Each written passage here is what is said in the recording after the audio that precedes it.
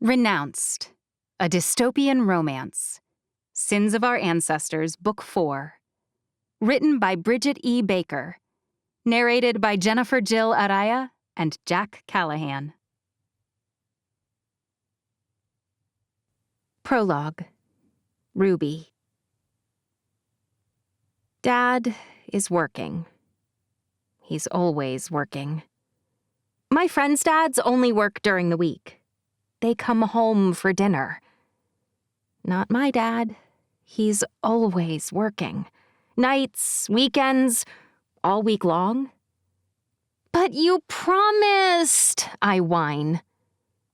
Dad hates it when I whine, but I can't help it. I can see the beach and the waves and the people through the window. And he did promise we could go to the beach today. He promised. Dad crouches down next to me and opens his arms. I step into his hug without thinking. He works a lot, but I know he loves me. I did promise, little lamb, and I'm so sorry, but something came up. Something urgent. That means that it can't wait. Besides, the beach isn't safe today. There are far too many jellyfish out there. I stiffen. It hurt so bad when that jellyfish stung me last time. I remember the purple flags that were up all over the beach that day. I'll never ignore that warning again. Dad releases me and stands up, turning toward his lab like always. I drag myself toward the family room. Maybe I can watch a cartoon or something. Except when I pick up the remote for the television, it's sitting on the windowsill, and I look outside. There aren't any purple flags. The flags are green. Bright, dark green. I frown. Dad? He pauses with his hand on the doorknob, about to disappear. Yes? Why do you have to work? What's wrong? I don't ask why it's more important than I am, but I want to. My lower lip trembles. Dad's sigh is heavy, which probably means he's mad. His work really is important. I know that. But I'm not sure why. He releases the door and walks toward me. He sits on the couch and pulls me up next to him. You've been sick before. You know how lousy it feels. I nod. Here in the United States, we have medicine when that happens. We have lots of different kinds of medicines, actually. Some help remove the sickness that makes you sick, and some make you feel better while your body eliminates the illness. But in some places, they can't afford either kind of medicine. In some places, when people get sick, they suffer a lot more than we do. And often, they die. Like Mom died? He swallows. Not very many people are in a position to help those sick kids, or their sick mothers. He frowns. People might contribute money to help pay for the medicine, or they could even go overseas to try and help treat a few of them. He shrugs. But it doesn't really solve the problem. So are we going over to help? Dad squeezes my hand. Not right now, no. But my training at school makes me uniquely capable of helping people. What I'm trying to do is make medicine that will be cheap, accessible, and that will save those kids' lives. Why does it have to be you? I glance sideways at the green flags flapping happily in the wind. Why can't someone else's dad do it instead? Maybe only this week? Oh, little lamb. He scoops me up and puts me on his lap. His hand brushes my hair back behind my ear. I know you want to see me more often. I know it's hard for you to understand why I'm always busy. I could spend less time working on this week, this month, this year. I won't lie about that. Not to you. But sometimes in life, because of the gift of our intelligence, or because of our hard work, or because of a bizarre fluke of luck, we're the ones who are in the right place. We're the ones with the right skill set to do something hard. Sometimes we're the only ones who can accomplish what needs to be done. And you're the lucky one? It doesn't feel very lucky. He laughs. Not lucky in the way that you're thinking. Not like I found a pot of gold. How then? I'll give you an example. If a lady by the name of Marie Curie hadn't been born in Poland or had scientist parents, and if her mother hadn't died when she was 10, she might not have worked quite so hard or learned quite so much. She was so cold one winter, without money for proper lodgings or heating, that she wore all of her clothing at the same time to keep warm. But thanks to her dedication and sacrifice, she was able to discover radioactivity. She was the first woman to receive a Nobel Prize. Marie Curie. That sounds familiar. Didn't she die from radiation? Dad looks like he accidentally smashed his finger. Okay, well, how about this one? If two parents, by the name of Augusto and Michaela Odone, hadn't had a son with adrenoleukodystrophy, they would never have studied as hard as they did. They never would have financed an international meeting of scientists and discovered a treatment for that rare illness. They saved a lot of kids? Like millions? Dad frowns. It's not always about the total number of people you save. They could have simply enjoyed the time they had with their son, or they could have had a son who wasn't sick at all. But neither of those things are what happened.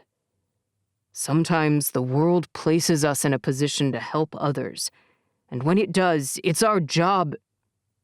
He shakes his head. No, not our job. It's our duty to rise to that call, to do whatever it is that we're uniquely situated to do.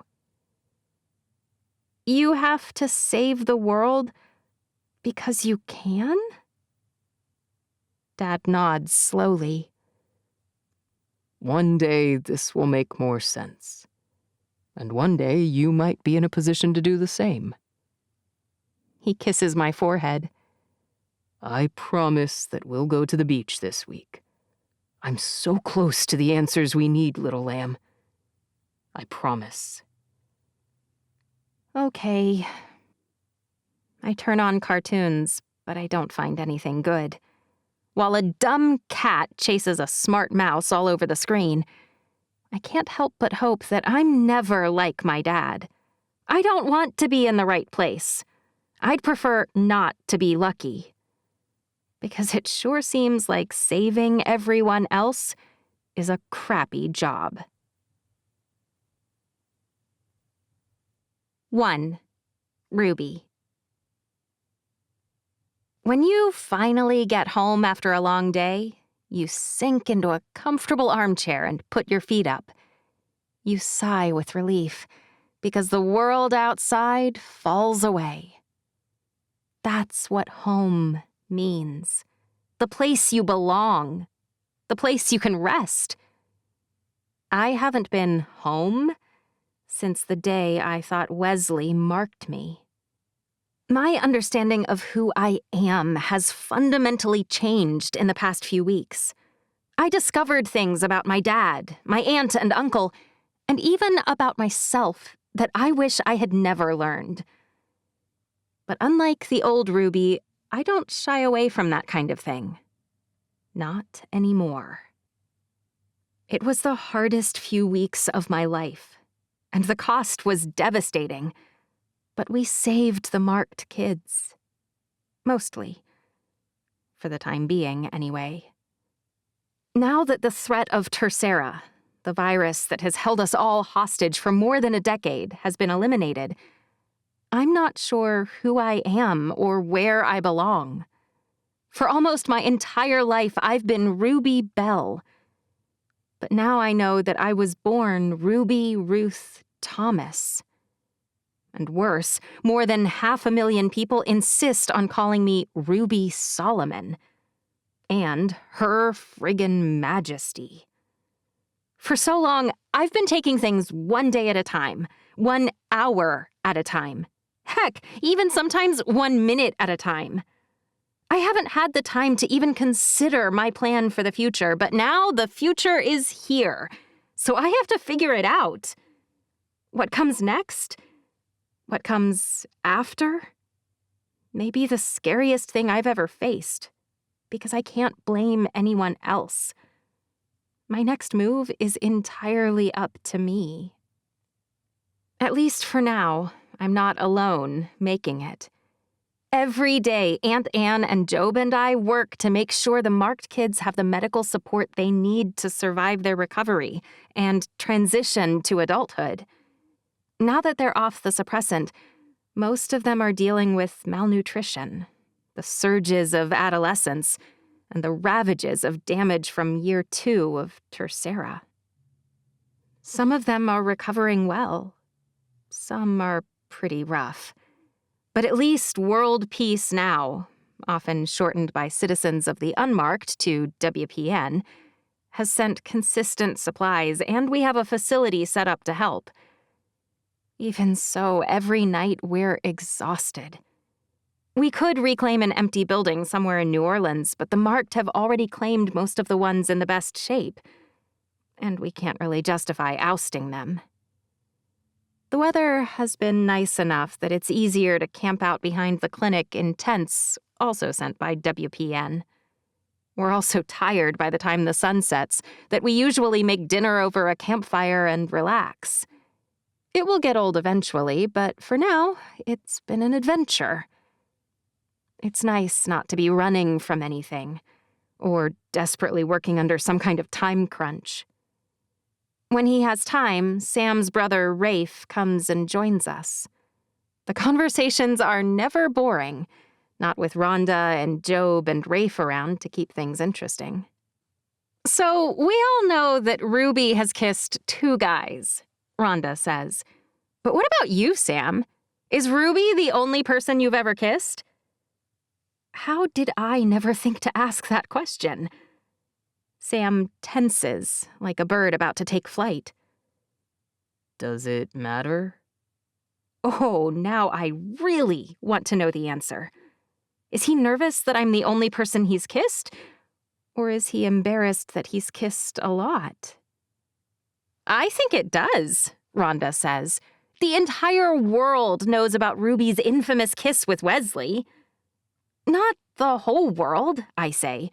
I mean, Rafe laughs. Well, the marked all know. It's all the guy talked about. And I bet the unmarked have all heard, since Fairchild's son was marked and left as a result of it. I shake my head. I had nothing to do with him being marked. But you were miraculously spared, Rafe says. Tell me that hasn't made the rounds. Okay, but what you asked about was me, Sam says.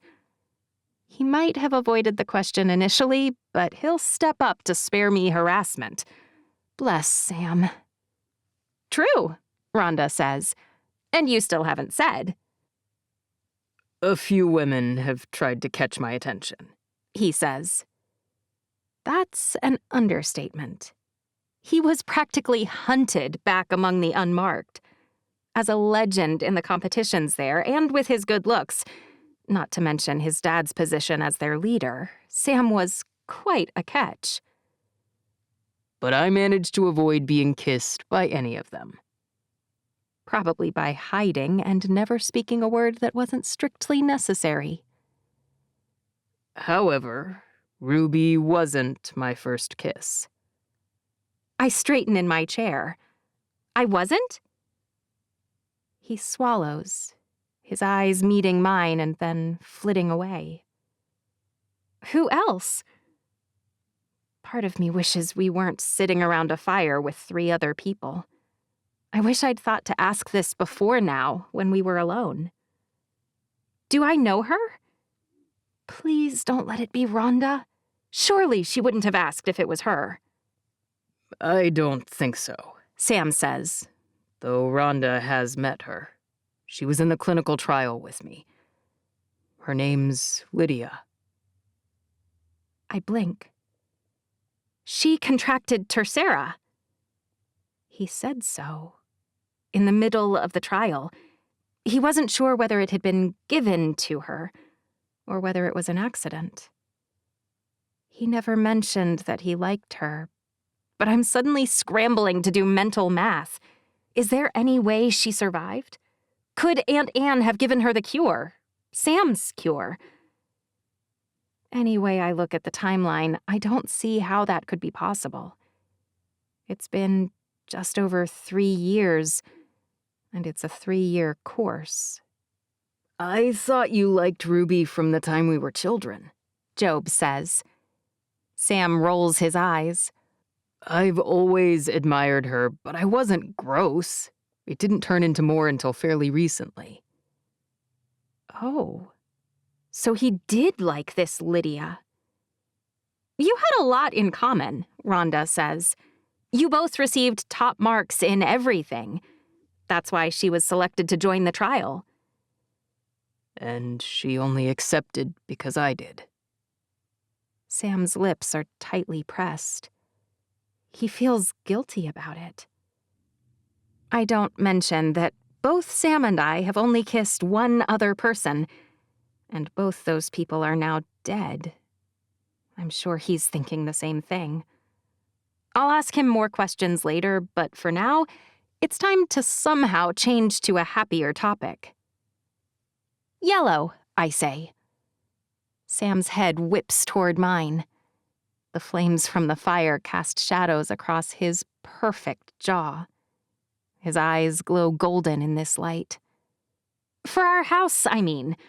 I smile. You asked me yesterday what color we should paint our future home. He blinks. Dude, your hot dog is on fire.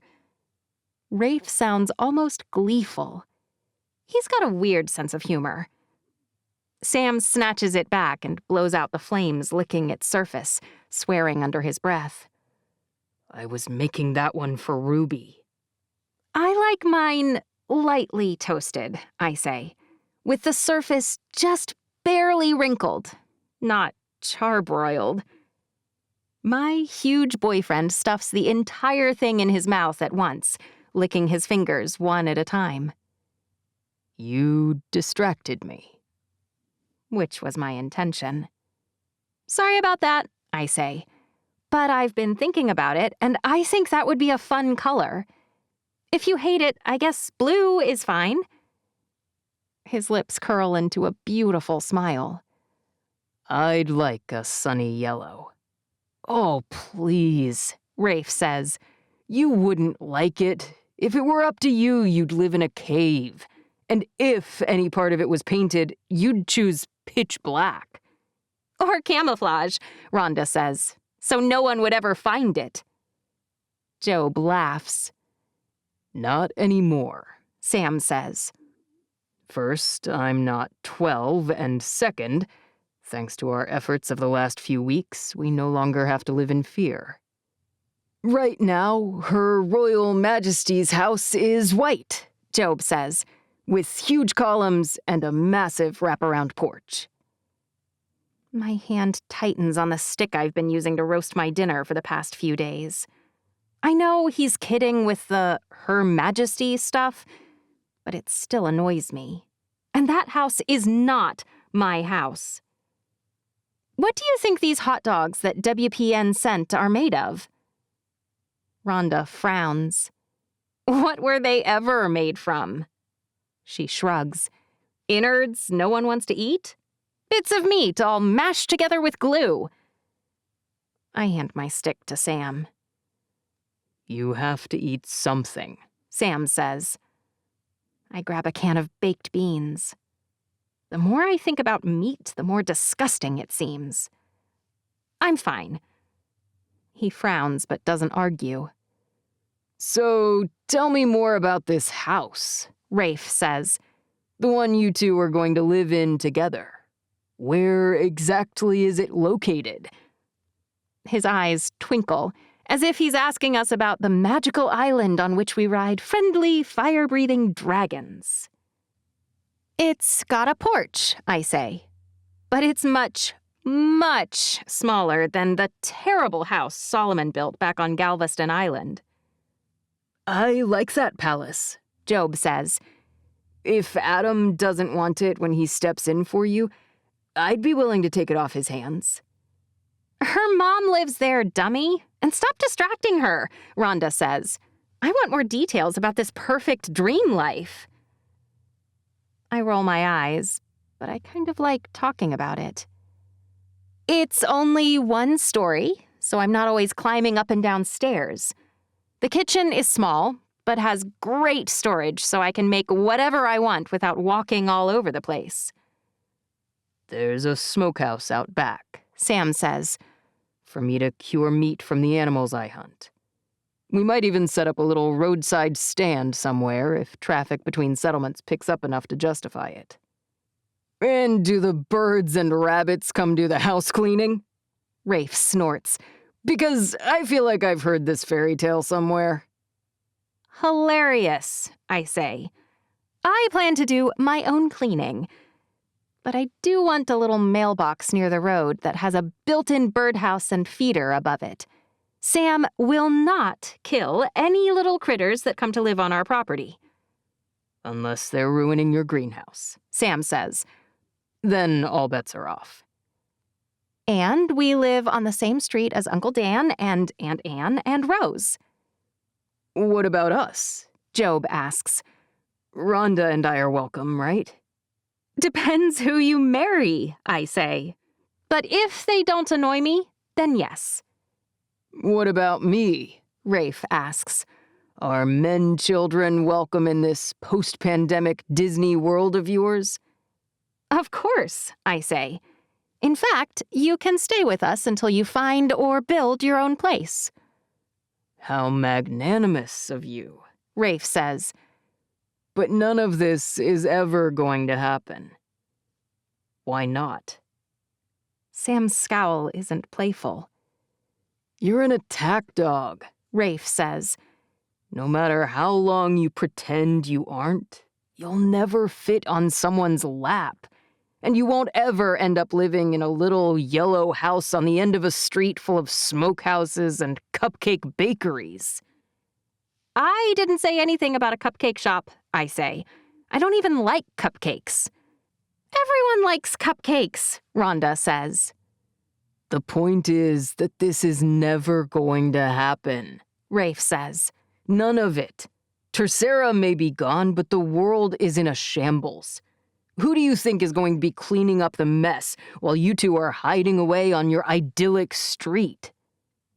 Sam shrugs. Don't know, don't care. I'm not sure whether he means that, but for the first time, I wonder. Can I really hide while someone else fixes things? Is our job really done? Because as much as I want that little yellow house on the perfect street, I'm worried it's not realistic. I'm worried Rafe is right. I deserve a home after the misery I've endured. But sometimes we don't get what we deserve. 2. Sam. Ruby's delicate, perfectly proportioned hands are scrubbing the spatula all wrong. Plus, she made dinner, so she shouldn't be washing dishes. Here. I bump her hip with my own and snatch the crusted spatula out of her hands. Let me. The casual contact between us isn't a surprise anymore, but it still sends a thrill through me. Mine. Something primal inside of me smiles smugly. I've finally gotten every single thing I ever wanted. I still wake up at least once a night in a cold sweat, worried it's some kind of trick. But every time I do, things are fine. Ruby's close, just like she is right now, and all is right with my world. Even if she's scowling at me. You're just as pretty when you frown, you know. Sam, you always do the dishes. Her voice is accusatory. Because I do them the right way. I don't mind. You will, eventually, she says. I won't. I'd never be annoyed by anything as inane as dishes. Go sit down. She rolls her eyes and huffs, and I want to toss the dishes back into the soapy water and pull her into my arms. But then I always want to do that. It's where she belongs. With me, safe and treasured. I don't want to sit down. I want Ruby.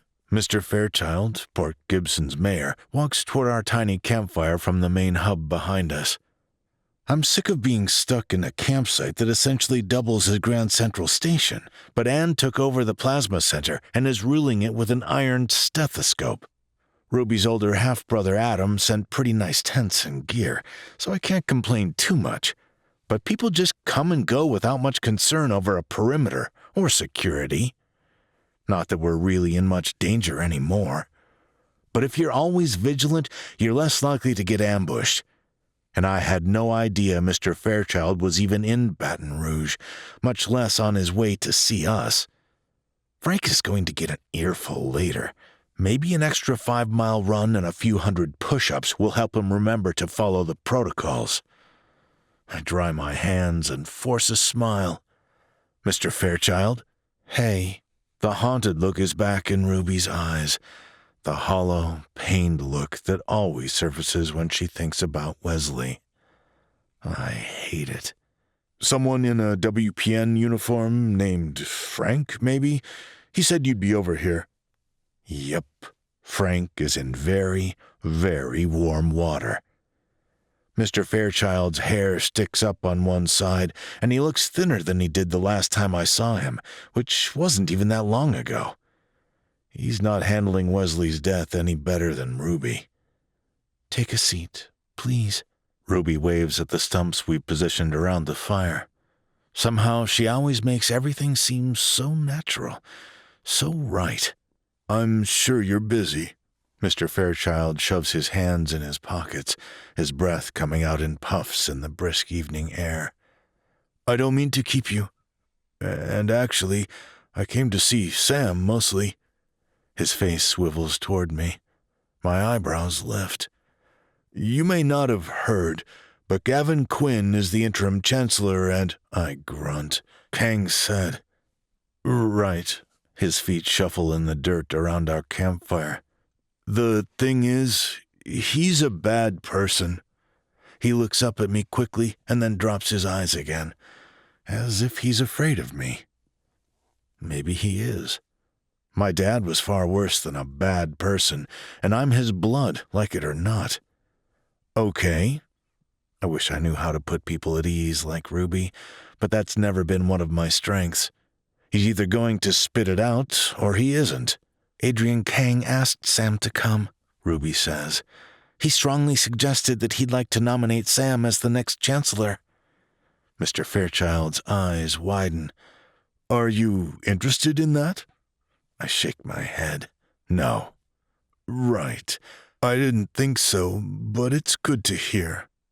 Ruby puts her hands on her hips. Good to hear? Sam would make an excellent chancellor. Since I know she has no aspirations for me to rule at all, I'm not sure why she's so upset, but it's cute that she's defensive. Mr. Fairchild frowns. It's not that Sam wouldn't be great, but I was hoping he might support me. You want to be the next chancellor? Ruby's hands fall from her hips and her shoulders droop. Really? It's not that I want to run things exactly, Mr. Fairchild says. It's more that I don't see anyone else who would do any better. The thing is, leaders usually come from one of two places. People who want the power, who want to control things. Those are people like Quinn or Roth. He clears his throat and glances my way apologetically. It's unnecessary. I know what he means. But the other camp, well, that's people like me. People who don't really want to run things, but they know that someone has to do it, and they want to help people. He looks down at his shoes and kicks at a hard patch of dirt. Without Wesley, I don't have much reason to... I don't have... He clears his throat again. It might give me some purpose, and I think I can help. He glances out at the formerly marked, kids walking down the street past our campsite. They're no longer dying imminently of tercera, but they were all on a hormone suppressant for close to a decade. That doesn't come without repercussions. There's no telling how they'll recover from whatever damage the virus did before it was halted. Some of them will deal with permanent organ damage. And, of course, they have no real support system. They've been living in a weird limbo, and now they have nowhere to go and no one to help them. Unless someone steps up. It seems like Mr. Fairchild may be offering to do just that. Your son was marked? Only for a few hours, Mr. Fairchild says, if what he said about how Ruby's blood saved him was true. It's enough, I say. You thought he was infected for much longer. He lived among them and fought for them, Ruby says. She's so ridiculously smart, on the exact same page as I am already, without any discussion. Did that time help you feel some compassion for them? He nods slowly. I think it's our duty to integrate them into our communities in whatever way they want to join us. We can provide jobs, food, training, and shelter. Medical attention? Ruby asks. Because that's going to be ongoing. Some of them suffer from permanent conditions. And the babies, I say. Ruby closes her eyes, and I know she's thinking about Libby and her baby Rose. Libby died, but Rose survived. She's not the only baby who made it through, without a parent, or with only one parent. You'll help them? What about WPN? Mr. Fairchild asks. I'm not trying to worm out of helping them. But surely WPN will do its part. Ruby sighs. I don't know how long I'll have any say in what they do. You're their queen, Mr. Fairchild says. Aren't you? For the time being, she says, but I've spent less than a week in Galveston in the past decade. It does seem strange, Mr. Fairchild says, that they'd choose you, but they're an odd people. They sent that airstrike and that enormous force to Nashville to defend you. It seems they accept you as their leader. No one can say they didn't come through for Ruby, that's for sure. You won't be alone in helping the marked, Ruby says, but if you can reassure us that if you're voted in as Chancellor, you'll do whatever needs to be done for those who can't take care of themselves in any form, you'll have our support. She walks toward me, and I lift my arm without thought. She nestles her head against my chest, and my world is right. Is that correct? Mr. Fairchild pins me with an earnest look. I nod. You'll come to Nashville and speak on my behalf? He asks. It's in 2 weeks or something now, Ruby asks. The actual vote is set to take place in 12 days, but the nomination requires 20 members of the Senate Council to vouch for you. I think I'll get that many, but it might be close. Which means you may need us earlier, Ruby asks. Like in the next 10 days? 8 would be better, Mr. Fairchild says. Ruby nods. All right, we'll head that direction as soon as we can. Her lips twist a bit, and she says, We just ate, but are you hungry? We can... Thank you, Mr. Fairchild shakes his head. I'm going to head straight back. I forgive you for Wesley. His face crumples, and I realize he's fighting back tears. But I can't. Ruby steps away from me and hugs him. It's too hard, she whispers. I understand. I wish I could effortlessly comfort people. I wish I knew the right things to do or say. After a moment, she steps back, and Mr. Fairchild turns to leave.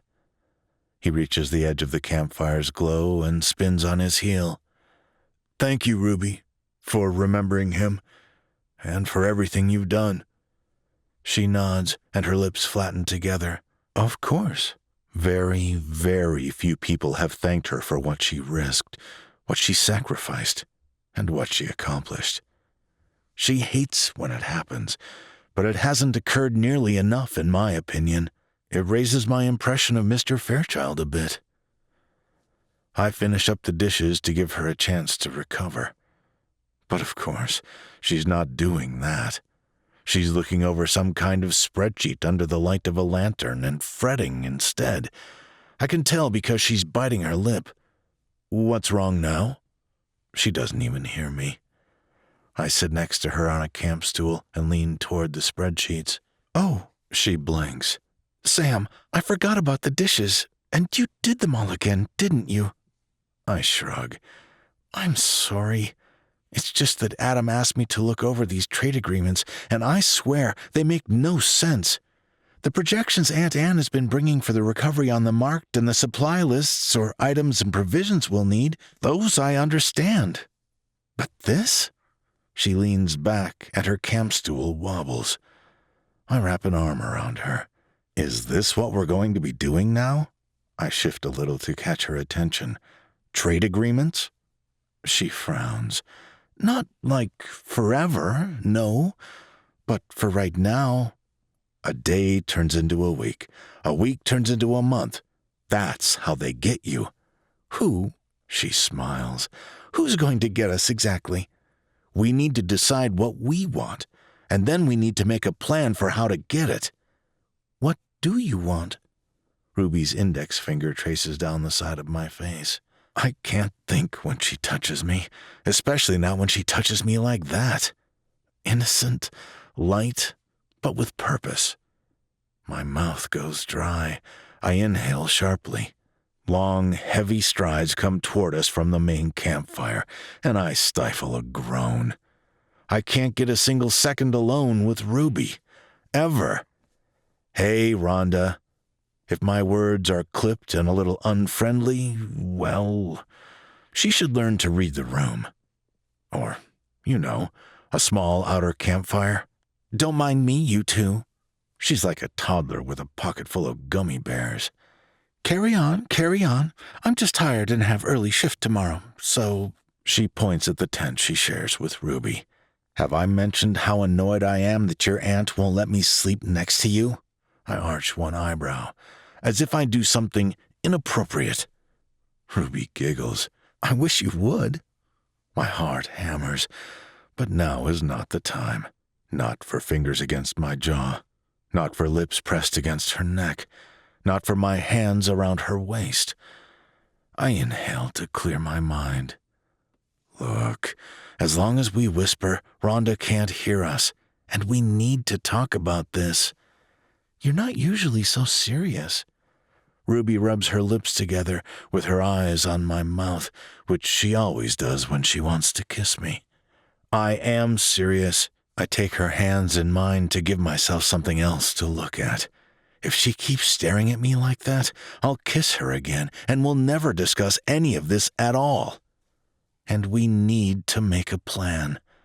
Without an objective, we'll drift along, buffeted by whatever winds and waves crash over us. What do you want? Well? Ruby stands up. I straighten. Her head isn't far above mine, even with me sitting and her standing. She braces her hands against my chest and then trails her fingers slowly across my collarbones to my shoulders. I want to see you every day. I want to stay on task, but my brain has gone on strike. Every muscle in my body has frozen in place. The place where her fingers rest against my shoulders tingles, and I want more. She squeezes my shoulders and leans down until we're eye level. I want to feel your lips against mine. She presses her mouth against me, and I'm gone. Vapor. Defenseless for once in my life. Her mouth only moves against mine for a moment before she straightens. I want you with me all the time, and I don't want to get badgered and bothered and dinged and pestered every second of every day. Not anymore. So you don't want to rule WPN? My eyes can't seem to leave her mouth. She shakes her head. Not at all. No. Do you want to live in a small town or a large one? She shrugs. As long as we have our yellow house together, I don't care. What do you want to do all day? She smirks. I have a few ideas. I groan. I mean, what do you want to do with your life? She beams. I knew what you meant, but man, this is fun. You fill me with light and joy, Samuel Roth. Some days I still can't believe you like me. It's my turn this time. I lean close, gather her against me, and whisper against her ear.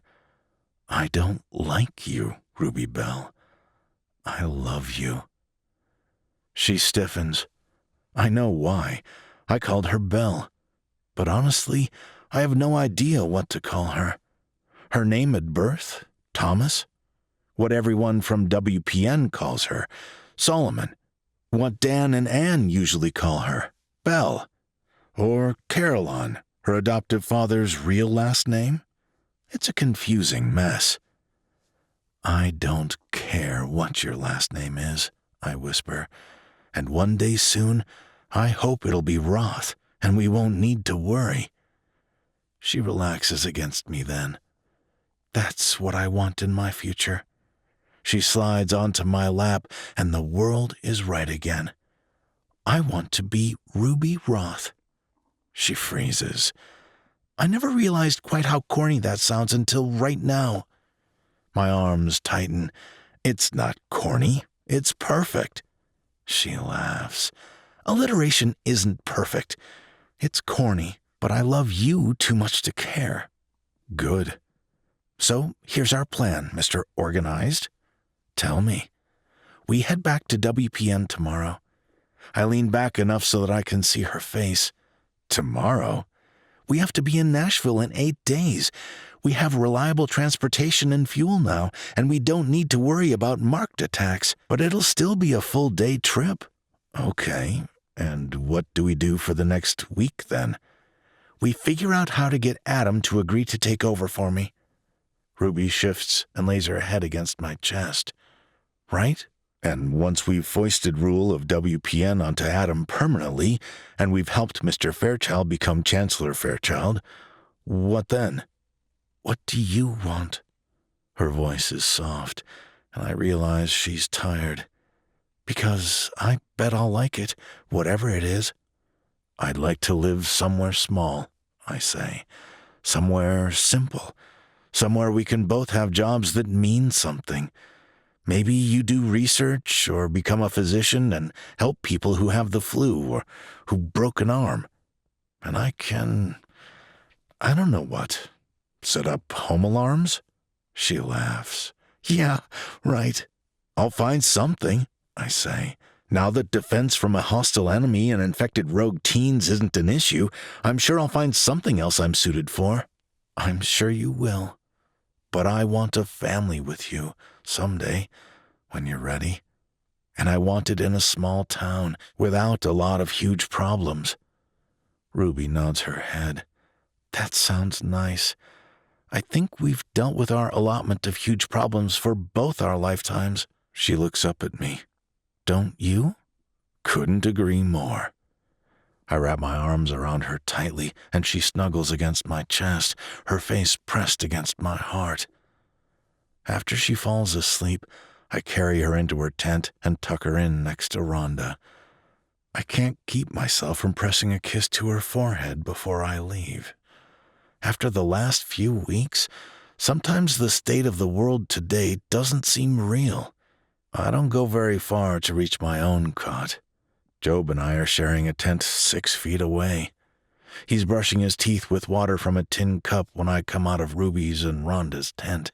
The girls are out? I nod. You make her happy, Job says. I haven't really acknowledged that, but I probably should. I was worried at first for both of you, but I'm glad I didn't stop you from dating her. Job, stop me? I don't laugh, but it's hard. Thanks. You going to sleep? I shake my head. Ruby and I are heading to Galveston tomorrow. I ought to let Rafe know. Can you keep an eye on her for a few minutes? She's not in danger, you know, Job says. I don't bother arguing. If he's not going to be vigilant, I'll find someone who will be. Ruby hates when they hover, so I keep the WPN guards a few dozen yards out. I stop on my way to Rafe's and let them know to fall in closer. Frank annoys Ruby to death, but he's very dedicated, and he's not a bad shot either. Even knowing she's safe, I hate leaving Ruby alone. Too many rotten things keep happening around her. I jog to the hospital where Rafe is still presiding, and I don't slow down until I round the corner to his room. Sam?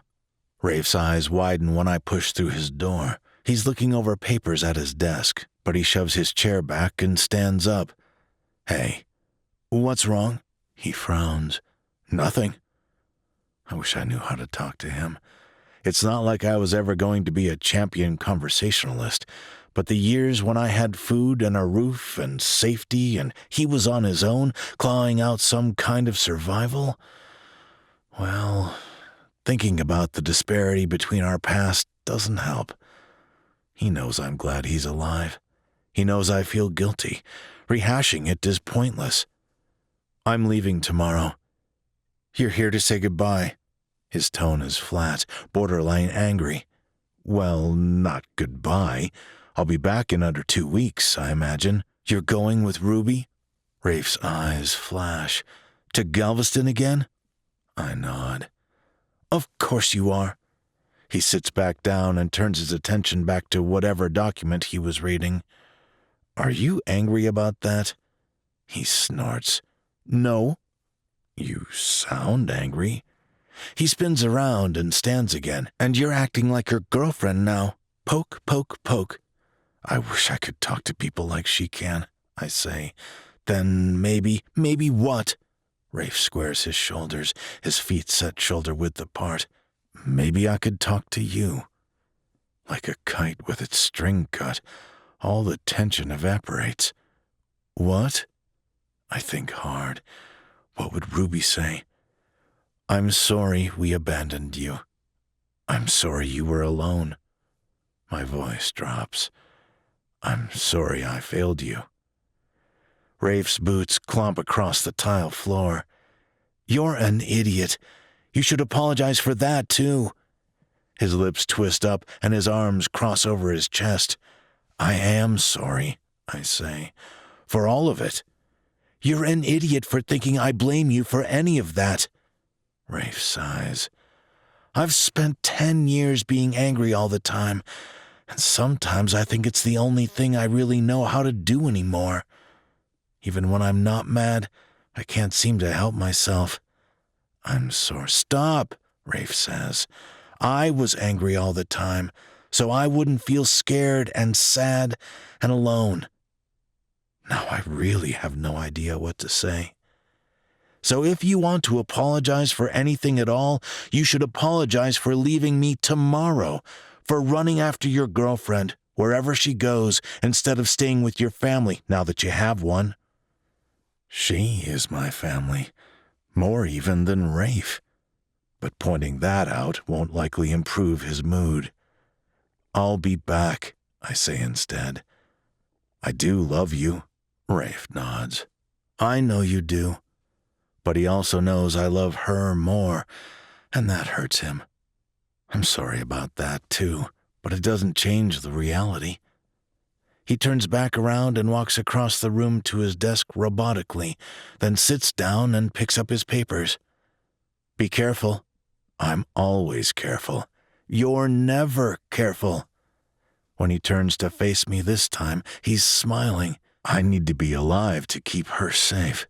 Maybe one day I'll meet someone I care about like you love her. Doubtful, I say. Rafe throws a stapler at me. I snap one hand out and catch it. Thanks. Ruby's been saying how she wanted. He whips a wadded-up ball of paper at me next. Has she been wanting garbage, too? He rolls his eyes. Get out of here, big brother. His voice is barely a whisper when he says, but come back soon. I'll miss you. That's the hard thing about having people you love. It gives you more to worry about.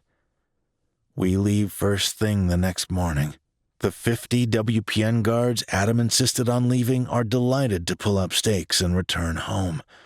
There's not a soul on the road between here and there, although crossing the Atchafalaya swamp is still harrowing, especially as we pass the sections where the road on either side has crumbled away, the enormous, compromised concrete pylons jutting up from the swamp like jagged teeth badly in need of a dentist. We need to put maintenance on this road at the top of Adam's list, I say. Agreed. Ruby's hand finally releases mine as we exit the bridge. It's nice to cross the bridge from Texas City to Galveston without worrying about armed guards or David Solomon, but I don't expect Adam to be waiting for us on the steps of Josephine's palace when we pull up. Ruby wastes no time hopping out of the side door of the SUV. What's wrong? She slams the door. I jump out of my side and circle around. He has bags under his bloodshot eyes. What took you so long? I know I was supposed to be here a while ago, Ruby says, but I sent you a message. I said I'd be delayed. Adam frowns.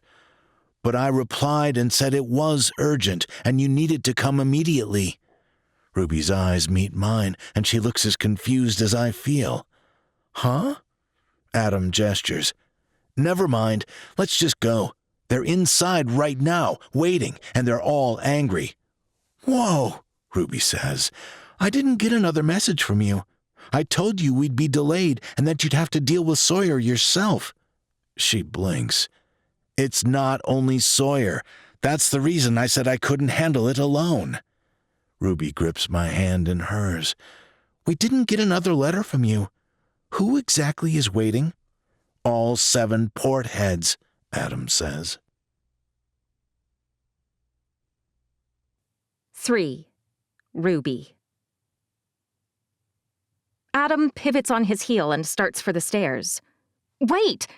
I throw up my hands. Adam! He spins around, his eyes wide. What's going on? Why are they all here? Did you really not get any messages from me? Adam blinks. I've sent not 1, but 2 separate messengers. The port heads have been insisting on a celebration, and they...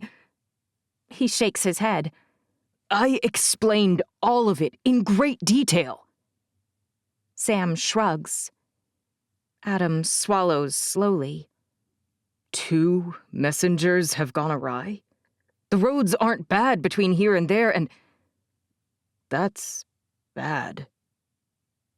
He walks toward me and drops his voice. Look, the port heads have been getting my updates, and they all know about your miraculous healing of the marked kids. First of all, I didn't heal them. Adam shakes his head.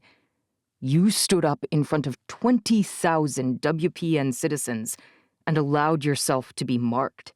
You pled for a cessation to your father's plans to wipe them out. You claimed we could heal the illness that decimated the world. And for the first time in more than 10 years of desperate hope, you did what you promised. What no one else could do. Not scientists, not men of God, no one. And now the port heads want to steal the credit. Sam slings an arm around my shoulders. That's about it, Adam says. I think about 2 messengers going missing. Possibly a runaway if only 1 disappeared, but 2? I've grown to love my WPN guards, even the awkward ones like Frank. But that doesn't mean I can trust them all. Let's go inside. We can talk it over. Adam clears his throat. They're meeting together right now, discussing the plans for a celebration tour. The audacity! Here? At my mom's house? Adam shifts awkwardly. King Solomon's residence always served as a sort of Palace. It's only a vastly oversized colonial-style mansion, but I always kind of thought it kind of looked like one. I exhale. Fine. So they're waiting to ambush me. Not exactly. Adam shoots a knowing look at Sam. I think they're glad you're not back. 2 days ago, Sawyer Blevins arrived from New Orleans. Rosa Alvarez arrived later the same day. Then, yesterday, Terry Williams from Tampa and Quentin Clark from Savannah showed up. Dolores Peabody got in sometime late last night, and Steve Young's and Jose Fuerte's boats docked early this morning. They coordinated it, Sam says. There's no way they didn't. It seems likely, Adam says. And they say that since you're still too busy, they should move ahead with the celebrations among WPN without you. I don't really mind, I say. So what if the people credit them? They argued against the whole thing, Sam says. They tried to kill you instead of letting you rule. And then when you outsmarted them, they came while you were in quarantine and told you that sparing the marked was a huge mistake. If you hadn't defeated them, they'd have killed them all, and they certainly wouldn't have made any effort to heal them. The one who ought to take the credit for all this is Adam, I say. He sent the airstrike that freed Aunt Anne, and then he sent the supplies to the marked, when we needed to distribute the cure, and again, over and over since. Plus, if he takes the credit, the people will be happy when he takes over. My half-brother scrunches his nose. About that. About what? The last time this came up, he didn't seem to hate the idea of ruling in my place. Wesley was concerned he'd usurp my crown. Not that I'd mind as long as he was a good ruler. I hate all of this, Adam says. Not to mention, the people don't like me. You'll only need to handle things for a while, I say reasonably, until you can transition the government to some form of democracy. Adam laughs. Okay. I mean it, I say. The citizens of WPN practically worshipped David Solomon, Adam says softly. He saved them from Tercera, you know? These communities are composed of people who listened to his warnings and joined his followers. Then they all watched as the rest of the world, people who called him a lunatic, died en masse. I haven't spent much time thinking about what the early days would have been like here in Galveston. My family and I mostly hid in a tiny cabin on the edge of civilization, and even there, Uncle Dan said it was scary. Really scary. But these ports are major hubs. David Solomon secured them, wiped out the government, and took whatever they needed to keep his people safe. He was a sociopath, and a narcissist, too. But he was also an effective leader for an apocalypse, I guess. He was like George Washington, Sam says. They say that the early Americans would have made Washington king if he'd been willing to accept it. Solomon was no George Washington, I say. He didn't stand for freedom or— The point, Adam says, is that as much as they loved your father, and they did love him, they love you even more. I blink. He kept them safe, but you eliminated the threat that put them at risk, not just here, but for the entire world. Did they get the memo where my dad, like the man who raised me, is the one who created Tercera in the first place? Adam's smile is sad. The truth doesn't matter nearly as much as the perception. You went to the marked camp and came back unmarked. You opted for a trial by fire, which you escaped unharmed. You went back to New Orleans with the specific purpose of helping those kids. And you asked for our help in bringing the unmarked, the only other real political force in America, to heal. They obeyed your orders each time. And you succeeded in negotiating your aunt's release and healing the marked kids. An uncontested miracle. Even your boyfriend was miraculously healed after being shot. That story kind of primed the pump, you know? Sam whistles. Yeah, if they revered Solomon, they're going to adore you. They do. Adam shrugs. Your approval ratings, if something like that existed here, would be through the roof. I don't see why that would bring the Portheads down on us. I can't put off facing them for much longer. They'll have noticed the cars and the guards and realize I'm here. I still can't think of the 2 missing messengers without becoming quite uneasy. What do they really want? They can't be this upset and bothered by the lack of a party. The Portheads have been King Solomon's delegates in each major WPN hub, and by extension, they enjoy his popularity. Adam glances over his shoulder. The front door is opening. Dolores's severe gray bun clear, even in silhouette. Ugh. The people didn't like how they tried to take you down, Adam whispers. Word got out after their test questions that they tried to harm you. So they're here to what? Convince me to like them? Or at least get the people to think you do, Adam says. I don't like them much, I say. Except for maybe Quentin, Jose, and Terry. You should replace them, Sam says. If you don't think you can trust them. We may have to do that. My head begins to ache, and I haven't even walked into Mom's house yet. I've never been more sure that I need to pass this mess off to Adam. But for now, let's hear them out. Ruby, is that you? Dolores's voice causes my eye to twitch. I force a smile and march toward the front of the house, hiking up the stairs purposefully. Adam on one side, Sam on the other, my guards falling in ahead of and behind me. You have quite the honor guard. Sawyer Blevin's voice is droll, almost bored. Which I hear are no longer necessary now that the marked pose no threat. I'm pretty sure I'm staring at my major threat right now. Hopefully I won't need guards at all very soon. I glance sideways at Sam. Our little yellow house is coming up quickly. Please, oh please. Sam shrugs. It wasn't Tercera that made the world a dangerous place. I barely keep from rolling my eyes.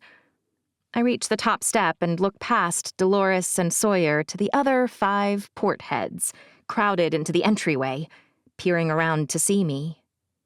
To what do I owe the pleasure of all of you here in Galveston? Another test, perhaps? Or are you here to whip the citizens of WPN into a frenzy in the hopes they'll oust me themselves? Adam's jaw drops. I might be a little more annoyed than I realized. I won't beat around the bush. You weren't invited.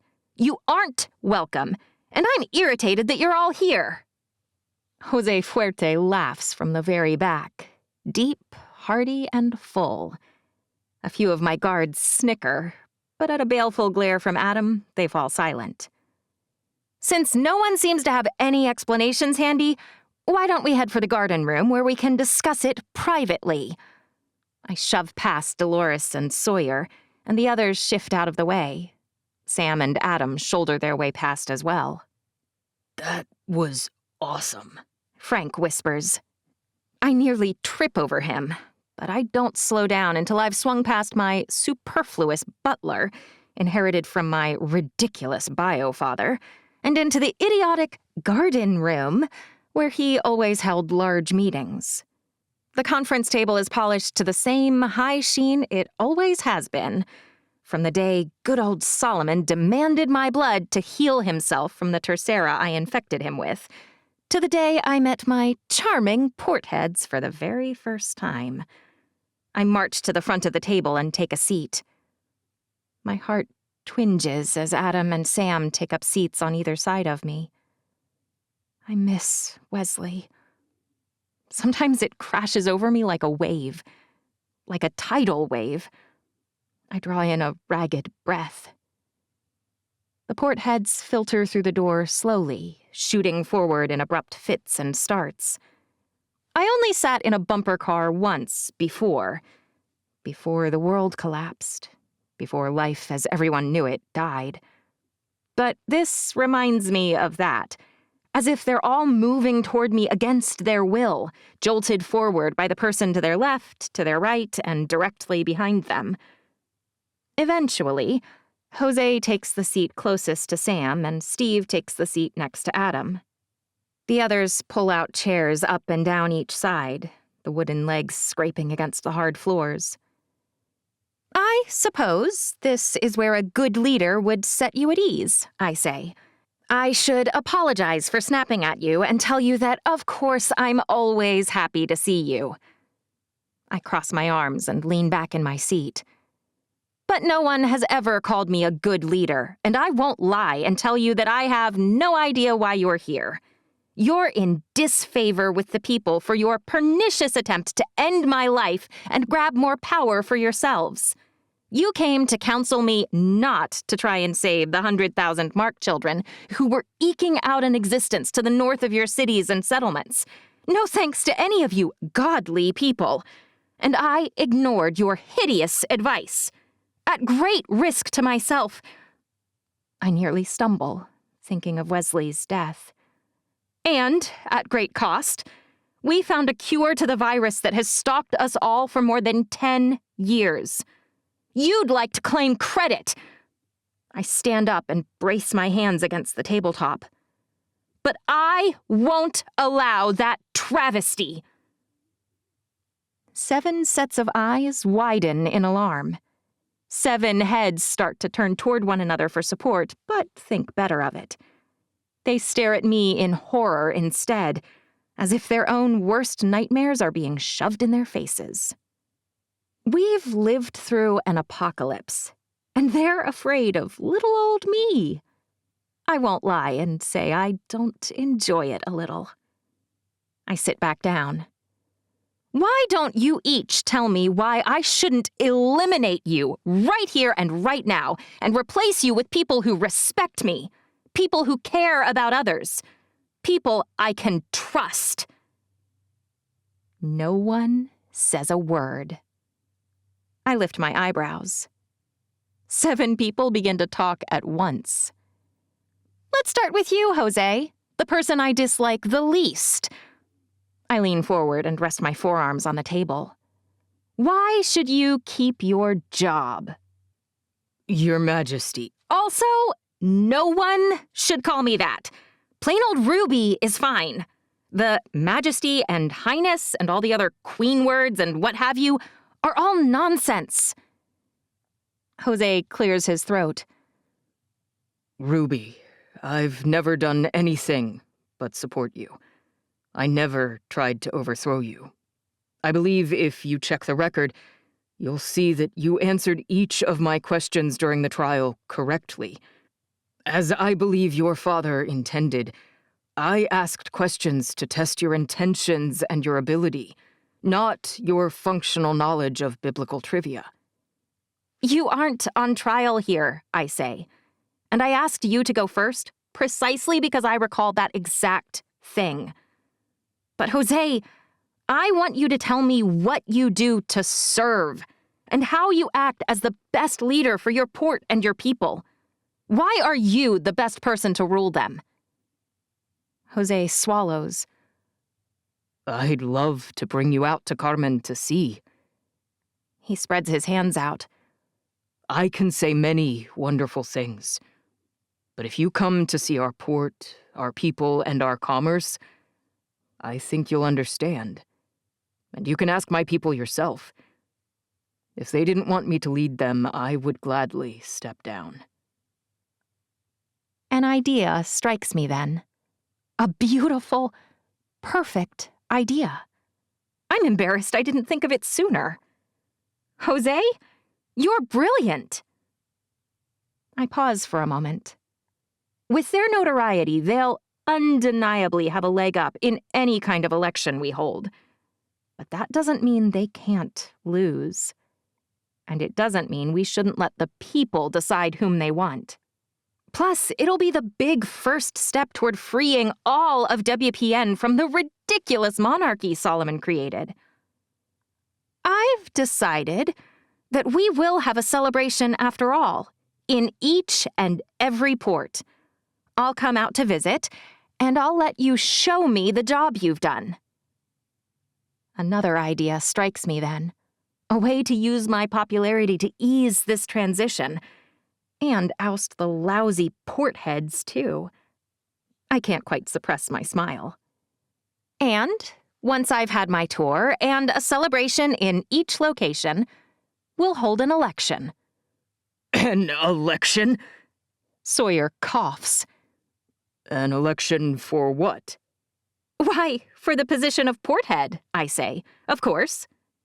We're going to have to win an election? Rosa's eyes dart right, then left, then back to mine. In our own ports? Does that really alarm you? I feign complete innocence. I'll give each of you the chance to show me exactly what you do, how you run the area, and what your goals are. Once that's done, if I don't deem you utterly unfit, then you'll be one of the names on a ballot and we'll let the people decide. That's a horrible idea, Dolores says. It undermines your authority. I very much hope it does, but I don't say that. How so? I shrug. Do you think I wouldn't win an election? Do the people not have confidence in my leadership? No one else says a word. Adam's beaming when I leave, dismissing the portheads to their residences on the island. Except one of them doesn't leave. He remains seated. Adam and Sam stand up, and so do I, but he stays in his seat even then. My cousin, Sawyer Blevins, clears his throat. I was hoping to have a word with Ruby. Sam opens his mouth, but I shake my head. It's fine. He and Adam walk toward the door. We'll be right out here in case you need us. Sam holds my gaze for a few beats, letting me know he'll be listening. I nod, and he steps out. Thank you, Sawyer says. Did the others ask you to stay behind and plead their case? I arch one eyebrow. Sawyer frowns and pats the seat next to him. Nothing like that. In fact, I'm not on especially close terms with the others. No? I find that hard to believe. You're the porthead closest to me. You were Solomon's blood relative. You're saying the others don't sort of look to you as their de facto leader? He shrugs. If they do, they've never been good at showing it. I finally sit. What do you want, then? I'm worried about you, he says softly. I know you don't want this. Oh, I snort. This is where you offer to step in and help me, to guide me, to be a good cousin. He shakes his head. Young people always know everything. He sighs. No, I don't even want that. I'm too old and too tired to want to deal with all the nonsense. Part of me doesn't even want to rule New Orleans anymore. There's an exhaustion underlying his words that actually convinces me more effectively than an hour of talking could. In spite of myself, I actually believe him. Okay, then what? Did your father ever tell you about our history? Our time together? I shake my head. I don't really want to hear about Solomon, thank you very much. I almost open my mouth to tell him that, but I can't quite bring myself to do it. As much as I hate my biological father, I suppose part of me wants to hear something positive. Your grandfather, my uncle, was a moving man of God. People came from hundreds of miles away to hear him preach. Sawyer's eyes glaze over, and he gazes out the window. He moved people. He changed them. Not like they felt something and moved on. No. People gave up things after meeting him, after hearing him speak. He was that powerful. My grandfather? My mother's brother, Sawyer says. That's how I'm related to your father and to you. He was my first cousin. His father and my mother were siblings. Very close, in fact. Best friends. It's hard for me to think about that. About having a whole family I never knew. Elias Thomas, Solomon's father, did a lot of good. Government officials came to him for help. Political leaders were always asking for endorsements. But in the process, he also amassed quite a fortune. Of course he did. This is more what I was expecting. Except, after he died unexpectedly in a car accident, Sawyer says slowly, and they read his will, he left every cent to the church. He left David nothing. Huh. I didn't expect that twist. I bet he was angry. Furious, Sawyer says. Livid, even. He came to me, asking me for evidence that his father was out of his right mind. I helped him look, but it was hopeless. His father was quite purposeful and had spoken to nearly everyone about his intentions. Everyone other than his son. But then how— David met your mother not long after this all went down, Sawyer said. He had inherited his father's flock, and they were generous and grateful for Solomon's guidance in their time of need. That's when he changed his name, you know. He told them it helped him move on, that he had been transformed. He realized that although he hadn't gotten his father's wealth, he had something almost as good. The root of his father's wealth. I should have known. He needed to look the part, however, Sawyer says. He was quite a womanizer, but he needed someone who looked like a preacher's wife. Someone smart, beautiful, and well-spoken. She was married. I frown. He shrugs. Her family had an impressive name, and she was unhappily married. Easy enough to fix. Yuck. But how did— I'm getting there, Sawyer says. Your father was very upset when Caroline stole you, but he wasn't willing to sacrifice his money tree, not right when it was finally blossoming. He kept pursuing you, secretly, and finally he came into some information.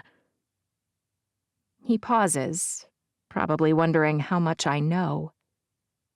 He found out about Tercera, but wasn't in a position to stop it. That part I know.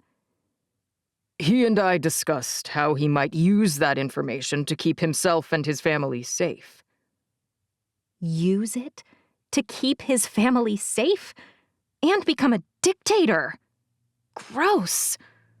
So Sawyer was as bad as Solomon. He discovered the accelerant in your father's lab. His hands open and close rhythmically.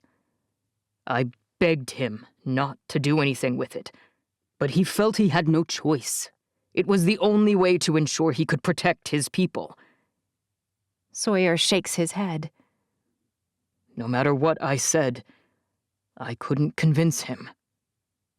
And my father ushered in the end of the world, I say, with a lie the likes of which hasn't been told before or since. Sawyer's face is pale, his hands no longer opening and closing, but trembling, as if he can't quite stop them. I'm sorry, Ruby. I'm sorry that I couldn't convince him that it was wrong. I want you to know that, although David Solomon made some significant mistakes, not everyone in your family supported those decisions. Plenty of the Thomas family and the Blevins branch actually worshipped God. I'd be happy to help guide you if you ever wanted, but not so that I can control what you do. I can't express how pleased I am that you're like your grandfather, that your main goal is to serve and protect. For the life of me, I don't want to believe it. But he actually seems genuine. Or maybe I do want to believe him. I certainly don't love the idea that I'm descended from a monster. It would be nice if I could trust Sawyer and believe that my biological father was merely twisted up and confused by perceived injustice. That I'm not prone to the same megalomania and greed. I appreciate the offer, I say, and I'll certainly let you know when or if I want to know more. Sawyer stands up then. I'd also like to be the first to offer my resignation. My jaw nearly drops. Excuse me? I'm old, He says. As you've pointed out, I've made some critical errors. When you were speaking earlier, I realized that you're correct. Surely there are people much better qualified than I am to serve the people of New Orleans. Somehow his determination to quit annoys me. If I can't quit, he can't either. Well, for now, let's not do anything hasty.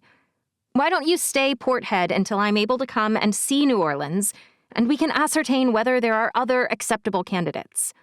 The last thing we want to do is throw things into turmoil unnecessarily. He half bows. As you command. Ugh, I don't want to command anything. I wish he didn't annoy me so badly. It would be way easier for me to figure out what to do with him. I force a smile as he leaves. That was amazing, Adam says the second he's gone. Sam and I were just talking about how far you've come since that first meeting with those bullies. They had no idea what hit them this time. But what did Sawyer want? Sam asks. He's asking as a courtesy. There's no way he didn't overhear, not with his listening skills. I roll my eyes. You've told Adam already, I presume? Adam's sheepish look confirms it. You should have let him quit, Sam says. It would have made your job easier. I shake my head. Not really. We need a smooth transition, not chaos and drama. Sam's voice is soft, and there's no censure in it when he asks, But how are we supposed to meet with each port, celebrate, get a tour, and hold an election before the unmarked vote on their new chancellor? I forgot about that entirely. I swear under my breath.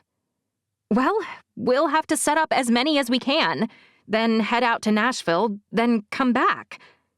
I shake my head. There's no helping it.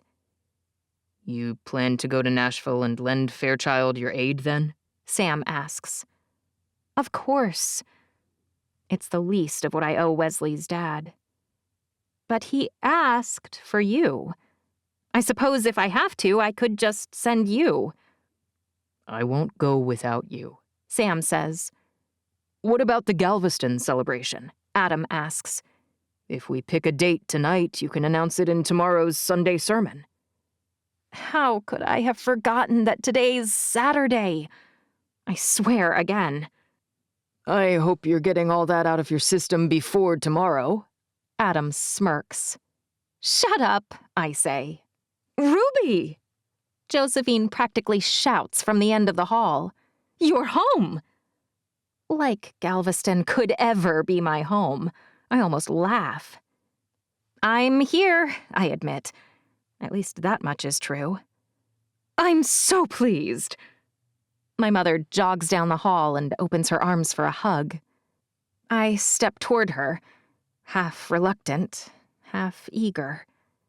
As her arms wrap around me, conflicting emotions continue to tumble around. She abandoned me. She married a madman, an abusive, narcissistic villain. And she stayed with him after discovering her pregnancy, putting me at risk from the day of my birth. But she also killed him in the end, preventing him from harming me permanently. She has stood up tall and managed everything she could while I pursued what I felt was more important over her suggestions. And whatever her faults, she clearly loves me to the extent of her capacity. When she finally releases me, she forces a smile. I hope my forced smiles don't look quite that pained. "I have some news," she says. Oh no, not more news. "Great," I groan. May as well lay it on me. "I've been investigating. Discreetly, don't worry." Investigating what? "Your father's activities." Huh? His trade agreements? His plans for expansion? I snort. I'm not sure I care much about any of that. She clears her throat and looks down at her feet. "I've been able to locate 4 children whom I believe might be related to you." Oh, great. I can see why she might fixate on that, and I suppose it's better to know. Wonderful. Well, it looks like I'll be here a few days, so that will give me plenty of time to meet them. I glance at Adam. Also, how quickly can we throw together some kind of celebration for the people of Galveston?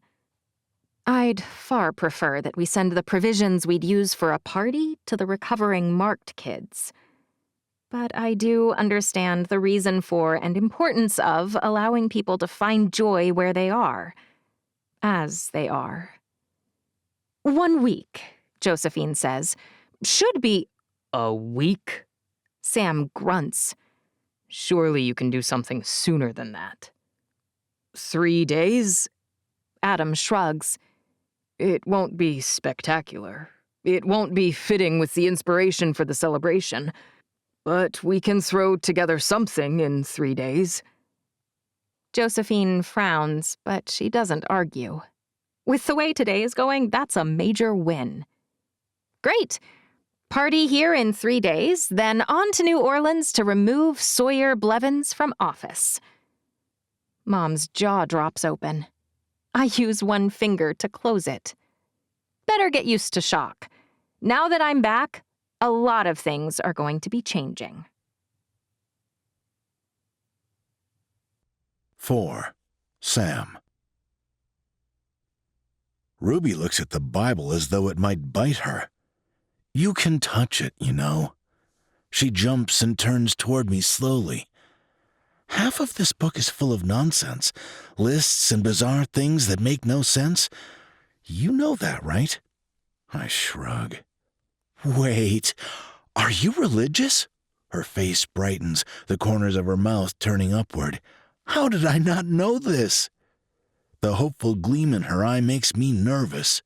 Don't even think about it. If you've read the Bible... She stands up, stalking toward me slowly, as if she doesn't want to startle me. You could give the sermon. I'm full-on smiling now. Have you heard me say more than 20 words to anyone but you? Hard pass. I can't believe my boyfriend reads the Bible. I think there's more to the world than we understand, and I've read every great text at least once. I find a lot of comfort in many of the stories, especially the New Testament ones. You could knock me over with a feather, she says. At least suggest an inspirational topic I can share today. They may like me well enough, but if I get up and bumble around in front of everyone, they might change their mind. Then it'll be an uphill battle to convert this idiotic monarchy to some form of democracy and get out of Dodge. You still want to leave? I channel every bit of nonchalant I can, but I'm nervous about her answer. She crosses the room and bumps on my leg until I swing sideways in the chair. She sits on my lap and leans up close. "Of course I do," she whispers. "The very second I can oust the leeches my dad appointed and make sure WPN is in good hands, we're gone. You and me, small town, meaningful jobs, but nothing major. We'll be together, and we'll have simple, low-stress lives." The anxiety I didn't realize I had melts out of my shoulders. My lips are just brushing against hers when someone knocks on the door to the office. "Who is it?" Ruby's voice is delightfully annoyed. "I have the children gathered as you requested." "Josephine." Ruby stiffens against me and stands up. She brushes off her pants, as if that might prepare her in some way to meet half-siblings she didn't know she had, who only exist because her biological father betrayed her mother. "Right."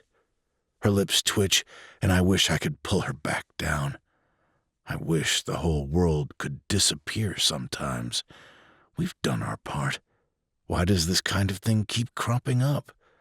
"You want me to come?" Ruby's eyes widen. "Always." I stand up too, and she grabs my hand, our fingers interlacing.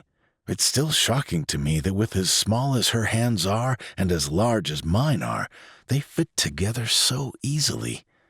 I'd love to put this off, but they didn't do anything to me. I keep reminding myself that they didn't wrong me, and if we're leaving as soon as we can, I can't delay anything. Right? She looks up at me, her fringy blonde lashes almost disappearing over wide, uncertain blue eyes. Right. I squeeze her hand, and we walk toward the garden room where Josephine's cook, Laura, has left a plate of cookies and fruit with a pitcher of lemonade, as if food will make this easier somehow. Although, if they're young enough, maybe it will. Adam's waiting outside the garden room, his arms crossed over his chest, his eyes unsettled. He's not as large as I am, but he's close. Military energy, wide build, tanned skin, and a competent bearing. I could take him out easily, but he's more than an adequate lead guard for WPN. Ruby pauses in front of her half-brother, and they exchange some kind of glance before she moves past him and into the room. I'm not sure what Ruby's expecting when we walk inside. Mini Adams? But I wasn't expecting the diverse mix sitting awkwardly in chairs, picking at tiny cookies. "Hello," Ruby says brightly. "Thank you all for coming." She looks around with a bewildered look on her face. "Where are your mothers?" "Queen Josephine said they should stay outside," a tall boy says, his voice cracking. He's gangly and blond, and he looks about 12 or 13. He's the only one of the four who looks anything like Ruby or Adam. Not that they look very similar, but their coloring and their noses are close at least. "I miss my mom," a small girl with floofy hair and dark brown skin says. Then she gulps loudly and looks pointedly at her hands. "I can ask them to come back in," Ruby says. "No, don't." A boy who looks even younger than the girl shakes his head vehemently. "My mom's always shushing me, and if you're my sister, I want to talk to you." Ruby's mouth turns up. "I want to talk to you, too, and I think I should make something clear. We believe I am your half-sister, but that also means you're one another's half-siblings. Take a look around. Whether you have other family at home, perhaps, I don't know, but you have us now. And I'm happy to know about each of you." Ruby pulls out a seat and sits, pouring herself a glass of lemonade and absently wiping a few drops that spilled while she looks at the children gathered. As shocked and stressed as she must be, she's kind, she's considerate, she's composed, welcoming them in a way their father never did. My love for this woman overwhelms me sometimes, and I wonder how something so good could have come from someone as depraved as Solomon. Maybe, as Sawyer said, Solomon was merely a corrupted soul. Perhaps that's true of all people who have gone bad. It happened thanks to a twist of fate, combined with their own poor choices. How about we introduce ourselves? Ruby smiles. My name is Ruby. I was raised as Ruby Bell. It's a very long story I won't bore you all with, but I found out recently that David Solomon was my real biological father. I know he wasn't an especially nice man, and I won't be upset if you don't have good things to say about him. Or if they are good, that's all right too. I want to be clear that whatever your feelings are, they're okay here, with me. Always. The dark-skinned girl glances at the red-headed boy, as if checking to see whether the other child believes her. I'll go first, the awkward boy says. My name is Alex. I'm 13 years old. My mom was a widow, and Solomon came to our house to tell her it would be okay, maybe? He frowns. He did a little more consoling. He clears his throat and looks pointedly at the two younger children. Anyhow, here I am. I didn't see him very often before he died, and that was okay with me. And what do you enjoy doing? Ruby asks. I'm a farmer, he says. Mom and I live pretty far down the island, and we grow crops. Tomatoes, sweet corn, onions, and peas. A farmer? No wonder we didn't see many vegetable gardens. Solomon has commercial farmers. It's smart, but I hadn't given it much thought. He and his mother would have been easy to hide that far out. It makes me wonder how Josephine found them in the first place. Maybe combed through his routine for the past 15 years and retraced the contacts he had in which she wasn't present. That's what I'd have done anyway. That's wonderful, Ruby says. In fact, maybe you can help me understand how the crops work around here and how you're paid for your work. He smiles shyly at her. I wonder about any economy that relies on 13-year-olds and their widowed mothers for its crop production. But that's a question for another day. I'm Paul, the tall, thin Asian kid next to Alex says. I'm 15, and I'm in the musical performance track. My mother plays organ for the Sunday sermons. The pride in his voice is clear, and I can guess how Solomon met his mother. That's wonderful, Ruby says. I have no musical talent at all, but I appreciate listening to those who do. He beams. Who's that guy? The redhead asks, tossing his head my direction. Ruby snickers. That guy is Samuel Roth, my boyfriend. She glances back at me. He seems a little scary, possibly, or intimidating if you don't know him, but he's so good that he'd never do anything to harm anyone. In fact, sitting in here with him is probably the safest you could ever be. The redhead's eyes widen. You're the one who shot everyone. What's your name? Ruby asks, pointedly not answering that question in the affirmative. And how old are you? I'm Roger, the chatty boy says, and I'm 6 going on 16, my mom says. I'm not sure what that means, but she always says it with a big sigh, like it's not very good. What things do you enjoy doing? Ruby asks. Playing with trains, mostly, he says. And I love drawing. I could draw you some really pretty pictures to put up on your walls. I noticed they're really boring and just plain white when I was coming in here. Ruby laughs. I'd love that. You're right. They are boring. My mom says my drawings are all really good. She saves them all in a box forever and ever. I'll just bet she does. And what about you? Ruby asks the little girl softly. What's your name, sweetheart, and how old are you? The little girl doesn't look up. I'm always nervous meeting new people too, Ruby says. If you'd rather not talk today, that's fine, but I'm happy to meet with you another time. I'd like us to be friends. It looks like we're the only 2 girls. That makes us sisters. A moment passes in silence, and then another. Finally, the little girl looks up, her brilliant golden eyes flashing. I'm Amber, clearly named for the striking, bright golden color of her eyes. It's wonderful to meet you, Amber, Ruby smiles. I'm 7. That's a wonderful age, so much to learn, and so many things you're old enough to do. Ruby points at the untouched cookie on her plate. You don't like sweets? She shrugs, her tiny shoulders barely moving. I don't like most things. Well, I hope I'll be an exception. I hope we'll be friends. Amber's eyes meet Ruby's, and the side of her mouth turns up in a very small smile. Me too. Ruby chats with them for a few more moments, and then she stands up. I'm not sure whether you've heard, but I have a Sunday sermon to give in an hour or so. I'll be announcing what I hope is a fun surprise today, and I thought I'd tell my family first. We'll be having a big celebration right here on the island. What are we celebrating? Alex asks. The cure to Tercera has been found, Ruby says, and administered for the most part. I think that's cause for celebration, don't you? So it's true? Paul asks. Tercera is gone? Well, the virus still exists, Ruby says, but it's not hanging over our heads anymore. We have a cure for it. If we're righteous, then we're safe, Roger says. God only punishes the wicked. Ruby's lips twist. Well, in my experience, no one is really one or the other. We all have a little good and a little bad mixed up together, and we get to choose which one to grow by our actions. Regardless of your feelings on that issue, everyone is safe now, wicked or not. She gestures to the table. You are welcome to stay as long as you'd like, and when you're ready to leave, if you want to attend the sermon? She stumbles a bit on that word. You and your mothers will have seats near the front.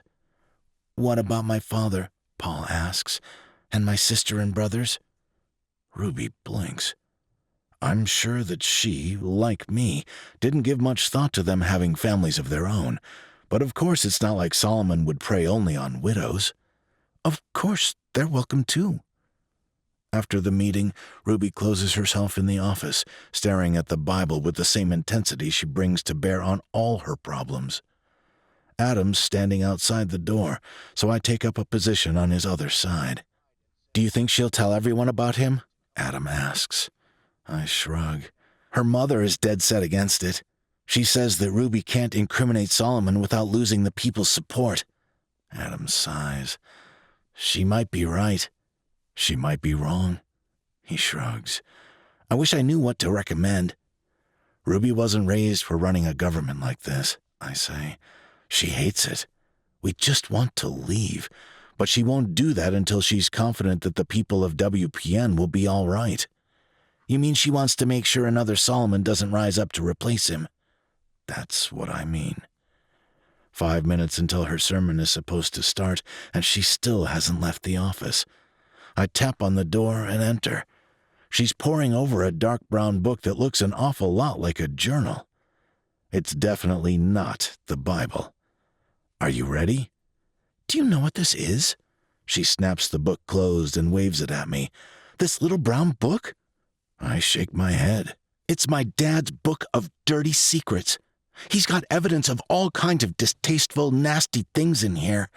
Prominent members of the community here in Galveston and of each WPN settlement. Even unmarked officials, like your father, are listed. In fact, if we'd taken the time to look into it, we might have figured out that your dad was my dad's partner. He knew that too, obviously. He knew when you sat here across from him, but he didn't tell you. She shakes her head in disgust. Is that what it takes to rule? Lies? Deceit? Blackmail? When you're a dictator, a tyrant who rules by fear? Yes. She stands up. I can't do that. Not ever, even if it's only for a short time. So you're going to tell the people about Solomon? She looks at the ceiling. I don't know. I want this to be a smooth transition. I don't want a revolution on my hands, and Josephine says that the only way to ensure it goes well is to let their positive memories of him transfer to me. But that feels gross. She nods. It's time to go, though. I know it is. Ruby straightens her shoulders and marches to the door. Let's go. The trip to the conference center is uneventful, even with masses of people waiting in long lines outside. They stand a little straighter as we drive past, many of them pressing hands to their mouths or their hearts. Josephine and Adam aren't wrong. They look at Ruby with adoration, devotion, and awe. It's a look I recognize, because it's the same way I've always looked at her. Her hand trembles as I help her out of the car.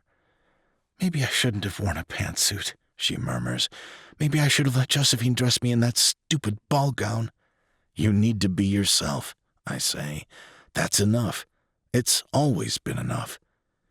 Her eyes meet mine and hold my gaze. Something inside her stills then, and she nods. "Thank you." She pivots on her heel and marches down the hallway that leads to the backstage entrance. I'm glad to have Adam handling most of the details so I can simply stay close to her this time. Finally, she reaches the steps up to the stage, and I stop at the edge of the curtains while she continues out to the podium. Applause begins as soon as they see her. Calls of "Queen Ruby" and "Her Majesty" flood the air. She steps up and drags the microphone down slowly until it's at the right level for someone of her diminutive size. "Thank you for that wonderful welcome." More applause. I won't lie and say that it comes easily to me, talking to you like this. In fact, I don't really think I'm qualified to teach you much of anything.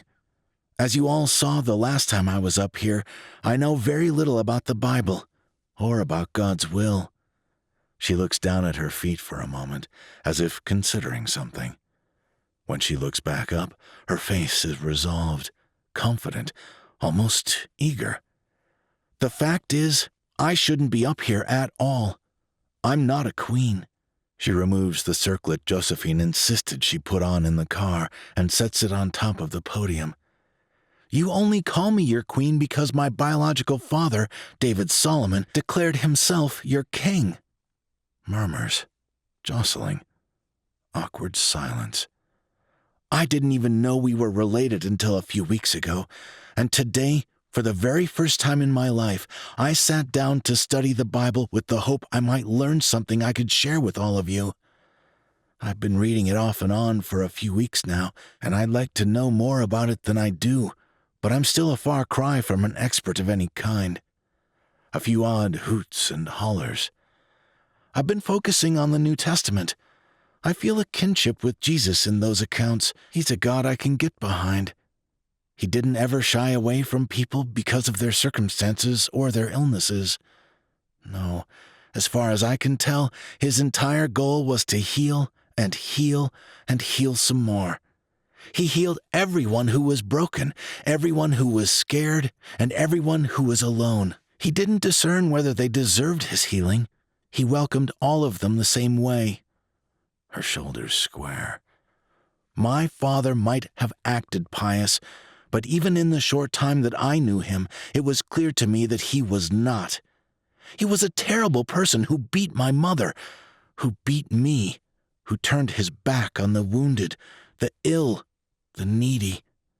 He took and he took and he took, and he rarely gave anything at all, and only when he thought it would get him something greater in return." Gasps, more murmurs, scared and confused and angry faces. "I know, it's appalling that I should say something like that about your leader. I know you loved him. When I go over the facts in my mind, there's no way I can take over leadership of his people without making it known how he came into power in the first place. My biological father, David Solomon, started a relationship with a married woman, my mother, Josephine. Her first husband knew he was a bad person, and after I was born, Donald Carolan stole me from David Solomon." The audience is absolutely shocked, and I'm eternally grateful that he stole me. They don't know what to think about all of this. Donald Carolan loved me.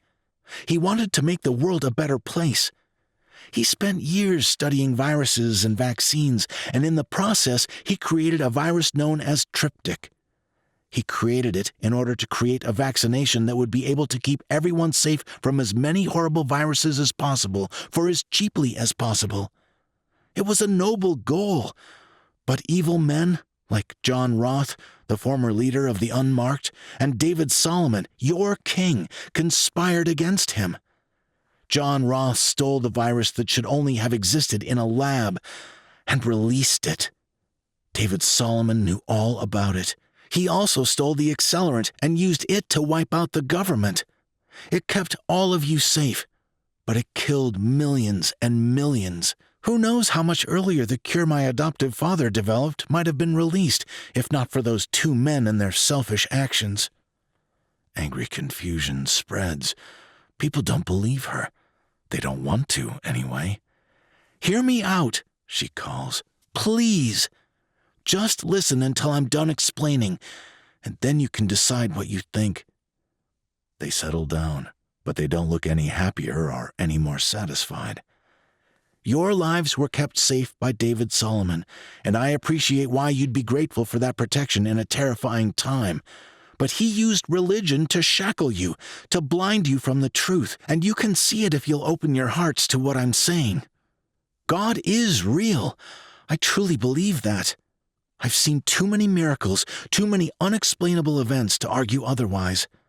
But we have to be careful that we're doing what he would want.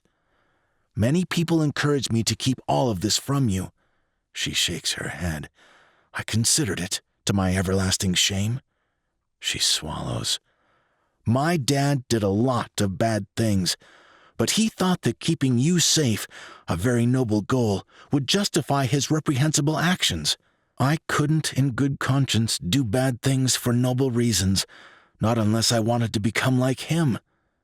I don't want to do that. Not ever. That's why I have to confess that when I requested the trial by fire, I knew that I couldn't be infected by Tercera. My adoptive father, Donald Carolan, had given me antibodies as a child, which I didn't discover until recently, just before David Solomon died. They prevented me from ever contracting Tercera, and I knowingly deceived all of you. I'm very sorry for that." Now they're definitely angry. Tight words, angry gestures. "But—" They fall silent immediately, almost as if she cast a spell on them. "That's not the whole story either. I did that so I could prevent the cleansing, the elimination of every person infected with Tercera that David Solomon and the other port heads planned. I did it for the right reason, but it was still wrong. I see that now, and I vow that I'll never lie to you again.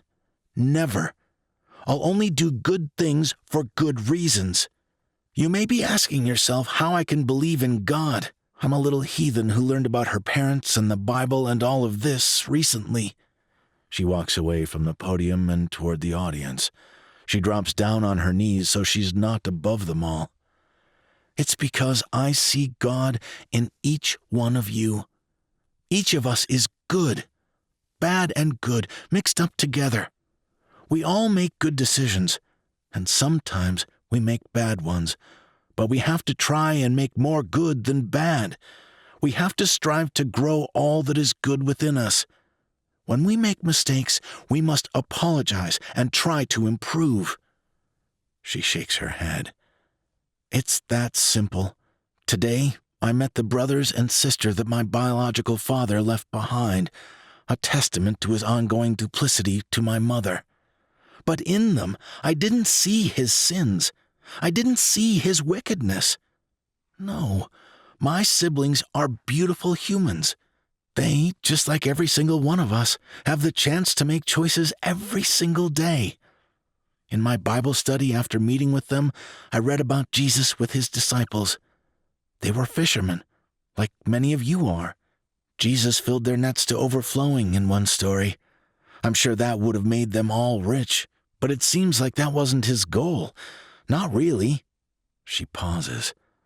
"I'm not an expert at any of this. I'm sure most of you could quote some of the things I'm reading for the first time. But to me, it sure looks like, although God could give us anything or everything, that's not what he does. For a reason. After he showed the men that he could fill their nets, that the fish obeyed his call, he asked those men instead to leave all of that behind and follow him, to become fishers of men." Ruby's face slowly pans from one side of the room to the other. "Today, I'm asking you to do the same thing. While most of the world suffered, you have prospered here. You have fished, grown crops, traded, and manufactured amazing items. God has blessed you with fish, so many fish. But we all need to remember that having an abundance of fish has never been the end goal. On Jesus' behalf, I'm asking you to become people who take care of others, and I want you to make that decision yourselves, not because a government is telling you to do it.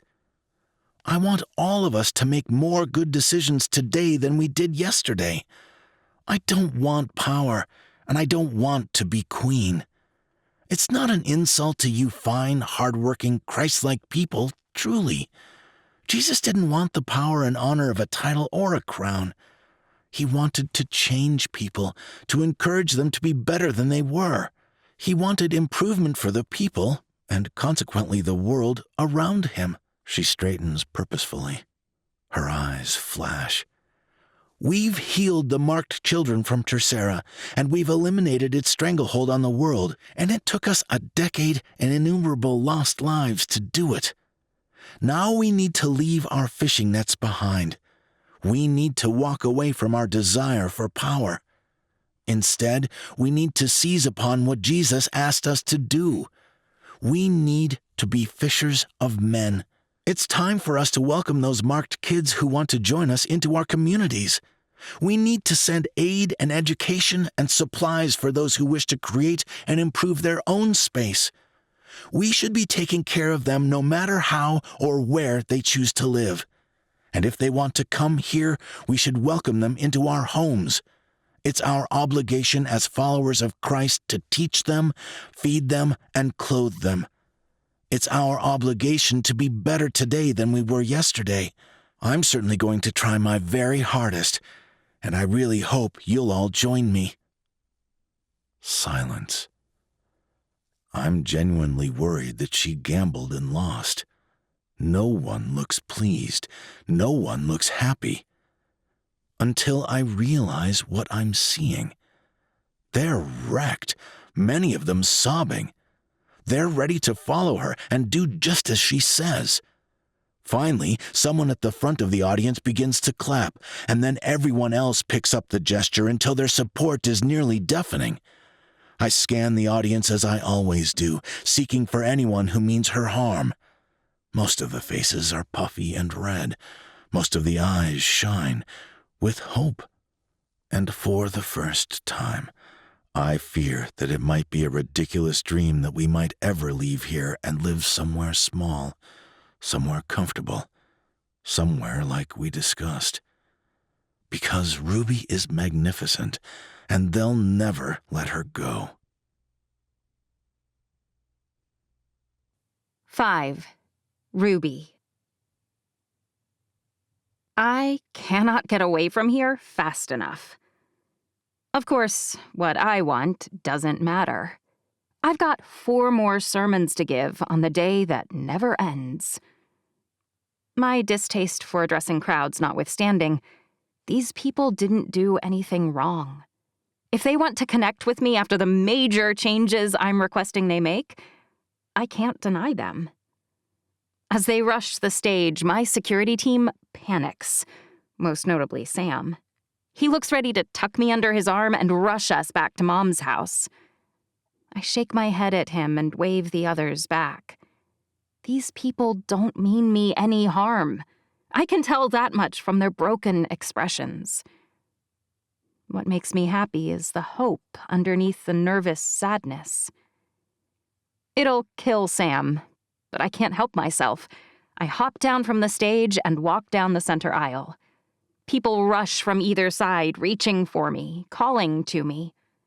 It's so bizarre that these people, who have studied God and the Bible for decades, are listening to my guidance. But for some bizarre reason, they are. Even now that I've confessed my deception, even now that I've told them the kind of person my biological father was, even after I begged them to throw their aid behind a group of people they've been taught to fear and hate. Which means these Christians are better people than I had any reason to expect, given their leader. They really do believe in what the Bible teaches, and that lifts my spirits unimaginably. So I show them. Of course I'd be happy to meet your daughter, I tell one woman. She thrusts her young child outward, pushing her past the other women and men blocking her path. I'm Hildy, the girl says. I pray for you every night. Tears stream down her face as she reaches for me. I let her take my hand and I crouch down until we're at eye level. Thank you, I say. I need every prayer I can get. She beams.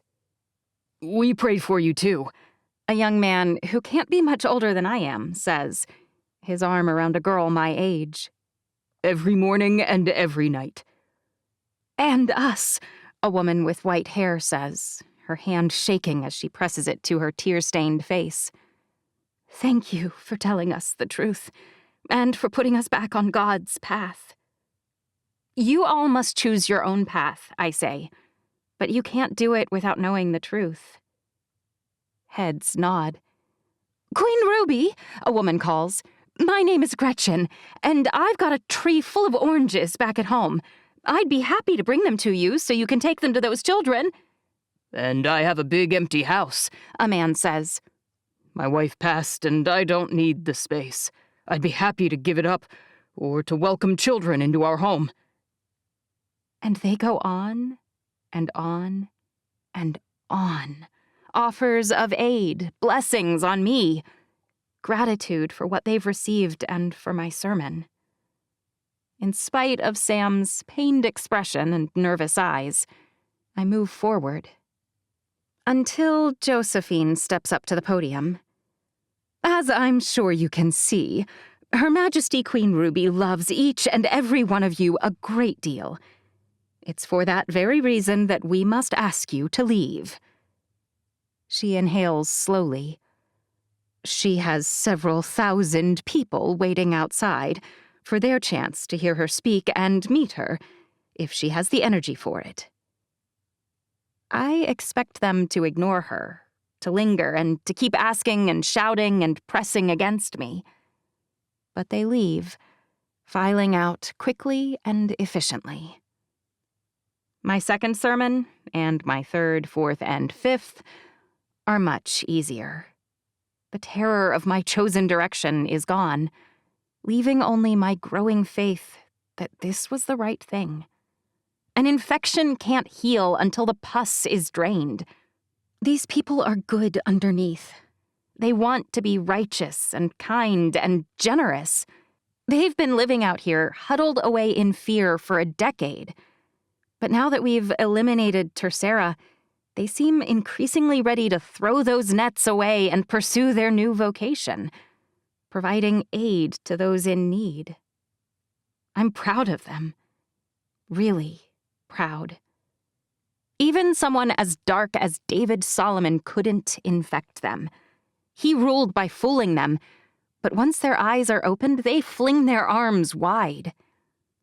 By the time we return to Josephine's home, we can't even drive up to the front of the house. Boxes, crates, baskets, and bins clutter the driveway, the front yard, and the surrounding areas. I can't help but look inside the boxes nearest me as we walk toward the front doors of the stately white house. Oranges, lemons, bread, wheat, beans, clothing, blankets, flashlights, and lanterns. It's all here. Delivered by zealous, excited citizens eager to serve. Your Majesty, Josephine's housekeeper, Mrs. Johnson, waves. What now? We climb the rest of the way up to the main house to where she's standing on the porch. Yes, I ask. I've been compiling a list. People have been coming by all day. They're offering their homes, spare bedrooms, and sheds that could be modified to be a safe and comfortable living space. They're all ready and willing to welcome the formerly marked into Galveston. I'm not sure precisely, but it looks like we have room for more than 10,000. Not all the marked will want to leave, or will have any interest in joining WPN for that matter. But some of them will. Some will want a chance to become a part of a society with jobs, opportunities, and infrastructure. Surely some of them will want to have a childhood, and an education. Thinking about the generosity of the people who formerly considered these kids to be a threat, of their willingness to open their homes to them. This time, I'm the one who's crying. I can't believe it. Sam wraps an arm around me. You did this. I shake my head. I haven't done a thing. These are the people of WPN. I haven't been fair to them. I've judged them and their hearts because of their leader. But how often do leaders fool us? I had no idea how much good they would do without compulsion, if only they knew of the need. You inspire them, Adam says. in a way I never could. I roll my eyes. Please, you sent loads of aid to us already. From our government stockpiles. This was offered freely from the citizens. It's not the same. Adam surveys the boxes and bins through the front window of the house. A lot of that will spoil soon. We'll need to sort and prioritize, sending the perishables to Baton Rouge right away. We need someone to organize immediately and to coordinate our ongoing efforts, to direct what goes where. I didn't realize people would jump to bring things and make room quite this fast, but I'm pleased they listened. Who do you think might be able to handle this? Your mother has a wonderful head for this sort of thing, Adam says. It'll be sort of like running the household and your father's appointments, only a little more complicated and rushed. I should give her more credit than I do, maybe. She has been pretty competent at managing the details of things, and that's no small feat with a group this large. But she's already managing the details of the celebration, I say. I can't really ask her to do both, at least not for the next few days. I wish Wesley were here. At times like this, the reminder of his loss aches deep in my soul. He was brilliant at this type of administration. If Wesley's dad wasn't otherwise occupied, I say, he'd be amazing at this. You need to start meeting people here, Sam says. You can't rely on your unmarked family and friends to run WPN. He's right, of course. All right, then let's set up some meetings with the people Solomon used for this sort of task. I'm reluctant to trust anyone he chose, but some of them might be all right. And undeniably, they know how things work here much better than I do. There is the matter of the 2 messengers who went missing, Adam says quietly. Sam's shoulders straighten. You and I will deal with that while she meets with your cadre of helpers to work on the administrative tasks. Adam clears his throat. That's just it. The messengers were my guards, but the only people who knew what message I was sending were... He lowers his voice. Administrative people. So we meet with them with her and deal with this after she's gone to bed. Sam crosses his arms over his chest. That's a better plan, Adam says. And I'll have their personnel files brought. I'd like to disagree with them, but it's obvious that someone either didn't want me to return, or that one of the port heads wanted me to look derelict in my duties. Either way, I've got enemies who aren't afraid to kidnap, or possibly worse. I do have men sweeping the area, attempting to discover how far the messengers made it, and where they went awry. Adam steps out the front door and begins talking to one of the guards, ostensibly to line up a group of people who can help us. Josephine walks down the hall. We have a lot to do, she says. I've asked Mr. Peterman, your father's former storehouse coordinator, to manage in the short run. A lot of those donations will spoil if they aren't delivered immediately. She sighs. And Mrs. Johnson and I have drawn up a short list of items we'll need for the party in 3 days. I don't often want to hug my mother, but right now, I don't resist the urge. Thank you. Did you think you were alone here? Her voice is soft. You did something amazing today. You inspired your people. And now they love you more today than they did yesterday. I didn't think that was possible. She steps back, her head bowed. I advised you poorly. I told you not to confess any of those things about David, and I thought I had your best interest at heart. But I fear I was being selfish. I might have been hoping that no one would find out anything you shared for myself, instead of what would be best for you or for them. My mom's actually human, and I find that I like her much more for it. It was a gamble, I said. I really did think, and not only with that first sermon, that you might have been right. They seemed pretty hostile when I told them that they'd been led by a man who cared more for himself than the will of God. They believe all of this led them to you, Mrs. Johnson says. And I agree with them. A ruler who does God's will, who heals, who cares, who saves. Oh, good grief. Well, I'm just happy that you're taking care of a lot of these things. I sigh. I was beginning to feel like Atlas, trying to hold up the world. Did you think you had to do everything yourself? Mrs. Johnson laughs. We're all here for you.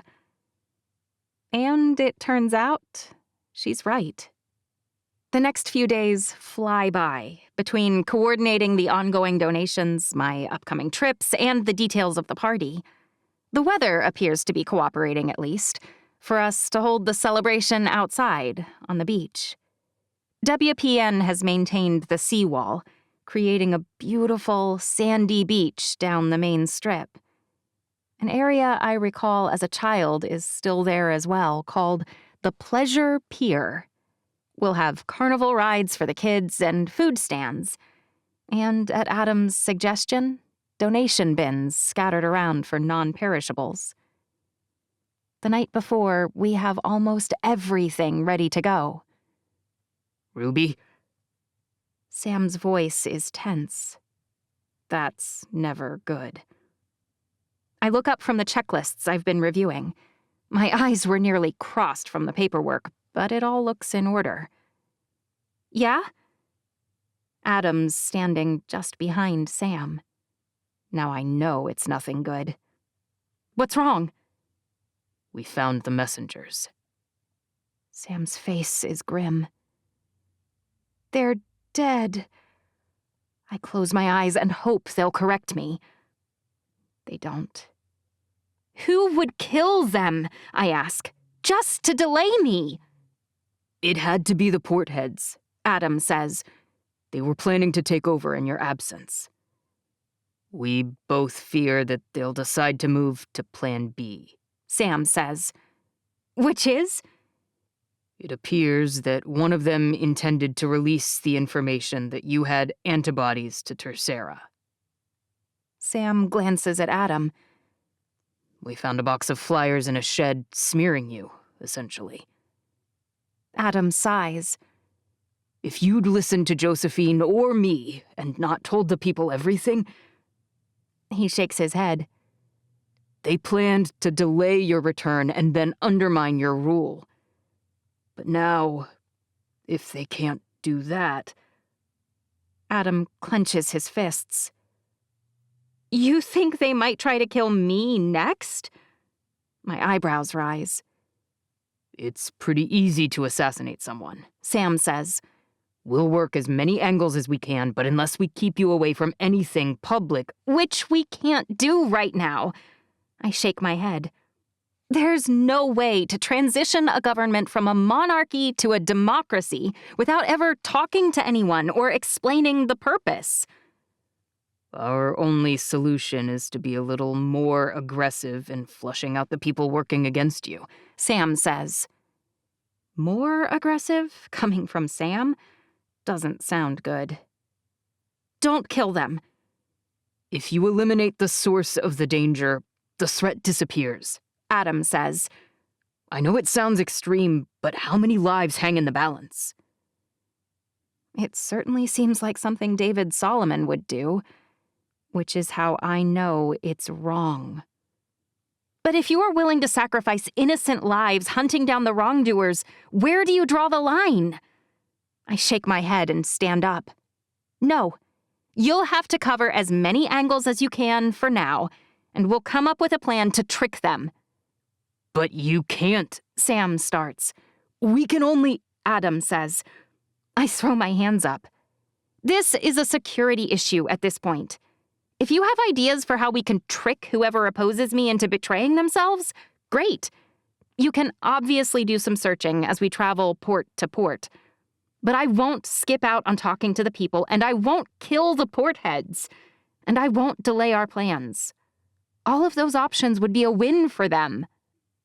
Sam and Adam institute a litany of protocols, from even more of the irritating guards, to advance prep on each location for the celebration, to snipers waiting in adjacent buildings to secure any threats. It reminds me, to an uncomfortable degree, of the measures employed by my bio-father. But no one will be harmed unless they're a threat, so I don't argue. Mom and Mrs. Johnson bombard me with tiny details, but it's not so bad. In my 17 years of life, I've never planned a single party. It's actually kind of fun. Yes, 2 colors of cotton candy is fine, I decide. Pink and blue. I've never had cotton candy.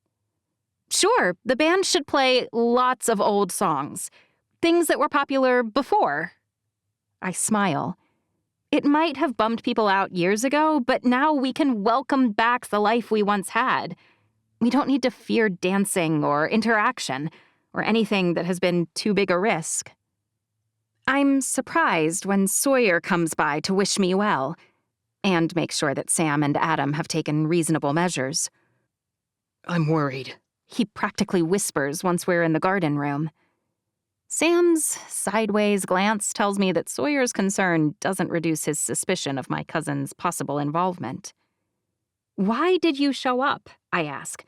The day I arrived, every single porthead had only recently come. I received a message, Sawyer says. It was printed on a white card. He pulls a paper from his pocket. It strongly encouraged me to come. He hands the paper to me. Sawyer, we have spent too long worrying only about our own ports. It's time we come together for the good of world peace now. A more virulent virus than Tercera threatens to end all we have created. Misperception. Anyone who refuses to fight it will be destroyed by it. It's not signed. Why didn't you show me this before? I arch one eyebrow. He shrugs. I thought it might have come from you, honestly. Everyone would have gotten one, Adam says. We could demand to see each porthead's notes, and the one who doesn't have one is the sender. Sawyer's eyes brighten. That's a good idea. But it would tip our hand, Sam says. And a cunning manipulator would have sent one to him or herself as well. My cousin's shoulders slump. What do we do? I'm worried about you coming to the celebration. Perhaps you could make the presentation there instead, Adam says. Sawyer shakes his head. The people don't want to hear from me. But you could do a virtual speech from the safety of your home. A broadcast would keep you safe, but give the people what they want. Sam taps his lip with his forefinger. No, I say. I won't hide. We proceed as planned. Sawyer stands. The portheads have a lot of secrets. Your father knew most of them, but I know quite a few as well. I'm happy to— Thank you. I may take you up on that later, but for now— I stand too. I'm trying to avoid judging anyone by their past. By the time he's gone, Sam is pacing. I think we should have asked what he knew. We could investigate, corroborate his stories, and then— We can revisit that in New Orleans, I say. But we don't have the time right now to sniff out what's real and what's not. We have been trained to do just that, Adam says. He's been trained longer, Sam says. He might be trying to manipulate us. I don't think so. He seemed genuine, but it's so hard to tell. Less than an hour later, Dolores Peabody shows up at my front door. I groan. What now? She's no worse than Sawyer, Adam says. He makes my skin crawl. I shake my head. All right, let's talk to her. I'm starting to hate the garden room, Adam says. I think I should talk to her alone. I glance at Sam. He nods infinitesimally. He'll stand outside the door so he can hear and provide feedback, but Dolores will think we're alone and speak more freely. For the first time ever, Dolores's hair isn't in a bun. She's gotten it cut in a very cute bob, and it's not gray either. You dyed your hair? My eyebrows rise. The last 10 years haven't been big on celebrations and parties, she says. But now that the threat of Tercera is gone and we're going to be interacting more, I felt like it was time for a refresh. And now that her job is on the line, unless the people like her. I'm not sure whether this is sad or inspiring. Did you need something? She drops her voice. I was inspired, Ruby. She swallows. I won't lie and say that I was excited to discover you existed, or that your father had left control of world peace now to an untested, immature child. I worried you'd ruin us, everything we built. And I lost track of the real purpose in our community. You have proven that I was dead wrong, and that God works in mysterious ways. I wanted to apologize, and to warn you. A chill runs up my spine. Warn me? You may have already considered this, but it wasn't happenstance that brought all of the portheads to Galveston at the same time. I received a very curious note. She hands me a white card that looks identical to Sawyer's, but for the name at the top. Someone is working against you, I fear. Do you have any idea who it might be? She inhales slowly. I've known Sawyer Blevins for a very long time. And in case you didn't know this, she leans toward me. He actually sort of helped David, your father, I mean, get his start. I've always wondered whether he was jealous of David's power and success. You think my cousin is plotting against me? I try to sound shocked. She shrugs. I don't say that lightly, truly. But you should also know that Rosa had an inappropriate relationship with David. Her lips twist. That's not the biggest shock of the week, but it turns my stomach anyway. Will I never stop finding out gross things about my biological father? And you should also know that Jose and Steve both killed someone. Killed someone? I mentally shake myself. Somehow we've descended into the exact type of thing I didn't want Sawyer to share. Prejudicial history about each one of her rivals without any context. Dolores. Her eyes widen. As it happens, my cousin told me exactly the type of relationship he had with my father and his reservations about David Solomon's behavior, before and recently. I'm more interested in whether you know of any particular plans anyone had to harm me. She bobs her head a few too many times. Of course you are. I'm sorry to have come and said... I place my hand on top of hers, in part to calm her down, but also to see how much of this is feigned. Her hands are trembling. I wonder what it cost her to come here and tell me these secrets, even if I don't particularly want to hear them, and if I don't trust the source. I snatched my hand back. Look, each of us has a past, and when viewed without context, it can be pretty prejudicial. My dad stole me from my father, and if I didn't know the reasons why, I'd hate him. But I don't. What I'm really interested in hearing— I was in love, Dolores says. Deeply in love. When I was your age. She freezes, and then her hand slowly rises to trace the edge of her pearl necklace. I blink. This is a significant change of pace. I tell you this only because it appears that you are also devoted. I nod. I thought there was no better man than the one I loved and admired. He told me he loved me, too. We spent all our time together, and I trusted him, implicitly. I think he married my sister, Ruby. She's not making this up. The raw pain on her face can't be faked. Their engagement— She looks up at the ceiling and then wipes a tear away.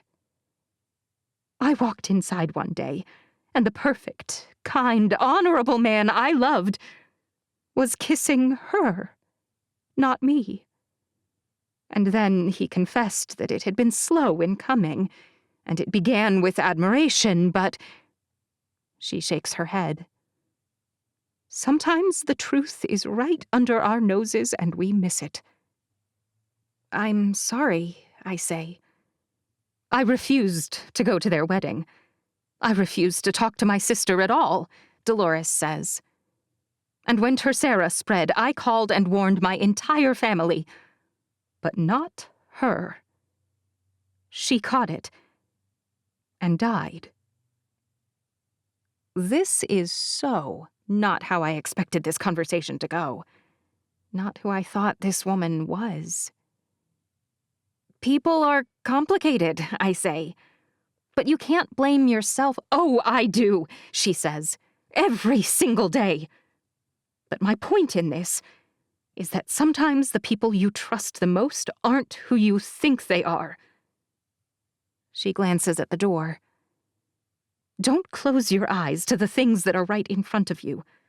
Especially not right now. I'm not sure what else to say. I'm sorry about what happened to her, but I'm not worried about Sam. Plus, I don't have a sister. Huh. She stands up abruptly. I'm sorry if this visit seemed alarmist. I was trying to help. I actually believe her. My two least favorite portheads have possibly become my favorite, in a bizarre twist. If you hear of anything, I say, any plans or plots, maybe you can come tell me about them before you travel to Galveston to meet in secret next time? The color drains from her face and she nods. Then she scurries out. What do you make of that? Sam asks. I shrug. I'm moving Sawyer and Dolores down on the list of suspects, and Rosa up. He glances at Adam. I know you're not desperate to take over for Ruby, but another child of Solomon might be. We should find out whether Rosa has children. And I'm not saying that Sawyer and Dolores couldn't have come to her to throw off suspicion, but we've been watching them all, and I haven't seen any of them meeting or communicating amongst themselves. It would be odd that both of them would have coordinated something like this, that they both approach you and confess even though they sent the messages. I hate all this. Distrust, trailing people, lies. It makes me sick. I agree. I think it's likely that they actually feel guilty. But now I really can't get out of here and start looking for a little yellow house soon enough. When the day of the celebration dawns, I don't even argue with Josephine when she brings my outfit, a pair of slacks and a cute floral print blouse.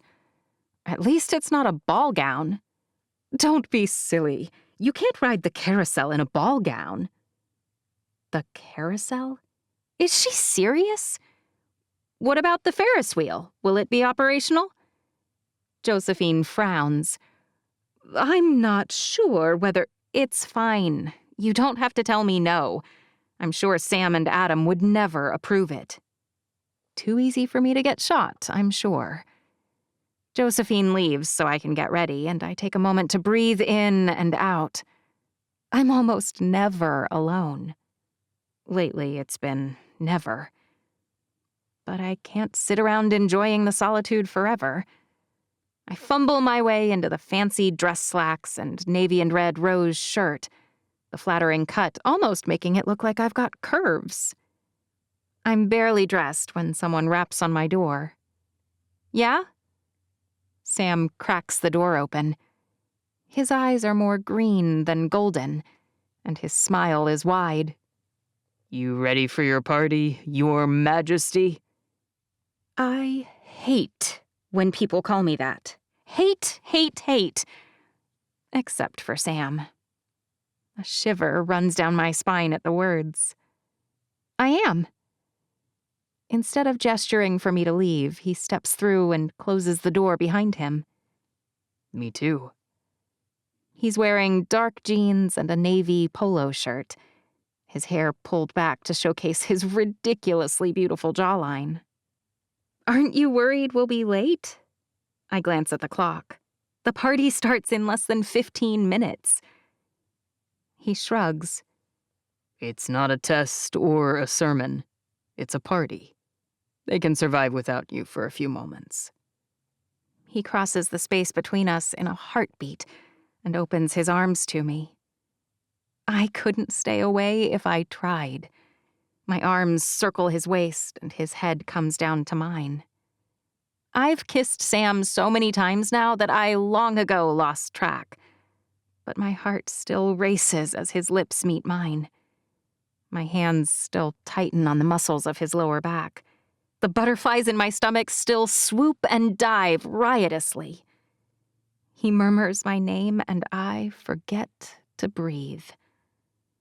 Sam's hands, his strong, fierce, competent, positively deadly hands, cup my jaw, his thumb stroking my cheek gently, and I melt against him. They might not even notice if we don't go, I whisper. I'll be so relieved when all this is over and we aren't stealing snatches of time. 5 minutes here and 10 there. His breath warms my face when he sighs resignedly. But you do have to go. You haven't announced your intention of voting on a porthead for Galveston. And that's step 1 to convincing them that you can step down and let Adam take over for you. I close my eyes and lean my head against his chest, listening to his steady heartbeat. His arms wrap around me and squeeze me against him. Fine. We'd better go. Promise me you'll ride the carousel with me. I look up at him. His eyes widen. Excuse me? Josephine says there will be a carousel, and I've never been on one. I want to ride a horse next to you. He chuckles. If you insist. But it had better not be pink. I think you look good in pink. I look up at him. If anyone can pull it off, it's you. He rolls his eyes. Let's go. From the moment we leave my room, I'm under careful watch. Guards aplenty, an armored car, radios from advanced teams. It's absurd. You'd think I was a fascist leader or something. I shake my head. The people like me. Surely this is overkill. Adam doesn't respond, looking straight ahead at the route down seawall. Sam takes my hand in his, but he doesn't say anything either. They're just taking care of you, Josephine says from the back row of the SUV. You should be pleased they care. To recap the plan, Adam says through his radio. We're stopping just in front of the entrance. Ruby will address the people briefly, and then we'll open the pier. Priority is given to any citizens with children between the ages of 2 and 16. He keeps going, outlining the details, but I already know them. Citizens will be celebrating up and down the beach on either side, and my words will be broadcast to them all at once. Food stands are set up on either side of the pier, and, of course, up and down the pier itself. And then we're there, and it's time. The large 2-story building at the front of the pier looks freshly painted, though I don't recall discussing that. And there's a beautiful facade on the scaffold Josephine approved to be erected in front of it. The car stops, and I climb out slowly, blinking at the sunshine that wasn't nearly this bright through tinted glass. Thousands upon thousands of people are gathered in every direction. They wave, they cheer, and they beam at me. They must not realize how truly average I am in every way. At least I won't have to worry they'll figure it out for much longer. Today will be another huge step toward a successful transition and our freedom. I walk across the wooden planks of the pier and climb the steps slowly. Adam in front of me, Sam behind. And finally, I reach the top. The microphone is already live. I can tell from the tiny hum and the almost silent whine that emanates. I worried I'd be more nervous today, but with so many people so far away, I can't make out many individual faces, so it's easier somehow. I step toward the microphone. "Good afternoon," I say, "and welcome to Galveston's celebration of life and health." I wait for a moment until the cheering quiets. I'm delighted to be here for this purpose, and excited for what the future holds for all of us. More cheering, of course. I've come to expect it at this point. I've also been very personally touched at the generosity you've all shown. In response to my pleas on Sunday, you have far exceeded any hope I had for donations. So many of you are willing to open your homes and your storages to make room for the marked. It's been miraculous to witness. More applause. Today, I have a bit of very exciting news. I've decided that the people of WPN are clearly guided by God, and that you're readily able to follow a good and noble path. In light of that, I think you should have a much more active role in government. Murmurs. They don't understand what that means. No problem. I'll explain. In the past, David Solomon appointed men and women to run the day-to-day affairs of each major port city and the surrounding areas. I agree that they need governance. Of course they do. But I don't believe I should be appointing those rulers for you. I want you to choose your rulers yourselves. I'm going to travel from port to port, make these announcements, ask them for their help, and then stay long enough to witness an election of the first freely chosen representative of the people. Intermittent cheers. For a fresh new idea, that's enough, I think. And that holds true for Galveston, too. There's no reason you shouldn't be governed by someone you choose. So, once I'm done traveling to each of the 7 ports, I'll return here and you'll elect your first representative. "We want you, Ruby!" a woman in front of me shouts. "Ruby!" a man next to her yells. Within seconds, the entire group is chanting my name. Good grief! Wrap it up, Ruby. This is not going well. Regroup later. I'm delighted to hear your enthusiasm and support for my plan. Yes, pretend that's what this is. I'll be sure to print up more details and have them distributed before too long. But for today, let's celebrate the future together. Adam's lips are twisted with suppressed mirth. Sam's mouth is a flat line. He should be delighted. No one shot at me, not even once. But a few moments later, after greeting dozens and dozens of people, we reach the carousel. There aren't any horses, I say.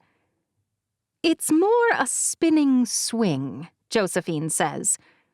But I couldn't bring myself to tell you that earlier.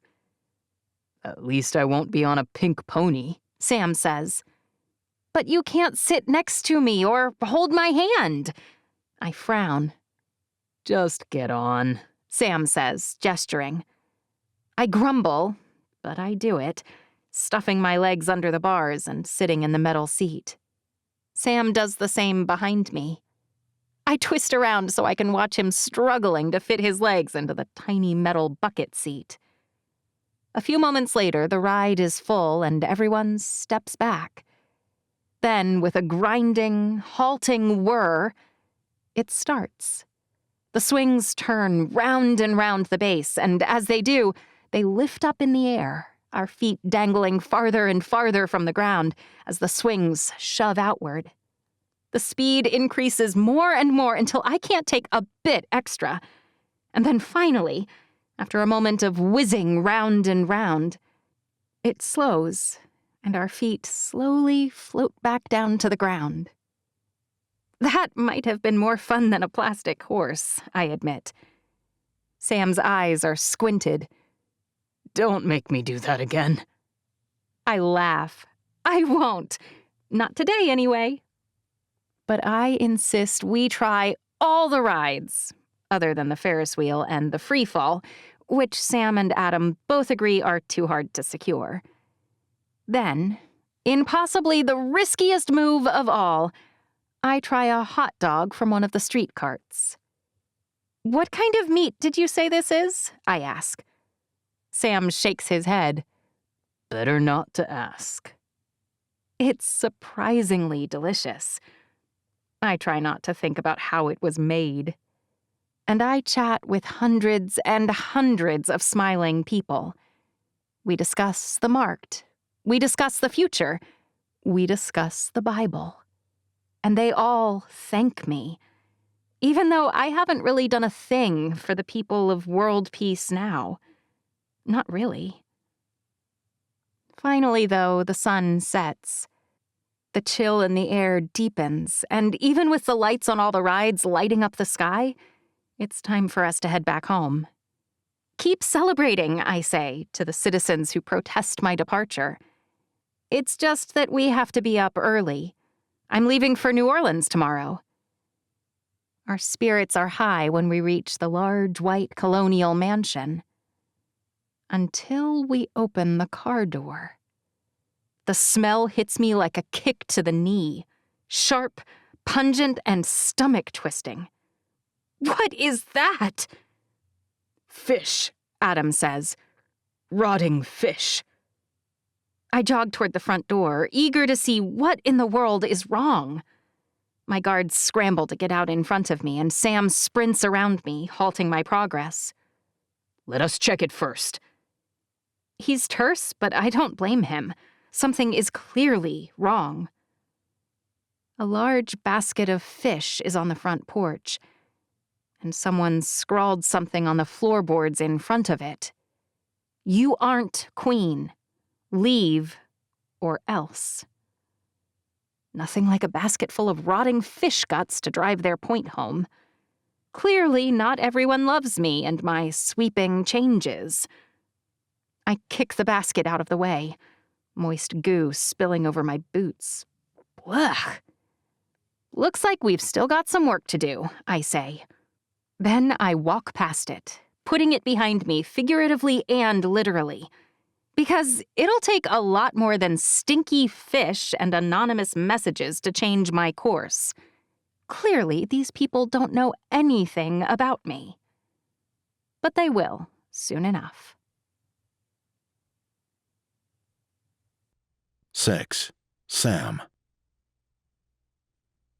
God won't actually protect you, I say. You know that, right? Ruby scowls. You're being ridiculous. I'm not made of tissue paper, says the woman who weighs 90 pounds when her hair is wet. First you said no to the boat travel. I grunt. It would have taken a full day. In case you forgot, we're due back in Nashville in a few days to help Wesley's dad. Her face falls. That was a low blow.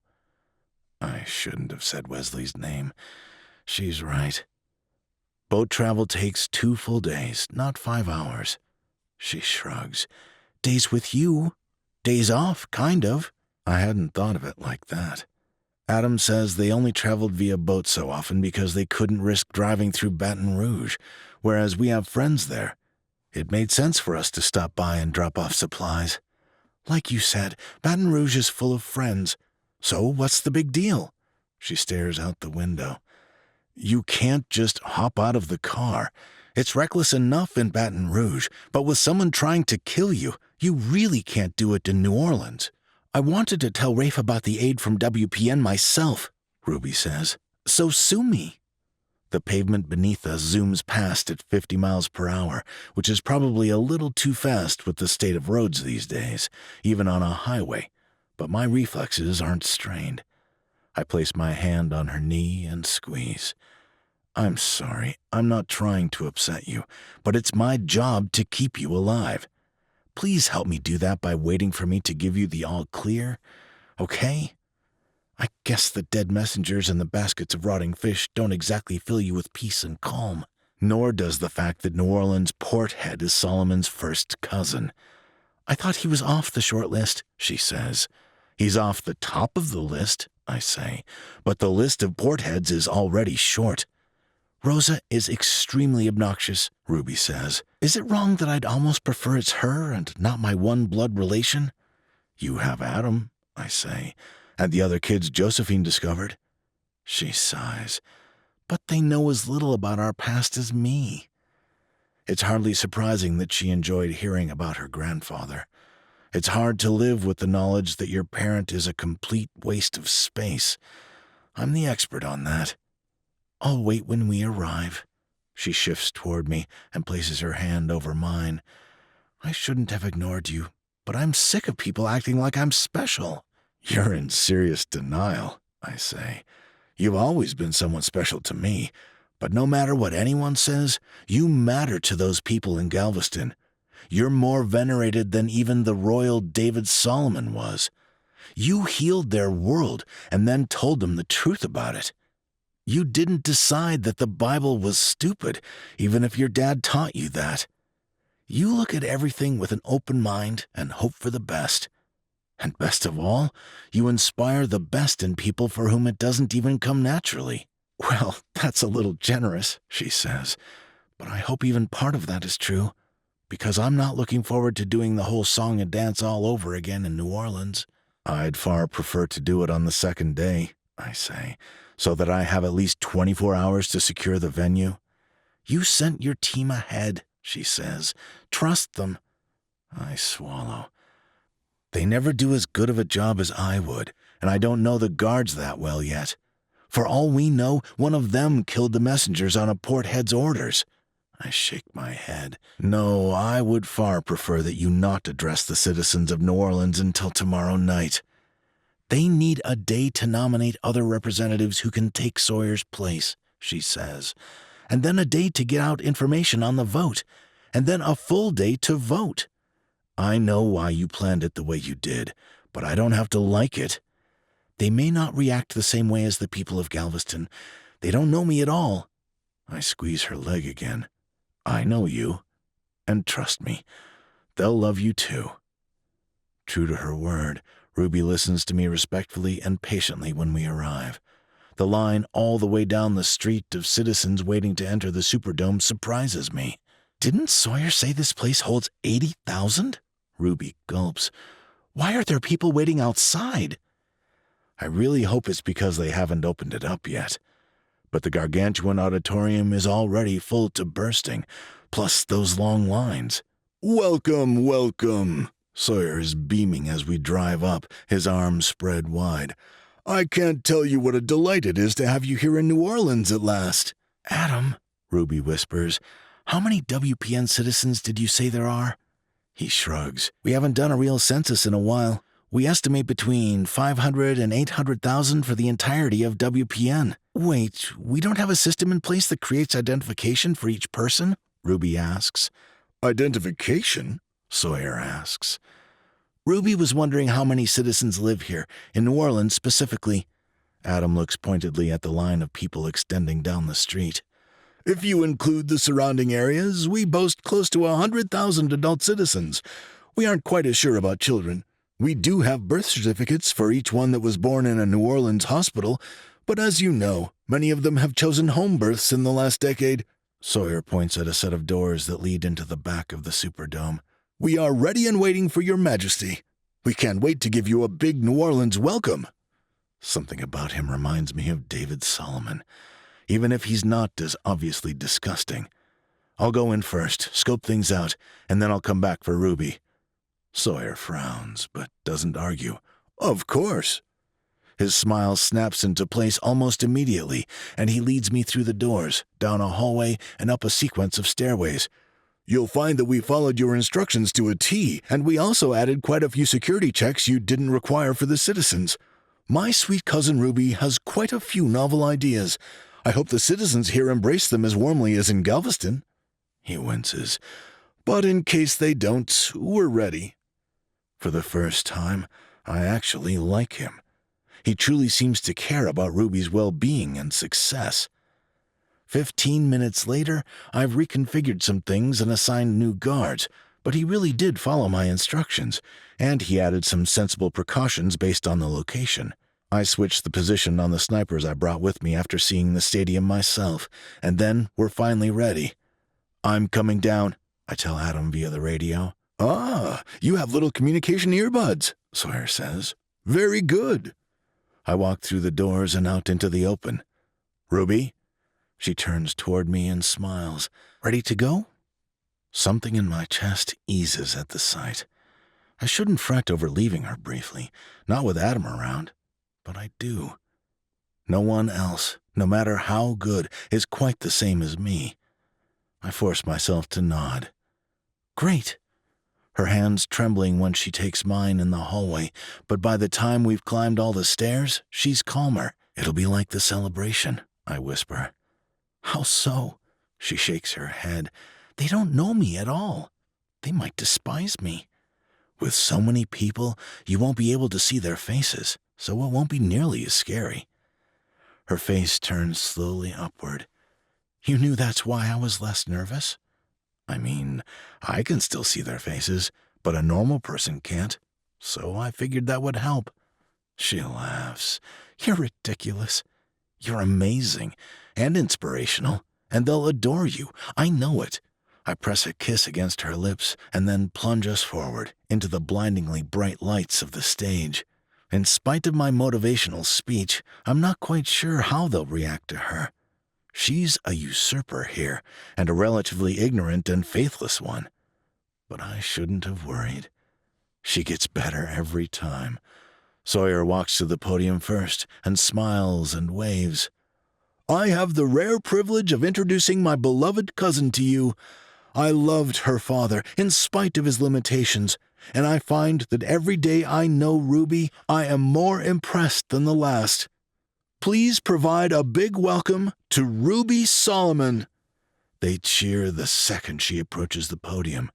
She beams too, as if she's delighted, not scared and frustrated to be doing yet another speaking engagement. She turns slowly from the right to the left so they can all see her clearly. A month ago, she'd have hated wearing the sheath dress Josephine chose for her. A month ago, she'd have been miserable in her skin with this many people staring. Not anymore. Today, she practically radiates authority and competence. I'm unbelievably proud. Thank you so much for your kind and enthusiastic welcome. I'm shocked, frankly, that so many of you turned out to hear me speak. More cheering. I'm sure you'll have heard rumors by now from Galveston. The crowd falls silent, much more quiet than I'd have expected with a group this large. You'll have heard that I've basically denounced the actions of my biological father, David Solomon. He shot Donald Carillon, my mother's first husband, a man who raised me kindly and with great care. As a result of his actions, the virus you all know as Tercera was unleashed on the world, And instead of throwing all his efforts into locating the cure Donald Carillon had developed, David Solomon used the excuse provided by the ravages of Tercera to create an empire for himself. Not a single sound. If I dropped a pen on the floor, I wouldn't be the only one who could hear it. Everyone would. It's that quiet. He succeeded in amassing all the power he ever wanted, and I want to be clear that I don't blame any of you. What you saw when you listened to him speak was a man professing to follow God. All the evidence you had supported that conclusion. If you are anything at all like the good people I have come to know and love in Galveston, you are people of faith, people of kindness, and people of trust. I appreciate all those qualities a great deal. Unlike my biological father, I will never abuse your trust. My promise to you is this. You deserve better than my father gave you, and I intend to rectify his unconscionable failures. She lays out her plan for a representative of the WPN citizens to be selected in each major port city. Sawyer Blevins served my father for many years. He was David Solomon's first cousin, as you all know. I glance back at Sawyer, resplendent in a three-piece pinstripe suit. Dressed well, standing solemnly, he paints a picture of total regret for the sins of his cousin, and support for Ruby. I wonder if it's real. Ruby insists he wants to step down. I'm not sure whether to credit that claim either. I have every faith that my cousin has served you to the utmost of his abilities, doing what he felt was right. But the fact remains that you never chose him. I'd very much like for all of you to have a voice, a vote, an opportunity to express who you'd like to lead you and what your vision for our future includes. This person should be someone you believe will do his or her utmost to educate, organize, and protect all of you.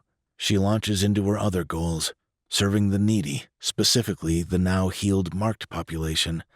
Like you, they have no culpability for what happened to them. They have suffered alone for too long. The applause is deafening. Truly, Ruby may have worried, but she has the people of New Orleans just as wrapped around her finger as the people of Galveston, perhaps more. I'm sorry to express that my cousin Sawyer has informed me that he does not wish to continue to serve as the port head here. I certainly understand his desire to step down, and indeed, I can relate to his desire to live a quieter, calmer life. He'll be taking me on a tour of New Orleans tomorrow, but I want you all to do me a favor. Reach deep and ponder tonight. If you could submit nominations of people who might do a good job serving as your representative tomorrow, with signatures ratifying those nominations, we'll put together a ballot for Sawyer Blevins' replacement. Sawyer and I will interview them tomorrow night, and those we approve will speak to you the very next day, just as I have here. Directly following those speeches, every adult 17 years of age and older will be allowed one vote. She beams at them. I hope that our community will welcome these new changes and grow right along with them. She tells the same story she shared in Galveston, how Jesus asked the disciples to leave their nets full of fish and serve as fishers of men. They go just as wild as the people in Galveston did. Sawyer gets up when she's done. Thank you for warmly welcoming my cousin. I hope my news doesn't alarm any of you.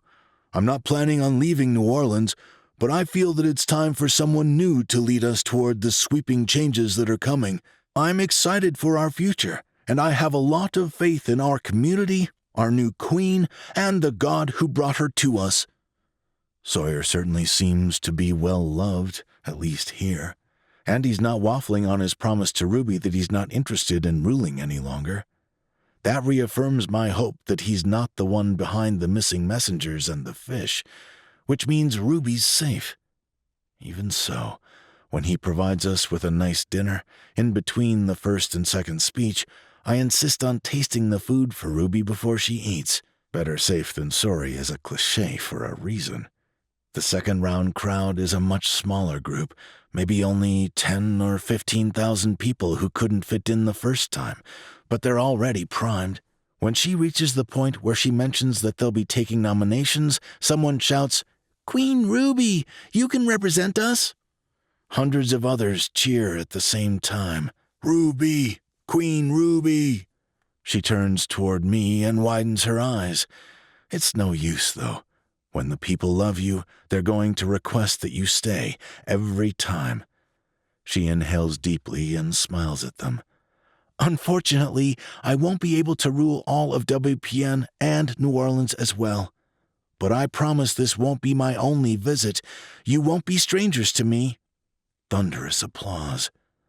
I'm beginning to worry that this transition is going to take a while. I don't see Ruby fobbing things off on Adam anytime soon. "Will you be staying with me at the Capitol building?" Sawyer asks. I grunt. "We decided it might be easier for Ruby to rest in the smaller house you said David Solomon usually used," Adam says. Sawyer's eyes widen. "He only stayed there when Queen Josephine wasn't with him." He clears his throat. "If you gather my meaning." Judging by the way Ruby's face falls, she does understand him. For the first time since we arrived, my hands ball up into fists, and I have to suppress the urge to punch him. What was the point in telling her that? She frowns. Then perhaps the Capitol? Oh, no. Now I really want to pound him into the ground. I take Ruby's hand quickly.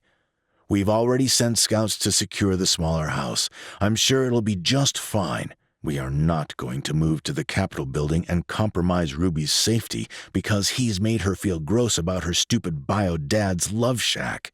Plus you hate being stared at and admired," Adam says. "Small will be much more comfortable and easy to manage than large."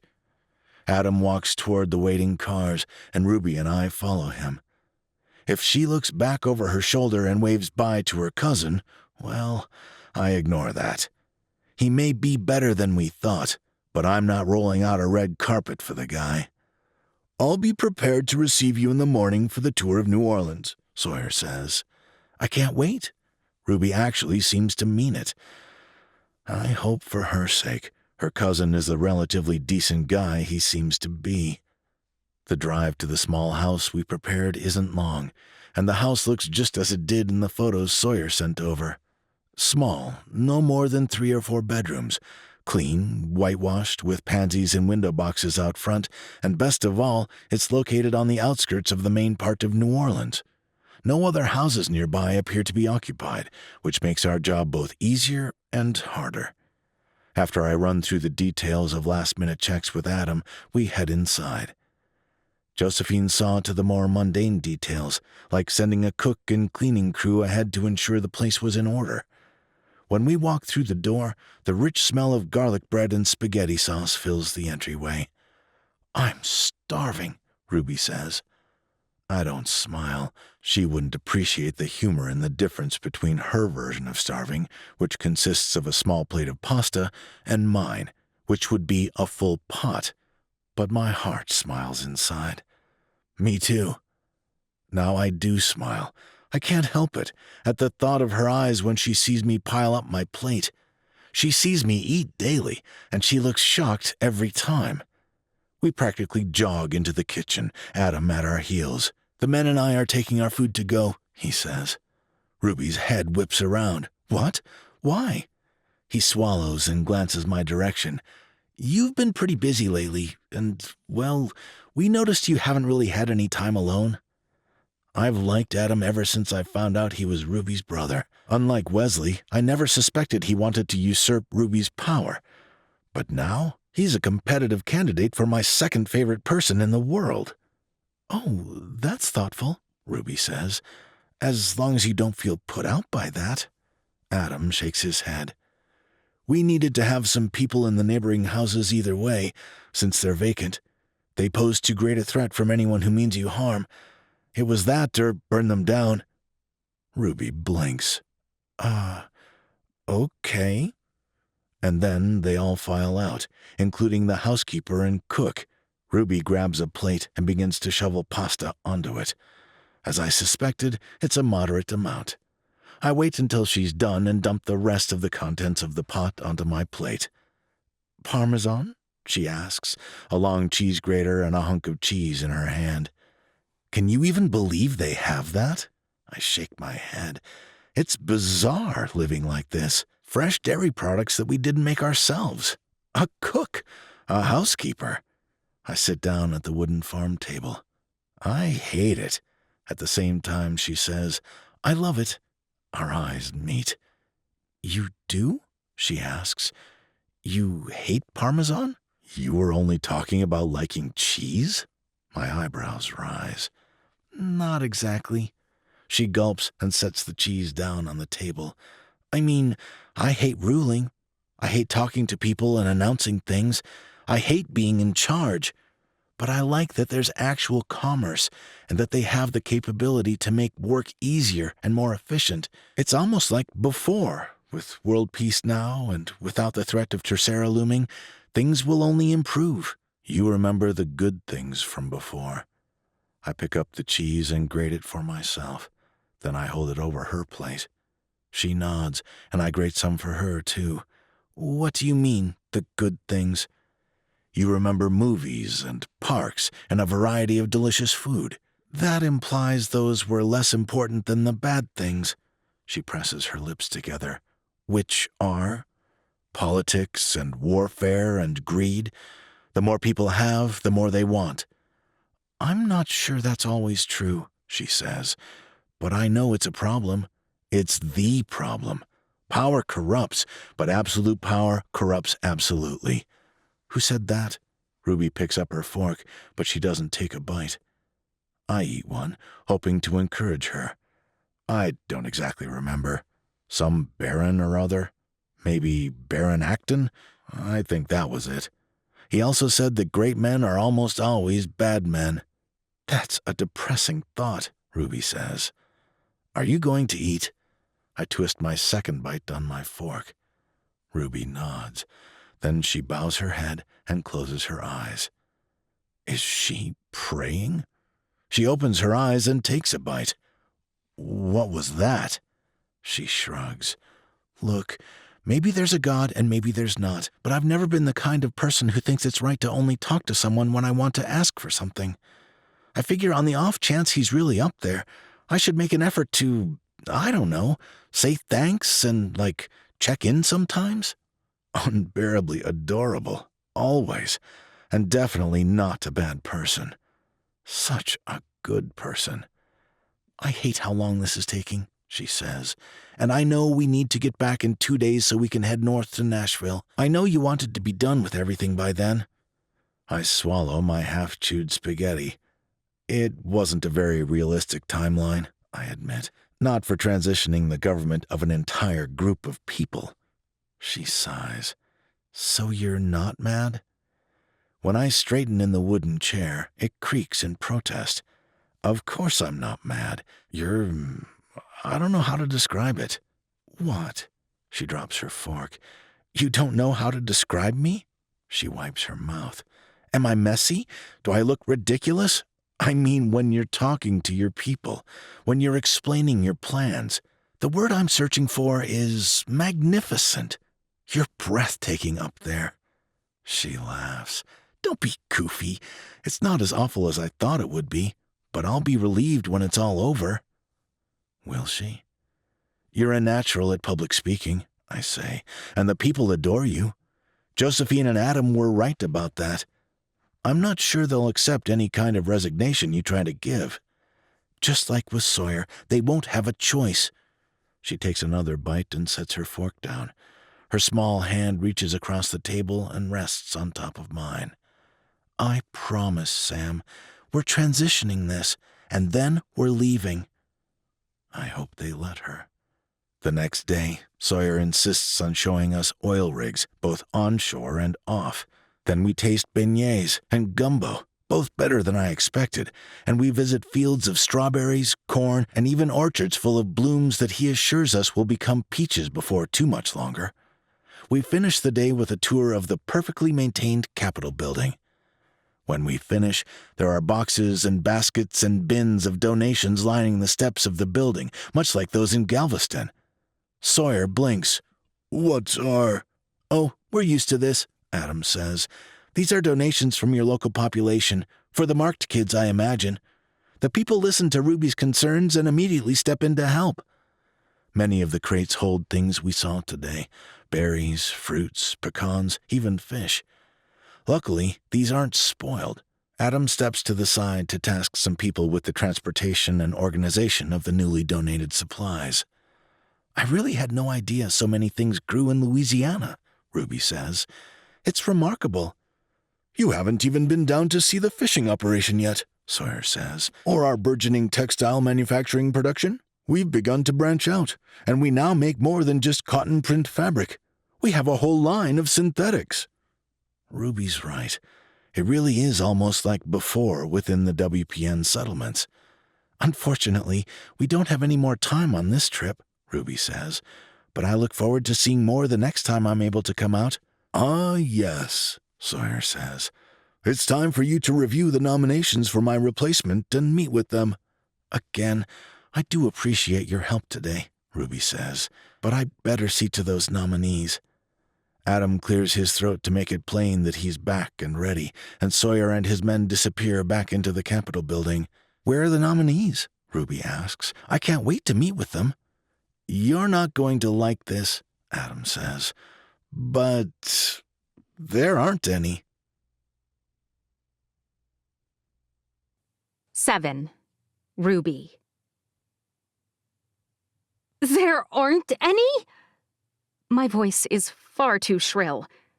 I clamp my lips together and think. Could this be Sawyer's doing?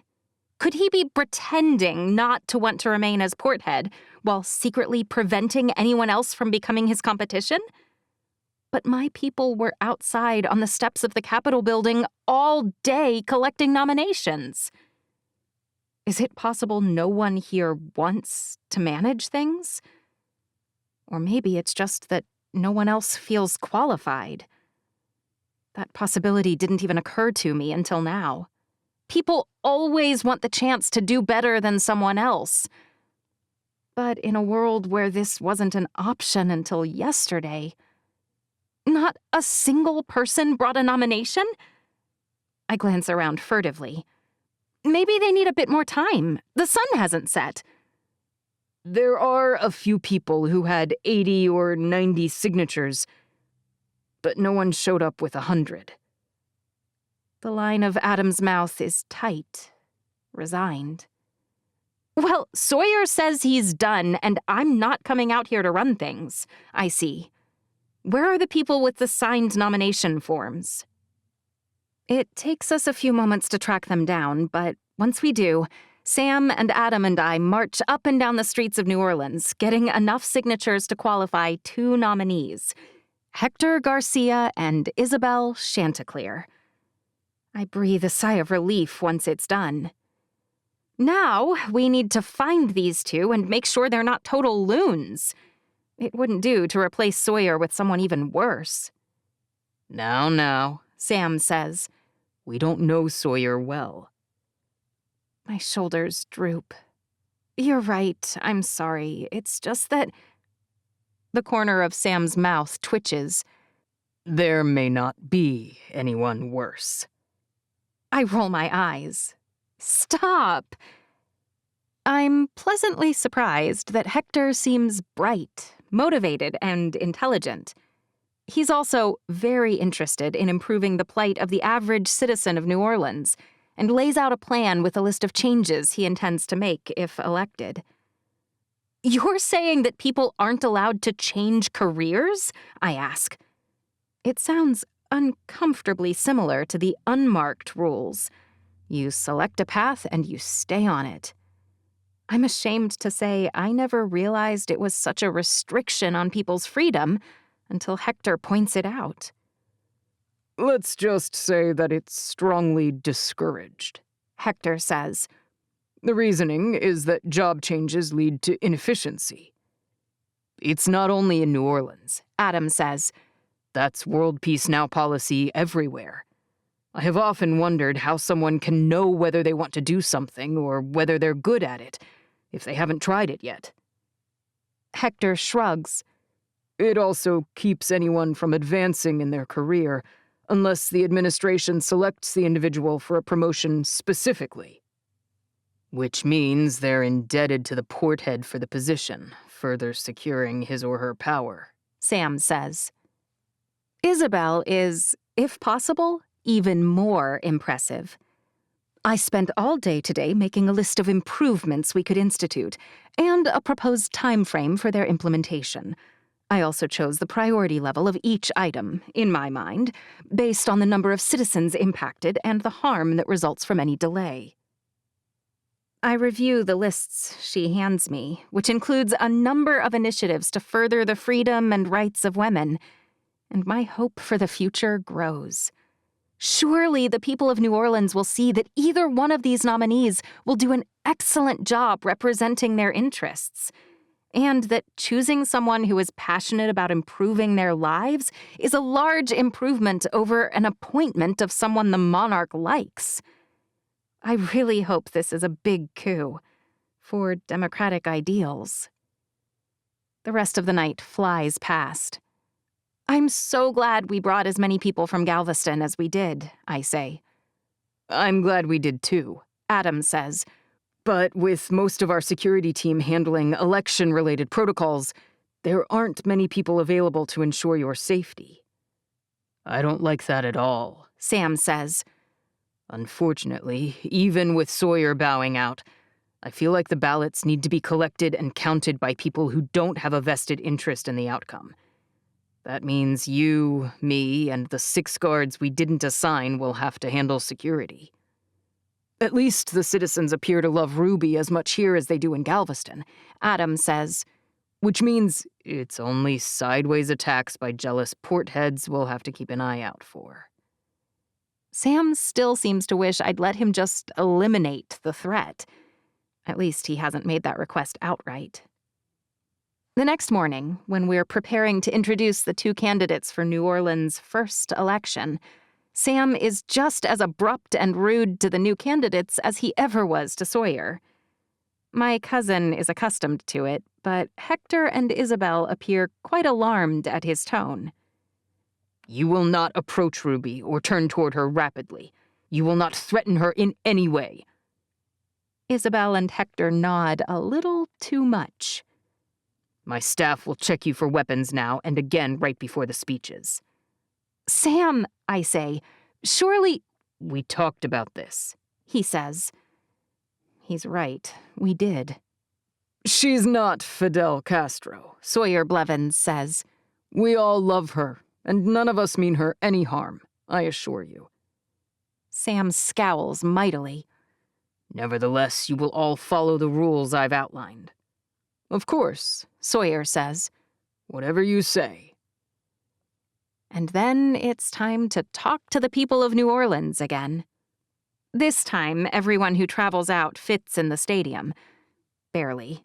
Which means we're looking at only 80,000 or so citizens who have turned out to see the speeches and vote. It's still a fabulous showing, given that Sawyer estimates they have just over 110,000 adult citizens in the surrounding area. They're just as enthusiastic when I welcome them as they were the first day. They don't seem quite as excited about Hector, Isabel, or even Sawyer as they did 2 days ago. In fact, a lot of citizens call out things as the new candidates present their plans. We want Ruby! And Queen Ruby! And even move to New Orleans! Are not only shouted, but picked up as chants over and over. I ignore it. Best not to encourage them, I think. Once Isabel and Hector have both finished, to very limited applause, I stand back up. Well, I think you're a lucky group of people with 2 wonderful options to represent you for the next 2 years. They cheer, but it feels half-hearted for some reason. Adam comes up to the front then, to help me outline the details of how the vote will work and how ballots will be structured. What about write-ins? Someone yells loudly. Can we write in another representative? I freeze. They only had a day to nominate. What if there's someone else? someone they'd prefer, who didn't get their nomination in. Well, I suppose if you manage to find someone you can write in that all of you can agree upon, that's all right as well. But they'd still have to win a majority of votes. Cheering, and more chance of Queen Ruby. Ugh. All right. Well, I'm just excited that they're excited. For the next term, we'll be better organized. We'll have a longer nomination period and more time to get the news out. Time to campaign, even. But for now, we're choosing a sort of interim representative.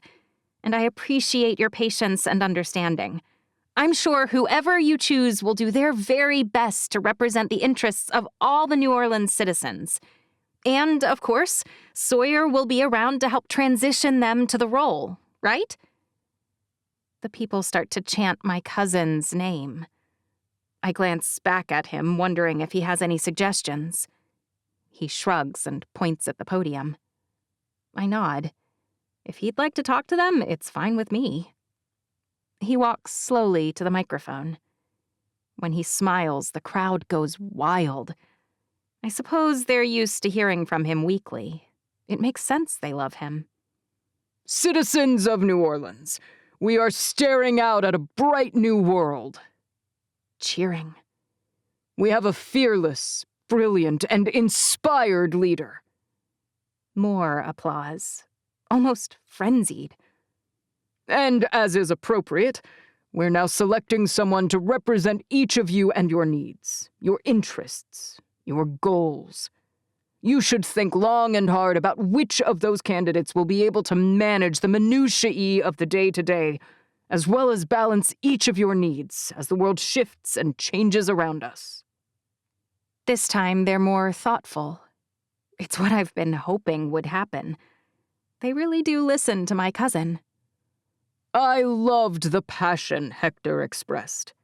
He's clearly going to be a powerful ally for each of you tradesmen in negotiating wonderful deals with other ports. He also has plans to allow you all more freedom in picking where and how you want to work and excel.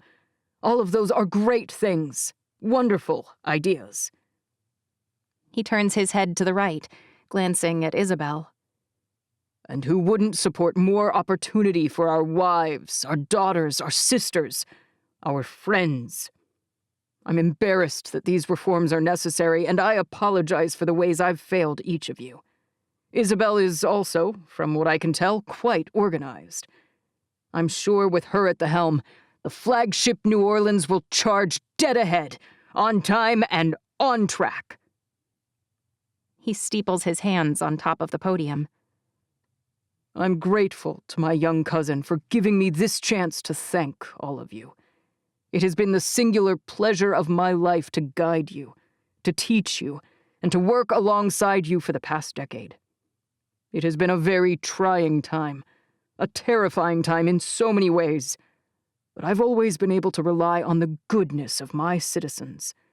And watching you pull together and support one another, well, it came as no surprise to me to see the generous donations you poured out at the Capitol building. Of course you're ready to transition, as Queen Ruby asked, into fishing for mankind. You've always been the most kind, the most generous, and the most charitable of people. Thank you for your patience with my shortcomings, and I wish you all the very best in the years that lie ahead of us. The crowd goes wild, shouting, "Sawyer!" and "Ruby!" As far as send-offs go, it wasn't a bad one at all. And then we wait while the people vote.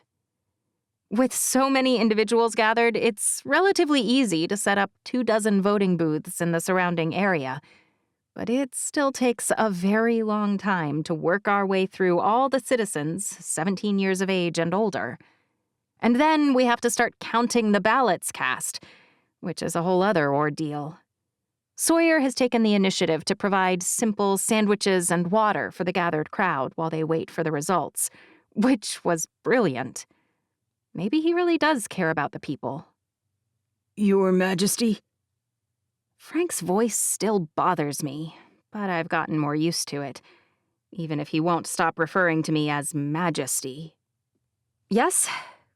When I look up from the small wooden chair in the tiny side room of the Superdome to meet his eyes, I realize that he's not the only guard tasked with counting ballots who has shown up to talk to me. There's a whole flock of them. You told us to let you know if we noticed an anomaly?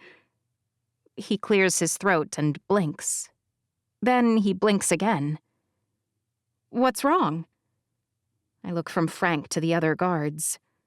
Has someone threatened you? Sam's been worried about me, but what about my guards?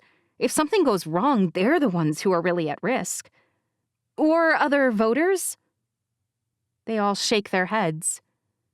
What's wrong, then? I lift my eyebrows. You did say that write-ins were allowed. Frank shuffles his boots across the ground. Who are they writing in? Ugh, what if there are hundreds of write-ins? Tallying all that will take forever. Frank looks at the other guards and then turns back to me. You, Your Majesty. They've written in your name. Oh, good grief. How many of them have written in my name?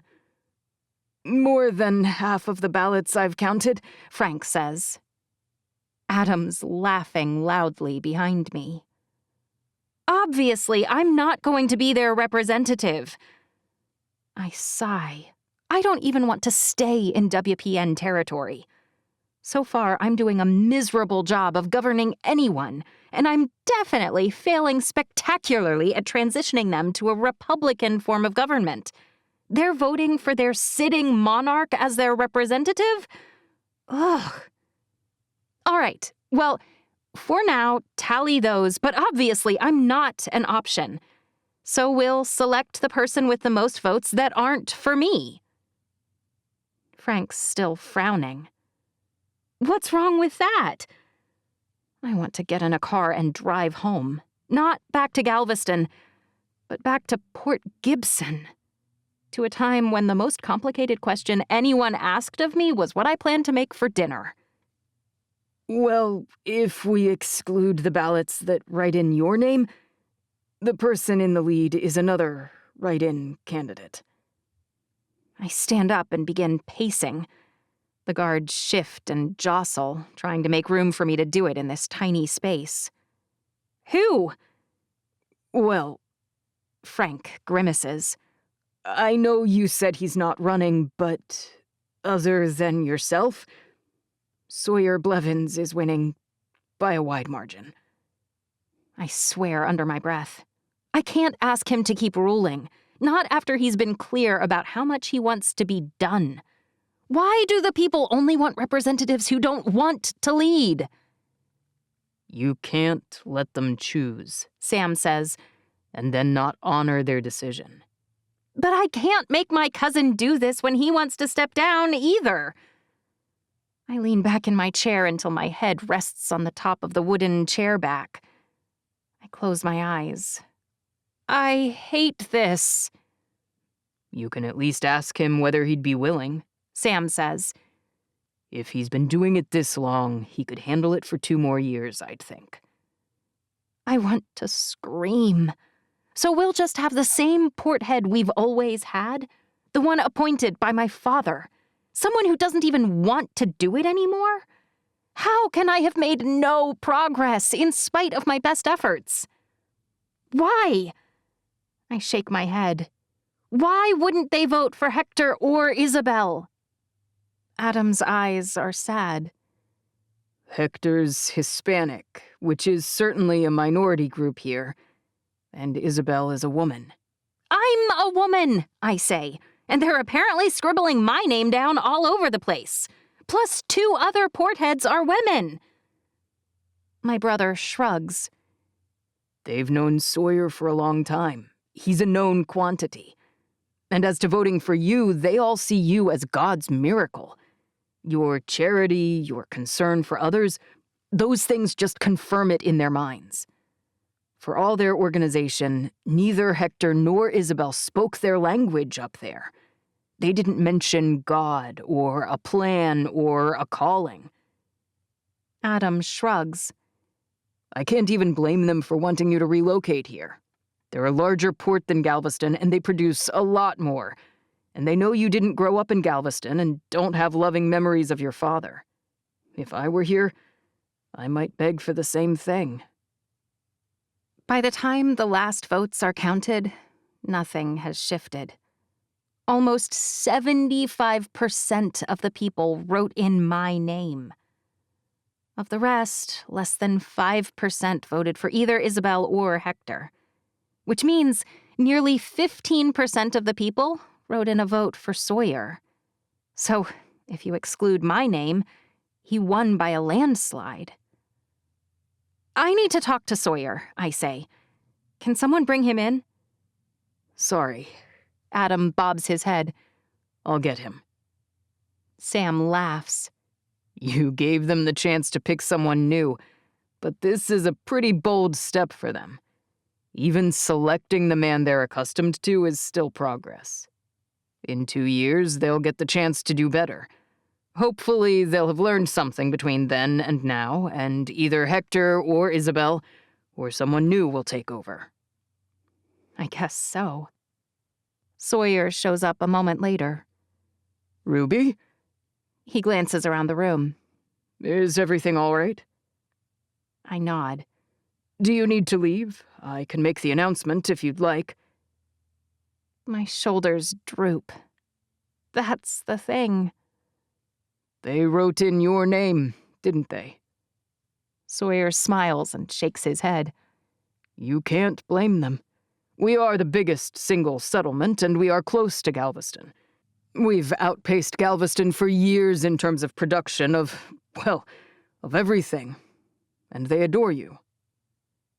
I sit down at the desk and brace my hands against the wood. They did write in my name. But surely you can simply choose the second person they voted for. Hector and Isabel can't have received the exact same number of votes. Surely, I say. In fact, Hector won by about 36 votes. That settles it then, Sawyer says. I'm sure that... But Sawyer, I say, the people wrote in another name in large numbers. He freezes, his brows pulling together. They did?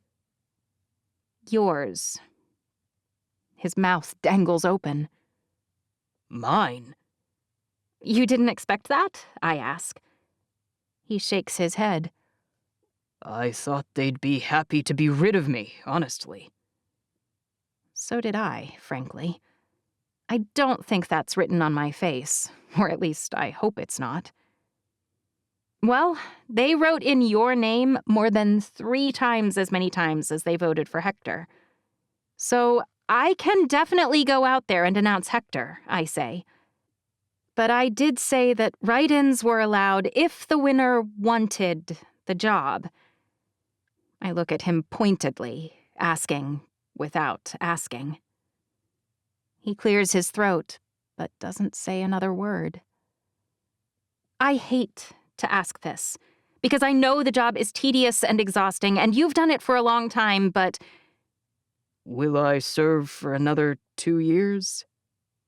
He frowns. I nod. I guess so, he says. But maybe we can have Isabel and Hector both work with me, in positions where people will get to know them. I do think both of them would be good candidates to take over. A brilliant idea, honestly. They could do Sunday sermons sometimes, too, if they have any interest. It might help them connect and share their vision. And give me a break, Sawyer says. It feels like double duty trying to lead them spiritually and politically. When we announce the results, together, the people cheer loud and long. Sawyer asks Isabel and Hector up and discusses the ideas he has to bring them and their ideas into government roles. And the people seem to love that idea, too. By the time we finish and reach David Solomon's old house, I feel better about the progress we've made, even if it's not what I hoped to accomplish. Thank goodness that's all over. Tomorrow, once we're back in Galveston, we can go over final details of the trips I'll be taking to the other ports, and then drive straight to Nashville. I like that plan. Sam says. We do have a lot of final details to review. Adam says. The upcoming visits, the trade agreements we still haven't finalized, and the ongoing plans for support with the Marked, including integration for those who would like to join us. I force a smile, knowing it's probably pained. Maybe you can figure some of that out. My half-brother grimaces. How did I know you were going to say that? But Sam and I have been talking about my coming with you. As captain of your guard, I really ought to go on the trip to Nashville, for instance. So that's a no to handling some of the administrative stuff? I sigh melodramatically. Did I mention that I'm so ready to take a break from this? It's cute that you think a trip to Nashville to manipulate council members will be a break. Sam's so beautiful that even when he's mocking me, I want to kiss him. I laugh. But it's not me on the hook this time. We're going there for you, I tell Sam. They want to hear from John Roth's son, the famed athlete and soldier. Fairchild implied he wanted me there, he says. But I very much doubt I'm the draw. I imagine the support of the queen of their biggest rival government will carry a lot more weight than the opinion of their disgraced former leader's son. I really don't think anyone with the unmarked cares who I am or what I do, which, after the past few days, will be a huge relief. The last time I went, they didn't give me the time of day, until a small army showed up to force them to release Aunt Anne. But even if Sam's right, at least I won't be in charge of a single thing. I'll just be sharing my 2 cents on who would make a good replacement. I'll be sure to pack a ball gown this time. I smirk. Because for once, I get to be eye candy, right? Sam stands up. We better get to bed. It's going to be another long day tomorrow. That's my cue to head out, Adam says. I stand up, too, slowly. You're going to insist I sleep in another room again? I lift my eyebrows. My boyfriend's strong hands circle my waist and pull me close. His breath on my face soothes me, wiping out the misery of the election failure and my stress about the next few weeks. I've never been the boss of you. Not when we come right down to it. You ignore me, or cajole me, or badger me until I give in. His mouth comes down over mine slowly. Too slowly. I go up on my tiptoes, pressing my mouth against his. His hands tighten on my waist. My heart lurches dangerously in my chest. I twine my hands around his neck, and his lips turn upward in a smile. I love feeling him smile against my mouth. No matter where we go, you're home for me, he whispers. Same. You and I both know that we're being smart, not getting carried away. His voice is a low murmur. But no one else will know what we're doing in the same room together. And your people don't need any reasons not to listen to you. Not right now. I groan. I know that. So we'll keep being smart. It's hard, I complain. He chuckles. You have no idea how hard. He brushes another kiss across my mouth. But I love you enough to do hard things. Most any hard thing. My heart skips a beat. But he's right that I can't really risk anyone assuming anything untoward. Not right now. I need the WPN citizens to love me, at least until I can transition them into a form of government where the people have the power, not one monarch. I'm not sure how long I stand in the kitchen with Sam's arms wrapped around me, but it's not long enough. It's never long enough. Eventually, he insists on walking me to my room and closing the door. I brush my teeth and change into pajamas, and then I fall asleep to the sound of Sam talking to one of the guards in the family room. Even though he's not sleeping next to me, he's close. And that's enough. I know I'm safe. The next morning, the drive back to Galveston is uneventful. I didn't expect this, but when Sam pulls up in front of the huge white columns of Josephine's mansion, I'm actually happy. It's not home, but it feels more like home than any place I've been recently. Adam and Sam are directing the redeployment of the 200 and some guards we took with us to New Orleans when Josephine rushes down the front porch steps, her long jacket open and fluttering behind her. She's not smiling, which is odd. She's usually happy to see me. "I'm so sorry." Her breath is labored, her cheeks flushed. "Why?" I slam the car door, remembering that the last time I got back to Galveston, the portheads were here to ambush me. I know we left Sawyer with his hands full back in New Orleans, so it can't be the same problem as last time. "I assumed they were from the unmarked, or I'd never have welcomed them onto the island. But once they were here, I figured I should let them stay until you returned."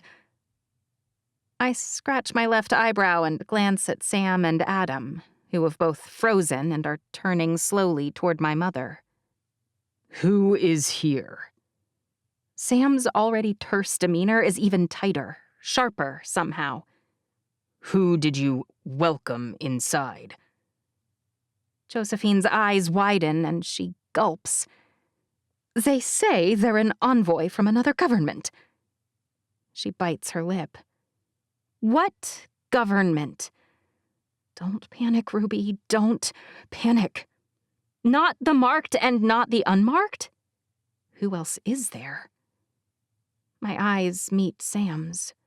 Surely, if anyone else in North America had survived in significant numbers, we'd know about them, right?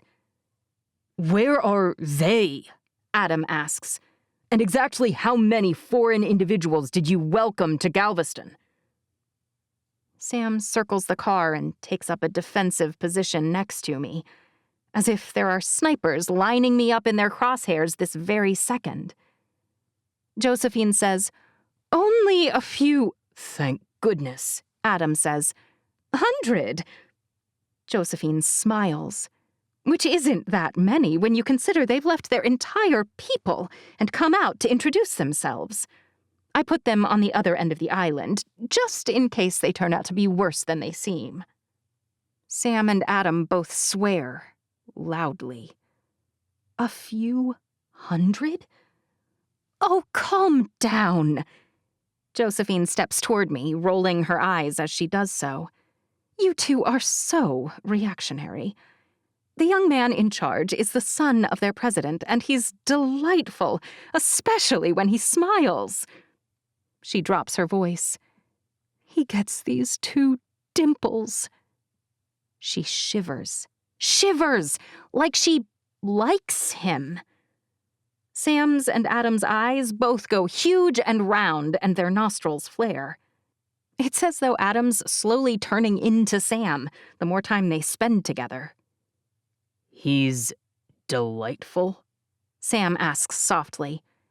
He really is, Josephine says. He's funny and charming, and he came with a lot of gifts. And I know you and my daughter are... Josephine clears her throat. Dating, or whatever it is you're doing. But he came with a proposal, which I insist you at least listen to. What kind of proposal? Adam's voice is tight. I notice for the first time that Sam has unholstered not one, but 2 handguns, and he's gripping them a little too tightly for my comfort. Don't shoot anyone, Sam. I'm not promising anything. He practically growls. The boy's name is Kimball, and he's 22 years old, and he's the son of the president of CNOW, CINOW, a conglomeration of the survivors that occupy the land formerly known as California, Idaho, Nevada, Oregon, and Washington. What exactly does he want to talk to me about? I ask. If it is me he'd like to meet. Oh, it's you, Josephine says.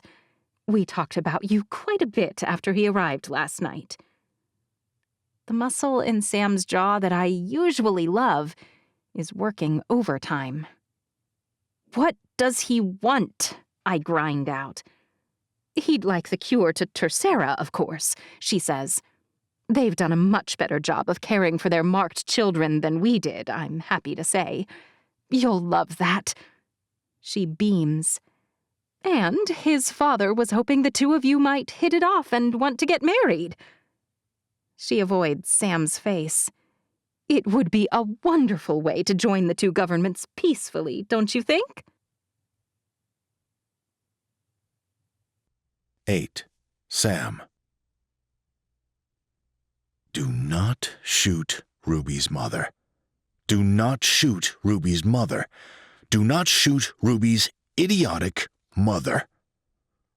Because it would be a waste of a bullet I might need when I meet this Kimball and he smiles with both of his dimples. Where did you say you put these soldiers? I force a smile. Judging by Ruby's expression, my smile isn't very reassuring. I drop it. They're on the far end of the island. The Palisade Palms, if you recall, was a building we kept in good repair so that we could access Ruby's father's lab should the need arise. But it hasn't been kept at full occupancy, and David was renovating the Galvestonian next door when he passed away. She gulps again, as if only just recalling she's the one who killed him. You put them there? Adam frowns. There's no security set up to patrol that area. There are the perimeter guards, Josephine says, and trust me, the delegates from CNOW don't mean us any harm. I'm sure of it. Oh, you're sure? I force myself to holster my guns. Well, no need to worry about hundreds of completely unknown hostiles from another government if you're sure. Ruby places a hand on my forearm. It's all right. Her voice is soft, soothing even. All right? I want to kill them all to secure the island again. I want to take Ruby and run somewhere they can't see her, or talk to her, or harm her. But am I this upset because of the threat another government poses, or because the charming delegate whose father is president of some big government wants to marry Ruby sight unseen? When I think about that, I'd like to rip his dimpled head right off his body. But I'm not a Neanderthal. And Ruby loves me. So, like always, I shove that jealousy, that irrational idiocy, deep, deep, deep down inside and slam the door on it.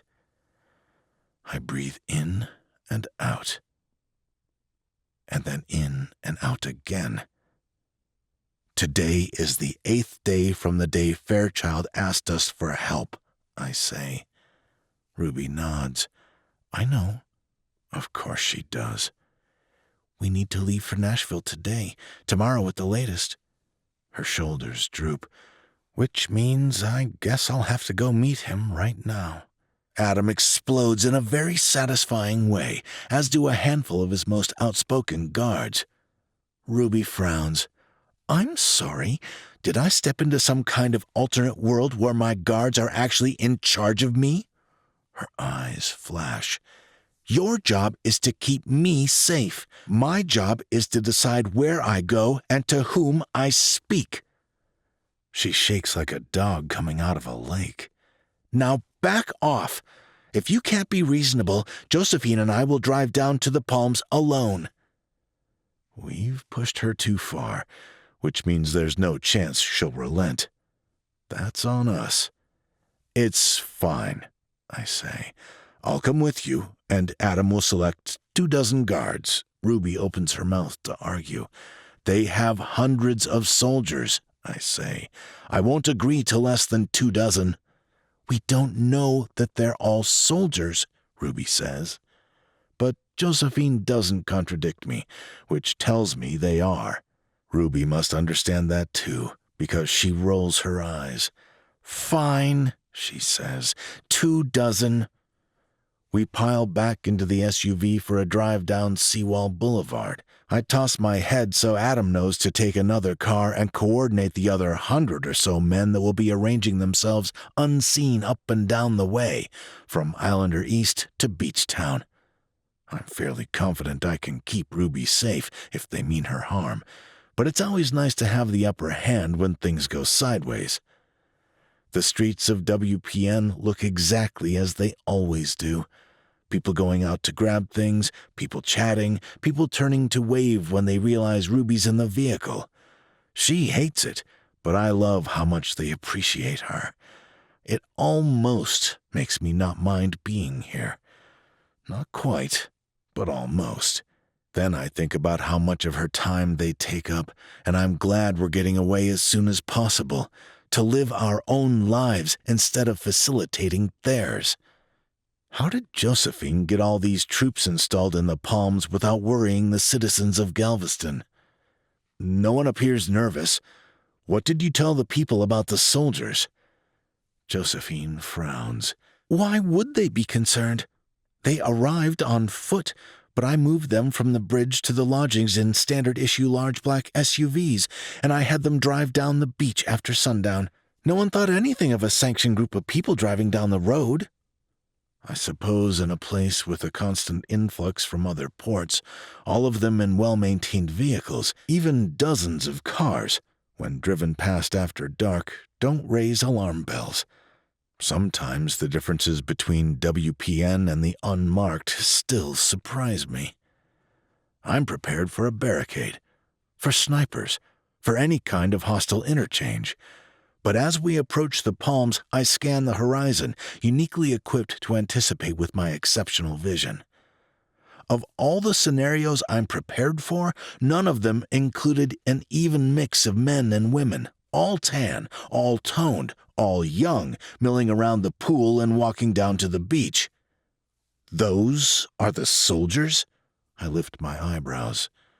Josephine and Ruby squint. Where? Ruby asks. I wait for them to be close enough to see. They look like surfers. Ruby swivels around to look at her mother. Did you say they were soldiers? Josephine sighs. I told you they weren't threatening. They approached with a white flag and trucks loaded with kiwi fruit, medical supplies, and walnuts. I'm telling you, I wasn't being naive. It's a friendly group. My shoulders relax, but I feel the beginnings of a headache forming at the base of my skull. What exactly are we in for? What kind of leader sends his son to flirt with the queen of a rival government? Adam's SUV pulls into the parking lot first, followed by mine. I stop next to his, and the other 4 take up places on either side of us.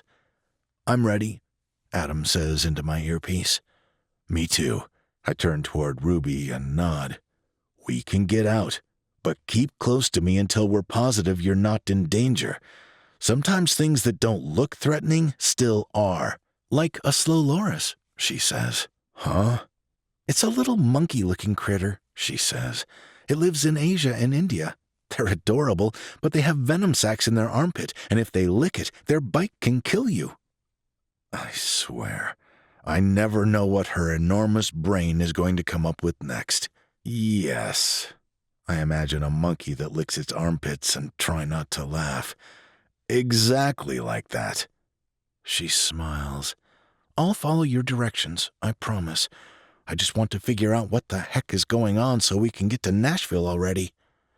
Thanks to that odd conversation, by the time we climb out of the car, the guards have already spread out. You must be Ruby. A tall, dark-haired man in swim trunks walks toward us from the back of the East Palms building. And this must be the son of the president of Sinao. He would have to be tall with a rippling stomach and broad chest. Why couldn't he be short? Or bald?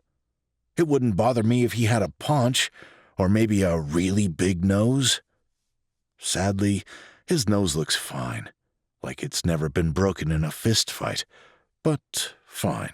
He looks like he spent an hour and a half styling his short hair. Maybe I should consider getting a haircut regularly instead of yanking my back in a ponytail every day.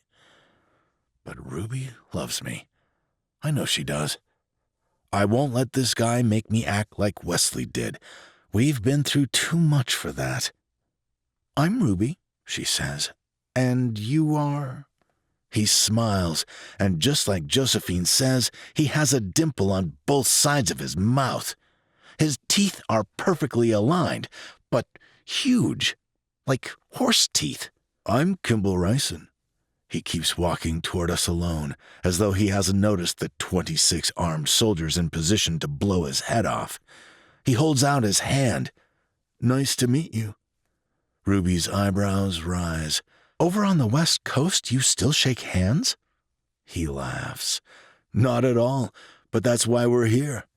His voice drops to a much more intimate volume. We heard from some people heading our direction that a Queen Ruby found the cure for Tercera. She smiles. Well, it wasn't me so much as a group of us, but yes, we did. She glances back at me. My chief of security, Samuel Roth, actually had the cure all along. Kimball's smile broadens. It sounds like we have a lot to talk about. He gestures behind him. It's a beautiful day. Not quite California weather, but not far from it. Any chance you'd like to talk down by the water? Of course, we're happy to share the cure, Ruby says. But unfortunately, I'm in a bit of a rush right now. I hadn't planned to stay in Galveston for more than a few hours before departing again. Your arrival took us by surprise. Shocked might be a better word, I say. Samuel? Kimball turns to face me. That's your name, right? I nod. Thank you. You have no idea how transformational this will be for us. We have an infected population of nearly 300,000. Ruby's mother told us that you had nearly 100,000 taking a hormonal suppressant as well. We only wish we'd realized that worked as a stopgap sooner and could have saved more. But I won't lie, it hasn't been easy to take care of them without risking ourselves. You've cared for the marked kids? Ruby asks. You provide them food and shelter and clothing? The smile slides from Kimball's face. Of course we do. How many citizens do you govern on the West Coast? Ruby asks. Just over 1 million, Kimball says, not counting those infected and living on a suppressant. Ruby's lips compress. No one did much for the marked kids here. They were left to fend for themselves. His mouth drops open. That's terrible. I couldn't agree more. Ruby shakes her head. I'd love to go chat with you by the sand. Did you know that I haven't spent a day at the beach since I was 5 years old? That's a travesty. Kimball tilts his head. Of epic proportions. We need to do something about it immediately. That might be overstated, but either way, I don't have time right now. If you can tear yourself away from the surf to travel down the island, I can meet with you for an hour or so before we leave. An hour? Kimball's frown looks almost too perfect. I'm afraid that's not enough time to discuss the things I've been tasked by my government to cover. Would it be impertinent of me to ask what's so pressing? Impertinent? Did he grow up in a historical novel?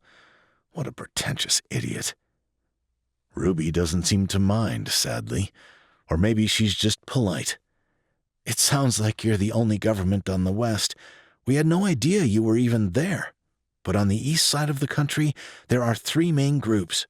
The Marked, whom we recently began treating, and World Peace Now, sometimes referred to as WPN, where you are currently. The third is the Unmarked, and Samuel's father led them until very recently. He didn't happen to be brought down by something to do with not alerting anyone to the existence of the cure, did he? His smirk irritates me badly. My father didn't realize it was a cure, I say. He thought it was more of a preventative. Why am I defending him? I haven't spent a single day mourning him. He was a terrible father, and morally bankrupt in every way. In any case, there's a sort of leadership vacuum there right now, Ruby says, and they've asked Sam to come up and help them select a new leader. Sam? Kimball looks from Ruby to me and back to Ruby again. Who is also your boyfriend, I assume, which is why you need to go along. Ruby blushes. He is, but that's not why I need to go. He's perfectly capable of going without me. Oh, no, I'm not about to leave him here with her.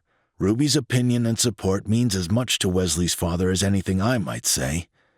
Who's Wesley? Kimball's eyes widen. I really am the odd man out here. None of this concerns you, Adam snaps. We need to get back. Her Majesty has a lot to deal with before she leaves. Her Majesty? Kimball's mouth twitches with suppressed laughter. I can't seem to get them to stop saying that, Ruby says. I know it's ridiculous. My deceased biological father was a bit of a narcissist. I'm sure you'll eventually prevail, Kimball says. You don't seem like someone who gives up easily. Not usually, Ruby says. And I am sorry not to have more time, but you can see that this can't really wait. Where are you headed? Kimball asks. Because I'd be happy to accompany you. Before I can object, Ruby says, I'm sure you understand that you can't just drive a few hundred men to Nashville, not when the unmarked leadership is in turmoil. His smile spreads across his whole face, his dark blue eyes intent on her. Oh, I don't need to bring anyone along, and I can't imagine the unmarked would feel threatened by little old me. This time it's Ruby's mouth twitching with suppressed laughter. You'd have to put on a shirt, you know. I doubt they'd appreciate you parading around in swim trunks. I think I can manage that. He glances over his shoulder. How much time do I have to tell my people where I'm going and throw some things into a smaller bag? We leave in 3 hours, Ruby says. Let me know where, and I'll meet you in 2. This time, when Kimball reaches out his hand, Ruby shakes it. Well, it's nice to meet you then, Kimball Ryson. I hope I won't regret allowing you to accompany us. Ruby shakes his hand a moment longer than she should. Oh, I'm positive you won't. But I sure will, because I'm pretty sure killing the son of the president of CNOW would be a mistake. Even so, I'm not ruling it out just yet. 9. Ruby. I can't stand that guy, Adam says the second we close the door. Why are you riding with us now? I put one finger on the middle of Adam's forehead, which is right between the driver's and passenger's seats, and shove him backward. Buckle up. I only rode in the other car so I could give orders to the 150 soldiers you'd never have approved, he says. Please tell me he's kidding. I glare at Sam. Okay, he's kidding. Sam keeps his eyes on the road, the coward. So you two just ignore me now? I shake my head. I liked it better when you didn't get along. Honestly, you'd think she'd listen to us, Adam says. Kimball was perfectly polite, just as Josephine said he'd be. I think it was a nice change of pace to find out about another government because they want to extend an olive branch. It certainly beats having guns pointed at our heads like WPN did the first time we met them. Better to face a gun in the face, Sam says. At least that's honest. Kimball has been nothing but friendly to us. I wish Josephine hadn't taken Adam's place in the other car. I'm sure she'd back me up. Or, if they weren't back with their parents among the marked, I'm sure Rhonda and Job would back me up. I need more family here. Someone else to support me when you two gang up. Adam is your family. He only agrees with me because I'm the one talking sense. You can't trust that guy, Sam says. That's all we're saying. I look from my brother to my boyfriend. Honestly, you two, Is it because he was wearing nothing but swim trunks? Both of them look just as good with their shirts off. They shouldn't be annoyed that someone else makes time to work out. He was wearing swim trunks? Sam asks. Was he? Adam shrugs. I roll my eyes. All right, be ridiculous. I don't care. We have a long list of things to do and another set of bags to pack, and then we're all off, bound for Nashville and a totally different problem. So don't fault me for being glad this new development is low drama. So far, Sam says. I'm surprised you didn't refuse to let him come. All alone though he'll be. I considered it, Sam says. But you knew I'd make sure his rooms were bugged, Adam says. So if he plans to send any of his soldiers to attack, we'll know well in advance. Tell me you didn't. I look from Sam to Adam and back, but I can't tell whether they're kidding. You bugged his rooms? Are you serious? I told your boyfriend I was a quick learner, Adam says. You didn't lie. The corner of Sam's mouth turns upward. You hated Adam when you first met, I say. You did? Adam asks. To be fair, I hate everyone when we first meet, Sam says. But it didn't take me long to decide you were all right. Oh my gosh. But we're finally back to the house. I hop out the second the SUV stops and trot up the stairs. Even so, Sam's by my side as I reach the front door. Don't be mad, he says. That you're domineering and possessive? I straighten my shoulders and put my hands on my hips. That you're trying to tell me what to do? I'm just doing your job. He sticks out his bottom lip. I'm so sorry, Your Majesty, he says. I'll never step out of line again. I punch his arm as hard as I can. Ow, I say. That happens every single time. His smile is smug. I only want to keep you safe.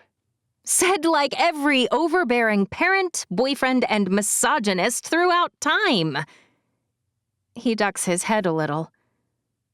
Are you really mad? I don't stop you from doing anything. I just try to work around your decisions to keep you safe. It's true. And I do have a target on my back. The Portheads don't love me. I know. If you're really upset, you need to tell me. I'll always listen. I step toward him and he wraps his arms around me. I know. I'm not really upset. And I don't care whether you like this guy or not. I know we can't trust him. But we have more than enough problems.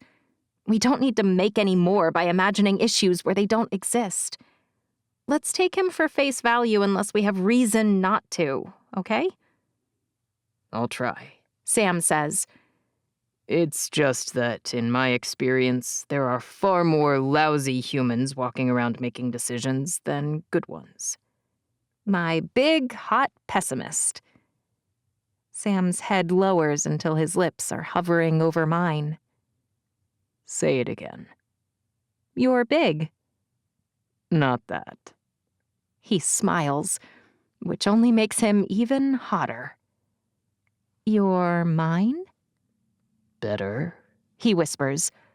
But no. You're hot. Bingo. He kisses me then. Am I the puppy in this scenario? I pull back so I can see his eyes clearly. Excuse me? Sam blinks. You lead me along so I'll say the right thing, and then you reward me when I do. You're saying a kiss from me is a reward? I love when he's smug. I guess I am. Then I guess you are like a puppy, but a very cute one. You two are adorable, a man says from the bottom step. I'm accustomed to the sounds of other people around. I'm incessantly surrounded by guards. But I know that voice. and Sam stiffens when he hears Kimball. She said 2 hours. Sam says quietly. A little too quietly. He's less deadly when he's barking about things. It's when he's quiet that I get nervous. He said we're cute, I whisper. Hardly an attack. Sam grits his teeth. We have a lot to do yet. I won't get in your way. Kimball drops a bag on the bottom step and sits down. He pulls out a book. Is that Harrison's Principles of Internal Medicine? I ask. Kimball's head whips around. What? I walk down a few steps and peer at the cover of his book. It is. Why are you reading Harrison's Principles of Internal Medicine? I'm in medical school back in Sacramento, He says. I'm studying to be a doctor. How old are you? Sam asks. 22. Kimball says. How about you? Sam turns 22 in a few weeks, I say. You're really in medical school? He shrugs. Sort of. I mean, it's not like it was before the world died, right? But CNOW has 2 medical schools. One in Seattle, one in Sacramento. We start college at 17, usually. I finished a year early and started at 16. So I'm about to start my 3rd year of medical school, which means I'll be doing a lot of hands-on clinical stuff. I'm jealous. I wish we had something like that. The unmarked mostly do internships, like where you shadow another doctor. That doesn't sound very comprehensive, He says with a frown. It's not, I say. We need to improve that for sure. I'd be interested to hear how you put your program together. Adam clears his throat and taps his watch. On the road, Kimball says. We'll have plenty of time to talk on the way, I'm sure. Oh, you won't be traveling with us, Sam says. I turn around to glare at him. Rude. Jeez. Sam forces a smile. Or perhaps you will. He turns to Adam. You'll need to make sure he's been thoroughly searched. I huff. Is that really— It's fine. Kimball stands up. I have nothing to hide. Search away. The next few hours fly by, but luckily, Josephine packs my bag for me. This time, she doesn't pack a ball gown. What? Nothing frilly or fluffy? She lifts one eyebrow. You're going to address heads of state. She pats a bag on the bed. A business suit is a much better call for that. They need to see you as older and more professional, not regal or stunningly beautiful. Just when I'm ready to write her off, she surprises me with insight. All right. Well, thanks. Do me one favor? She crosses the room until she's standing right next to me. What? I'm immediately suspicious. She never asks me for anything anymore. But she used to. And it was always something I couldn't give her. Like forgiving her husband, David Solomon. Or even harder, trusting him. Hard pass. I wonder what she'll request this time. You love Samuel Roth. Is that a favor? I ask. Because if so, I'll grant it. She smiles. I know you don't want to hear this, but you're very young. 17 is— She looks upward as if asking God for his help in getting through to me. Like I'm a rebellious teen who's sneaking out and smoking pot or stealing cars. It's just awfully young to be making any permanent decisions. Mom, I'm not like 17-year-olds were before. My entire life is different. I'm like a 30-year-old. I was 30 when I left Donald Carillon. She breathes out. And that was a mistake. She's never admitted anything like that. Never. I'm not sure what to say, but I'm suddenly full of questions. Why? It seems the safest thing. Maybe it'll encourage her to say more. Donald was brilliant, she says. I don't suppose he ever told you where we met? I shake my head. He was my professor. Her cheeks flush bright red. He wasn't. She nods shyly. I was in the very first class he taught, although he was only a graduate student then, so we weren't breaking any rules. He was the smartest man I'd ever met. My mom was a scientist? Josephine? I'd been wondering how I could have an aptitude for science, since my father, Donald Carillon, isn't really my father. I'd thought maybe Aunt Anne inspired me. It never occurred to me that my love for STEM might come from my mother. You went to Berkeley, she says. It's where Donald went after MIT. I've never even considered how many things I can learn just by asking her. She lived through almost everything that's a big gray blank spot in my past. Was he a bad person? I know my biological father, David Solomon, was, but I've never had the courage to ask about the man I loved, the man who raised me, because he was also the man who made Tercera, effectively destroying most of the world. The second thing kind of seemed to eclipse the first. I haven't really allowed myself much time to think well of him. He wasn't a bad person, she says. He was a good man. Not very balanced sometimes, but I thought he would make me happy. But Ruby, he didn't. He cared so much more about his work than about me. And when we couldn't have children, she shakes her head. I think it broke something between us. We couldn't recover. You tried? For 5 years, she says. I miscarried 4 times. Do you think he went crazy when he heard you were pregnant with me? Maybe that's why he stole me. She shakes her head. It was possible you were his. We both knew it. In his heart, David knew it too. But at the time, we discussed it, and we didn't care, David and I. We were in love, and I was desperately hoping that Donald was the problem and I'd finally have a healthy pregnancy. I don't want to know any more about that, truly. But Donald stole me. He knew that David hit me, she admits, her eyes downcast and her voice small. He saw him. Once. Really? Not in person, but on a surveillance tape. She shakes her head. The whole thing was very messy. I made a lot of mistakes, Ruby. I'm not perfect. That's why I can tell you this.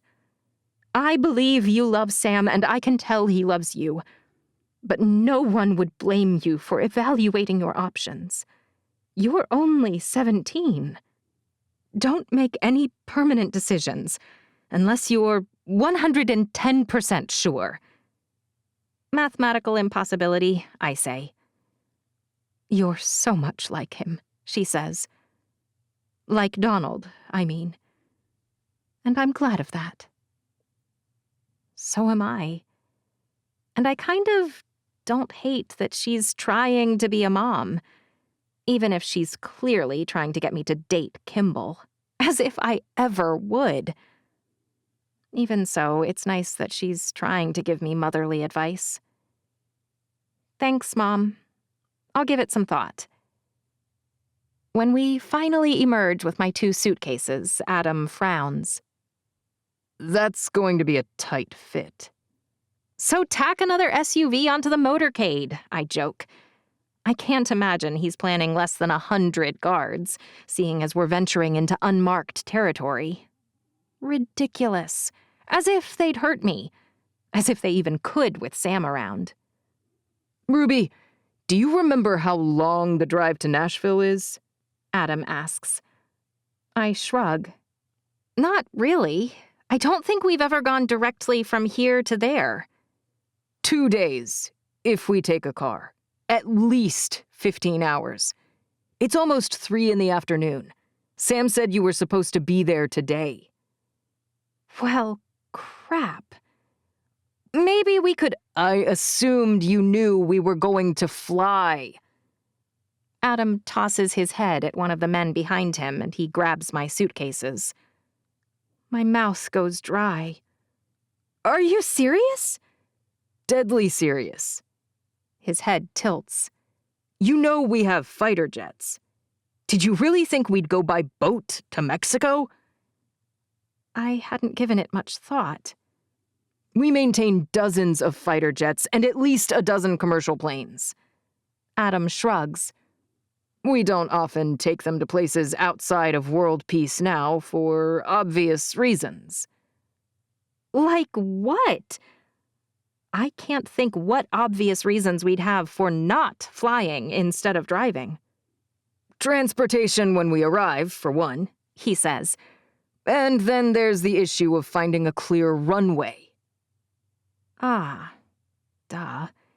So where will we land in Nashville? When I sent men before, we scoped out the area and found a mostly clear spot not too far from town. It's a private hangar that I'd guess Roth kept clear. Roth? Sam turns the corner, a duffel bag in one hand. My dad? Didn't he have a plane? Adam asks. Sam nods. He did. 1 or 2, both small. He hardly ever used them, but I saw him leave in one a time or two. See? Adam smiles. And now you get to fly as well. I figured. Sam says. But you let me talk about the drive? I shake my head. Thanks a lot. I thought you meant a figurative drive. Sam says. I roll my eyes. Let's go. Kimball doesn't look surprised when our SUV lets us all out on a small runway a few miles down from the white-columned mansion. You assumed we were going by plane? My voice is a little irritated, but I can't seem to help it. We came by plane from California to just outside of Houston. He shrugs.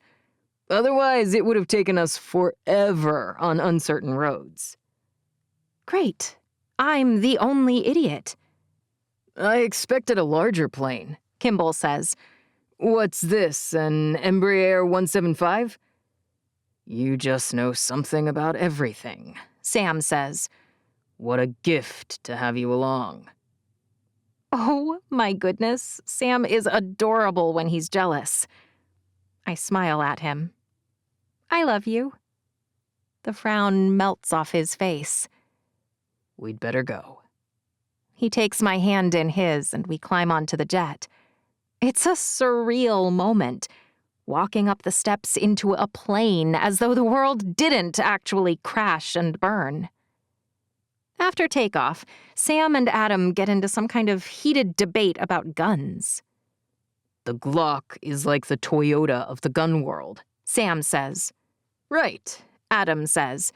It runs well, consistently, and never lets me down. It also has 2 more rounds than your Beretta. And my Beretta is heavier, Sam says, as if he's heard this a million times from idiots. Which might matter to people for whom a few ounces makes a difference. Which his expression makes clear is definitely not him. I'll take a fine-tuned precision instrument any day over one you're billing as reliable. What about the extra 2 rounds? I don't need them, Sam says, as if that's his bullseye. If I have to listen to any more, I'll scream. Kimball's reading again, so I lean toward him. You're clearly serious about studying, but haven't you read that already? He nods. Of course, But my first rotation when I get back is internal medicine. Most of the material made sense, but not all of it. And if someone's sick, it's not like I can say, hey, can you hang on a sec while I look up what to do for someone who's coding? Thanks. He laughs. Better to know it cold. I guess. What's wrong with you? He closes his book. I slump in my seat. Nothing. You don't want to be queen. No, I say. I don't. At all. I should never have been ruling anyone. It was only a bizarre fluke that led to me being here at all. Which probably means you're the leader they don't deserve, he says. I shake my head. I've made mistake after mistake. I tell him about the debacle with Sawyer. He laughs. Rookie mistake, believe me. I've been watching my dad for a while now. People almost always vote for the devil they know. My eyes widen. What makes you think he's a devil? He shrugs. Maybe he's not. But you said they wrote in your name too, right? How many? A half wail kind of sneaks out of me. Writing in my name is the opposite of encouraging. They like me because they think I cured Tercera. I know you said it was in your boyfriend's blood, but didn't you figure that out? As quickly as I can, I explain what happened. How my dad kidnapped me from my birth parents, and then how he created Tercera. We're both silent for a moment then, and I realize that Sam and Adam aren't fighting anymore. They're listening to me, sharing our whole story with a stranger. Oh well, I have no idea what versions he's already heard from whatever people fled across the country. He may as well hear the truth. I forge along and tell him the rest. You lost your best friend? He shakes his head. And your dad. He sighs. I'm sorry. That all really sucks. But it helps me see how lucky the people of World Peace now are to have you. Someone who only wants what's best for them. Someone who wants to free them from the threat of a virus, from their own ignorance, and from their own idiocy. Heat rises in my cheeks. That's really nice, but I think you weren't listening. The cure was actually— Oh, I was listening before, and I'm listening now. We've only just met, but I can already tell that you do this a lot, where you act like you didn't do something amazing, even though you did. I swallow. Either way, the point is that now, since John Roth is gone, the unmarked have to choose a new leader. So we're going to help them make the right call. You're sure this Quinn is a bad guy? I can't help my scowl. He didn't send aid to the marked even after he knew we'd developed a cure. In fact, he did nothing at all until he saw WPN doing it, and even then he waited a few days. Not altruistic, Kimball says, but still maybe not villainous. It bodes well that he didn't like John Roth, based on what you told me about Sam's dad.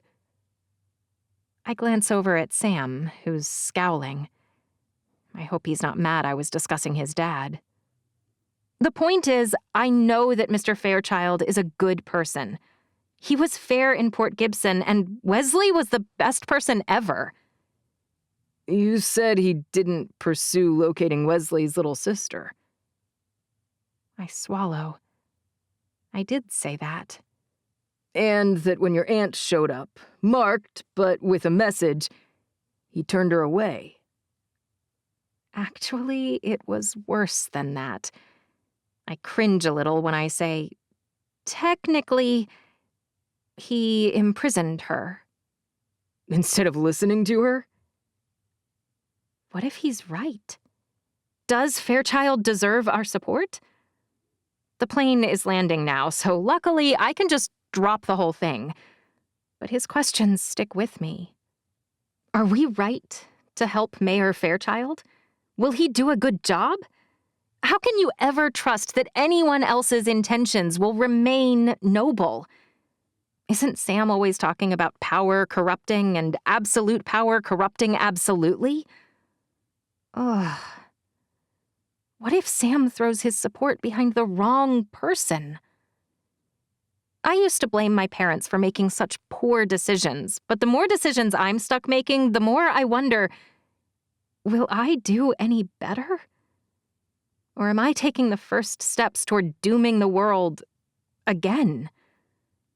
With no one to blame but myself. 10. Ruby. Nashville was definitely better the last time we came. The time they had Aunt Anne locked up and were planning to kill her. Although, maybe it's my own idiosyncrasies that make me feel this way. They're trying to be nice, Sam says. They thought this would make you happy. They put us in a ridiculously large mansion, and everyone keeps calling me Her Majesty. When they discovered I came with Sam, Adam, Kimball, and a few dozen guards, they assigned me a cook and housekeeping staff, whom I'm pretty sure are here to spy on me. My head might explode. I hate being pandered to, I say. And I figured at least here I wouldn't need to argue with people about being treated like royalty. Sam's eyes sparkle, but he doesn't actually laugh. Or even smile. He knows I'm that close to exploding. At least the porch is nice. And you said you liked the pancakes. I roll my eyes. What was I going to say? I glance behind me to make sure no one has snuck out of the house to listen in. She was staring right at me, asking whether I liked breakfast. So you didn't like them? Sam tilts his head. They were fine. I don't like people hovering and cleaning around me and acting like I'm a celebrity. You're the queen of WPN, he says. I know you don't want to stay in that position, but to the rest of the world, you're a big deal. No matter whom they elect as chancellor for the unmarked, every council member knows that you, with one little crook of your finger, could crush them. He shrugs, the muscles of his chest rippling a bit. You can't fault them for trying to make sure you're happy. Honestly, I thought they'd see me as a joke. The last time I was here, no one took me seriously. Until 1,000 troops and a fighter jet threatened to level them. 1,500 troops and 2 fighter jets, I say. Not that it matters. This time, Sam does smile. It's nice to be holding all the cards for once, he says. You can admit that at least. The door bangs open and both of us turn to see who it is now. Morning, I say. Kimball sets a glass of orange juice on the table in front of me. This is from Madeline, who was going to bring it herself, along with a basket of biscuits. Did you tell her that I don't need a second breakfast? I widen my eyes. She seemed to believe you needed more nutrition than you're currently getting. His eyes scan my bony frame. He doesn't seem to disagree with her assessment. I'm not in the habit of slapping people, but if I were, I might slap them both. Sam never, ever makes me feel like a truant child. He jokes sometimes about how I need to eat more, but for some reason it doesn't bother me when he does it. And he doesn't shove biscuits and pancakes in my face and make big eyes about how I'm not eating them. I need to calm down. But I've never been asked to recommend someone to a council of any kind, let alone the governing body of most of my growing up years. 6 months ago, I'd have trembled at the thought of answering to Mayor Fairchild. Now, Sam and I are supposed to go speak on his behalf to all his former colleagues and bosses. It's disconcerting, to say the least. Sam sits up straight and his eyes go glassy, which means he's listening to something on his earpiece. Someone approaching. He scans the tree-lined drive, his shoulders relaxing. It's just Mayor Fairchild. Which means it's time. The door bangs again, and my brother shoots out, probably because Adam's listening to the same feed in his earpiece. You look very professional, He says. I like the suit. Josephine picked that out? I nod. It's scratchy, but the black pinstripe with a shell-pink undersweater makes me look 5 years older, and I need every extra day I can muster. Adam scans past me, and his eyes stop on Sam, and then widen. Don't you look impressive? Sam scowls. He's right. I like the suit. I smile. We're like the grown-up versions of Ruby and Sam. I stand up. What about me? Adam asks.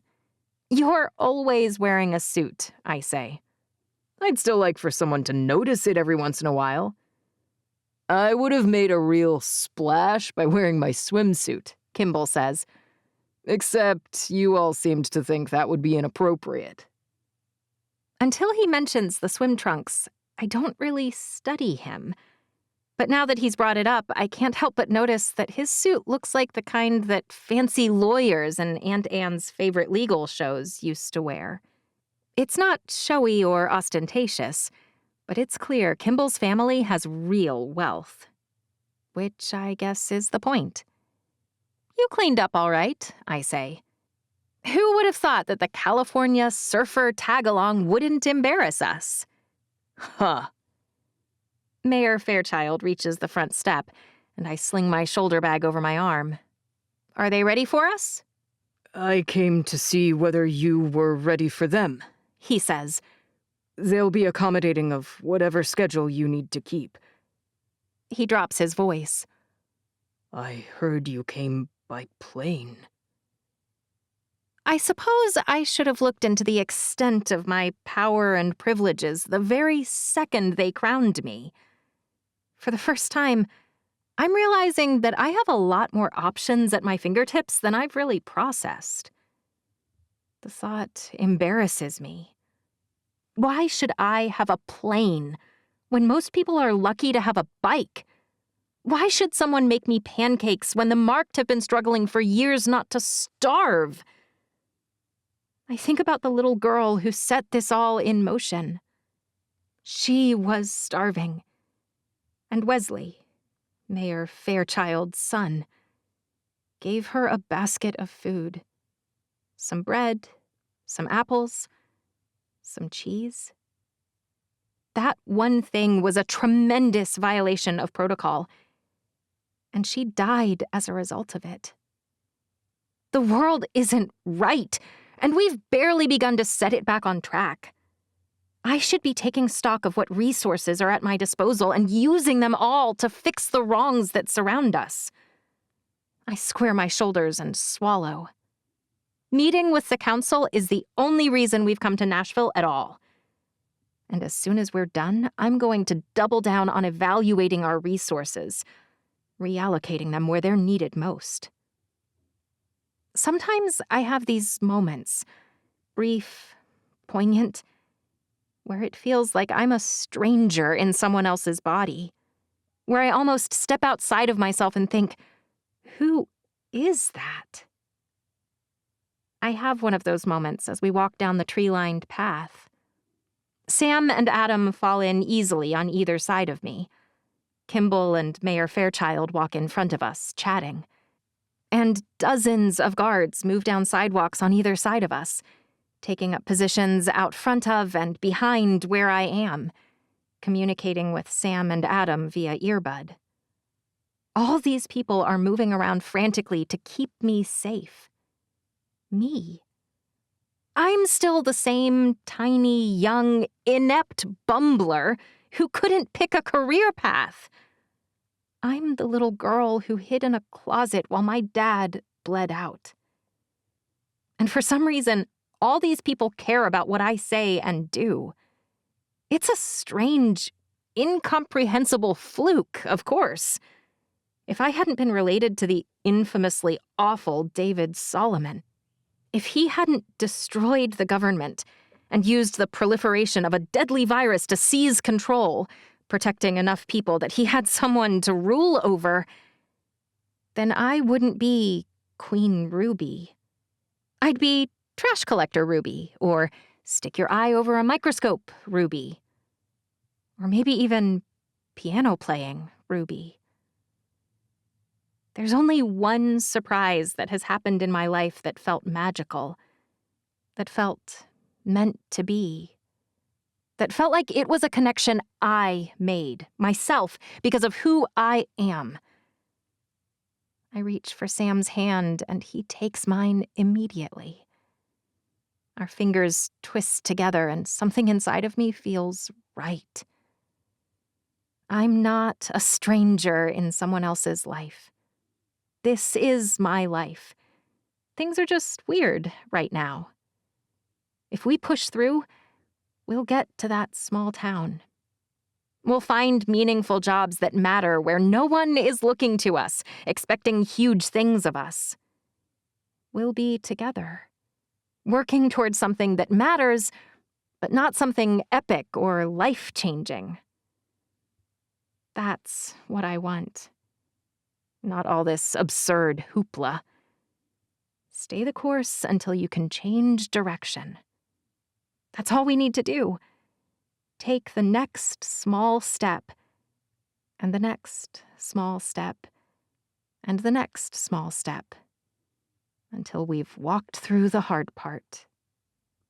As we climb the steps to the administrative offices of the Unmarked, set up in the former Tennessee State Office building, I focus on this small cobblestone in our current path. The next little thing I need to do in order to get where we're going.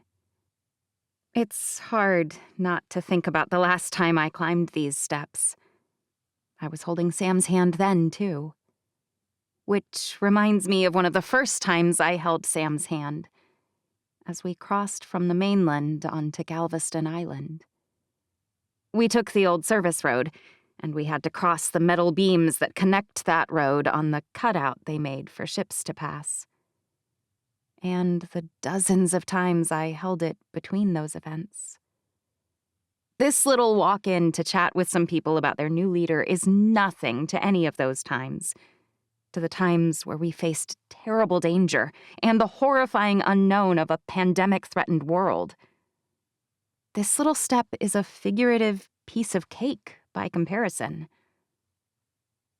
So why do I feel a vague sense of unease I can't quite pinpoint? I should feel confident and calm. I shake off my ennui purposefully and force a smile when Sam's brows draw together. I know what that look means. He's worried about me. He wants to keep me safe. I wish it were that simple. We walk through the grand front doors of the enormous limestone building, and it's time. All eyes turn toward us. Most faces smile, but not in a very convincingly genuine way. What are they thinking? That I'm lucky? That it's unfair?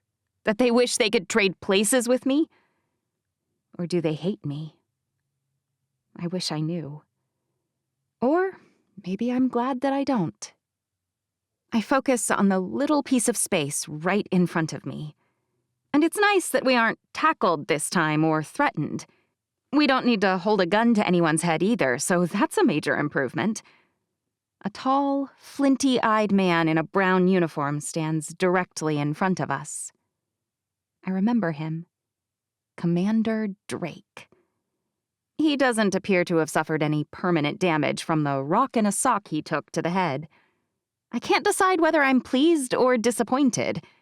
He wasn't very nice, and Sam did what he had to do. But this time, Commander Drake is beaming. Your Majesty. He gestures toward an open set of double doors. The council chamber. Last time, I forced my way inside, clutching my dad's old briefcase to my chest because it was our only evidence that John Roth had been sitting on a cure. without being quite sure how effective it might be. This time, we're invited. But then and now, 100 sets of eyes swivel in our direction. I swallow and try to remain calm. My heart doesn't get the memo and practically gallops out of my chest. Hopefully none of them can hear it. Samuel Roth. Interim Chancellor Quinn doesn't smile. I'm guessing he didn't send the chef. Kimball whispers. In fact, he doesn't look too pleased you guys are here at all. I snort. He's not a fan, no. He was Sam's father's rival. Not much of a rival, Sam says. more of an irritant.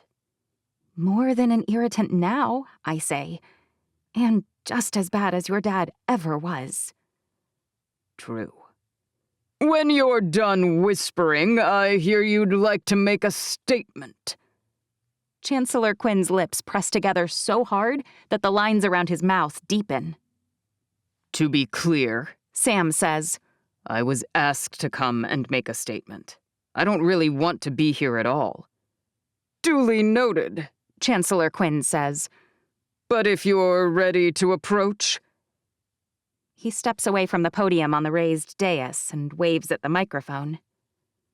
Sam squeezes my hand one last time before letting it go. I watch, my eyes transfixed on his broad shoulders as he walks toward the front of the room. He never wanted anything to do with any of this. He is as far from his father as anyone could be. But he's here because he wants to do the right thing. I'm proud of him. Always. He doesn't waste any time. The second he's in front of the microphone, he starts speaking. My name is Samuel Roth. Most of you likely don't like me very well because of my association with my father. He pauses and scans the room, analyzing their expressions, probably. I don't even blame you for that. He was a terrible man.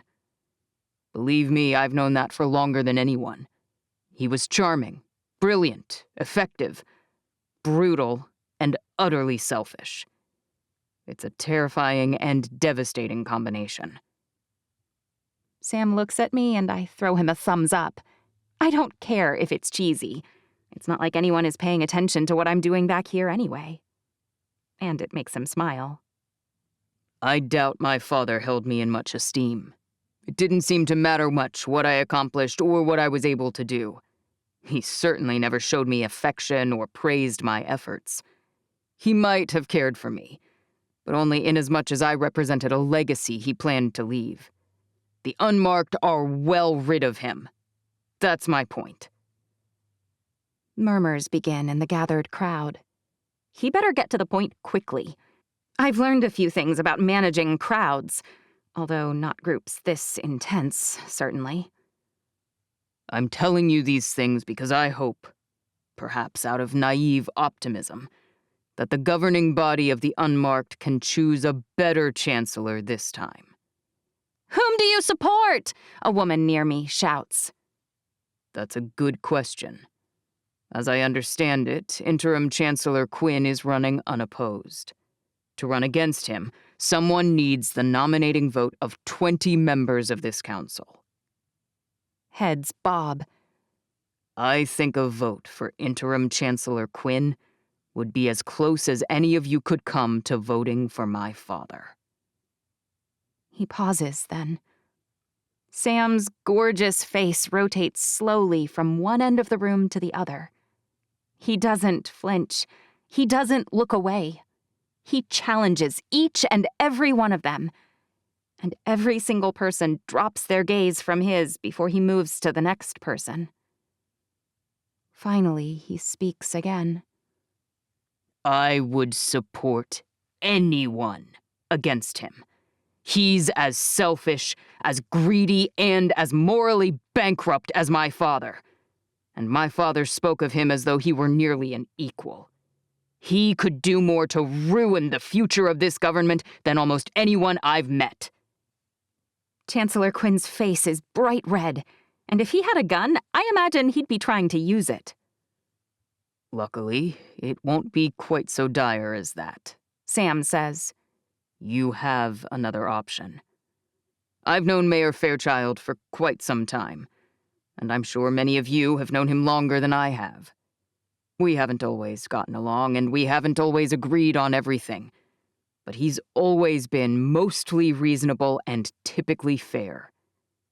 Justice is a moving target in real life, but from my experience, he tries to hit it whenever possible. Mayor Fairchild's face isn't glowing, but he looks satisfied. That's about as unqualified a recommendation as Sam's likely to give anyone. He should be delighted. I hope you don't mind if we ask you a few questions, the woman near me shouts again. Sam shrugs. I'm no expert, but sure. Do you consider yourself an unmarked citizen? The woman asks. Sam blinks. Of course I do. But you've accepted a rather critical position among the leadership of World Peace Now, have you not? Her eyebrow rises sharply, and I realize she's been gunning for him. I am Chief of Military and Strategic Defense for Ruby Thomas Caroline Bell Solomon. Yes. I've never heard anyone give every single one of my names like that. It's bizarre. Part of me likes it. It kind of sums up everyone I am. The name I'd have been born with had things not been upside down. Thomas. The name of my kidnapping dad, Caroline.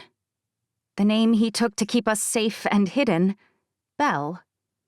The name my biological father took in order to invoke a biblical leader as he usurped the government and ran his cult, Solomon. I bet it confuses the crap out of everyone in this room, however. How can you possibly fulfill the duties of that position with World Peace Now without violating your duties as a citizen of the unmarked? She stands up. In fact, how have you been fulfilling your duties as the second-in-command of security for Port Gibson? What about the unmarked citizens there? Are you keeping them safe? Sam rolls his eyes, and the audience doesn't like it, muttering and grumbling and shaking their heads. The greatest threat to the unmarked, as evidenced by their name, was the threat of contracting Tercera. He folds his arms.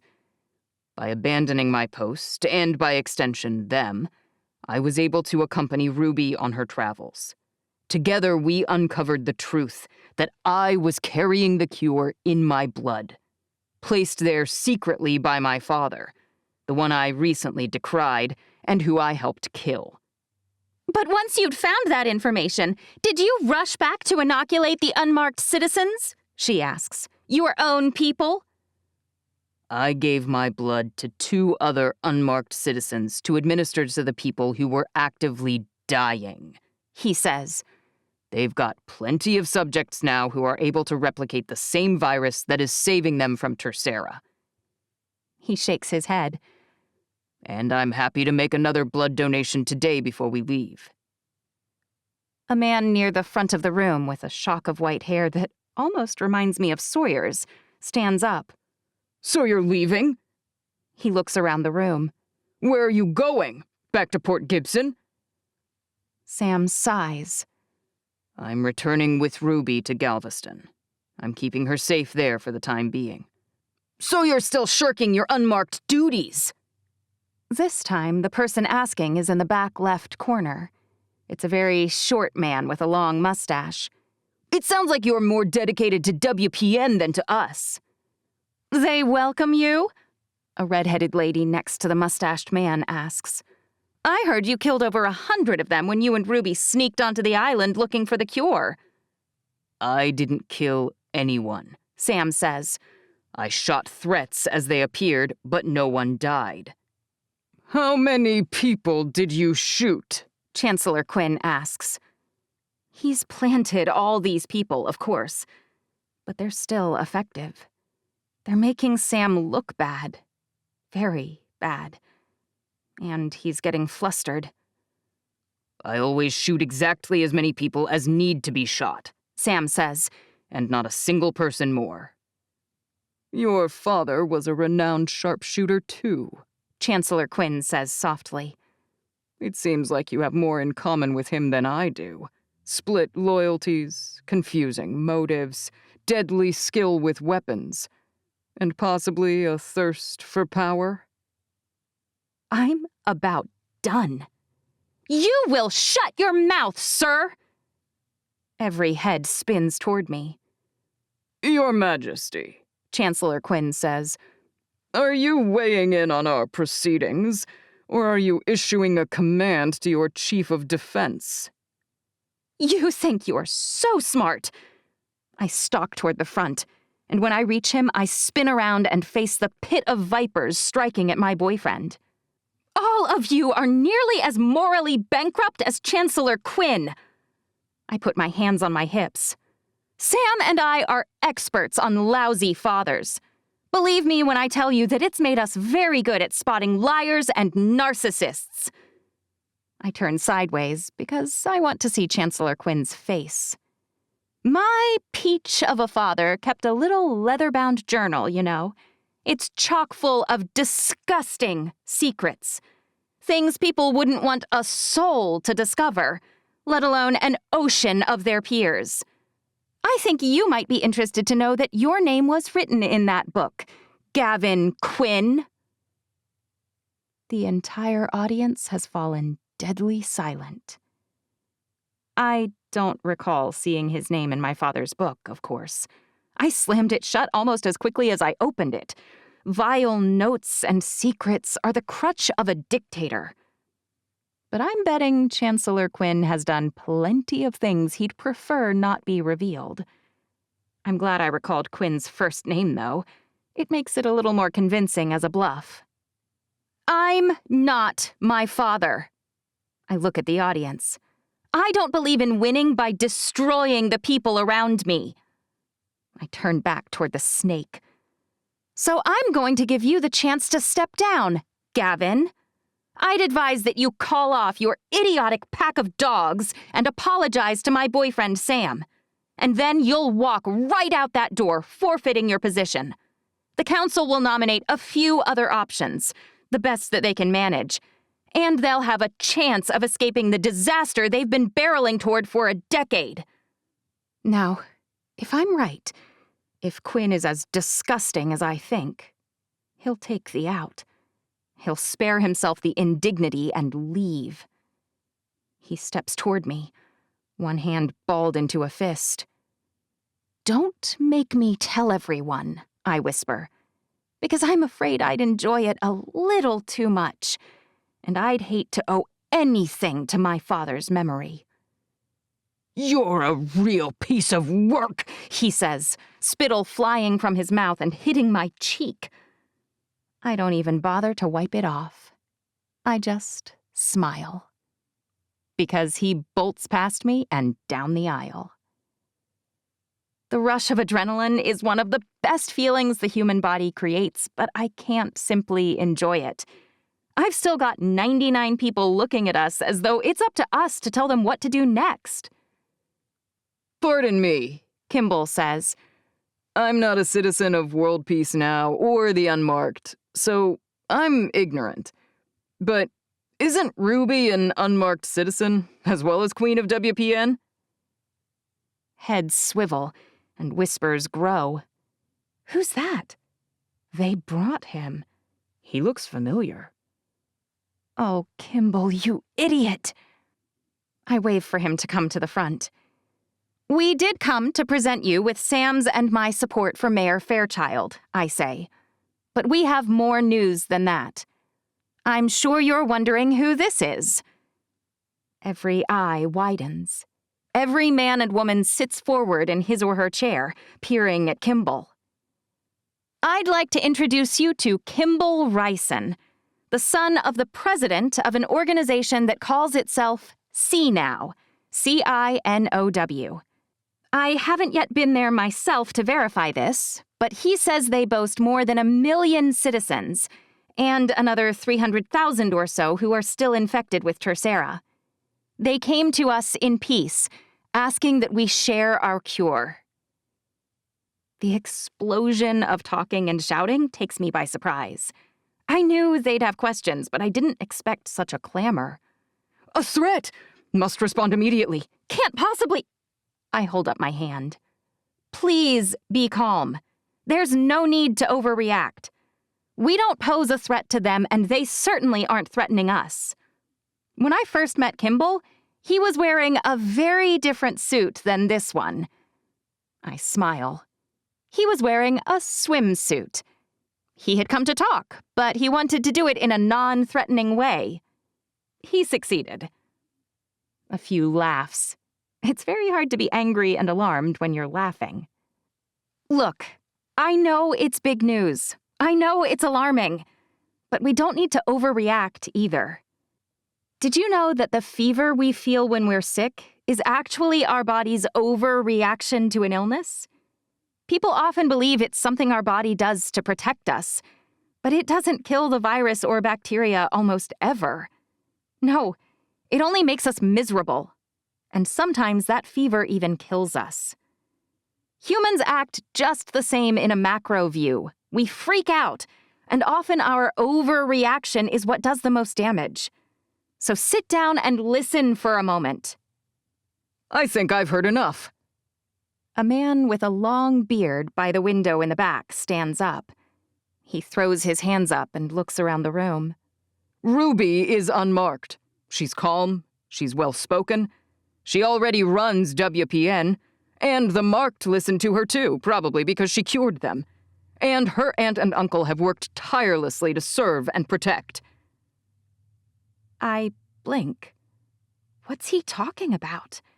I expected an argument, but it almost sounds like he's praising me.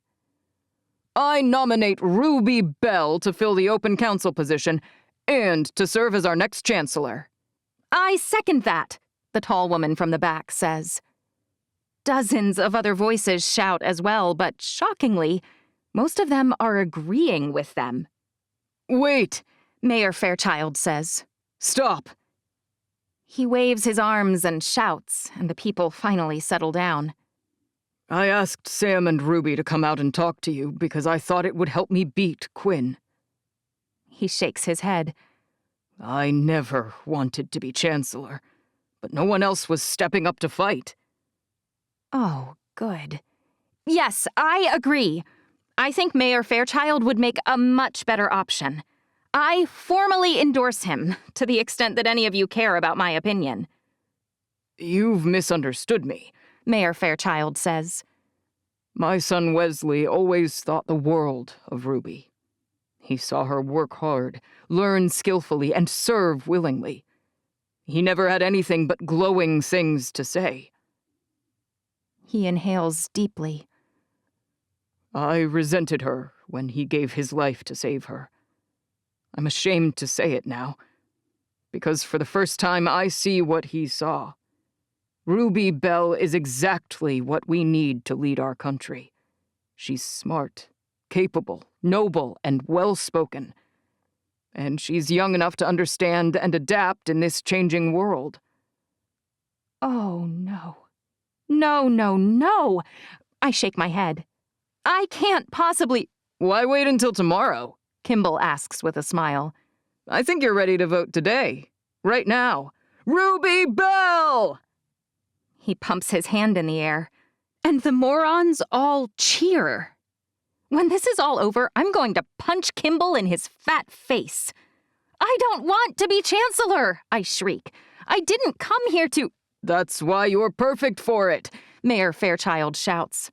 I agree. Let's vote now. And then, the worst thing to happen since Josephine told me I'd be David Solomon's replacement occurs, right in front of my eyes. The idiots who rule the unmarked vote for me to take over as chancellor. Unanimously. And I run out the back door and puke into a wire mesh trash can, trying to ignore the chattering of my concerned guards. I'm wiping my mouth when Sam joins us in the hall. Are you all right? No, I'm not, I say. I can't imagine how things could possibly get any worse. I cover my face with my hands. Were you in the same room as me just then? Sam? An unsteady voice asks. Tentative, unsure, and very, very female. I open my eyes. Sam turns slowly to face the most stunningly beautiful Valkyrie warrior I've ever seen. She's nearly as tall as he is. Her hair is long, almost black, and so shiny it practically blinds me. Her full lips part softly as she inhales. It is you. Lydia? Sam's still staring at her. The name finally registers. Lydia? The one other girl he liked?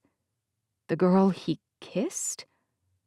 I'm staring at Sam's Wesley, and she's so much worse than I imagined she could be.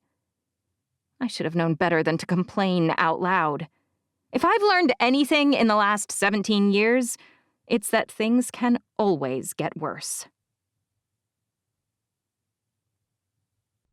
11. Sam.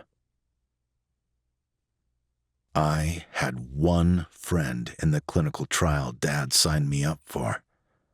One. She held my hand when I got my injections. I held her hair when she puked.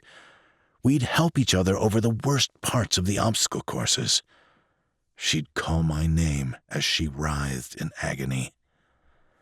The single greatest blow I withstood in that horrible 3-month ordeal was when Anne Orion tearfully told me that somehow, inexplicably, Lydia had contracted tercera.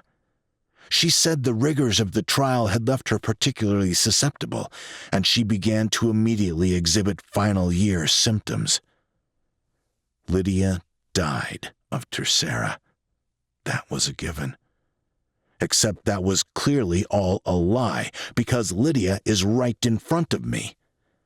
No one has called me that for quite some time, she says. Years, in fact. I swallow. I have to say something. Anything. You're alive? Brilliant, Sam. Yes, point out that she's not dead. She laughs. What did they tell you? I'm not sure where to start. How? How did you recover from tercera? Did the trial work? Lydia's enormous, deep brown eyes widen. Tercera? Didn't you contract it? Was everything a lie? But why? I didn't respond as well as you to the serum or the light treatment. The study was a failure, but your dad wouldn't pull the plug. He refused to give up on it, even with his own son at risk. Everyone died but me.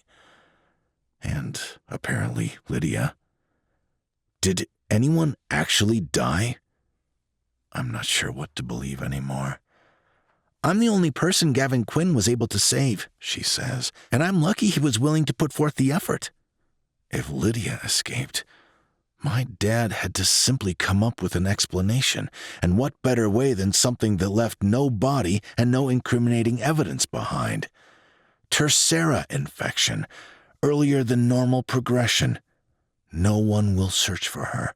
No one will expect a body. She'd have fled to the marked to spend her final months without risk of infecting anyone else. You've been... Where have you been all this time? I ask. Lydia's cheeks flush. No one could see me, obviously, or know that I was alive. At least not until your father died. And then I couldn't leave for other reasons. But then Quinn came rushing home and threw his things into a bag. He said everyone was leaving, and he mentioned your name, that you were here. While they were rushing around, shouting, crying, I slipped out the back door and I came here without thinking about it. Leaving where? What's she talking about? I open my mouth, but I'm not sure what to say. Lydia narrows her eyes. He said that she knew, That the girl you were here with threatened to expose him? That's why they were leaving." "Expose what?" Ruby asks. I almost forgot she was there. I spin around. "What was in your dad's journal?"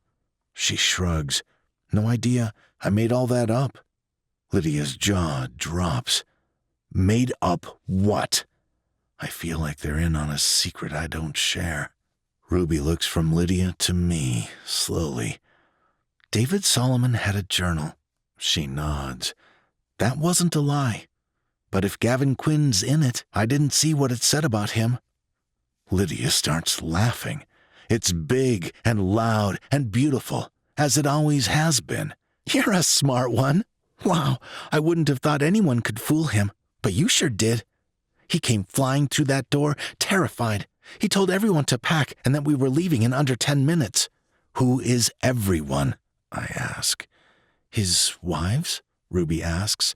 "He only has one wife, of course," Lydia says. "But he has half a dozen partners?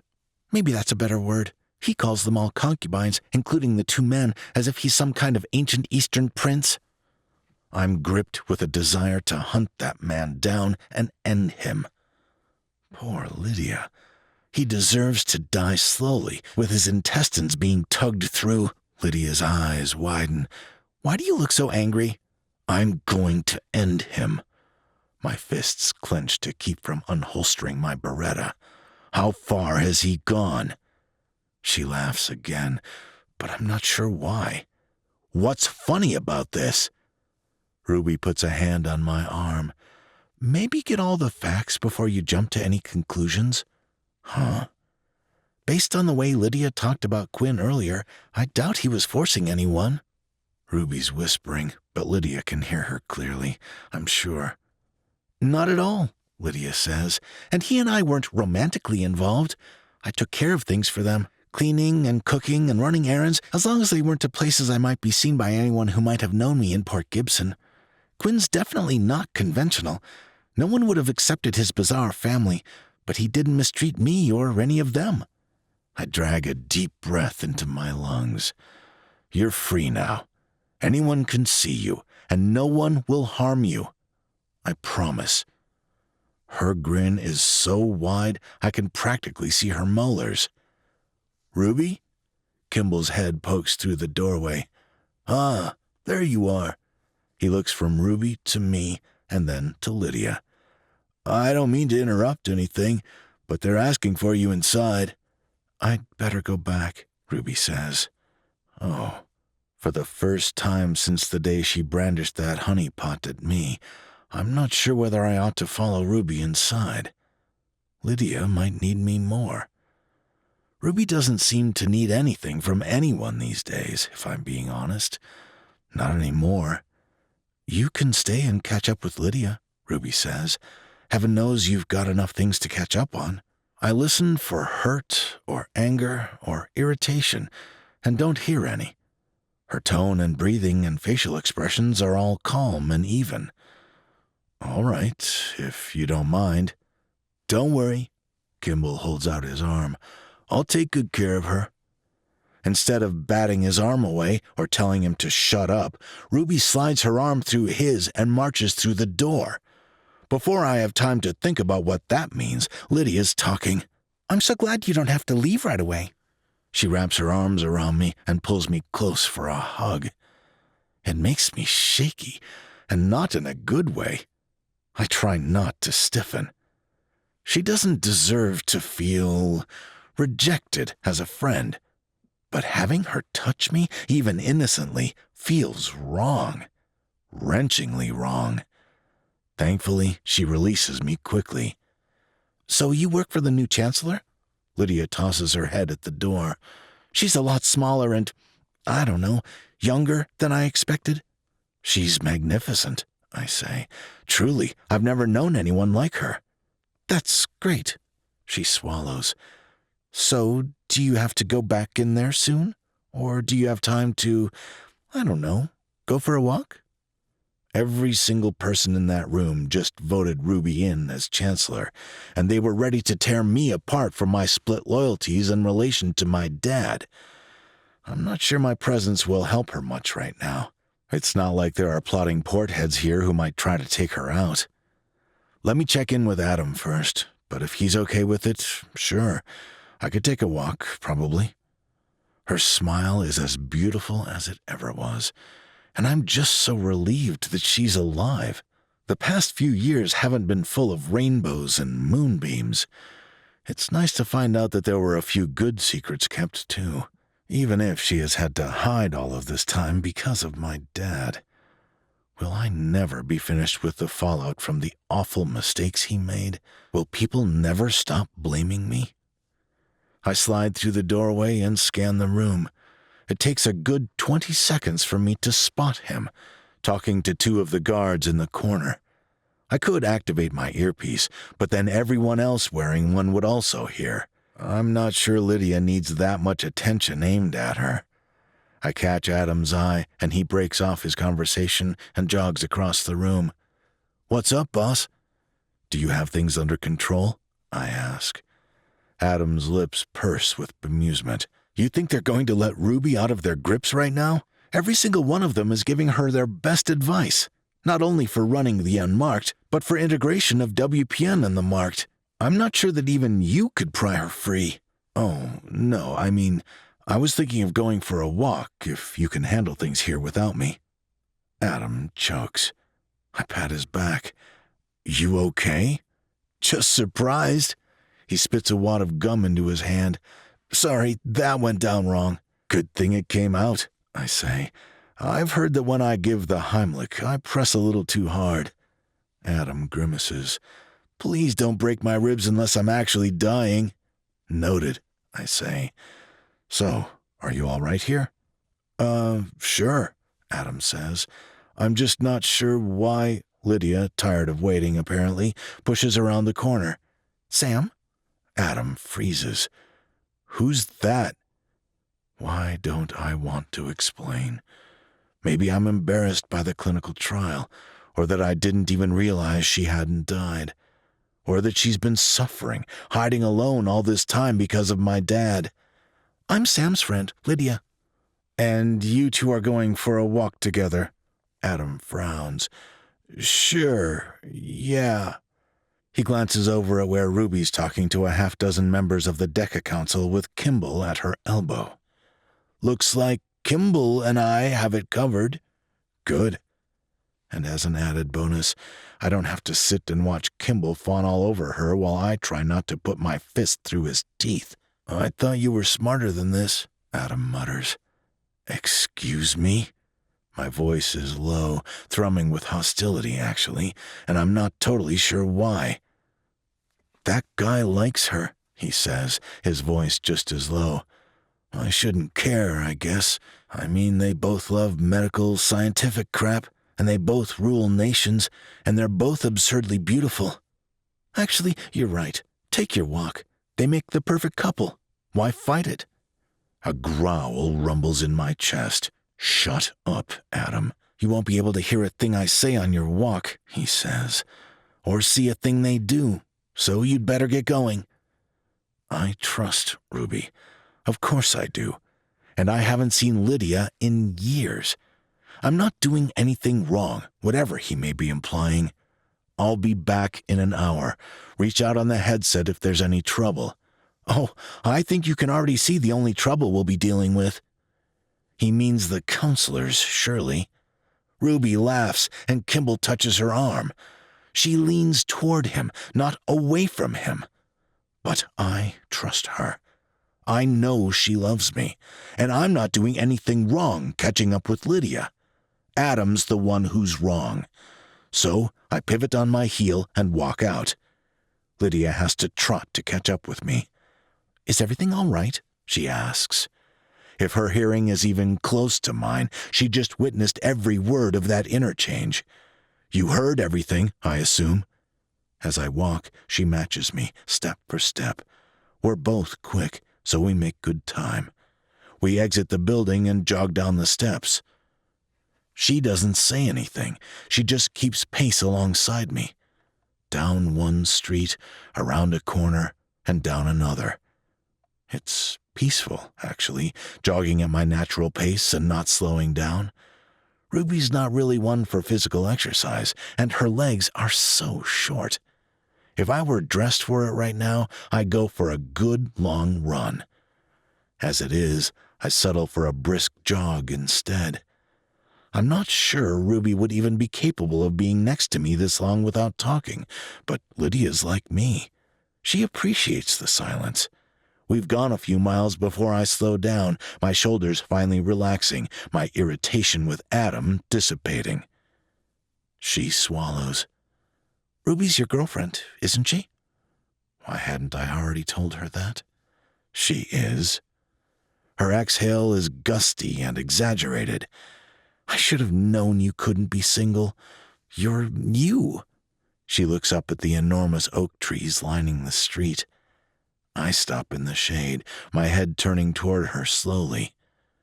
What does that mean? Look in a mirror and you'll understand. Her smile is shy. Come on, you're just as good-looking as I am. Something doesn't feel quite right in my belly. I shouldn't have said that. It's like I've lost my mind. I am? This time, her smile is broader, more confident, as it should be. Of course you are.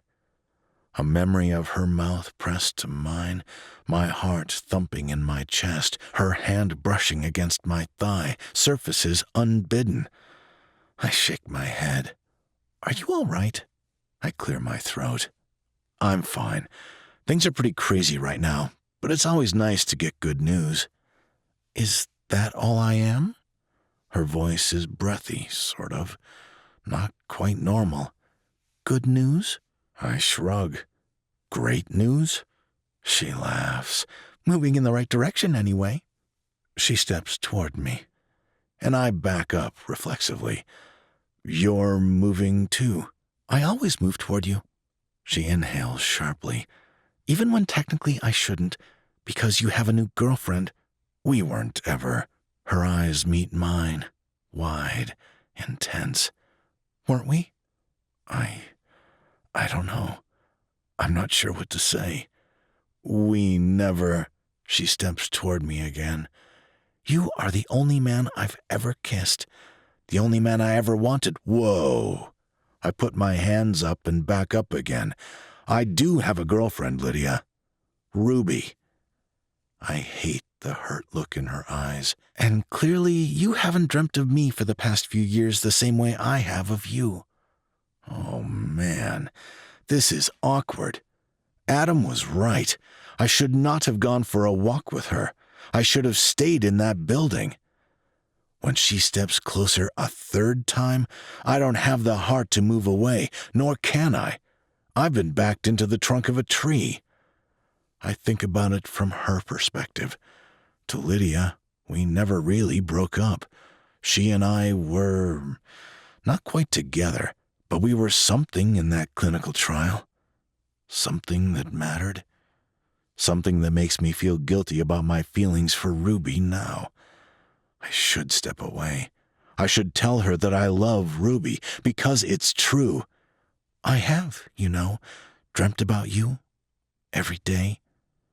Her eyes meet mine, and she doesn't even have to look up much. She's only an inch or two shorter than I am, several inches taller than even Rhonda. Her voice is low when she says, "And every night?" Her hand brushes against my thigh again, just like our first kiss. No one I've met has ever even come close to you, Sam. No one. I thought you were dead, I say. I'm not, though. She licks her lips. I'm right here, alive, and very, very well. She steps closer still, almost her entire body pressing against mine. And I sidestep so quickly that she loses her balance and nearly falls headfirst into the tree that was behind me, which makes me feel even more guilty because a tiny part of me wanted to kiss her. Badly. I haven't dreamt of her for years, but only because she wasn't alive. Or at least, until right now, I thought she wasn't. The Lydia I knew was strong, almost unbreakable, like me. She was fierce and funny and kind. She made me laugh. She made the horrendous clinical trial almost bearable. And now she's here, and she wants me, just as I am.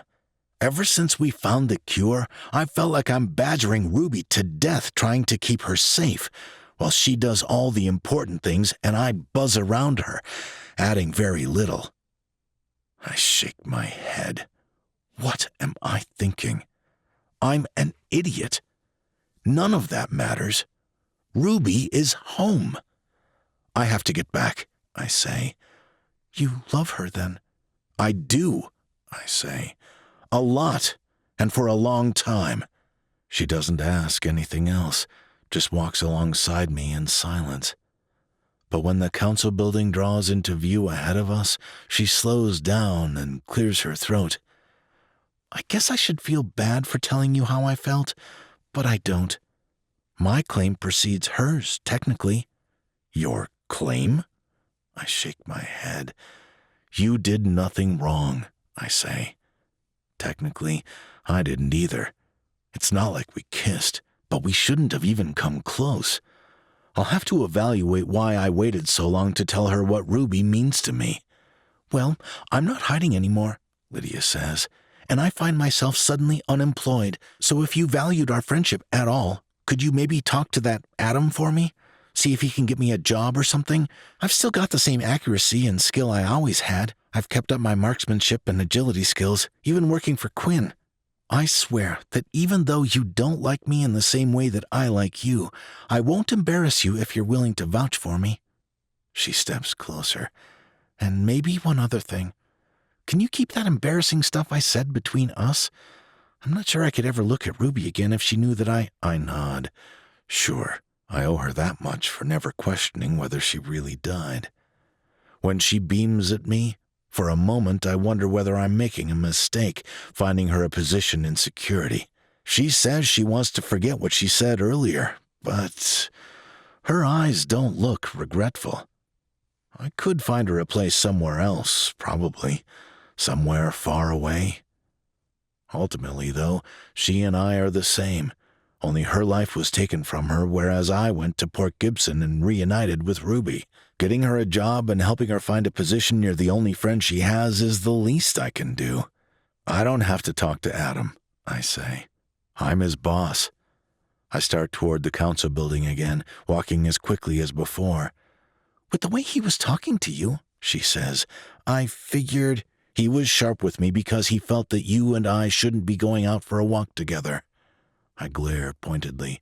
Turns out he had a little more insight than I did. Her answering grin is dutifully sheepish. Well, thanks. I really appreciate it. Even if you're already taken, at least we can still work together, right? I guess. I jog up the steps. It means a lot to me to know I have at least one friend left, she says. Thanks. Her parents are both dead, just like mine. But that reminds me. I pause just outside the door. I met Raphael, I say. My little brother, or I guess, technically, Ruby found him for me. But the point is, he's alive. Lydia drags a breath through her nose. You think, maybe? Her sister was marked right before she joined the trial. Both her parents had died. It's why she signed up. She had nothing left to lose. She was too old for the suppressant, she says. I may be a jock, I say, but I can do basic math. She'd have been halfway through her final year when we discovered the cure. Her eyes fill with hope. So maybe. And Rafe kind of runs things, so the next time we're down, I'll have him search. I push through the doors and jog down the hall. Thank you, she says. Of course, I say. I don't want to create false hope, but a few amazing things have happened, and I'm sure the future will do nothing but improve. She's half smiling when I push through the back door into the council chamber. To my surprise, the council members are all gone. Adam's playing cards with Frank in the corner, and Ruby's asleep, on Kimball's chest, on the sofa in the corner. "There you are," Adam says. "We wanted to just leave you, but Ruby insisted we wait until you were done with your reunion with your friend." Adam scowls at Lydia. Kimball's arm is wrapped around Ruby's small frame. They look cozy. It pisses me off. "Well, I'm ready to go now." "I'm Lydia." She holds her hand out toward Adam. "I hear that now the cure has been discovered, we can do this again." He doesn't take her hand. "Or maybe that wasn't right?" She glances at me. "You haven't been inoculated yet." Adam's lip curls. "I'd hate to expose you unnecessarily." "If she got sick, I could fix her immediately," I say. "No reason for you to be rude." "Wait, you could?" Lydia's eyebrows rise. "I heard Ruby found the cure." Her voice is hesitant, unsure. It breaks my heart a little bit to hear it. "Ruby figured it out," I say, "and she has antibodies in her blood, but the virus that gobbles up Tercera was hiding inside of me." "That's amazing," Lydia gushes. "What is?" Ruby stretches and rubs her eyes. "Sam saved the world," Lydia says. Ruby beams at me. "He really did." And suddenly, I regret being annoyed that she was asleep on Kimball. I mean, it's not like I was here. All she was doing was sleeping. I know better than anyone how run ragged she's been. Everyone wants something from her, and it takes a toll. "Well, whether you want to shake my hand or not, Sam has offered me a job, so we'll all be working together a lot in the future, and I'm delighted." Ruby straightens. "Wait, what?" Her reaction makes me think that maybe I should have run that decision past her. But it's Kimball's smirk that really gets me. I really do hate almost everyone when we first meet, but I swear I dislike that guy more with every passing minute. 12. Ruby. I smile at Madeline, who has placed another platter of pancakes on the table. She curtsies, which is bizarre, and then ducks back into the kitchen. These pancakes are actually pretty good. I stab one more and drag it onto my plate. Sam takes the rest of the stack and douses them in syrup. I know you hate being in charge, and yesterday didn't go the way you wanted, but the food is a dramatic improvement over our first trip together. He smiles. Remember that rabbit you caught? I laugh. That I made you kill and skin? That stew. He cringes. I don't miss setting snares for our meals and cooking them over a fire. Me either. Things have changed, Sam says. but I hope you know that I'm going to kill her. Adam stomps through the door.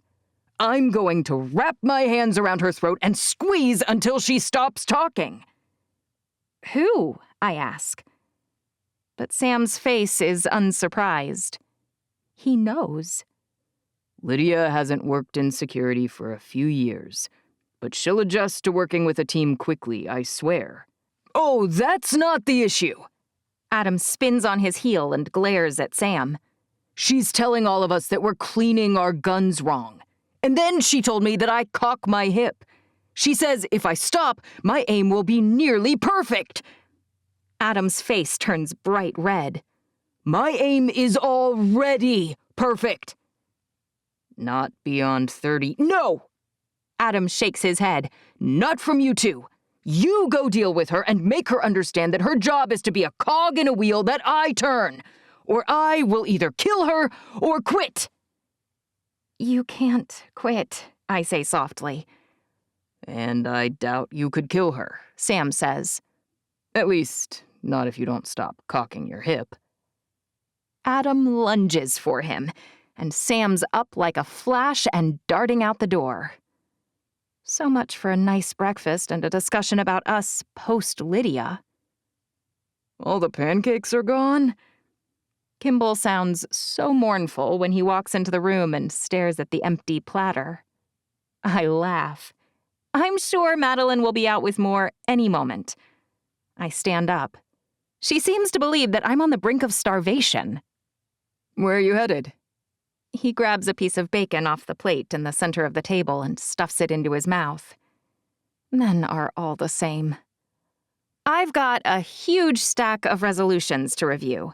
Apparently, interim chancellors can only do a very short list of things, and approving resolutions isn't among them. Which means they've backed up for weeks. I groan. Not that I know what any of them mean. My head already hurts, and I haven't even started yet. I'm sure you have plenty of people offering to help you, Kimball says. But my dad does a lot of this kind of stuff too, and I've been helping him since I turned 12. Grooming you much? I laugh. Oh, he has high hopes, my dad. He looks nothing like Wesley, other than his coloring. But sometimes he reminds me of him anyway. His laugh, the mischievous glint in his eye, something. It makes me happy and sad. Hey, are you okay? He's observant and empathetic like Wesley, too. Maybe that's it. I'm fine, I say. You just remind me of my best friend Wesley sometimes. The one who died? He cringes. I'm sorry. Is that good or just painful? Both, I shrug. But probably mostly good. I think the saddest thing about losing someone is that you start to forget them. You lost your dad, too, longer ago than you lost your friend. He shakes his head. My mom died almost 10 years ago now, and I miss her every day. 10 years ago? I close my eyes. She was a senator. Oh, no. My horrible father accelerated her. I'm so sorry. I don't blame you, you know. Kimball exhales. Your dad was a lunatic. You couldn't control that. I shudder. Please don't call David Solomon my dad. Sam did, back at the Capitol. I know, I say. And that bugged me too. He's never done it before, but I think he was distracted. I'm sure. I can't believe he thought she was dead. And they had that horrible experience together, and now she's alive. That would throw anyone. Probably, I say. You're remarkably okay with it, He says. If my boyfriend had a super hot woman from his past show up, it would tick me off, probably. I laugh. It would have made me insanely jealous a few months ago. I snort. Maybe even a few weeks ago. But not now? I shake my head. Sam's the reason I'm so calm. He taught me something, you know? He told me that love is a choice. Every day, every moment.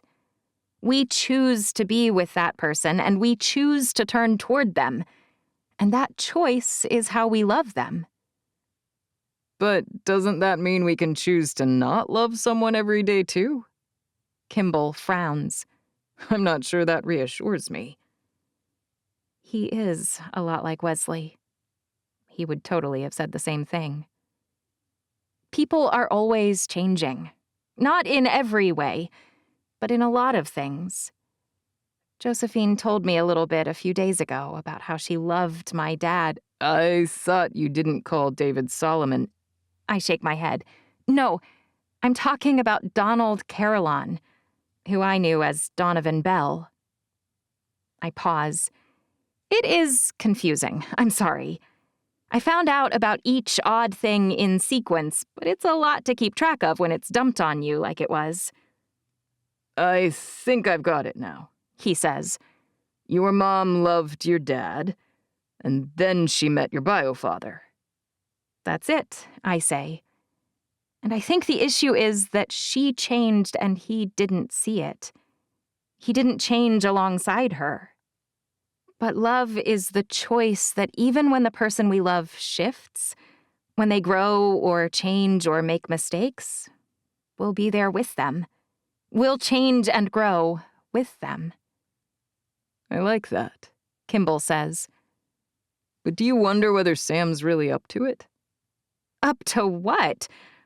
I arch one eyebrow. To choosing me? I'm not tall and gorgeous, but he doesn't care. Oh, believe me, you don't have to tell me why he'd choose you.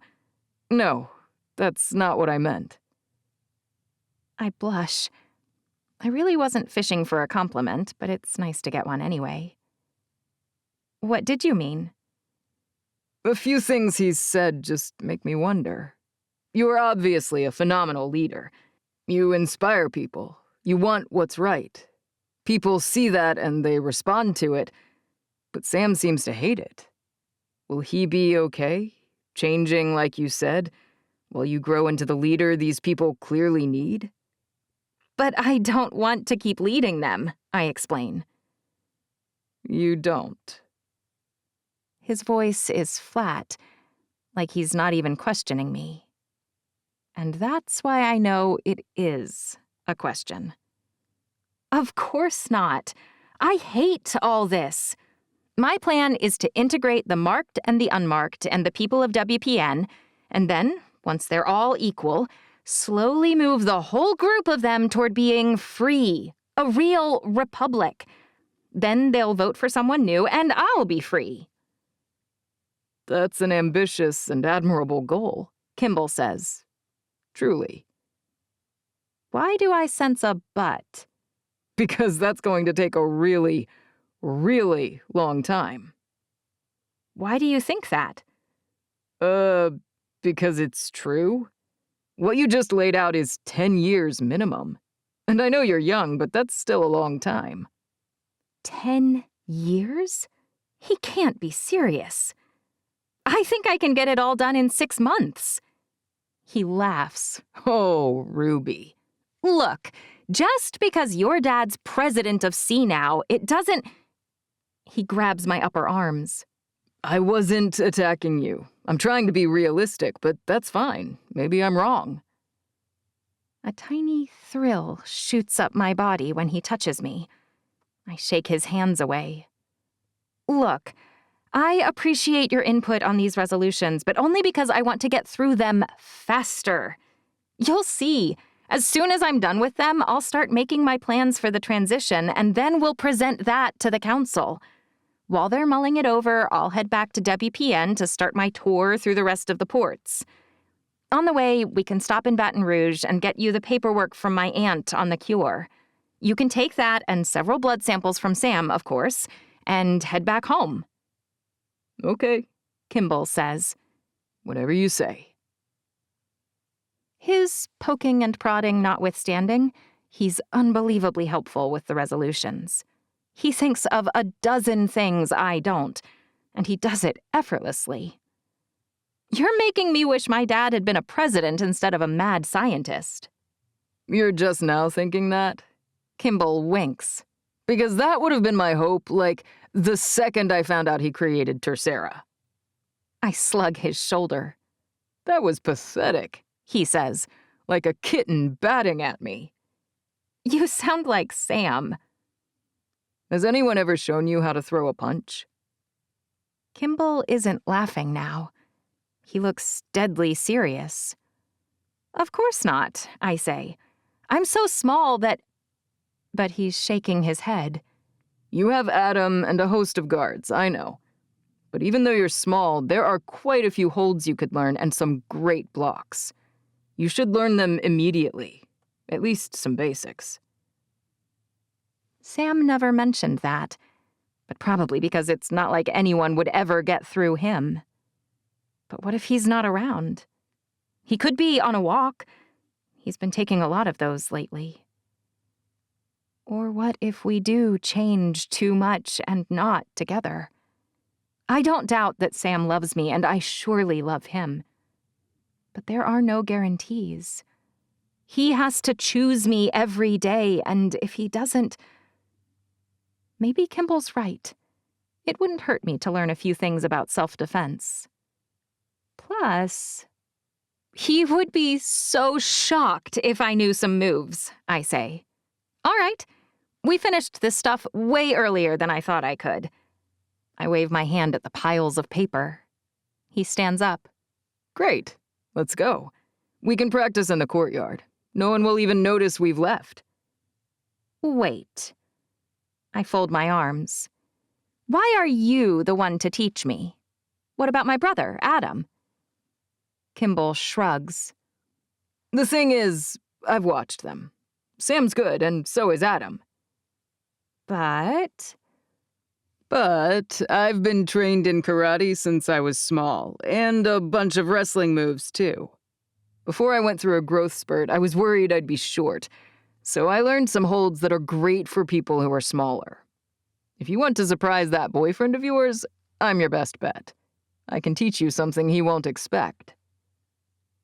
the thought of shocking Sam? I love the idea.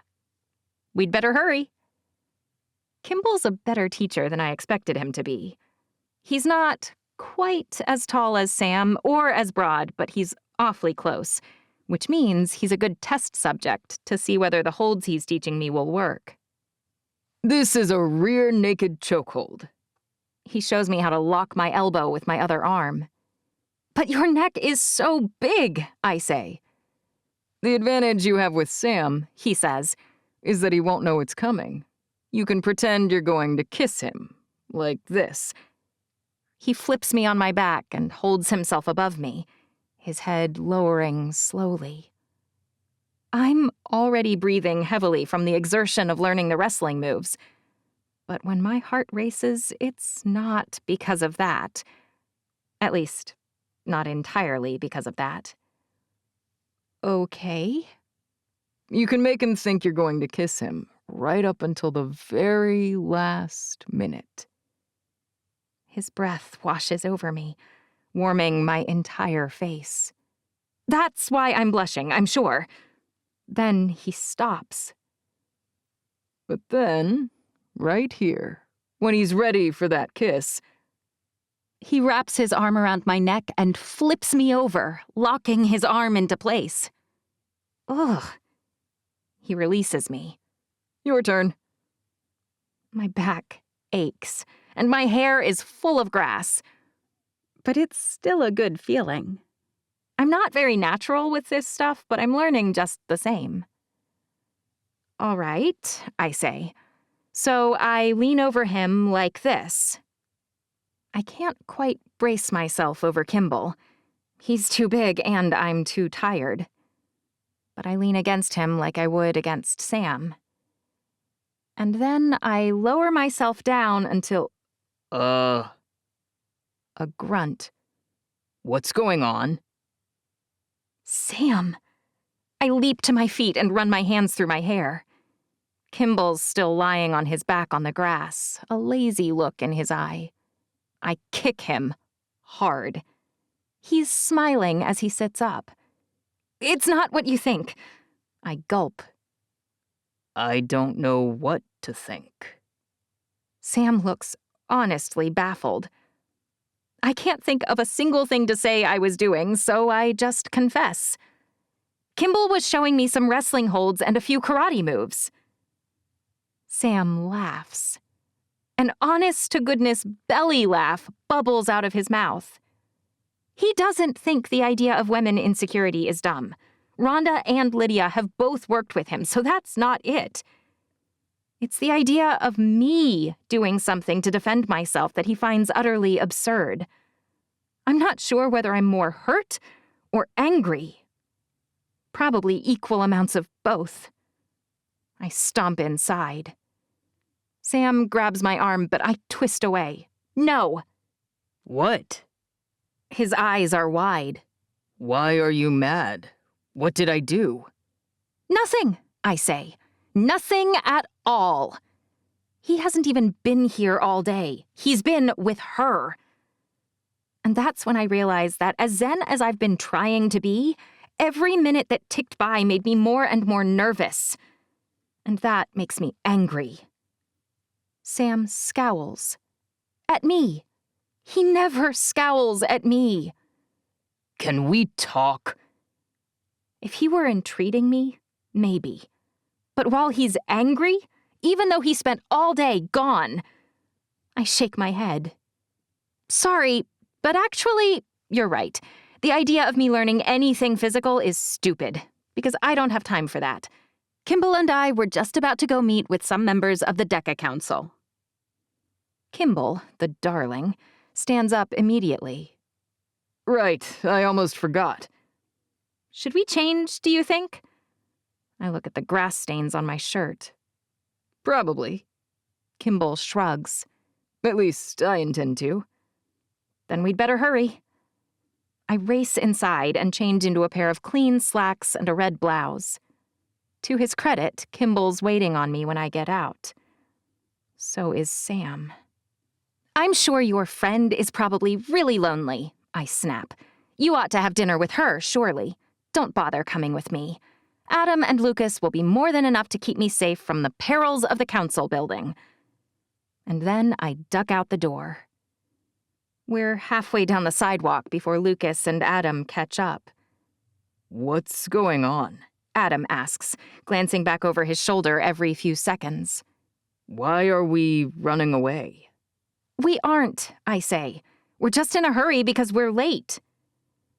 And in a bizarre stroke of luck, 2 members of the DECA Council are actually at the chamber, eager to discuss the framework of my plans for integration.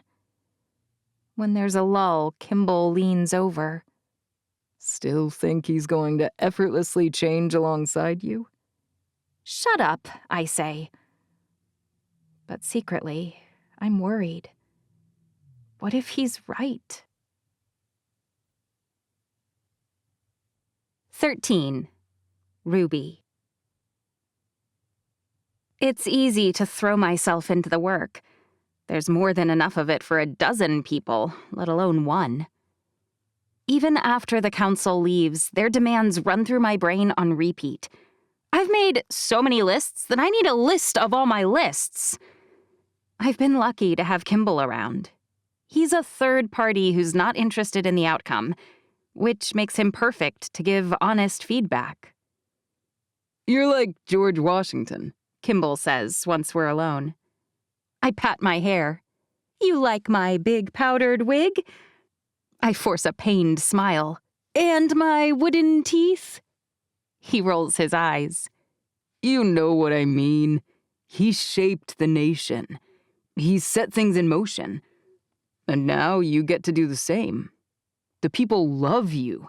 Here, down in Galveston, they credit you with ending the pandemic.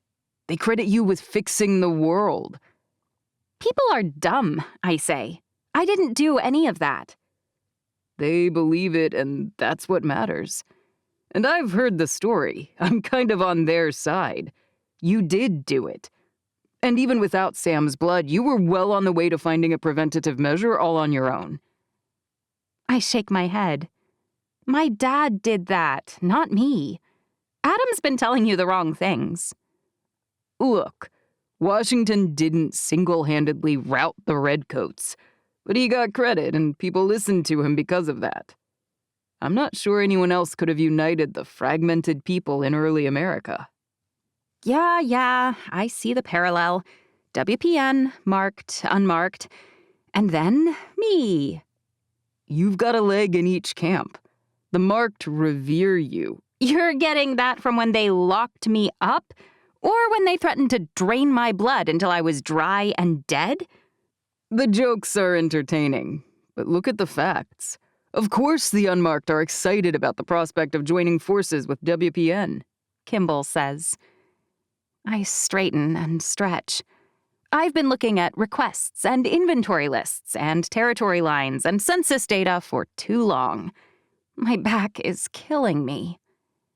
What are you talking about? WPN has better tech, better infrastructure, and all the military power. The unmarked are asking WPN to share everything they have, and offering virtually nothing. Allies are always a good thing.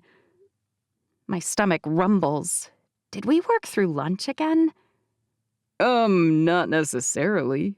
This is more like telling a needy neighbor that you're happy to share your barbecue. Then they show up with a box to steal your cable, A hose to take your water, and an extension cord to jack your electricity, too. Don't be so dramatic. The unmarked have professionals and infrastructure. They have river ports that are barely scraping by, and a handful of people who understood things before but haven't adjusted well to life in the brutal and unwashed present. Kimball frowns. You think WPN's going to be angry? He shrugs. I'm not very religious. Maybe they'll be surprisingly charitable and generous. But if I were the neighbor about to have someone else sponging off my water and my power bill, then yeah. I'd be kind of ticked with the lady who rubber stamped it and handed them a hose. Good grief. Okay. Well, then we need to limit the how and the why. Maybe we focus on WPN sharing training and IP and less actual resources. That's a smart move. Mitigate the transfer to make it look like you're sharing knowledge more than anything else. Plus, the citizens of WPN will be seen working to incorporate the new stuff, so that will alleviate any possible irritation. Kimball pauses. Look, my point was this. He taps on the table. Pay attention, Ruby. I look over at him. Yeah, I'm listening. You want to fob this whole thing off onto someone else. Anyone else. I get that. It's not like you grew up hoping to become a greedy despot.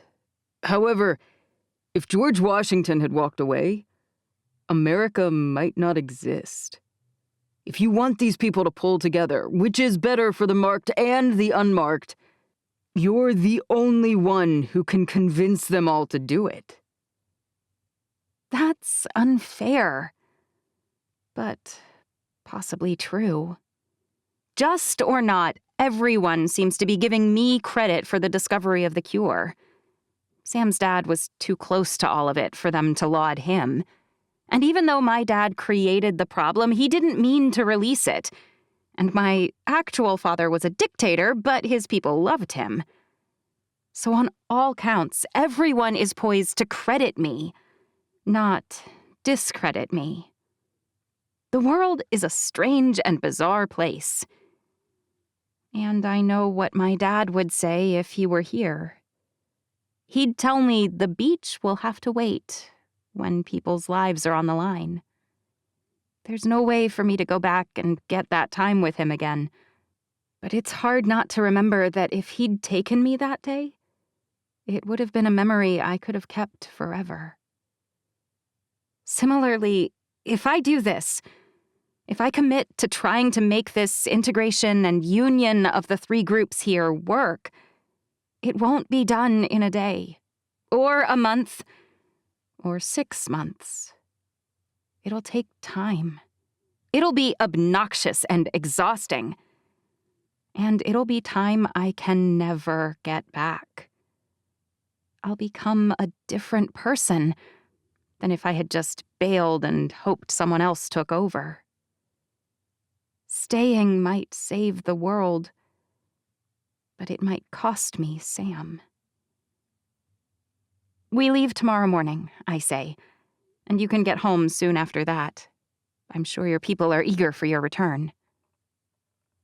The door to the small side office we've been working in opens. Sam steps inside. I don't want to interrupt, but it's almost 3 o'clock. Did either of you plan to eat anything?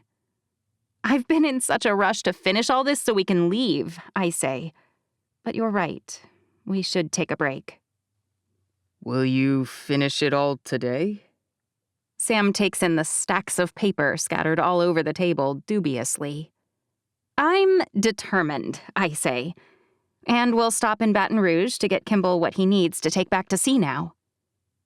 Is there somewhere to land in Baton Rouge? Sam asks. Or do you mean we'll go by car? I frown. Going by car will take quite a bit longer. I'll ask Adam about the possibility of a flight to Baton Rouge.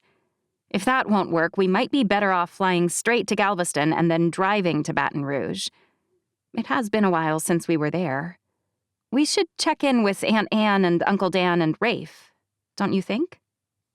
My people's marked population is stable, Kimball says. so there's no rush on my end. I'm happy to stay and help as long as you need me. I expect Sam to say something snarky, but he doesn't even frown. Have you eaten? I ask. Sam glances at me, unsure who I'm asking. Me? I nod. I did, but I'm always hungry. Want to have lunch with me? I smile. As your security chief? I shake my head. As my Sam. His smile is like the sunshine after a long day indoors. Of course. As simple as that, the tightness around my heart eases. We may not be changing in the same ways naturally, but if he's listening to me and I'm listening to him, we can work the rest out. I'm sure of it. I stand up. If you'll have Madeline send me some sandwiches, I'll put together a proposed list of tech that the unmarked need most and the personnel they'd need to get them functional. Kimball smiles. You deserve a break. You don't have to keep working, I say. He shrugs. I don't mind. I'll be back. I walk through the doorway and down the hall, and Sam matches my pace like he always does when we're going somewhere together. As we walk out the exit and down the street, my hand swings at my side, only a few inches away from Sam's. I want to reach out and slide my palm against his. I would normally, but everything feels strange. Almost like I don't know him or what he's thinking. We're almost to the house, where we'll have to interact with Adam and Madeline, and I still don't know what to say. At this point, anything will do. What have you— So I was— Sam turns to face me. I look up at him slowly, unsure what he's feeling. Angry? Sad? Scared? Not scared, surely. It is Sam, after all. His face gives nothing away. The Sam mask is firmly in place. Intense is the only thing I can read for sure. I sniff. You can go first. I wasn't sure what to say, He says. I'm not sure whether I'm in trouble. The corner of my mouth turns up just a hair. In trouble? I can't quite help my smile. I'm not your mother, You're far scarier than she ever was, he says. and I love you more. At the word love, the air whooshes out of my body and I have to fight back tears of relief. Hey, are you all right? Sam's arms wrap around me to steady me. When you weigh 85 pounds, you can't skip meals.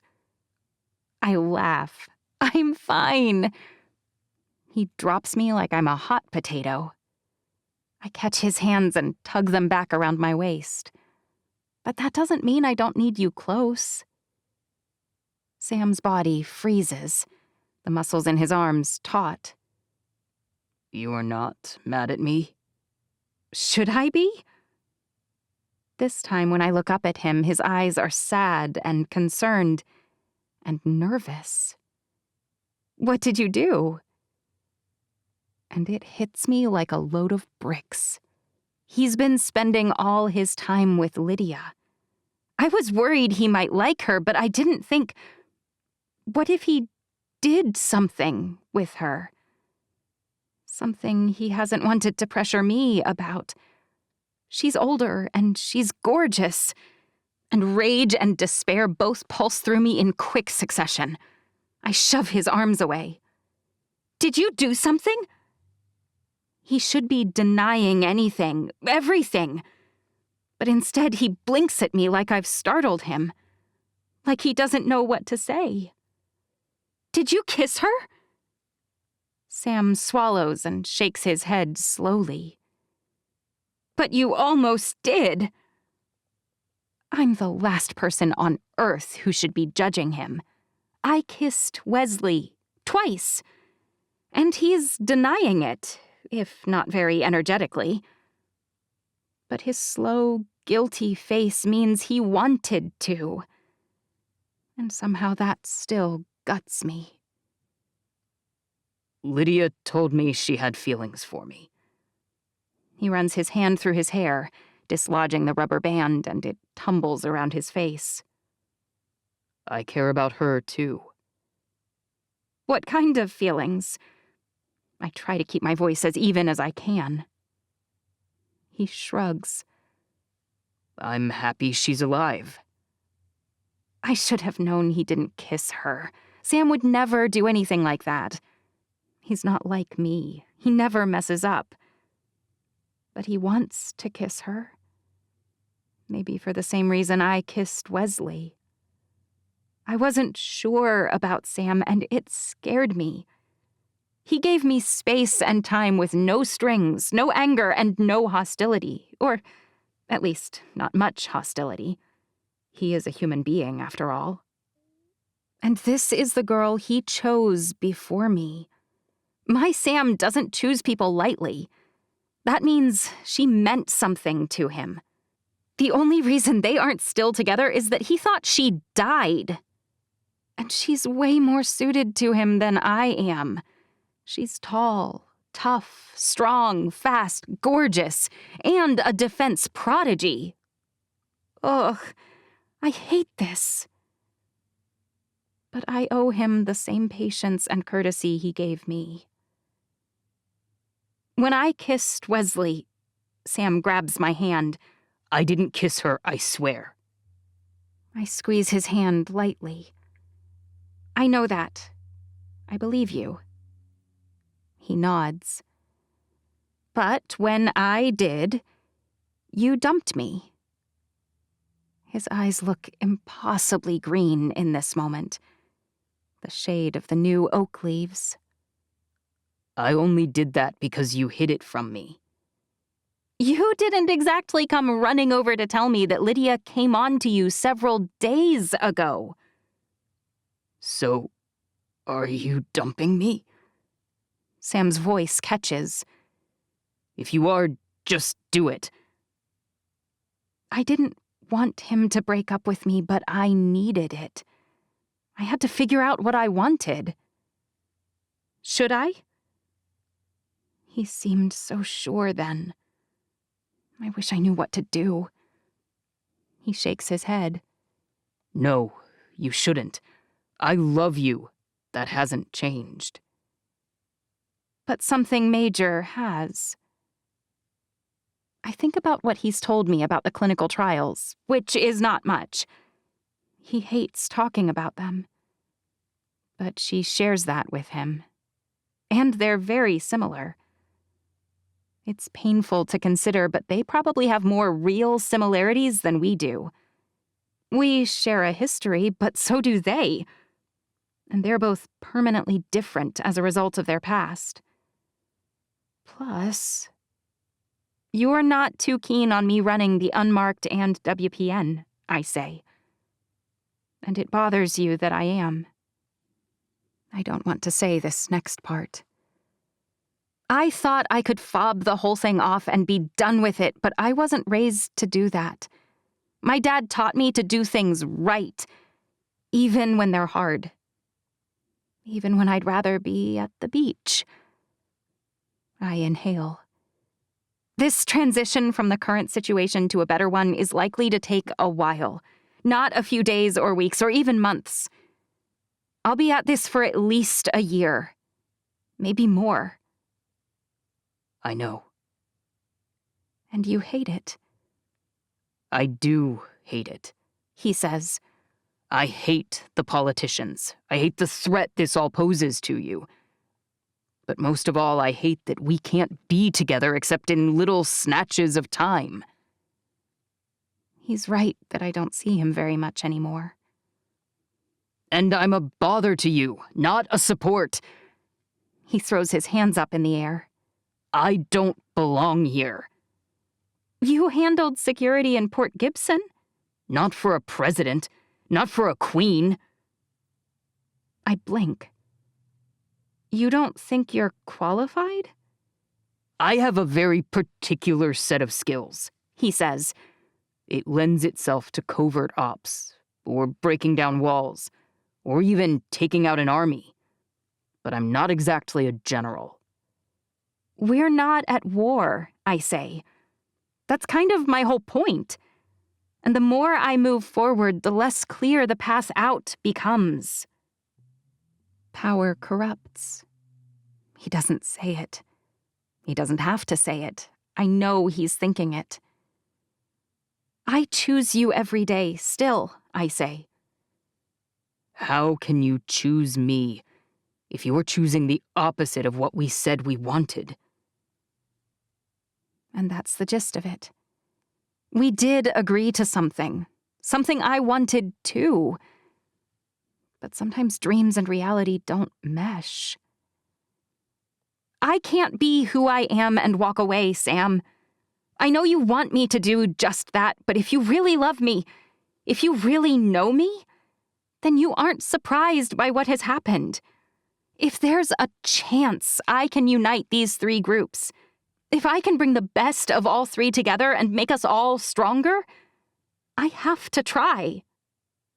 We all become our choices over time, he says. That's what makes us, not some innate qualities. You can still choose to walk away. Someone else will step in. They always do. But Kimball's right about this. Sam either doesn't see it or he's intentionally looking away. I have a bizarre, unearned chance to do something right. And there's no way of knowing who else would step in if I bow out. It would be wrong for me to walk away.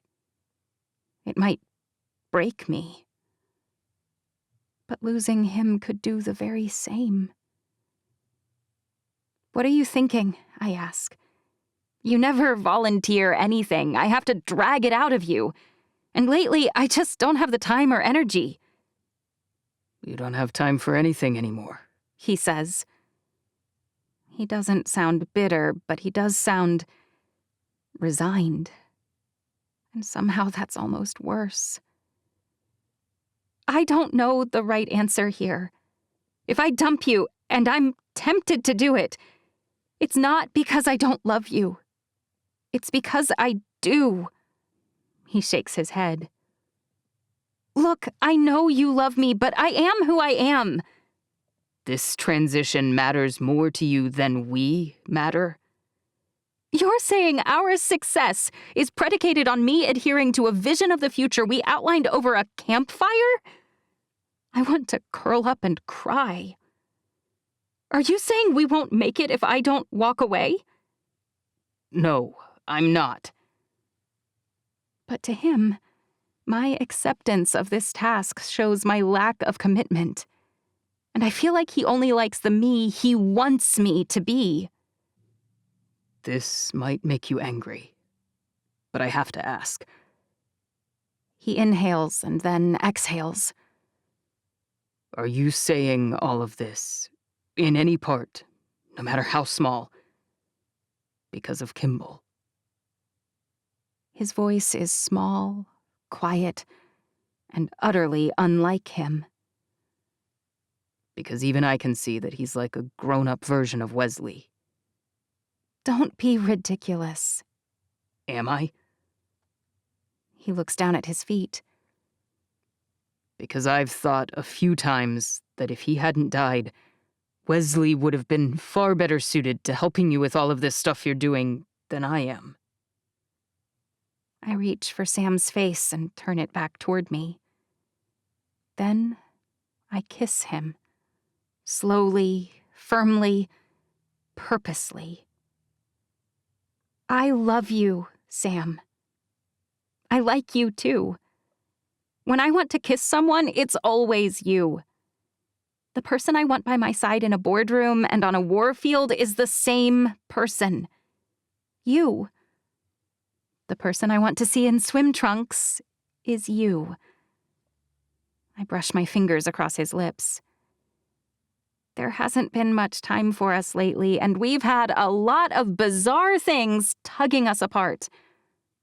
But there will be time for you and me during all this. It won't be in a small town like we planned. Not yet, anyway. But we'll have dinners, meetings, breakfasts. Okay, He says. all right. All right, what? If you aren't having second thoughts, then neither am I. I kiss him again, and I don't have any thoughts at all, only feelings, all of them good ones. By the time we reach the house, Madeline's almost done with dinner. After we've eaten, I feel much better. Kimball shows up a few moments after we finish, in time to clean up the leftovers. I did the integration chart, and I've drawn up some preliminary state options. I'm thinking the unmarked, with their almost 400,000 citizens, should get 4 or 5 states. I'll show you what I had in mind. And then the marked would have 2, or they can integrate into the others. You'll have to talk to them and figure out what they want. And then you can make the ports in WPN into states. And you can set up some kind of local voting based on that. It would mirror the old United States plan, of course, and... Sam stands up. Hey, I grab his hand. You can stay. I'd love to hear what you think. He glances at Kimball. It looks like you two already have it covered. When he walks out the front door, my heart cracks just a little bit. Because if he's not even going to try and be a part of what I'm doing, I'm not sure how long we'll be all right. 14. Sam. The flight to Baton Rouge is uneventful, right up until the plane starts to descend. Shouting from the cockpit has me sprinting to the front of the plane. What's going on? It's, the pilot squints. It looks like a giraffe? You'll have to circle around. I can see them quite clearly. It's actually a family of giraffes. A local zookeeper released the animals when the government was destroyed by the accelerant and city services shut down. What's going on? My body blocks Adam from entering the cockpit. I'll go explain the ascent and circle, I say. The pilot and co-pilot are both swearing quite a lot. I'm sure the plane is at least as terrifying to the giraffes as they are to you. I smirk. Once you circle, I bet they'll have moved away. They do, of course, and we're able to land safely. The hike from our landing strip to the edge of the marked settlement is barely more than 4 miles, but Ruby's legs are so short that it's a real pain for her. She's always cranky when she has to hike. It's kind of cute, actually. I've learned not to talk to her, no matter how leisurely the pace. It's starting to get hot. Ruby tugs at the bottom of her blouse. I think we need to make plans for transportation a little better in the future. Absolutely, Adam agrees. You need to make communication lines your #1 priority, Kimball says. We've got reliable phone lines and even cellular towers in each of our main cities. We got them up within 4 years of the collapse. Bully for them. I'll have to see who we have with the knowledge. I'm happy to send a team for you, Kimball says. You probably already have all the equipment and structure in place. You'll just need to make repairs and updates, as well as we'll let you know if we need that, I say. My father had a phone he used periodically, so there's some kind of network in place already. We'll definitely look into it. I'm sure the team Ruby selected as her executive committee will have the details on that, Kimball says. They're heading straight for Galveston as a control center for now. I've been wondering about that, Ruby says. Because the technology is already developed, and Solomon had plenty of other, more advanced things, so why didn't he have better long-distance communications in place? What are you really wondering? Adam asks. I think he intentionally only allowed local telephones in each port and no outside communications except with himself. She's right, of course. It was entirely within his reach to make communications more accessible, so why would he limit them? Unless he had an ulterior motive. I think he wanted to keep the people isolated and in the dark to control their ability to reach out to others. He could essentially tell the citizens of world peace now whatever story he wanted, and he'd only have word of mouth to combat his side of things, assuming the portheads maintained the party line. How 1984 of him, Kimball says. I'm pretty sure those principles go further back than that, Ruby says. Dictators and monarchs have been around since long before America existed. Kimball laughs. I'm referring to a book by a guy named George Orwell. He wrote about a society where the government monitored everything and controlled everyone. Now that I think about it, that book is kind of like Solomon's guidebook, only in that story, they did away with religion, whereas Solomon harnessed it. I hate how well-read and knowledgeable this guy is, and that I can't even contradict him since I haven't ever heard of that book, or any of the other stuff he offers, like advice on ruling and setting up republics and voting and redistricting, or lively opinions on various medical findings. It almost feels like he and Ruby are speaking another language when he starts spouting off words like hematoma and aortic or cysto something or other. Having him here makes me feel worse and worse about myself and what I bring to the table. Ruby picked me over Wesley, but she didn't want to rule then. And Kimball's an awful lot like Wesley, who she followed around for years. There's a bit of a misunderstanding when one of Rafe's perimeter guards spots us and fires a warning shot, but it's quickly sorted out. I'll just radio Rafe to confirm, a short black kid says. I nod. Tell him his brother didn't shoot you yet, but he's losing his patience. He gulps. Luckily, Rafe picks up right away. You said they're on foot? Rafe, it's me, I shout. We came by plane, but had to land a ways off and hike. Even through the crackle and pop from the old walkie, Rafe's signature laugh is loud and crystal clear. I should have expected something like that. Yeah, let them through. The kids look as sheepish when he waves us past. They have preteens securing their perimeter? Lydia has sidled up on my right side. Really? That kid's probably our age, I say. No way, she says. It's the suppressant. I shake my head. Anyone who hasn't seen them marked knows they're on a hormone suppressant, but they don't get it until they witness it themselves. They don't grow right, like they're suspended in time.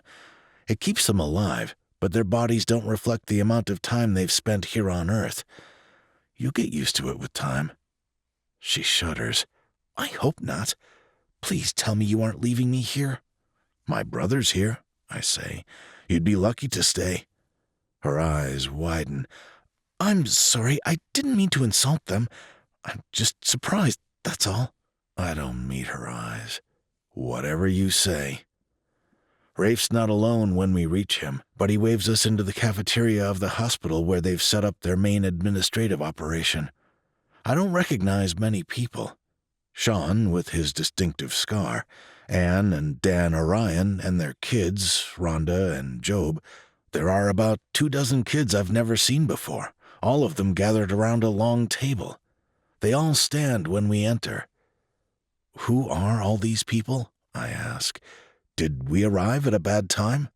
As Rafe scans our group, the WPN guards, including Adam, secure the perimeter. They may not be my friends, most of them, but they take to their training well, following the protocol I outlined perfectly every time.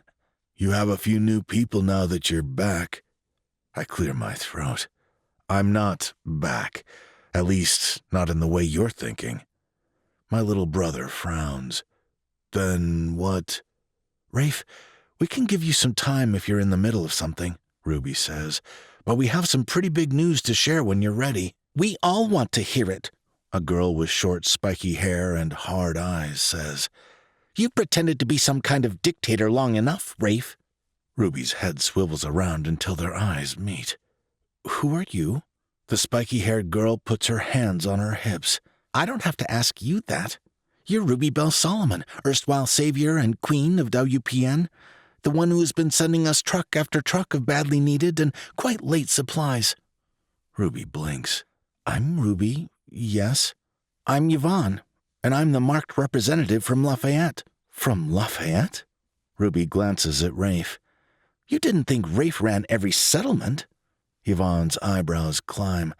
I swear, Rafe, you are unbelievably— I did what had to be done, Rafe says. And thanks to me, you're all cured. You're welcome. It was high-handed, a boy with hair black as pitch says. But he's right that he did what no one else could. He summoned everyone who could travel without consulting with us, and that landed us all in a lot of trouble when that accelerant hit. But he provided food and shelter and nailed down the cure in time. For most of us. Yvonne looks terribly short on gratitude.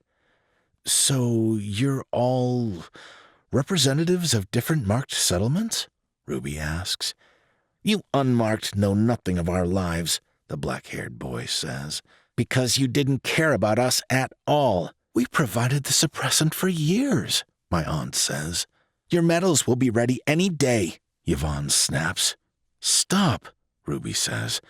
There's no reason to fight right now. If you're the leaders among the marked, then I need to speak to you all. She walks to the front of the room.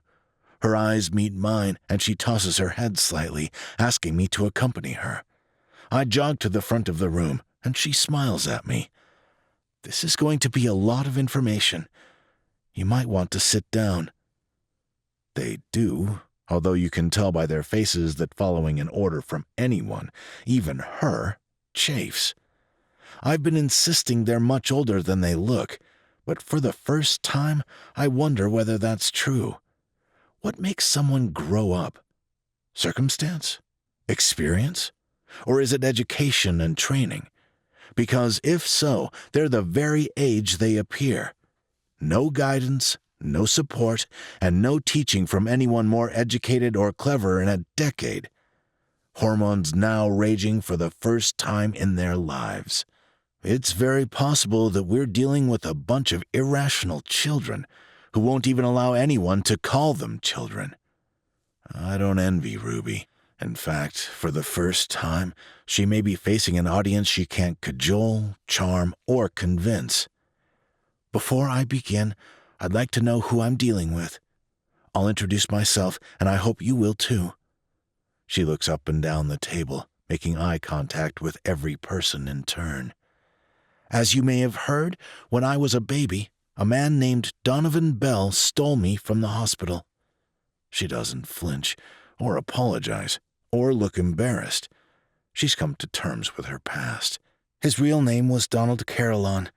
His sister and her husband have been working here tirelessly for the past few weeks, distributing the cure and directing the provision of any extra medical care you all need. A few people murmur, but it seems she's right. They'd heard that part. That man created Tercera, not to infect people and destroy the world, but to create a vaccination he hoped would spare people. Ironic, but true.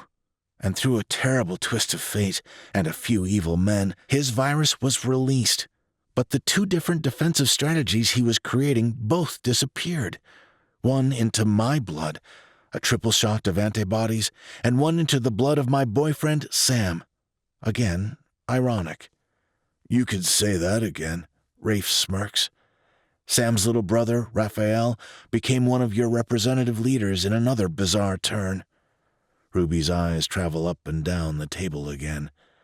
My actual biological father was even worse than the tragic Donald Carillon.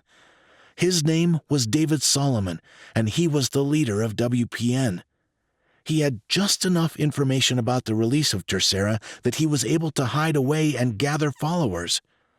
My mother shot him not long ago, with some serious encouragement from me. And in another bizarre twist, the people of WPN made me their next ruler, a job I have never wanted. Now that you're up to speed on that, I'd like to hear from each of you as to who you are and where you call home.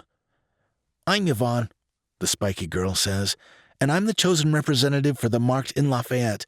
We were about 20,000 people strong before the suppressant started failing. I'm Nathan, the boy with black hair and dark, almost midnight eyes says. I'm the representative from Alexandria, we only had 12,000 or so. Beaumont, Lake Charles, Natchitoches, Shreveport, Lufkin, all of them small, all of them proud, all of them independent. Some of us were pretty hard hit, Nathan says. I think I only have about 8,000 alive in Alexandria now. Ruby closes her eyes. I'm so sorry. You are the one person who doesn't have to apologize, Yvonne says. Well, maybe you and Sam. She purses her lips. But you said you had news? I do. Every single eye in the room is on her. She's calmed them down quite a bit, listening to who they are and where they're from. But mostly showing them she's a real person and that she knows they're real people too. Showing them she can listen. Every single day, I realize she can do something I didn't know she could do, connect with people in a way I never could. I actually have quite a lot of news to share. I'd ask that you hear me out until the end before you react, if that's at all possible. Heads nod all around. I have no interest in ruling WPN, as you all know. The only reason I took the position at all was so that I could halt their plans for a cleansing of the marked population. They meant to wipe you out entirely. Grunts and scowls and huffs. They knew. Ruby doesn't mention Rhonda or the ordeal she endured to secure control. If they've heard about it, which I imagine they have, not bringing it up will make them respect her more. She and Rafe had a real split over all of that. I went back recently with the hope that I'd either pass control off to my half-brother Adam, or that I'd be able to transition it quickly to a republic or democracy of some kind. That grabs their attention. But will they continue to send us aid? Yvonne's shoulders straighten and her hands brace on the table. What about the people who are saying some of us can live there? Nathan asks. Who will make sure anyone who goes is treated well? Who will hold them accountable? They don't want her to step down. That takes me by surprise. Ruby holds up her hands. Hear me out. I hoped my brother Adam would take over, but he has no interest, and the people didn't really seem amenable to another turnover of leadership either. I realized quickly that it wouldn't be a speedy proposition, transitioning to another form of government entirely, especially with all the changes lately, like finding a cure for all of you. Something else you did, a boy in the back with nearly white blonde hair mutters. The fact is, I'm going to have to make these changes one tiny step at a time, she says. And that became quite clear when I tried to encourage the citizens of New Orleans to elect a representative themselves, instead of simply following someone who was appointed to rule over them.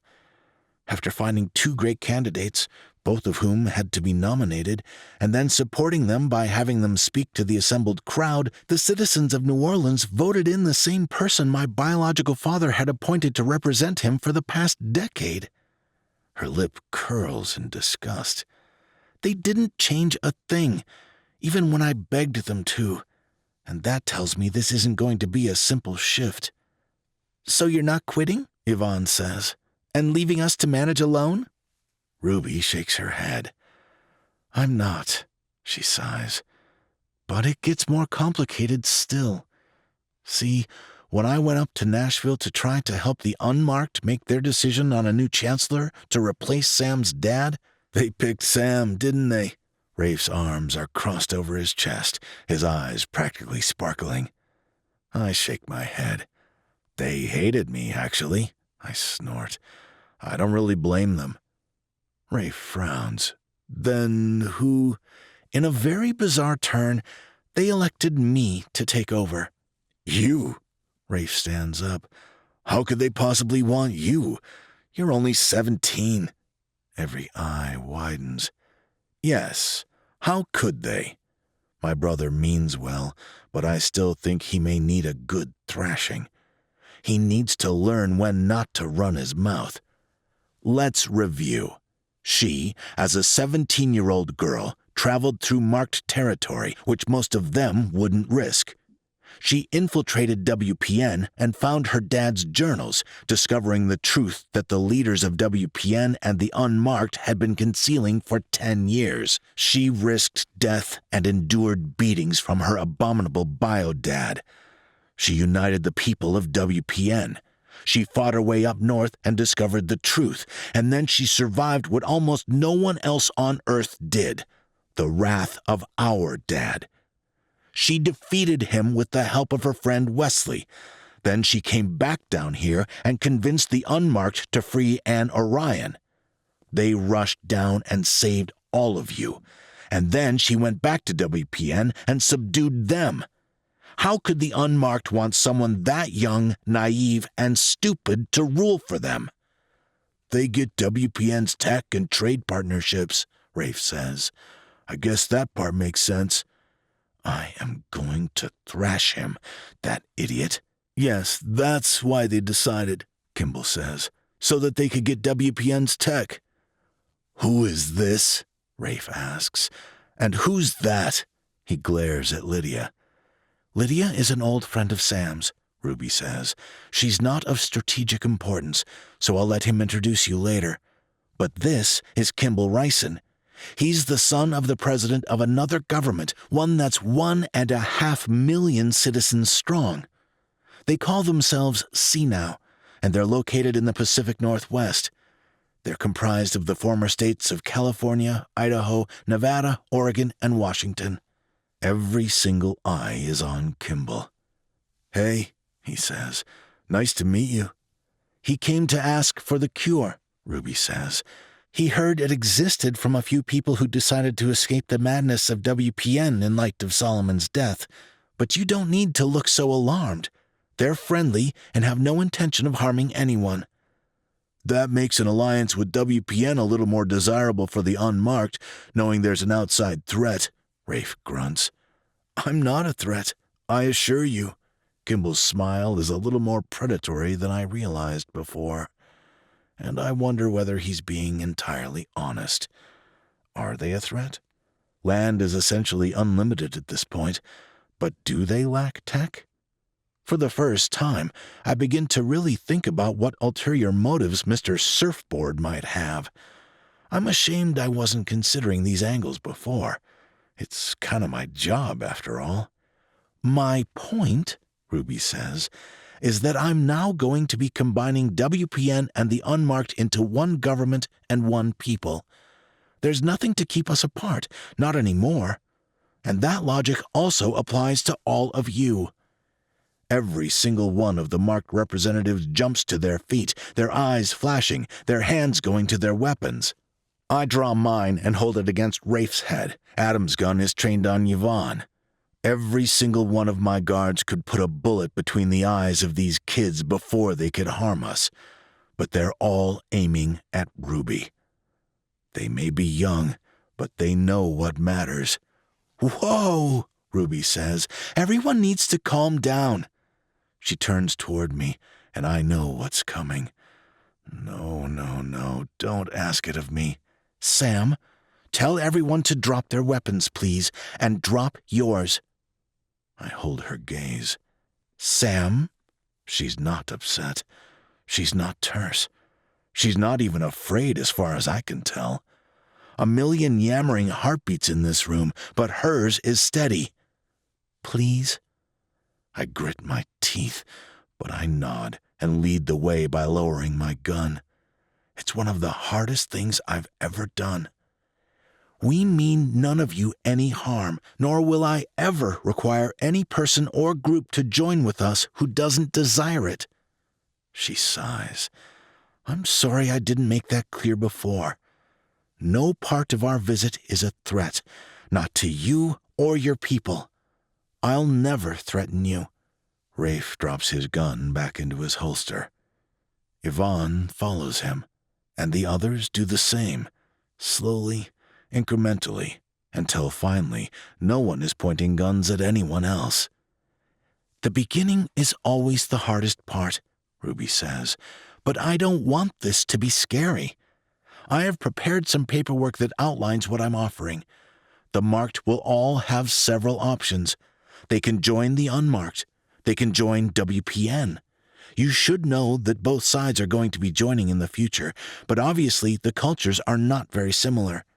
Or, if both of those options sound bad, the marked may remain separate. You don't all have to do the same thing, either, if you are all amenable to this option. I'm fine with each citizen among you making his or her own decision to join one of the other groups or remain in a marked settlement. But before that vote can take place, you all have a decision to make, because the other option you can choose is to be completely disassociated from both groups, to remain your own sovereign people. I don't understand, Yvonne says. As the leaders of the marked, I'm allowing you to opt in or out, Ruby says simply. If you opt in, you'll become part of the integration. If you opt out, other than sending aid in the short run and sharing tech with you, we'll honor your geographical boundaries and leave you alone. You'll cut us off? Rafe's nostrils flare. Ruby shakes her head. I hope very much that it won't be like that at all. If you choose to remain a separate entity, I hope we'll be friendly. I certainly mean to offer as much help as you'd like, but I won't force it on you.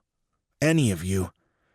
But if we vote to join you, Yvonne asks, then each citizen will be free to move to WPN or to the unmarked settlements, or you can stay here. Depending on how those numbers work out, we'll assign your region's voting power and a representative. You're saying we can join this union, whatever it is? Nathan says. Or we can stay solo? She nods. That's exactly what I'm saying. We haven't come up with a name yet, but when we do, it'll represent everyone who's a part of what I hope will be a free and prosperous new country. You are welcome to join, but there will be no hard feelings if you don't trust me. I completely understand the difficulty there. As much as I hate the idea of Ruby ruling for a long time, even I can't deny that she's impressively good at it.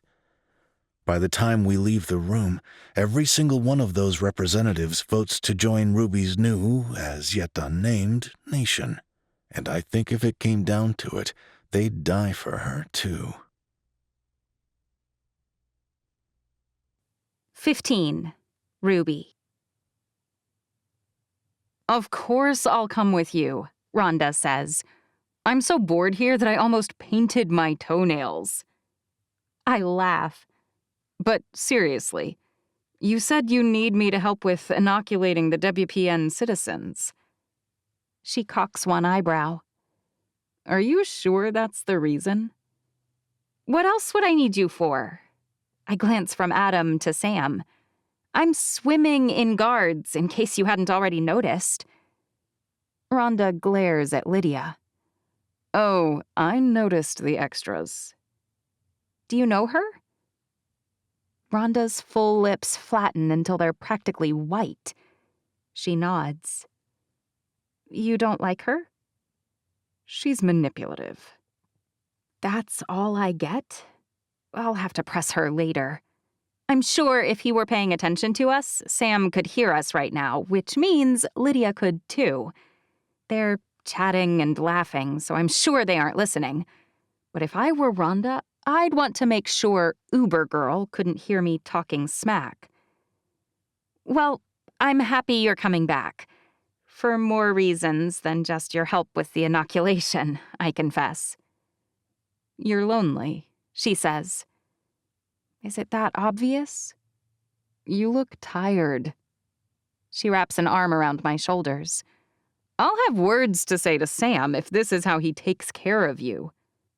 She won't eat when she's working, and she's stubborn as a mule.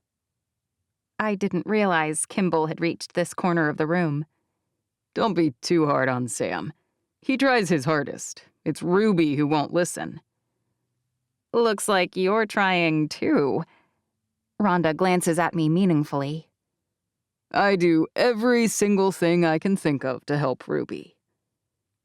Kimball's a little too flirty for my comfort. But what can I do about it? Kick him out and start a war? Kimball has been a tremendous help, seeing as he's been raised to rule, and I want nothing to do with it. I bet, Rhonda says. Plus, he's not bad to look at.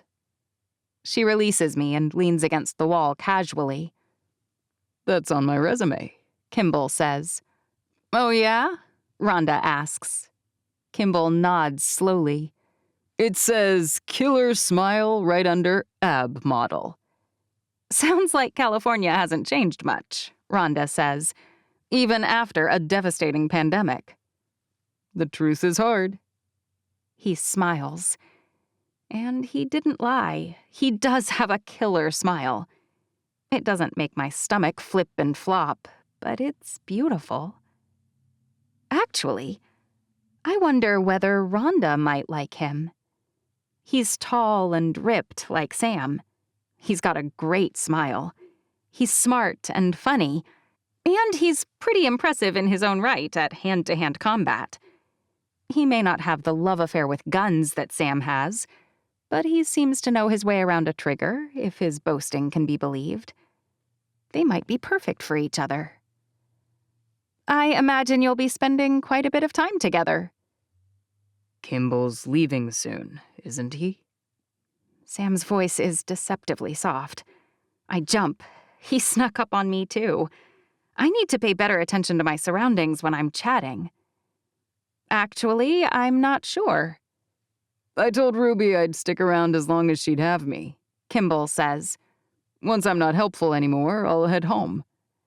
As soon as we get what we need here, including Job and Rhonda, I hope, I say, we'll be headed for Galveston briefly, to explain what happened in Nashville, and then we'll go to Mobile. I can spread the news as I do my tour through the ports. Smart, Kimball says. The people will take the news much better from you directly. You can assuage any concerns they have about the power shift. Ruby's a lot better at this than I realized, Sam says. It seems intuitive, actually. She's a natural, Kimball says. Which means she likely won't need much help, Sam says. So you can go home right away after all. It would be terrible if the infected citizens of Seanow were forced to wait on the cure so that you could flirt. Rhonda laughs. Oh, sorry. She covers her mouth with her hand. Is she kidding? I hardly think... Sam takes my hand. It's just a joke, of course. Kimball's guidance has been indispensable, I say. I don't think that was very funny. Other than ducking his head a bit, Sam doesn't reply at all. But he stays by my side. If things are still a little bumpy, well, that's to be expected. With Rafe, Yvonne, Kimball, Nathan, and the other representatives' help, we're able to assemble most of the marked kids. None of the stadiums in Baton Rouge have been well enough maintained to be safe, so we opt for the streets. But Adam and Sam work with Rafe to create a large tower and an amplification system. I announce the recent events and our plans. And the next day, they vote. It's kind of sad that all the marked kids combined total less than 100,000, Aunt Anne says. Didn't you say there were that many people in New Orleans alone? I sigh. Not quite, but close. Almost 90,000 marked kids are here, now that they've nearly all gathered for treatment.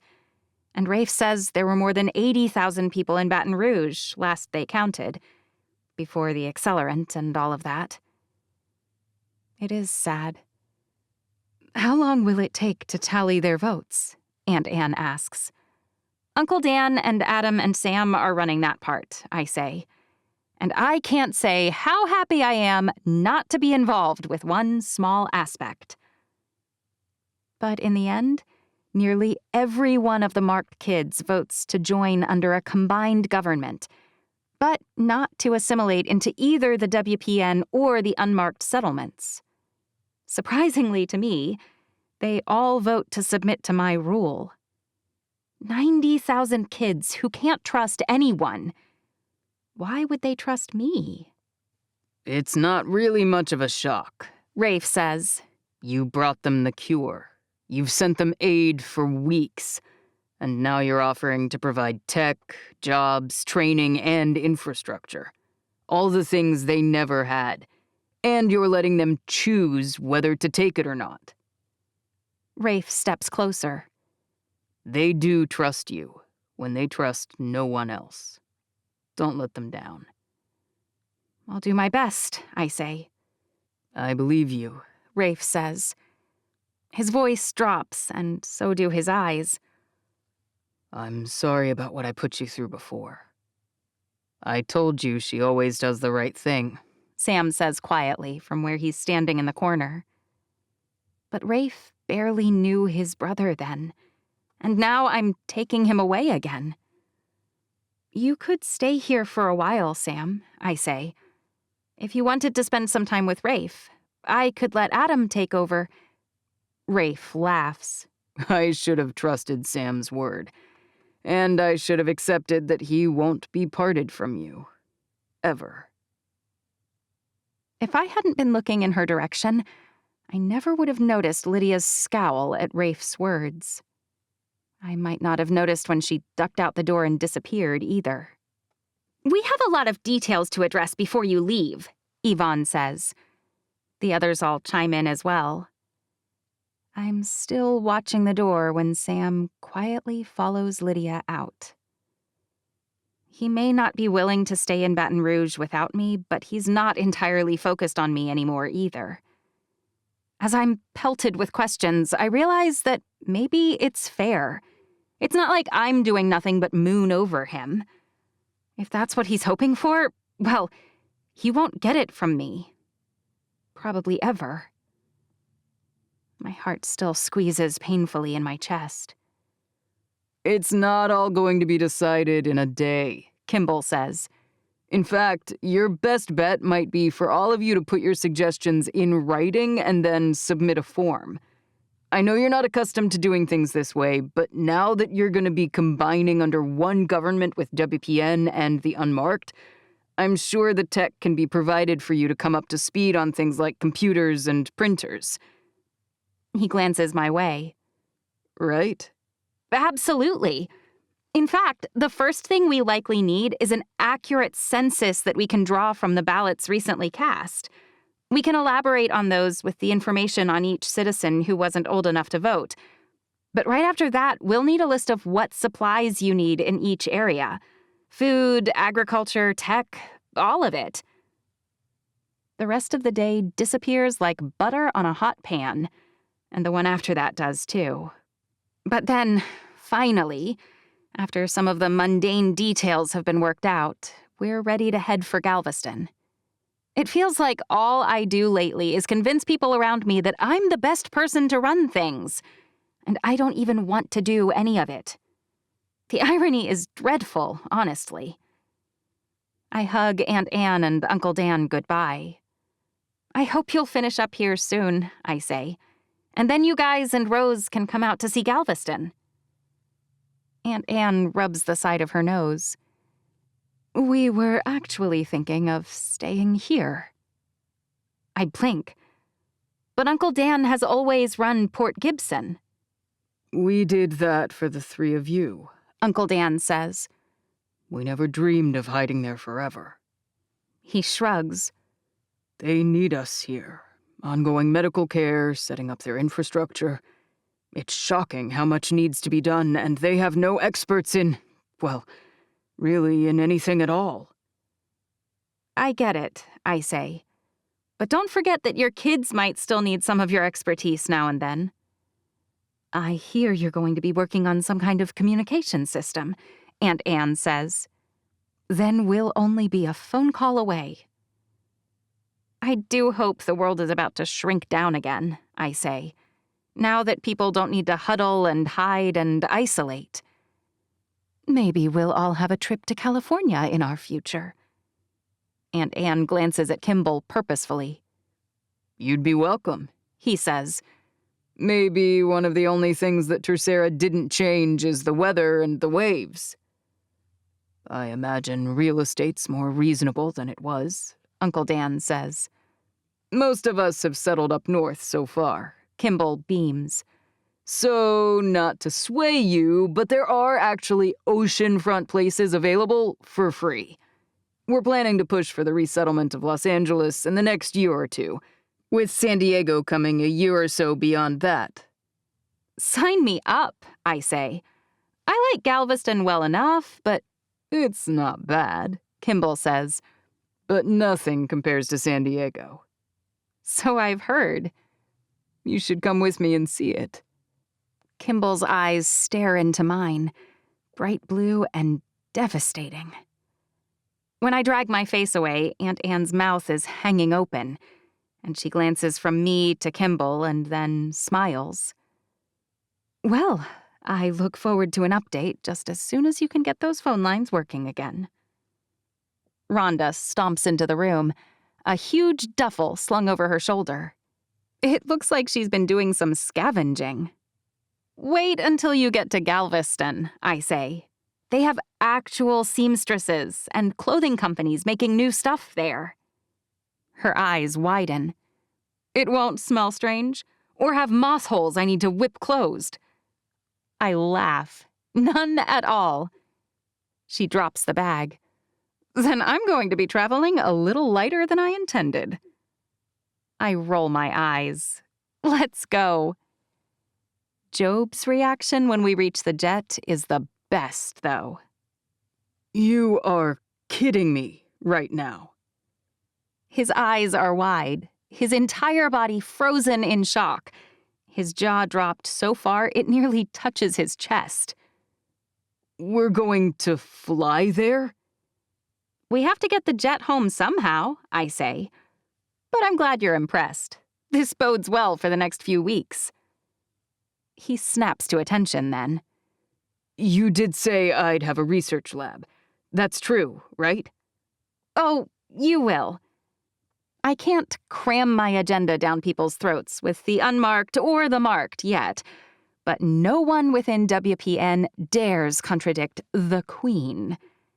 As much as it annoys me, their unquestioned devotion has some perks, too. As soon as the plane takes off, I close my eyes. Someone drops into the empty seat next to me. I open them reluctantly to see who it is. Sam. You're not supposed to move around during takeoff, you know? A smile plays around the corners of his mouth. I'd heard that, yes. Where were you? I wanted to talk to the pilot and co-pilot and learn what I could about the process. Always monitoring every angle. That's one of the things I love about you. Electronic things, mechanical things, they make sense to me intuitively. But I need to learn more about airstrike capability. It hasn't been much of a concern until now. I drop my hand over his huge, warm one. I've missed you. He sighs. Me too. I think I should start blocking off time for us. Breakfast, or lunch, or dinner. Or maybe all three. I do things other than eat, He says, his voice bemused. Then you pick something. I feel bad for mocking your attempts to learn self-defense. I'm a little embarrassed I haven't taught you myself yet. But maybe it's because you're so good at everything that I wanted something that was mine. My contribution. Does he think that if I can defend myself, I won't need him? I squeeze his hand. Sam, no matter what you teach me, I won't be able to defeat someone your size. But maybe all you'll need to do is to shock them enough to escape.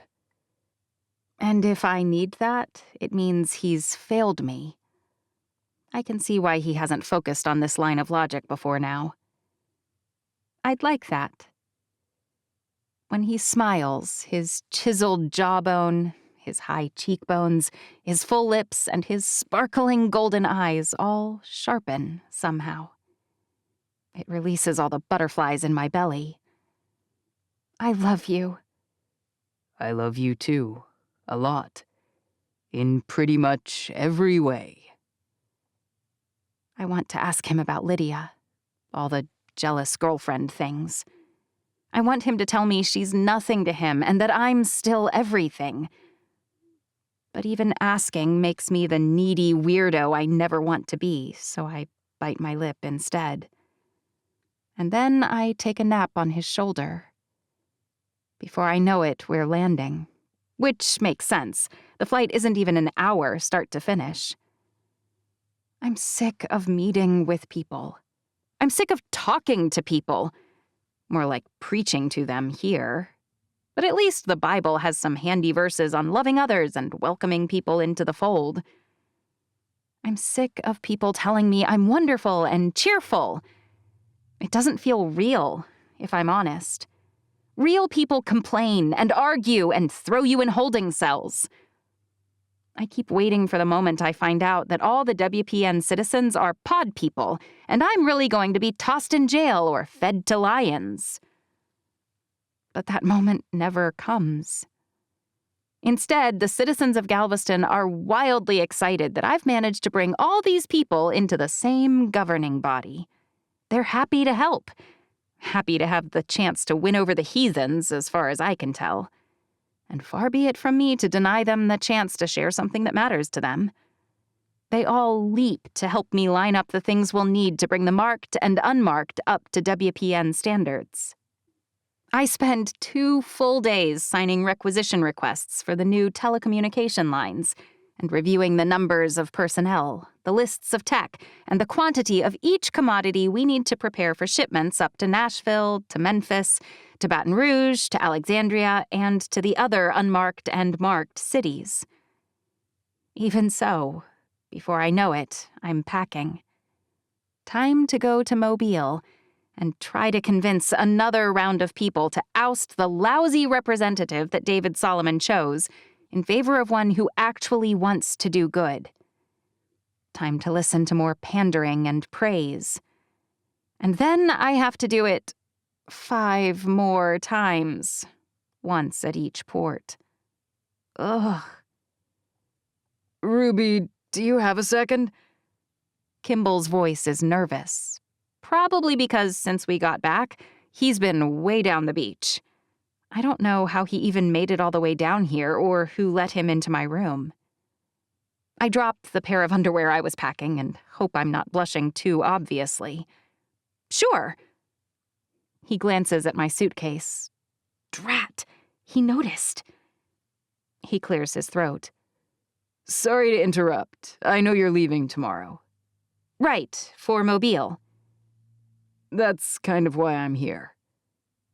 He shoves his hands into his pockets. He's wearing khaki pants, which is odd for him. He's usually either wearing a business suit or beachwear. I didn't realize he had other clothing. You're here because I'm leaving? My eyebrows rise. Well, you know I offered to come, but one of Adam's guys stopped by to tell me that it's essential personnel only. I frown. Really? One of Adam's men? So, one of Sam's men is what he means, since Adam reports to Sam. I suppose I shouldn't be so surprised.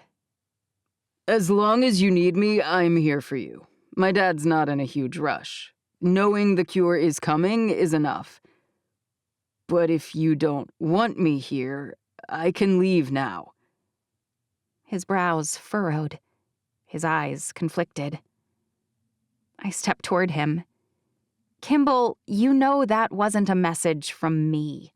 Of course, if you want to come, you're welcome. You've been tremendously helpful. So much of this is new to me, and you've been a wonderful guide, telling me what potholes to avoid and what things to do when I don't even know what to ask. He exhales gustily. Thank goodness. I was wondering whether I'd upset you somehow. I shake my head. Not at all. Truly, you've saved me over and over now. But I bet your family misses you. I do feel bad that I've kept you this long. I really ought to finalize some kind of official agreement of peace between CNOW and, well, we haven't chosen a name yet, so I guess I could sign for the marked, the unmarked, and WPN individually. Kimball laughs. Oh, we aren't worried about any of that. I've sent Dad a few letters, and, like you suggested, I sent a few guys home with the doses of the cure, like you said. He's already got our scientists working on replicating it. He sends his substantial gratitude. He braces himself against the large wooden post at the foot of my four-poster bed. Actually, he said you should have insisted on something in exchange for that. You're new, so he's not going to hold you to your offer of the cure for free. If there's something we can do for you— Stop, I say. That's the old way. We can do better. If there's something like that I can share, I will. If there's something like that you can share, I hope you'll do the same. We won't repeat the sins of our past, and I hope you won't either. Kimball releases the bedpost and steps closer, his body only a few inches from mine. You're spectacular. My heart races and my hands tremble. I can't quite breathe. What's going on? I've wanted to tell you that every single day since we met, practically. If your boyfriend is finally forcing me out, if it's time for me to go, then I can't leave without telling you. I know you don't know me very well, Ruby, but— Stop, I say. Don't. Don't tell you that I love you? Kimball whispers. Don't tell you that we're perfect for each other. I shake my head. No, don't say that, because it's not true. The person who's perfect for me is Sam. If you had any idea how much— Oh, I know the history you share. I heard it in every single line of the story you told me. But shared history isn't enough, Ruby. It's not what keeps people together, and it's not what makes you a good match. It's shared vision, shared goals, and compatibility that matter if you're spending a lifetime with someone. I'm not ever going to pressure you in any way, but you should know that my dad would be delighted if we became engaged. And that has absolutely nothing to do with what I'm about to say. Nothing at all. Kimball, you know that I've needed your help. You know that I'm eager to foster friendly communications between CNOW and— Stop, he whispers. That's not any part of this. I look up into his eyes, and it's a mistake. A girl could get lost in those eyes, with that dark, almost black hair falling across his brow. But not me, because I love Sam. I'll always love Sam. If that's true, then I never had a chance, he says. But when I watch you two, I see someone who dislikes everything you're becoming. He's pressuring you to leave, to run away from who you are, from what makes you different than everyone else out there. It's not that you're charismatic, which you are. It's not that you're absurdly likable, which you clearly are. It's not even that you're stunningly beautiful, which everyone probably appreciates. No, it's that you're so good that you're willing to walk a path you despise because you see that it's for the greater good. You'd rather tuck your nose into a book and research. You'd rather hide behind your brilliance. But you're not doing what you want, like every other person in the whole entire world. You're stepping out of your comfort zone to be the champion of the disenfranchised. You locate and administer first aid to the lost. You encourage and cajole and bludgeon the selfish into being more than they are. And people adore you for it. You make the entire country the best version of itself, and you walk away without a single thing for yourself in the process. I shake my head. I'm so lost, I have no idea what I'm doing most of the time. Kimball presses a finger to my lips, and a single flutter forces itself free in my belly.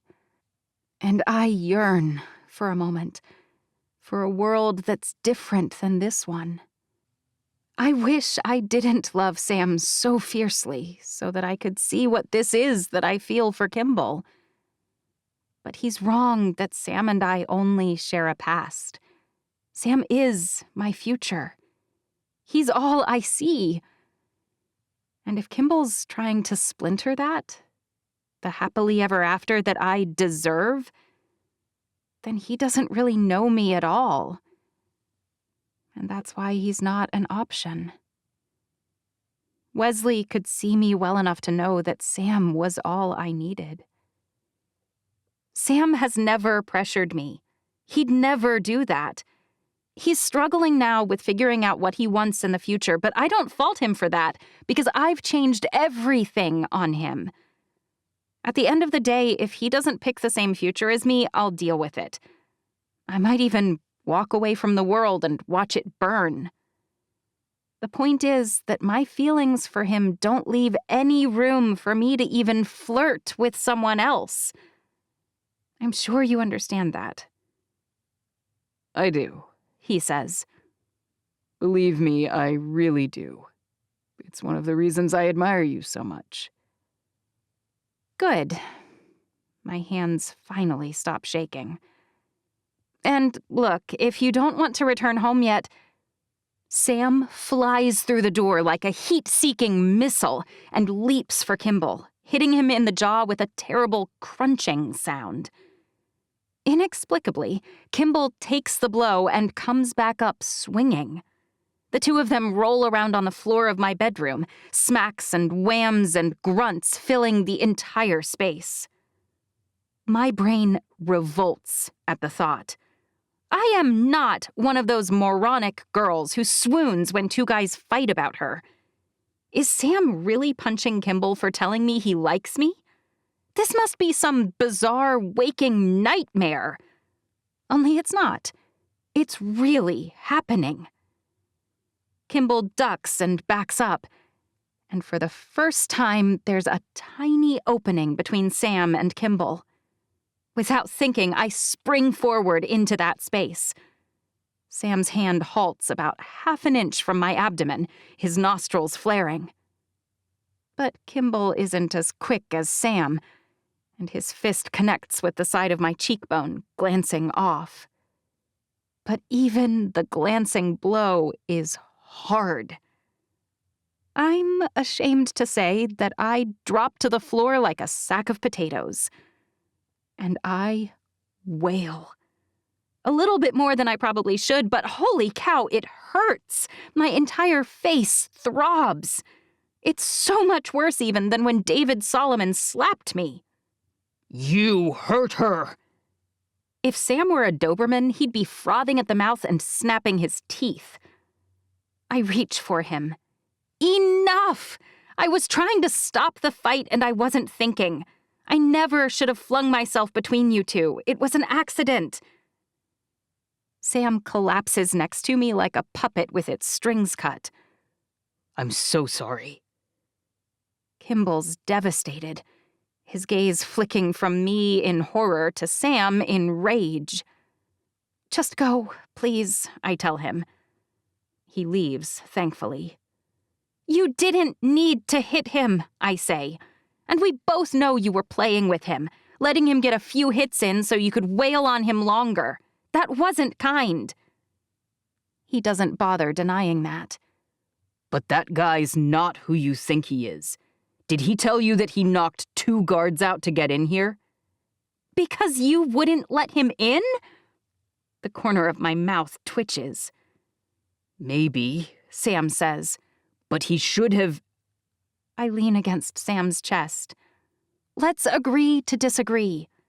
I know you don't like him, and I get it. He basically came in here to propose, since you'd disinvited him on our trip. Sam swears. I'm going to. I told him no, I whisper. Of course. Duh, Sam says. But the fact that he'd even ask you to marry him is ridiculous. Only, I'm not sure Sam notices all the cracks in our relationship that an outsider might see. I wish he were right. I wish the very thought of me with anyone else was absurd. It certainly felt that way a few weeks ago. But part of me is actually sad to see Kimball leave. And I'm not sure what that means about me and Sam. Nothing good, I'm afraid. 16. Sam. Ruby kicks a trash can over, and bits and pieces of junk, including chicken bones from lunch, blech, fly across the floor. She freezes, unaccustomed to watching the results of a temper tantrum. It's not like she throws them very often. "I swear, most days I have no idea what you see in her," Lydia whispers.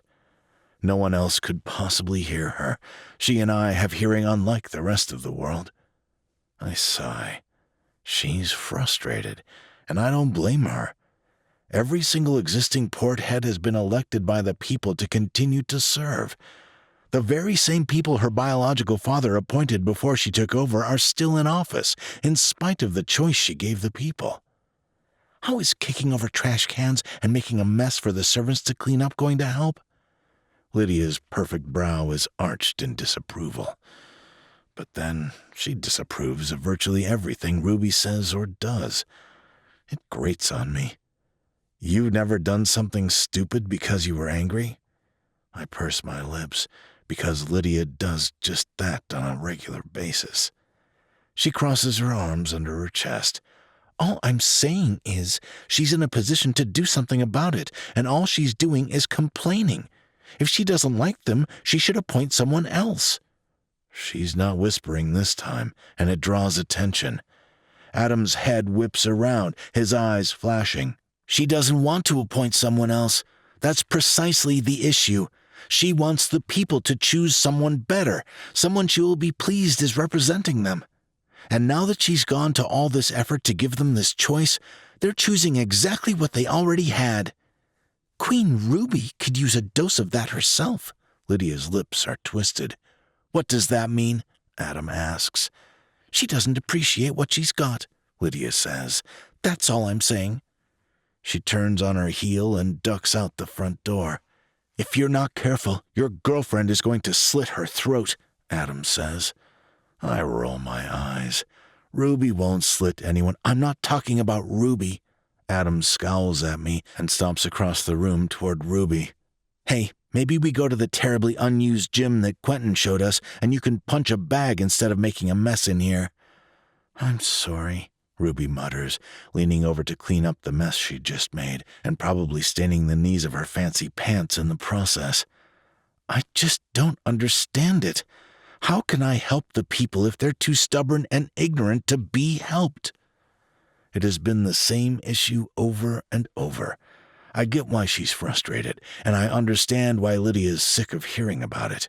Obviously, what Ruby's doing isn't helping. She should probably either appoint new people or blatantly tell the people she doesn't like the men and women who Solomon appointed. Short of that, they're going to keep voting for the people they think were chosen by God's anointed. Rhonda pushes through the door, her eyes scanning the room. "I just heard. I bet Ruby's angry." I shrug. She didn't hate Quentin, at least. He's one of the better ones.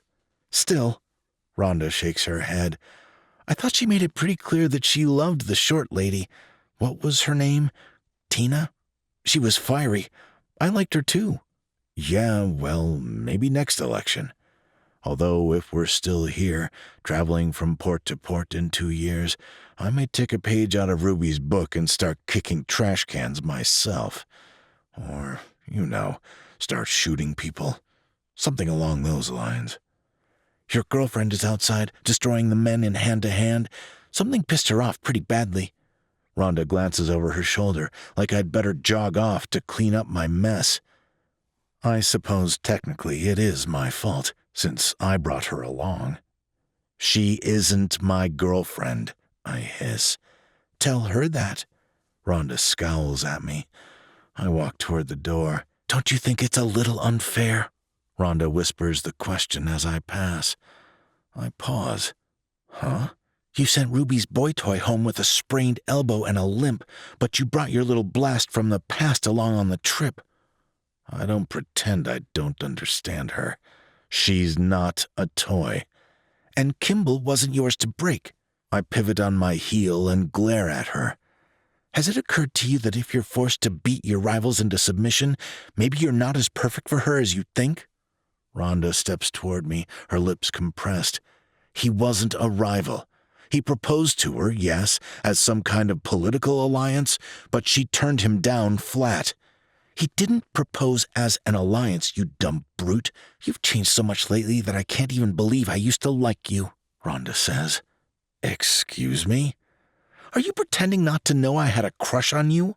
Rhonda's eyebrows rise. Or are you pretending that you're not leading Lydia and Ruby both along, unsure which one you want? I swallow.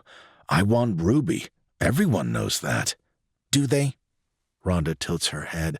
I wish I did. You're moody as hell. You stomp all over.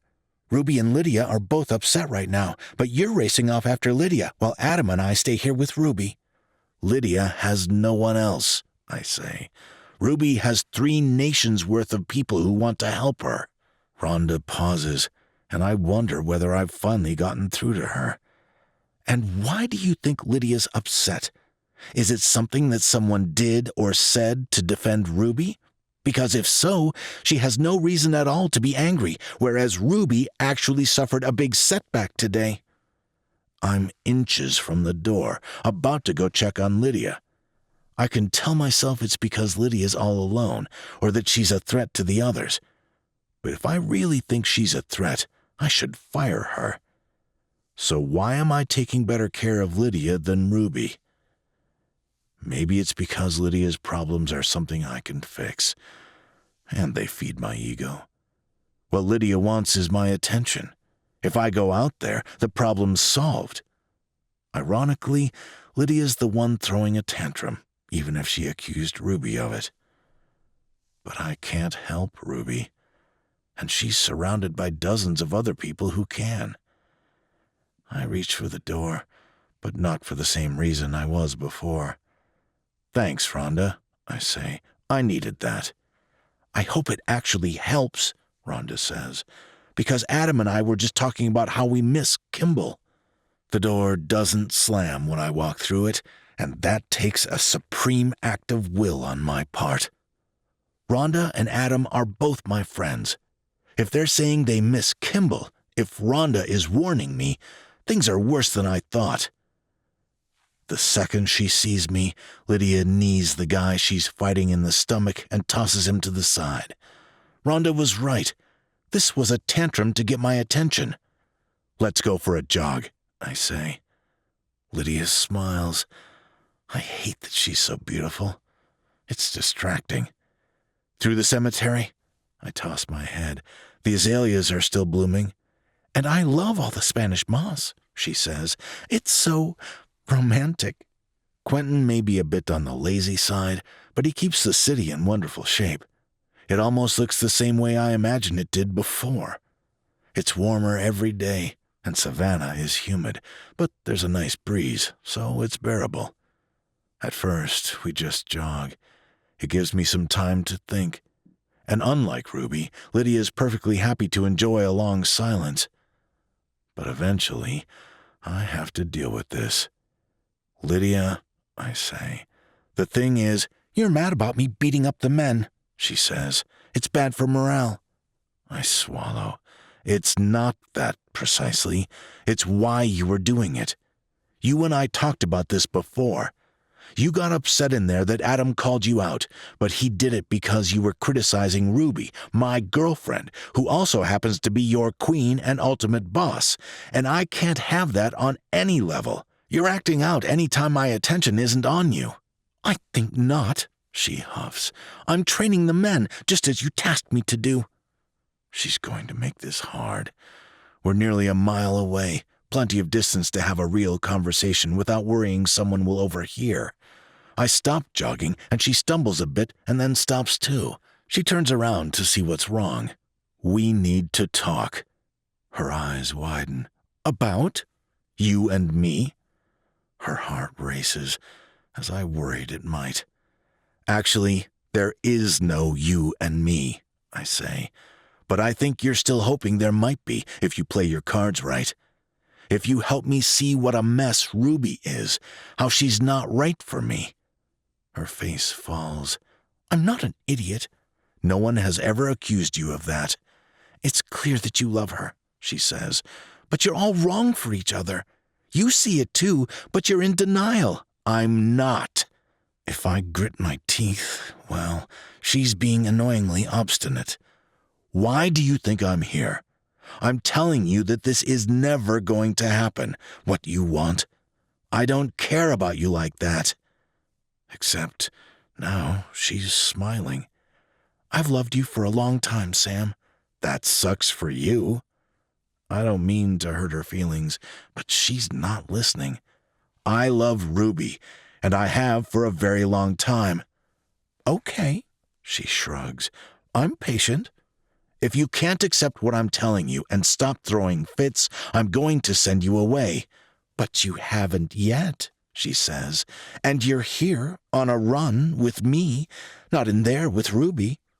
My hands clench at my sides. You don't know what you're talking about. Don't I? Her eyes sparkle. All right, maybe I'm wrong, but it's a risk I'm willing to keep taking. Let me be as clear as I can. The next time you flirt with me, the next time you throw a fit like this that demands my time, the next time you annoy me in the slightest, you can't work near me anymore. I'll transfer you to one of the ports. Permanently. Okay, she says. She doesn't flirt with me on the jog home. She doesn't smile at me. She doesn't stand too close. She doesn't do a thing wrong. But I feel like this entire attempt was a complete waste of time. When the house we're staying in comes back into view, I draw up sharply. Did you understand what I was saying, Lydia? This time she's beaming ear to ear. Oh, you were crystal clear. You love your girlfriend, and you're not at all threatened by your feelings for me. That's why you had to go for a 5-mile run with me to tell me that. So far away, no one else could overhear. I'm going to put my fist through something any second. I know it. That's not... It's fine, Sam, I swear. You'll either realize I'm right and she's wrong for you, or you'll finally man up and propose to her. Either way, I won't have to wait very long for my answer. And you were right that the tantrums I was throwing aren't helping my case. They're too much like something she'd do. I promise those will stop. She doesn't throw fits, I say automatically, but also because it's true. Ruby gets angry sometimes, but she never engages in petty attention games. Never. It's one of the things I adore most about her. But I do think about what she said the entire flight to Mexico. I'll either man up and propose, or I'll realize Ruby's wrong for me. She's right that eventually we'll either get married or we'll break up. That's what happens. You either make a permanent commitment or things don't work out. Ruby turned me down once before, but I was only proposing so I could help her take care of Rose. I was doing it for the wrong reasons. We spend the next day touring all over the picturesque La Ciudad del Carmen. I never really relax, but I come as close as I possibly can to it. Mexico was wiped out, Jose says. In fact, not a single soul was left alive when we decided to repopulate this area 6 years ago. That's so sad. Ruby's eyes are wide, her lip trembling. It was devastating, Jose's wife Lillian says, but it has been nice to see life returning to the area, albeit slowly. None of the children? Adam asks. There weren't marked here? Lillian shakes her head. Unfortunately, no. I think that there were some pretty ugly wars that raged in this area in the time after the United States government officials were wiped out. At least, David Solomon took credit for keeping the United States safe from that by using the military force he took over. I try not to think about what things must have been like down here. And why did you decide to repopulate this area? Rhonda asks. It's pretty far removed from the other WPN ports. Ah, Jose says. Well, the answer to that is right here. This area has always been the #1 supplier of this in the Americas. He gestures to the grove of small trees behind him. The leaves are wide, but also long, and they're a rich, deep green. A single tree might have thousands of blooms, but usually only manages to develop about 20 or so pods a year. Chocolate, Rhonda sighs. You resettled here for chocolate. In a world consumed with misery and ugliness, Lillian says, we bring joy. Our port is able to bring simple pleasure to so many. It's clear that it brings her a sense of contentment and peace to cultivate the cocoa trees here. Jose cuts one of the pods open and shows us the seeds from which chocolate is made, and lets us taste the pulp, too. We make this into a sweet and unique liquor, he says, and from the fruit you can create something like caffeine. Ruby tilts her head. All from the same plant? She crouches down and touches one of the yellowish pods. It's so strange that the pods poke off the side of the trunk like this, and down low, too. Actually, it makes sense, Jose shrugs. It's how the seeds are best spread. Boars and other animals find it easier to reach the fruit at this height. Then they either eat the fruit and discard the seeds, or... He points at the ground. They poop them out, Ruby says, fertilizing them in the process. Exactly, Lillian says. It's because of that excellent process that when we returned, there were trees for us to harvest our first rounds of chocolate from. I won't complain, Rhonda says. I'm delighted that you're here. Me too, Ruby says. The rest of the day passes quickly. There are many other products grown and manufactured here, but they're all secondary to that one. I'm not sure whether it's the distance from the other ports, the beautiful weather, or the agricultural nature of Carmen, but I relax just a bit. I'd like to level with you about something. Ruby's fork pauses over her chocolate cake. I haven't been this blunt elsewhere, but something about the time spent in your company makes me feel different about you. Apparently, I'm not the only one who let my guard down. I scanned the people at the table. Everyone seated came here with us, except for Jose Fuerte, his wife Lillian, and their 4 daughters, all of whom are older than both Ruby and I. You know that tomorrow I'll be looking for nominations from your people for other representatives. Jose smiles. I heard, yes. You're not worried, because in every single port, the current port head has always won that election by a fairly wide margin, even in New Orleans, where Sawyer's name wasn't even on the ballot. He shakes his head. No. No? Ruby drops her fork. Why not? The other port heads have all been nervous. I don't want to run things here anymore, Jose says. I'd been asking your father to replace me for years. Ruby blinks. You're kidding. He shakes his head. I don't like telling people what to do. We're all happy here, as you can see, and I'm sure there are plenty of people who will do a much better job than I ever did. I only kept this position because your father didn't trust anyone else. Oh. Ruby looks around the table. Do you have any suggestions, then? The second daughter, Mabel, clears her throat. Did you have ideas? Ruby asks softly. Mabel? My mother would be a wonderful representative. Mabel's beautiful dark eyes fill her entire face. And for the last year or so, she's been running things anyway. Is that so? Ruby's face turns toward Lillian. Jose's quiet wife blushes and wipes her mouth with a white napkin. This area is very conservative. I'm not sure they'd vote for a woman. I suppose we'll find out tomorrow, Ruby says, because I'd be happy to have you take the place on the ballot that would have been occupied by your husband. And 2 days later, for the first time since Ruby began all of this, someone who wasn't appointed by David Solomon wins, by a wide margin. Jose's wife is as gracious and kind as ever when she murmurs her gratitude and promises to do her very best. Ruby's smiles are genuine when we return to the house we're staying in that night. Finally, she sighs. Finally, the people elected someone else, even if it's the wife of someone who stupid David Solomon picked. You like Jose, I say. You can admit that much. She nods. I do. The sun is setting behind her, casting her features in soft light. Would you like to go for a walk along the beach? Yes, she says. Yes, I really would. She practically skips down the steps, leaving her shoes in a pile on the last step. What a great idea! For a moment, the same girl who told me she'd like to live in a small town looks up at me, her eyes light, her smile warm. I take her hand in mine, and the world is absolutely perfect. She doesn't talk as we walk, and our hands swing in perfect balance, my huge fingers not overpowering hers at all. For the first time since we traveled to Galveston and Ruby did her first Sunday sermon, everything feels perfect. I swing Ruby into my arms and spin her in a circle, our faces only a few inches away. I love you.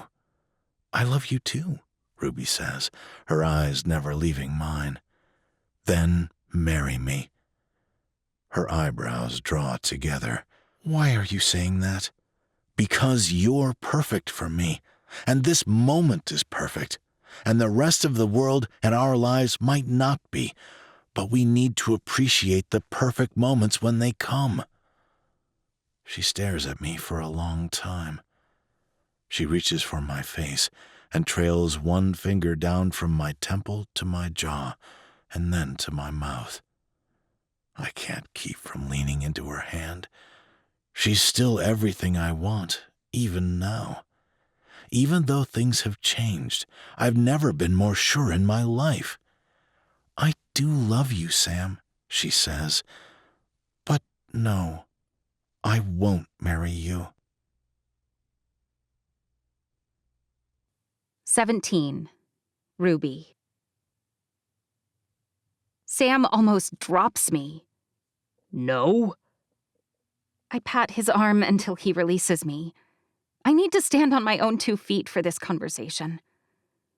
Like a chasm has opened underneath me, my heart shrivels inside my chest, and my breath hitches. I've put this off for too long.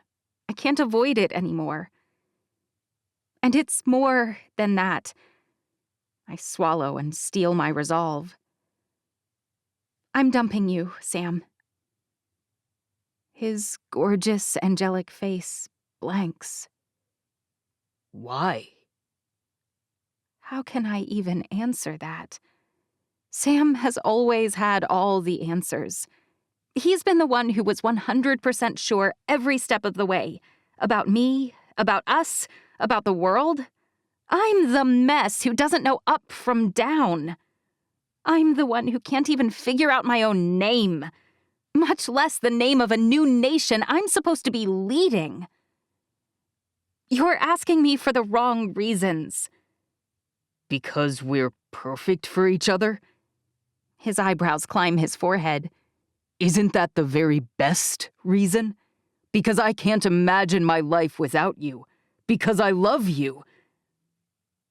But the truth hits me between the eyes, and suddenly everything is crystal clear. You're proposing right now because you're scared. Scared of what? Sam looks around as if a bear might barrel out of the cocoa tree orchard next to us and roar in his face. That wouldn't make him nervous, because big old Sam would just shoot it in the head and we'd continue on our walk. Bizarrely, that kind of threat doesn't faze him at all. No, he's afraid of something else entirely. You're afraid that you and I aren't right for each other. We've been slowly drifting apart for weeks now, and you can deny it, but I've seen the desperate glances Lydia lobs your way. I'm not angry about it. I get it. You two are alike. You're two bullets in the same chamber, as it were. He winces. Or, a gun analogy that makes sense. Look, my point— You're dumping me because of Lydia? His voice sounds broken. No. His shoulders slump. I don't understand. I'm well aware, I say. And I think I'm only just beginning to comprehend myself. But look, Sam, you aren't proposing because you want to race off into the sunset with me. You don't want to marry me because you can't imagine a moment of your life where I'm not the center of your universe. A month ago, yes, that would have been why. But now, you're not even sure you want to be where I'm going. He looks so heartbroken, so wrecked. Probably a lot like I looked when he dumped me. after I kissed Wesley. It's monstrously unfair of me. It's not like he's done anything wrong. I'd put money on it. But maybe that's why I have to do this. Because he never would do anything wrong. So I'll never be sure that he won't always wish he had, unless he's free to do whatever he'd like. Sam, I love your fierce heart. I love your brilliant mind. I love your quick wit. I love your resilience. I love your goodness. I love most everything about you. You just love Kimball more. I laugh then, the sound more like the bark of a seal. No. I see parts of Wesley in Kimball, probably more than really even exist. You were right when you said I barely know him. I hope Kimball is as good as Wesley was. I hope that his country stands for the things he insists it does. But I'm certainly not going to run away from you to chase after some mirage. Why are you running from me then? I'm not, I say. I'm running toward something that matters to me. Deeply. I try to figure out what I can say to explain the sense of purpose I've found. My dad wanted to fix the world, and instead he decimated it. He failed utterly and completely, thanks in large part to his hubris, his pride, and his messy, messy personal life. No one can argue with that. But he taught me that we should want to improve the world. And through an odd twist of fate, I'm in a unique and bizarre position to do it. How could I ever look at myself in the mirror without disgust if I walked away from this opportunity to fix what he broke? I can take something shattered by Solomon and my dad and my aunt and uncle a little bit too, and I can glue it together and sand it. I can smooth it over and I can repaint it in shining white. I can do that. Little, unimpressive Ruby. What kind of message will that send to the women of the world? That they can literally do anything. And I know it's not what you want. You're wrong, Sam says. I've been watching you and I get it. But you're not with me, I say. You still long to be free. To get away from the crowds and the brokered deals and the miserable mess of it all. You're like a leashed dog, pacing, drooling, longing to be off the leash and running on the beach. I won't be the one holding that restraint, Sam. I won't. I want to be here, pacing and drooling, he says. I do. If only he'd said that analogy was all wrong. If he'd said there's no leash and he's no dog. But he didn't. I'm not wrong. He's pacing and he's drooling, and I can't be his master.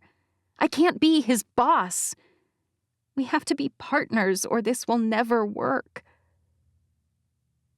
My heart cracks clear down the middle when I tell him the absolute truth. I won't do it. I wasn't saying this for dramatic effect. I'm finally able to do what I should have done the moment I decided to start down this long path. I'm ending things with us, Sam. For good. Tears stream freely down my face. But when I turn around and walk back alone to the house we're staying in, he doesn't stop me. And that's how I know it was the right call. Even if it feels like my heart just went through a food processor. The rest of the trip passes in a blur. The joy I found on the beaches and the calm breezes, gone. The peace of the smell of roasting cocoa, evaporated. Smell and color and joy disappear from my life, and I am merely going through the motions. Eat, sleep, smile, talk. Try not to break down bawling. On the plane, Sam sits down at the front, so I march on past to the very back, noting with a flare of anger that Lydia takes the seat right next to him, smiling and laughing the entire time. At least Sam looks as miserable as I am. Not that I'm staring. What are you doing? Adam asks. Huh? He sits next to me. You dumped Sam? Are you trying to shove him right into her arms? I press my lips together. I don't have to explain my decisions to anyone else. I know I didn't grow up with you, which means I never cut the hair off your dolls or poked you in the side until you cried. I never told anyone about the boys you had a crush on, or told you that your left eye looked bigger than your right. Wait! I widen both eyes. Does my left— Focus, Ruby. On what? Get to the point. Sam is a moron, as I have been telling him daily, but he's your moron. And nothing in this wonky world makes sense unless you two are together. I don't have the energy to fight with you, Adam. Great, then don't. Stand up, march up there. I'll come with you if you want, and tell Sam you were wrong. Smooch and make doe eyes, and then the world can be right again. No. No? Adam fumes. What is wrong with you two? You're as idiotic as he is. He's miserable with me right now, I say. And until— I choke. Unless he comes around to the idea of needing me no matter what. Unless he gets on board with being my partner in this plan. Our relationship will never work. Right now, I'm tugging him along next to me like a guard dog. I can't do that. I won't marry a canine. Then don't marry him. Keep dating him for now. Adam scratches his head. I'm confused about this analogy. What would turn him into a man again? He proposed to me, Adam, I whisper. And he did it because he's scared of how he feels about Lydia. Or he's scared about how unsure he is about me. Either way, the biggest issue is that until now, he was the one who got this stuff. He knew what I needed and what I felt, and he was so sure. And now he's all wibbly-wobbly. I can't have him being like that. I need solid, strong, positive Sam back. Adam wraps an arm around my shoulders. Oh, Ruby. In life, no one is never wibbly-wobbly. What I mean— I know what you mean. Up until now, Sam has been superhuman. I've seen that too. But he's unsure and he's scared, and that's life, chica. It just is. You've spent too long in Mexico. He laughs. Maybe so, but I'm still right. You're punishing him for being unsure? We're all unsure. Your job, as his partner, is to be sure when he's not, and he'll do the same for you. You put him up on this pedestal, and now you're close enough to see that he's human, too. I just hope that by the time you come to grips with that, he's still absolutely gaga for you. Adam's an idiot. Sam was scared, and I did the right thing turning him down. I'm almost positive that I'm right. Also, I'm only 17. I won't even be 18 for months and months. Marrying anyone is stupid. I wrap myself in every argument I can think of for the next few hours, until our plane lands outside of Galveston. And then I brush past Sam and Lydia and down the gangway. I'm certainly not going to wait around and hope that Sam comes and tries to talk me out of anything. Like I did when he dumped me. The only thing more pathetic than regretting my bold position would be skulking around and making that regret obvious, or watching him flirt with Lydia. Doing much more of that might kill me. But the second my feet hit the ground, I know something is wrong. Josephine's wringing her hands, her eyes teary. What happened? CNOW attacked us a few hours ago. They dropped bombs on Beaumont and Lake Charles. Lake Charles is a marked settlement, but Beaumont's a WPN one. How many died? She shakes her head. We're not sure. I sent teams to assess the damage and evacuate anyone in danger. I wasn't sure what else to do. No one has attacked, well, anyone since before. How do you know it was CNOW? Who else would it be? Josephine practically wails. They had fighter jets. And from the early reports, very, very few people survived in those cities. They made more than one sweep. But why? It makes no sense. Why would they attack us? They want what we have. Adam got off after me and is standing right behind me. They sent Kimball to find out all that he could. No wonder he was so willing to travel with you anywhere. He saw all the maps. He knows everything. If he knew everything, he'd have attacked Galveston, I say. He'd have aimed for me. Maybe he was, Josephine says. Maybe I was wrong to encourage you to spend time with him. I'm so sorry. Why would he think hitting those places would harm me, I ask. It makes no sense. But nothing about the thought of Kimball attacking makes sense. I disseminated a false schedule of where you'd be and when, Sam says, his face grim.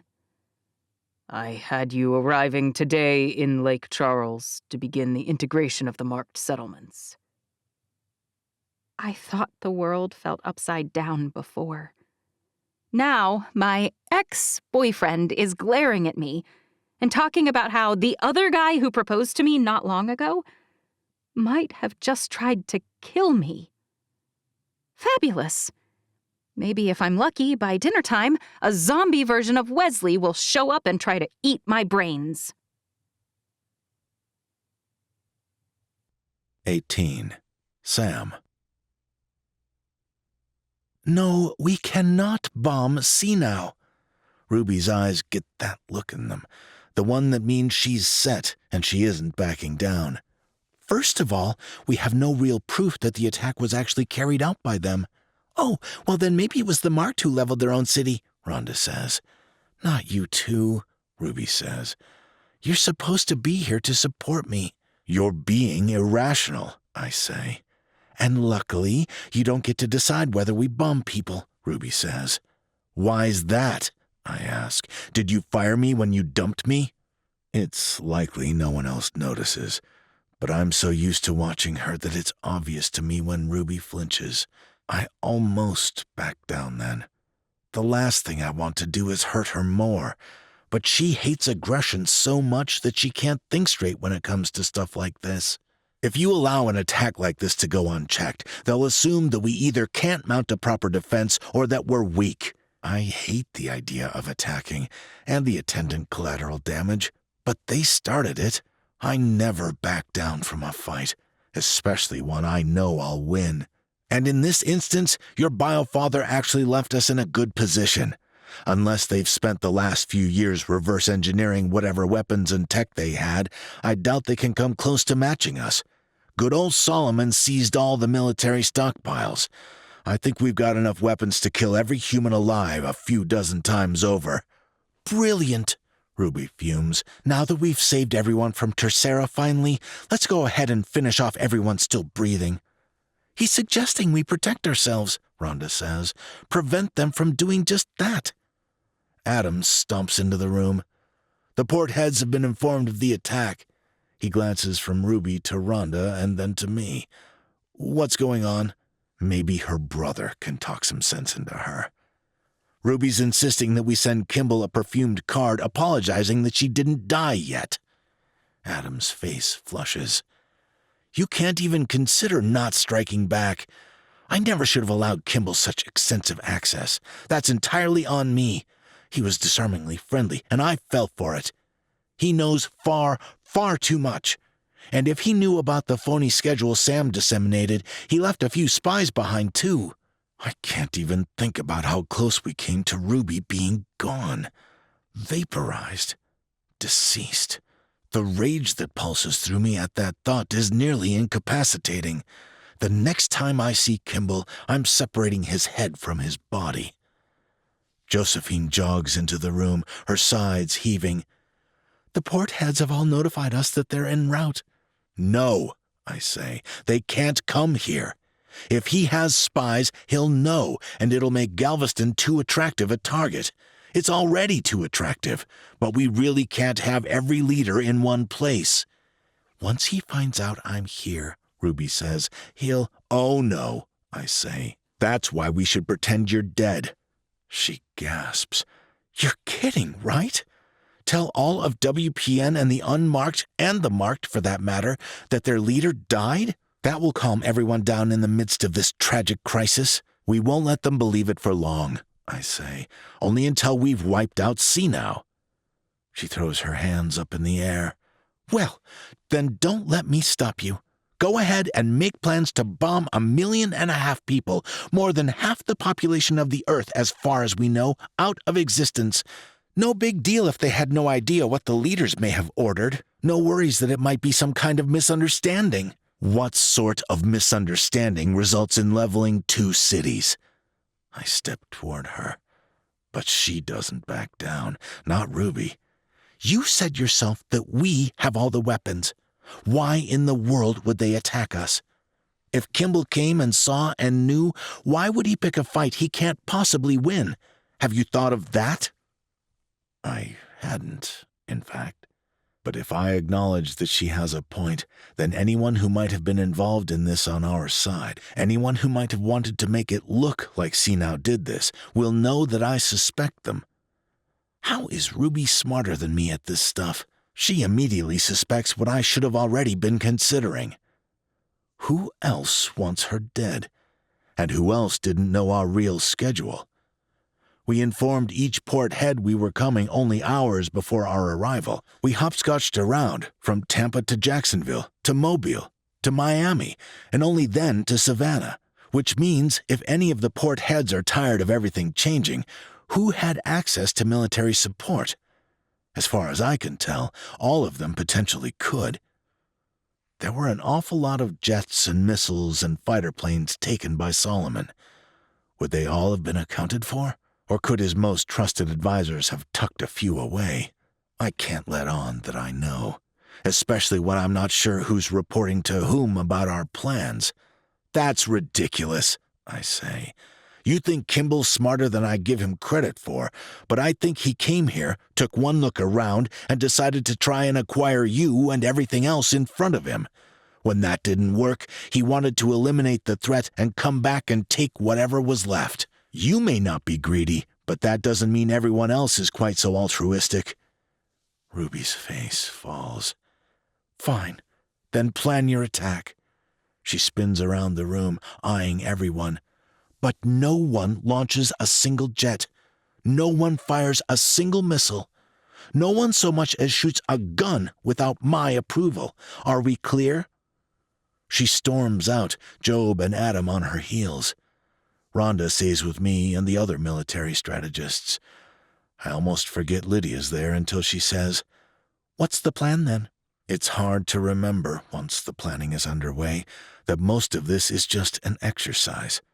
Possibly helpful, but likely just a cover until we reveal the real threat. It's not like Ruby will sign off on us taking out the Now settlements, or that we'll really be able to level the Capitol building where Kimball and his dad live. But a guy can dream. I watch everyone in the room carefully for any sign that they know more than they let on. So far, each person seems genuine.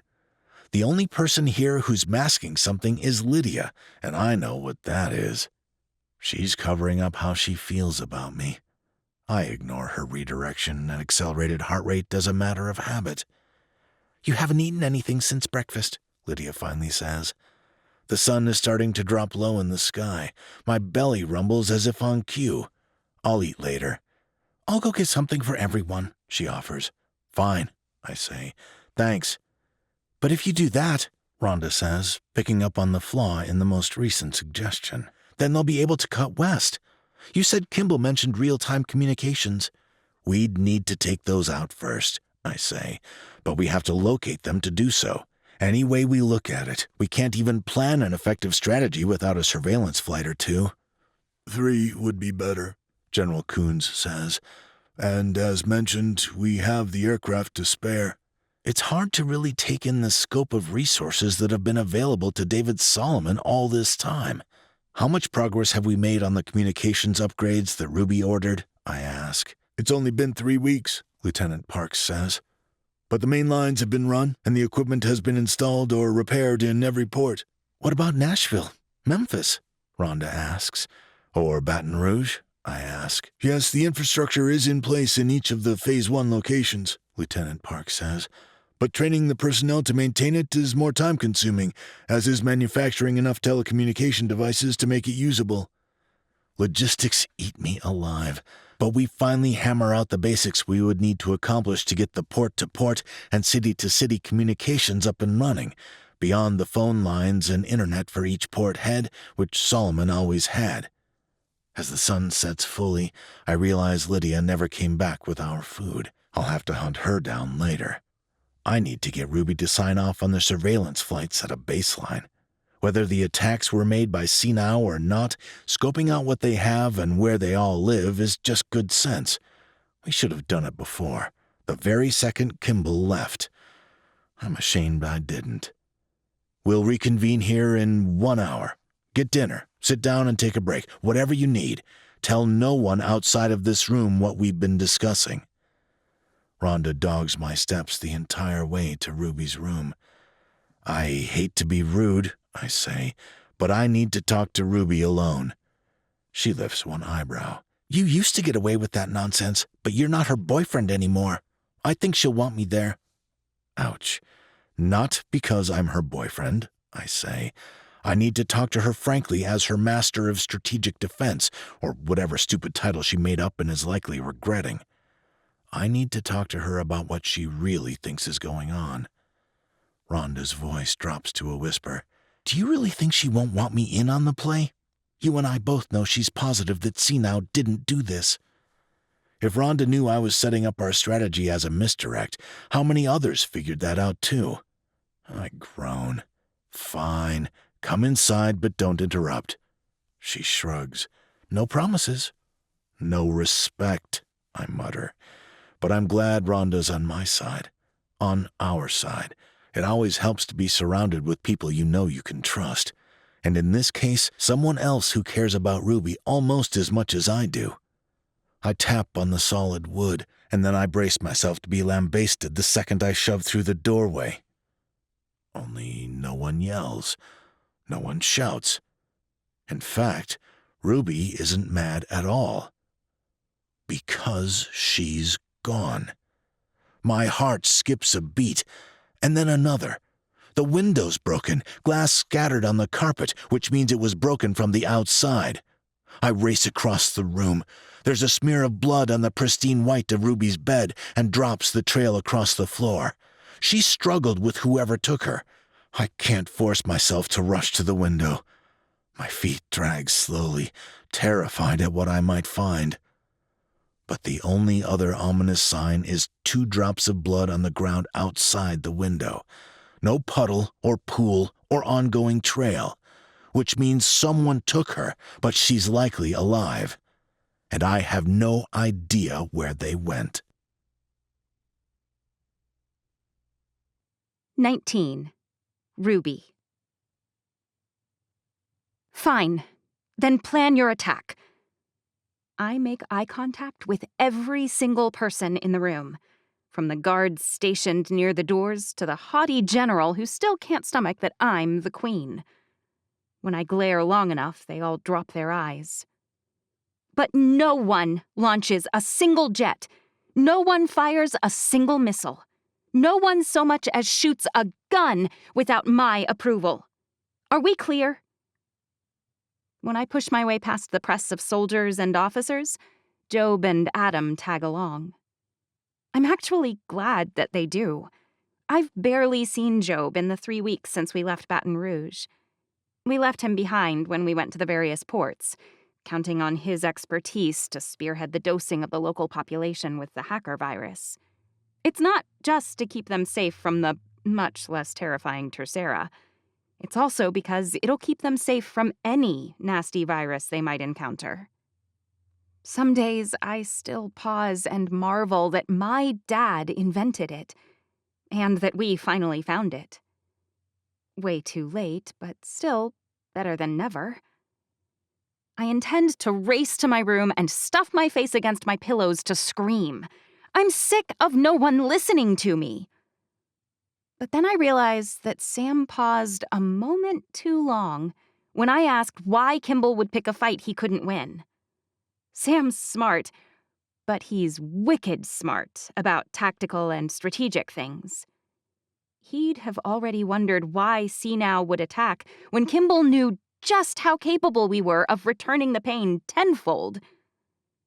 So, Occam's razor says, it's not CNOW who attacked us. But then, who? Or rather, which disgruntled porthead or displaced interim chancellor ordered me killed? I turn on my heel and walk back the way we just came. Job grabs my arm. What's going on?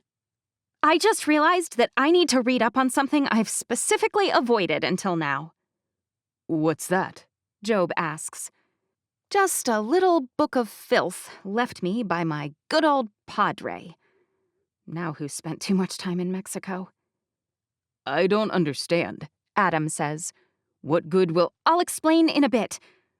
I duck into the office, full of miserable memories with David freaking Solomon, and force myself to sit in his chair.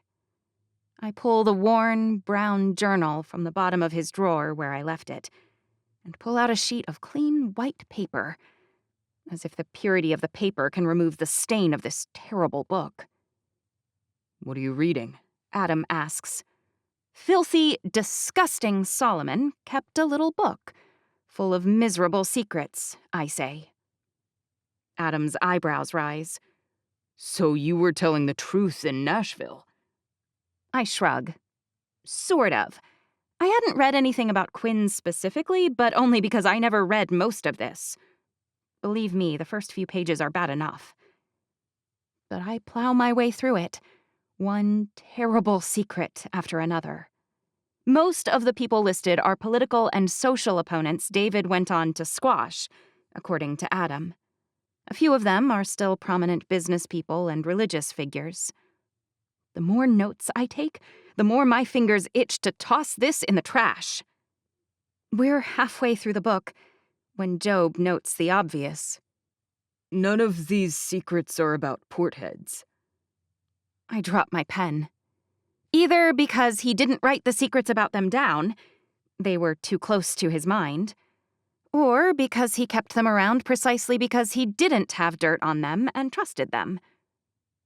Adam's laugh is bitter. It wasn't that. He didn't trust anyone. People who are morally indefensible never do. They assume everyone is as bad as they are, and they won't put them in a position of power unless they can control them. So you think he just didn't write any of those things here? I can't help my frown. But then where does that leave us? Without more information on them, the kind of thing only David Solomon might have, how can I know which one of them attacked me? Job whistles. You think the attack was from one of your own portheads? I drop my hands, palm down on the face of the desk. It had to be, Job. Think about it. Kimball spent weeks here, yes. And let's pretend I didn't believe him, which I did, or that he went home and was completely overruled, which is also possible. But he knew Solomon took over the United States weaponry when he collapsed the government.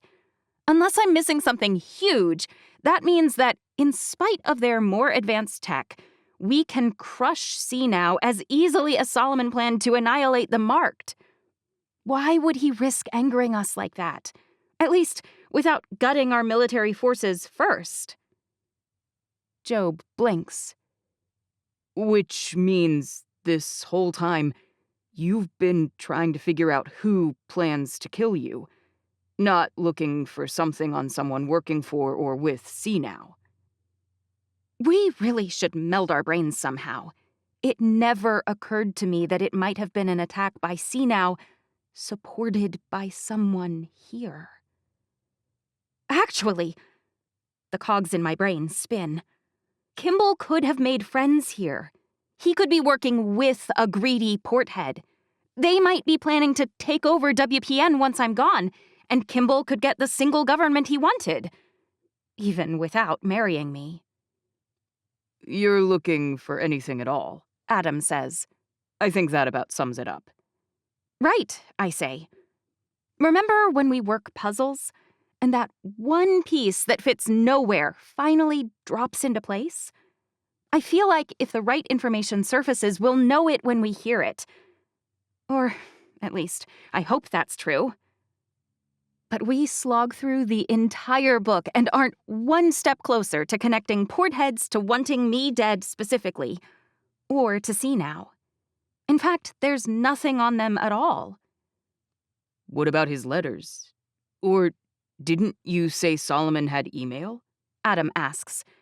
No one else had the internet, but he used it to communicate with them, didn't he? I'm an idiot. I've grown so accustomed to everything being paper or hard copy files that, of course, he would have communicated with them in a faster way. One that didn't have too many prying eyes checking over it. Like delivery people. Too many ways for that to be infiltrated. Here! I pull a rectangle out of a desk drawer. It's his laptop. It takes Job and I a minute to find the power cord and boot it up, but only 3 tries to crack his password. It's the word Ruby, and then my birth date, numerically broken down.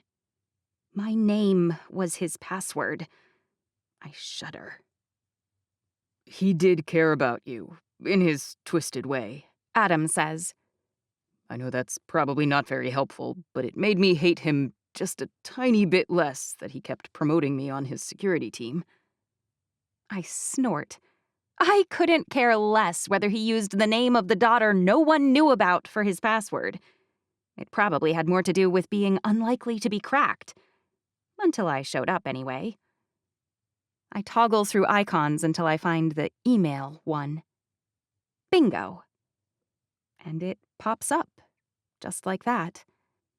Unfortunately, there are a ridiculous amount of day-to-day affairs addressed in the various email correspondence. Everything from topics of Sunday sermons to the details of the cleansing. If I didn't hate Solomon before... We don't have days and days to comb through this, Adam says. Whoever failed to kill you will be planning their second attempt.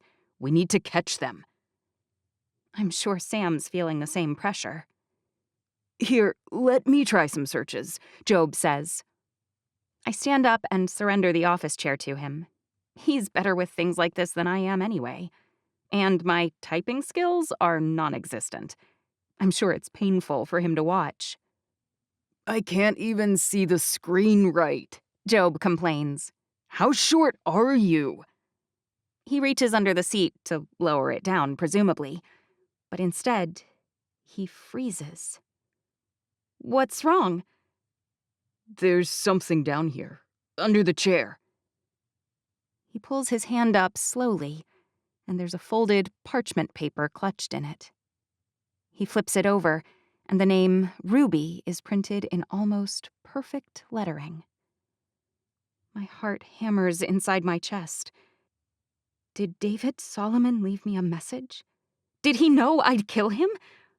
I blink and my hands tremble, but I take it. I slide my finger under the flap and lift it up. Dear Ruby, you don't want to marry me. I suppose I should have expected that, but it hurts more than I expected it to. I know you love Sam, and I get that, actually. But I think it's a mistake. For you, for me, for the future. You and I are 2 sides of the same coin. We both want to heal. People, the world, everything. We want a better future, and I'm not sure your guy gets that about you. Either way, I wanted to say thank you before I'm shoved out the door. I know I can't get back over to talk to you. Sam's seen to that. But I want you to be able to reach out to me at any time, for anything. Since you won't have your communication system up and running until after I'm gone, I figured I'd at least give you the information you need to contact me. I told you that we hadn't expanded into Los Angeles yet, but that's not precisely true. My dad and I have had a residence there for quite some time, as well as a few thousand other people. It's been nice, like we're an advanced team. It's small, and as you may be discovering, it's refreshing to have a place to go where you aren't constantly being evaluated and watched. I'll be studying there for my upcoming medical board exam when I finish my 3-week rotation, and I'll be there for the next few months. It would be easy for someone with a plane to fly into the airstrip less than a mile away. Unlike your government, we don't have the means to immediately shoot down anything that flies, so you'd land safely. I'm not sure we knew quite what we risked when we flew out near Houston on my trip over, but I'm glad of that. If Dad knew the military strength of WPN, he might not have sent me. And we might never have met. Whatever else you believe about me, believe this. I care about you. And I'm impressed, and I look forward with great excitement to stories of your success. You are doing the right thing. Giving up the life you'd imagined for yourself for one that will right wrongs and restructure our world for a better place for generations to come. Don't ever doubt that. Always yours, Kimball Ryson. Another sheet of paper has the rudimentary basics of a map, outlining where his Los Angeles residence is located and where the airstrip is in proximity to the house. Still think it might have been sea now? Even working with one of the portheads? Job asks. I shake my head. I think I might be safer there than I would be in any city here, honestly. Except that they aren't as strategically muscled, Adam says, as he pointed out. So who in the world wants you dead here? Job asks. The problem is that there are too many options. I moan. Everyone has something to gain by offing me. Even you, Adam. He shakes his head. Wrong. You've offered me your place 1,000,000 times. If I wanted that, I'd have taken it. Unless you thought I'd always be a threat. I smirk. You're always a nuisance. He shoves my shoulder playfully. I bump into Job, whose hands bump the screen. Watch it, he says. But then he leans closer to the screen. Whoa. What? I squint. This is a secret file. He blinks. Then he blinks more. This is what we needed. Emails he sent to all the portheads and then deleted, placing them in this weird file. Those widows don't need their retirements now. But do you think God will really care? Do you think the people will? You were a grifter then, now, and you will be one forever. Don't forget it, Quentin. The difference is that now you work for me, not yourself. Many things have changed in the last decade, Rosa, but God has not become any more forgiving of women who lust after other women. Don't kid yourself there. They'd rip you to pieces if they knew, so you could kiss your comfortable life goodbye. You're where you are on my whim, always. And if you ever try to deny me access to my own son again, believe me, you will lose him so fast your head will spin. And, Terry, how many of your children did we relocate into your port? Adultery is as serious now as it ever was. I like to think you've changed your ways, but Carrie Johnson says you haven't. She'll never forgive you, Sawyer. You married her sister, and then you abandoned that sister to die. In what world will you ever have a life together? Lauren Bray. Do I really need to say any more?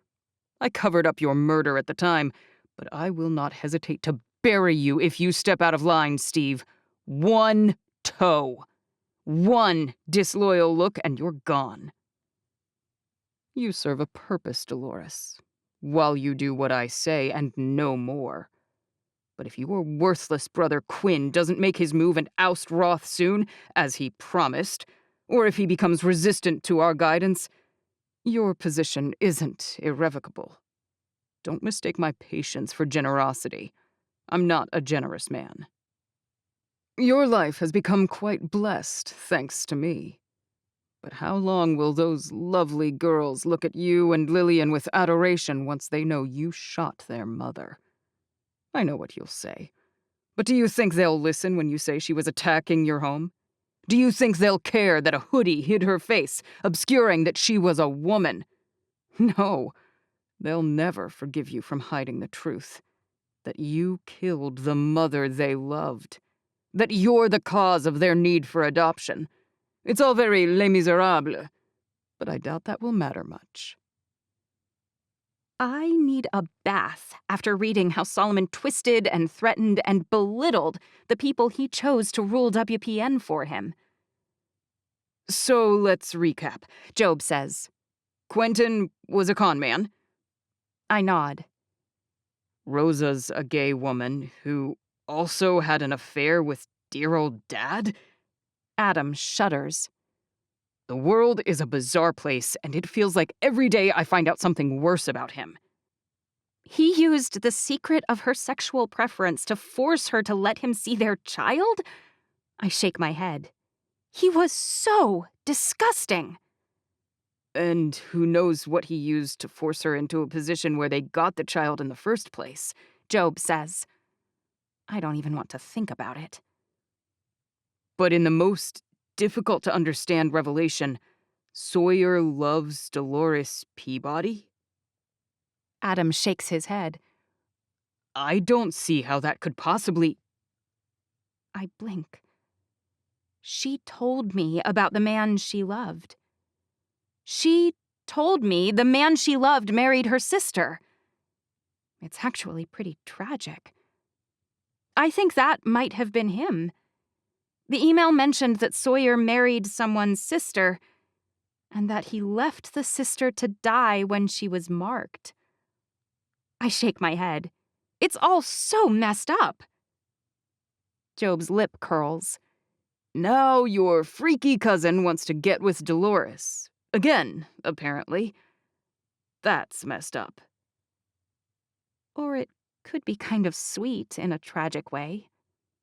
Those two didn't have the feel of the other threats, really. Except for one. Poor Jose.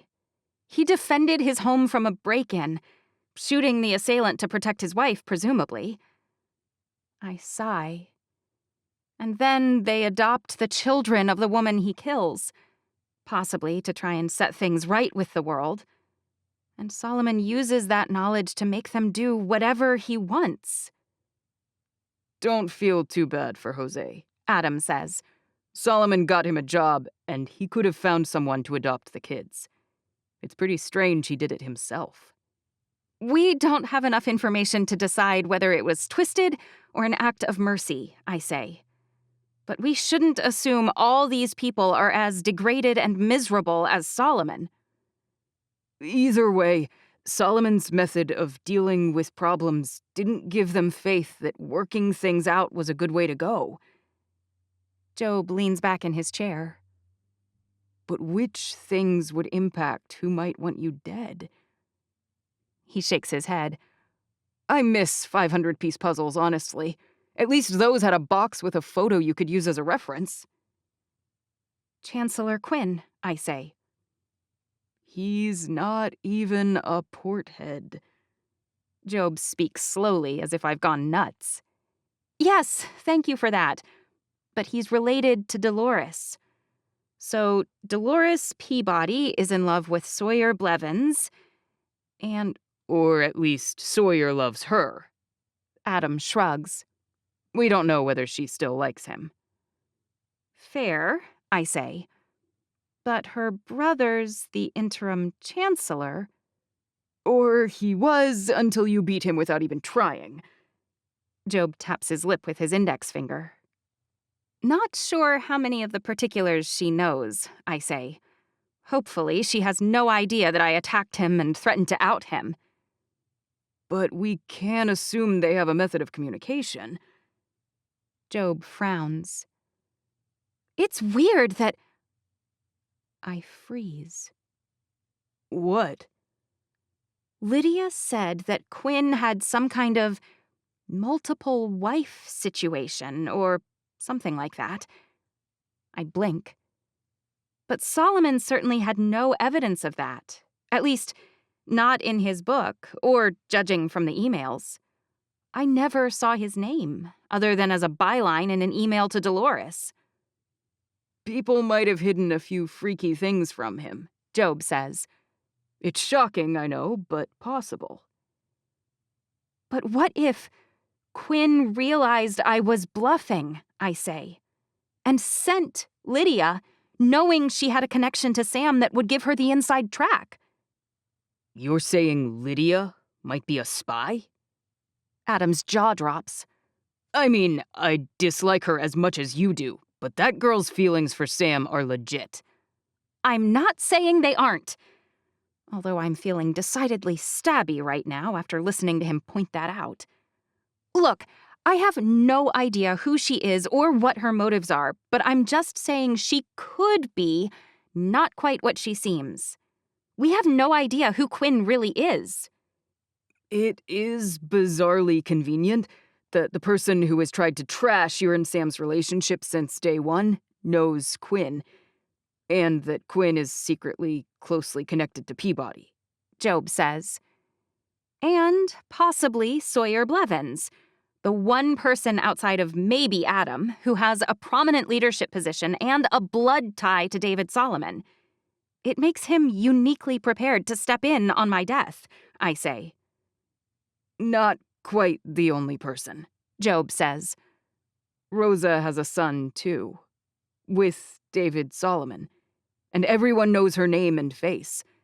She could claim the position on his behalf. I swear under my breath. Either way, I'm what's standing between them and taking over. But we have no proof that either of them were behind the bombings or want anything to do with the throne, Adam says. Not yet, I say. But if someone kidnapped me, or if I died for real, I'd prefer to avoid that, Job says, personally. I laugh. As would I. But if we can sell Sam on the lie that something has happened to me, I think the Portheads would buy it too. One of them would step up, and if I had to guess... Dolores Peabody or Rosa Alvarez, Adam says. Yep. One of those two. Exactly. But if you're dead, Job says, Sam really will burn Sinao to the ground. You must know that. I slump in my chair. Every idea seems to dead end before we can make it work. Which is why we'll make it look like they kidnapped her instead of killing her, Adam says. And then we watch to see who seizes the reins. I'm not hanging around here if she's gone, Job says. Sam would figure it out. I know it. I've never been able to lie to him. Which makes it unlikely that Lydia is anyone other than she says. He is really good at telling when people are lying. Something about being able to hear heartbeats, maybe? And if Lydia's legit and Quinn really ran, then all of this falls apart and we're back to square one. Unless it's Rosa. But even if our ideas are all wrong, finding out who seizes control when I'm gone will be helpful. And they can't bomb Sinao if they have me. That might kill me. Either because they're angry or inadvertently if they attack the wrong place. Which the person who wants you dead would be okay with, Adam says. It's a risk. But with Sam here ostensibly in control until you're proven dead, that should be somewhat in check. Everything is a gamble, any way I turn. Let's do it. The blood is Job's idea. Nothing will freak Sam out like that will, He says, looking at the splotches of red he artfully applied. The thought of you injured, scared, and all alone? He shakes his head.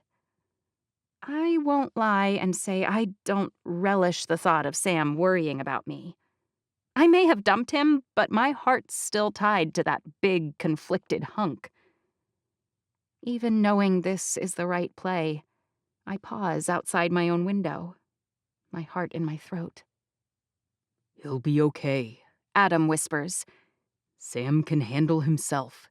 And then we can nail the jerks who want you dead and finally lay this ugliness to rest. I think about all the people that these conspirators have killed, from the messengers weeks ago to the residents of those settlements. Nothing can make it right, but I'll feel better when we can punish the ones responsible. Me too. Adam frowns fiercely. And you're sure Kimball will welcome us? Job asks. There aren't many things in life I'm positive about right now. I think about Kimball's eyes and his words in the letter. But that's one of them. All right, well, let's go. The sun's setting. It's the perfect time to meet the pilot, Adam says. And I want to get this show on the road. In the air. Why does doing the right thing always feel like a mistake lately? Let's go, I say.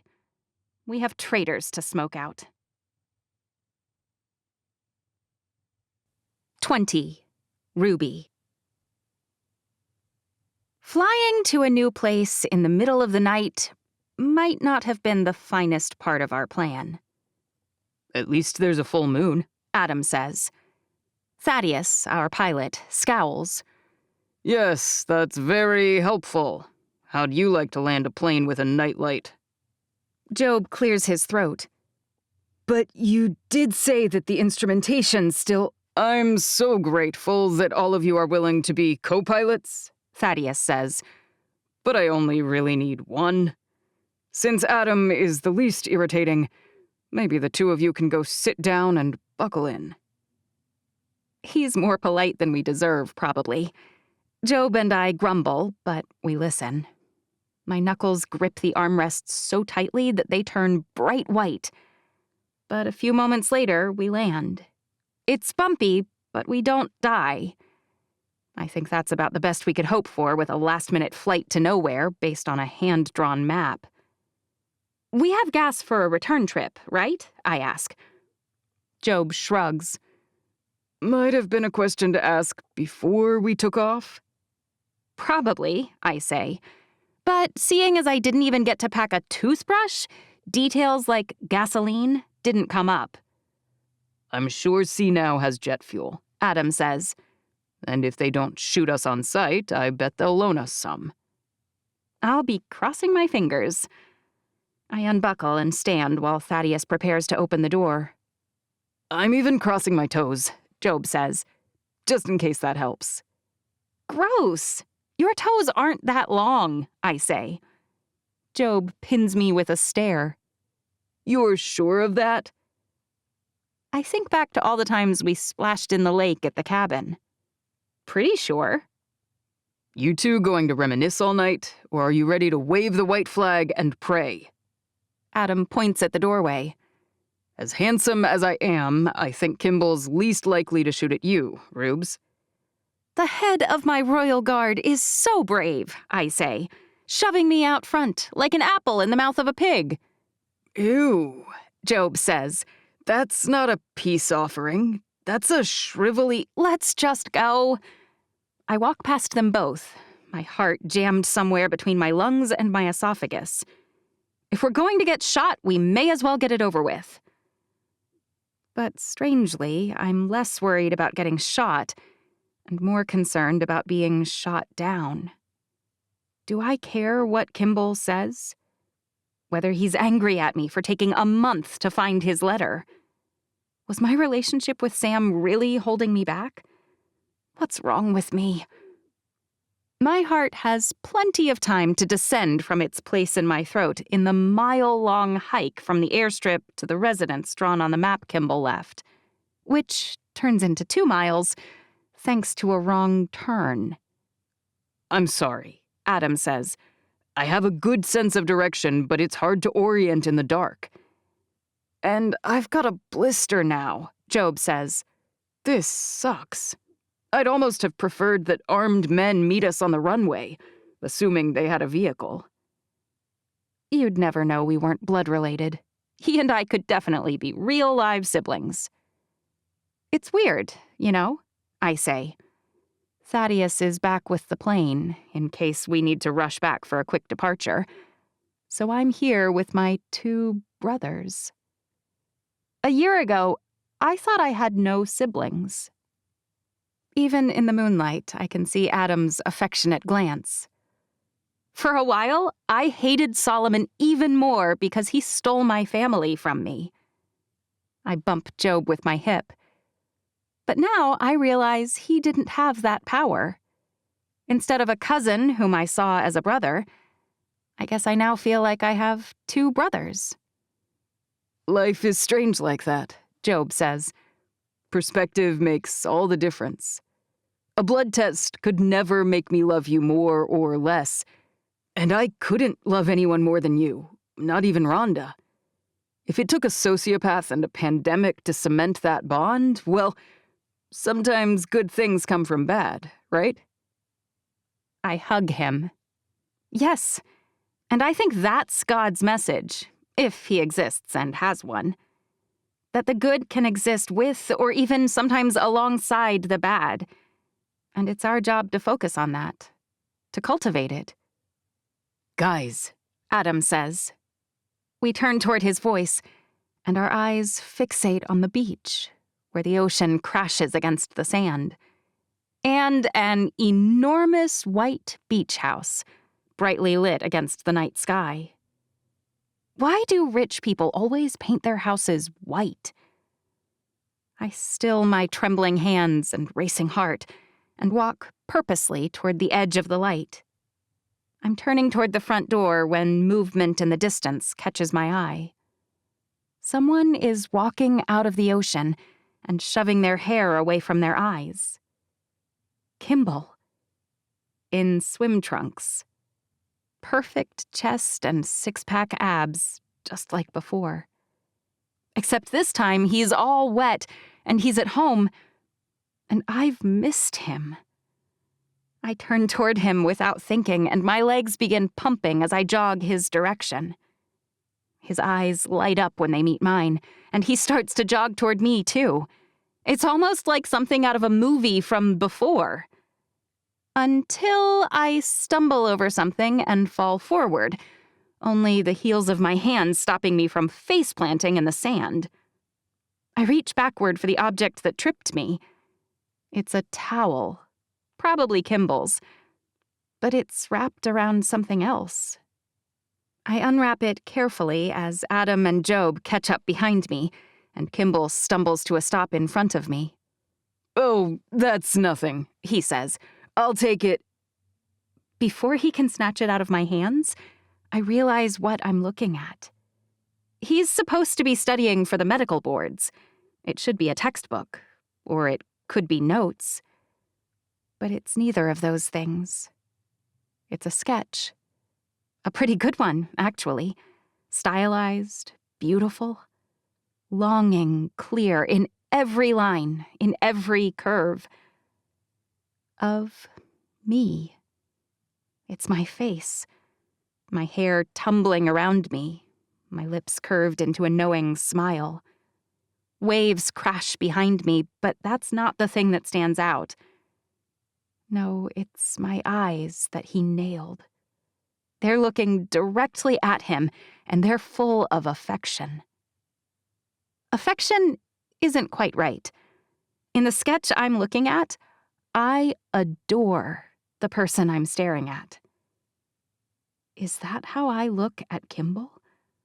I nearly choke. Kimball takes the book and flips it against his wet chest. I'm worried the water will ruin it, but I can't bring myself to say that. Kimball! You came. He's breathing heavily, his lips parted, his skin glistening. We all did. Adam waves. Hey there. Kimball doesn't spare them a glance. I'm so happy to see you. Why, thank you, Adam says. It's been a while since anyone said that to me, and I won't lie, it's nice to hear. I toss a handful of sand at him. Shut up! Not likely, Adam says. I stand up and brush sand from my pants and hands. I'm guessing you didn't order an attack on Lake Charles and Beaumont. Kimball drops the sketch pad and closes the space between us, his arms wrapping around me and drawing me against him. The water's cold against my skin, and I shiver. I would never hurt you. I know. Is that why you came? His whisper blows warm air against my cheek. To ask me that? I shake my head. I was supposed to be there. Whoever attacked those places was trying to kill you. He shudders. You must stay here then. If the attacks weren't from you guys, which I assumed they weren't, I say, then my enemies are within WPN and you can't keep me safe, as much as I appreciate the thought. I wasn't 100% forthright on that, he says. I hope you'll forgive me. My arms stiffen and I press at his chest. What? His expression is sheepish. The thing is, all of the government was accelerated, as you know. Okay, I say. Except not up here. That's why we survived and have largely been fairly organized. I don't understand.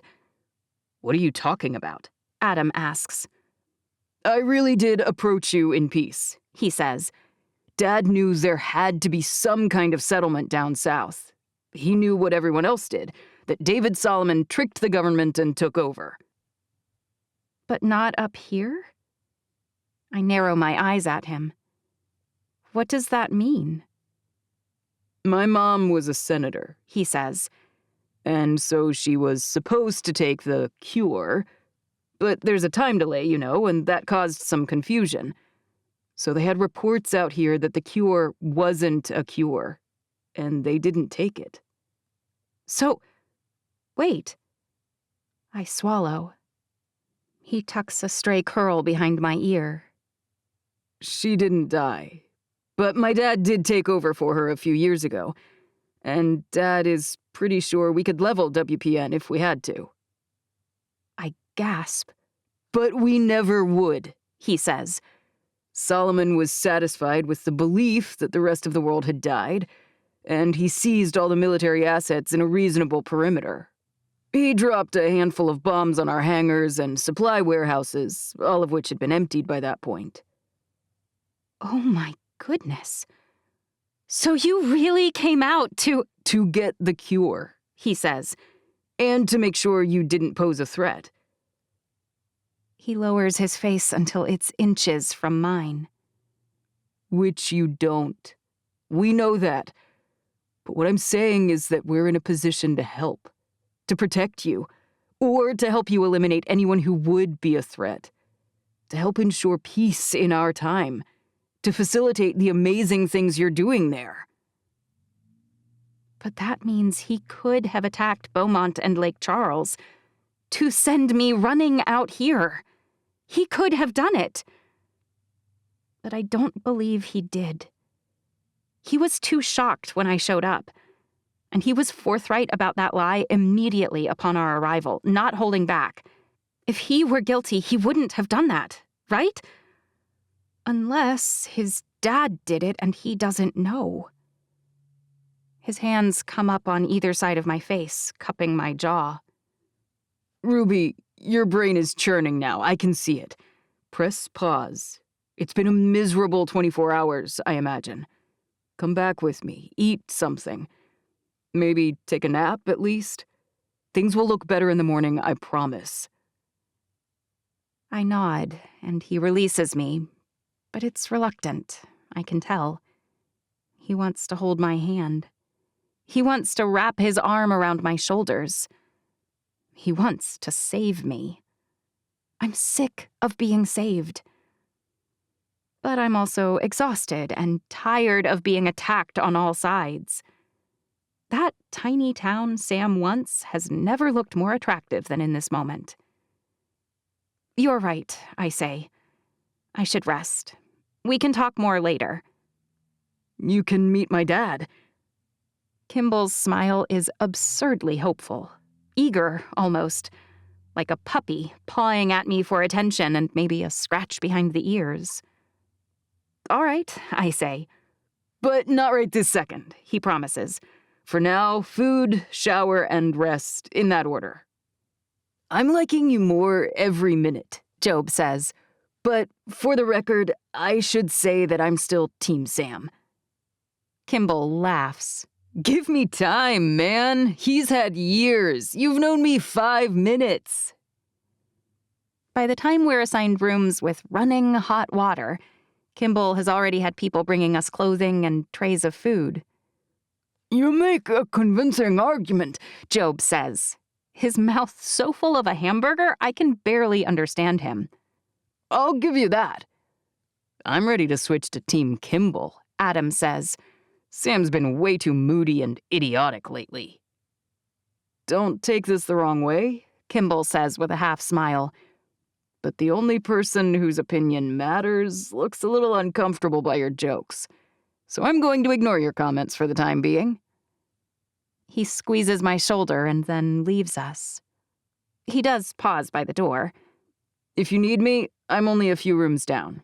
Shout and I'll come running. The second the door closes, Adam asks, How do you do it? I blink. Do what? You just draw guys to you like, I don't know, a back porch light draws bugs. What a flattering observation, Job says. She's a bug zapper. And they're what? I smile. June bugs? Adam shrugs. Mosquitoes? I shake my head. I don't do anything. Wesley? Adam says. Sam? And now Kimball. Look, can we not talk about this right now? I ask. I'm tired. Adam and Job exchange a look I don't appreciate, but they respect my request. After we all three gorge ourselves, shower, and dress in clean clothing that Kimball procured from who knows where, we climb into bed. Or I climb into bed. The other two refuse to go to their rooms. Job sleeps on the couch on the far wall, and Adam lies on the rug in the middle of the floor. How can you sleep there? I ask. But he's already asleep. So much for being here to guard me. Asking him a direct question doesn't even wake him up. I suppose any would-be attackers might stumble over him and twist an ankle. I toss. I turn. I cover my head with a pillow. I flip around so my head is at the bottom of the bed. My eyes are burning. My head feels stuffed with wool. I'm so annoyed that those two dropped off immediately that I consider kicking them in frustration. And yet I still can't sleep. Finally, I slide out of bed and slip quietly through the sliding glass door. The ocean waves crash so reliably. The breeze blows my hair across my cheeks. This is exactly what I need. Peace amid the chaos. My life feels like nonstop upheaval lately. The people love me, but the leaders hate me. Like my dad, almost. He tried so hard to be good and to help people, but he lost his job, and then his wife left him. His partner betrayed him. Maybe he took me at first to punish my mother, but when he tried to give me a better life than the one I'd have with Solomon, It wrecked his future. Sometimes I'm so angry at him. And sometimes I miss him so badly, it cuts like a knife. Tears roll down my cheeks freely. No one can see me, not here.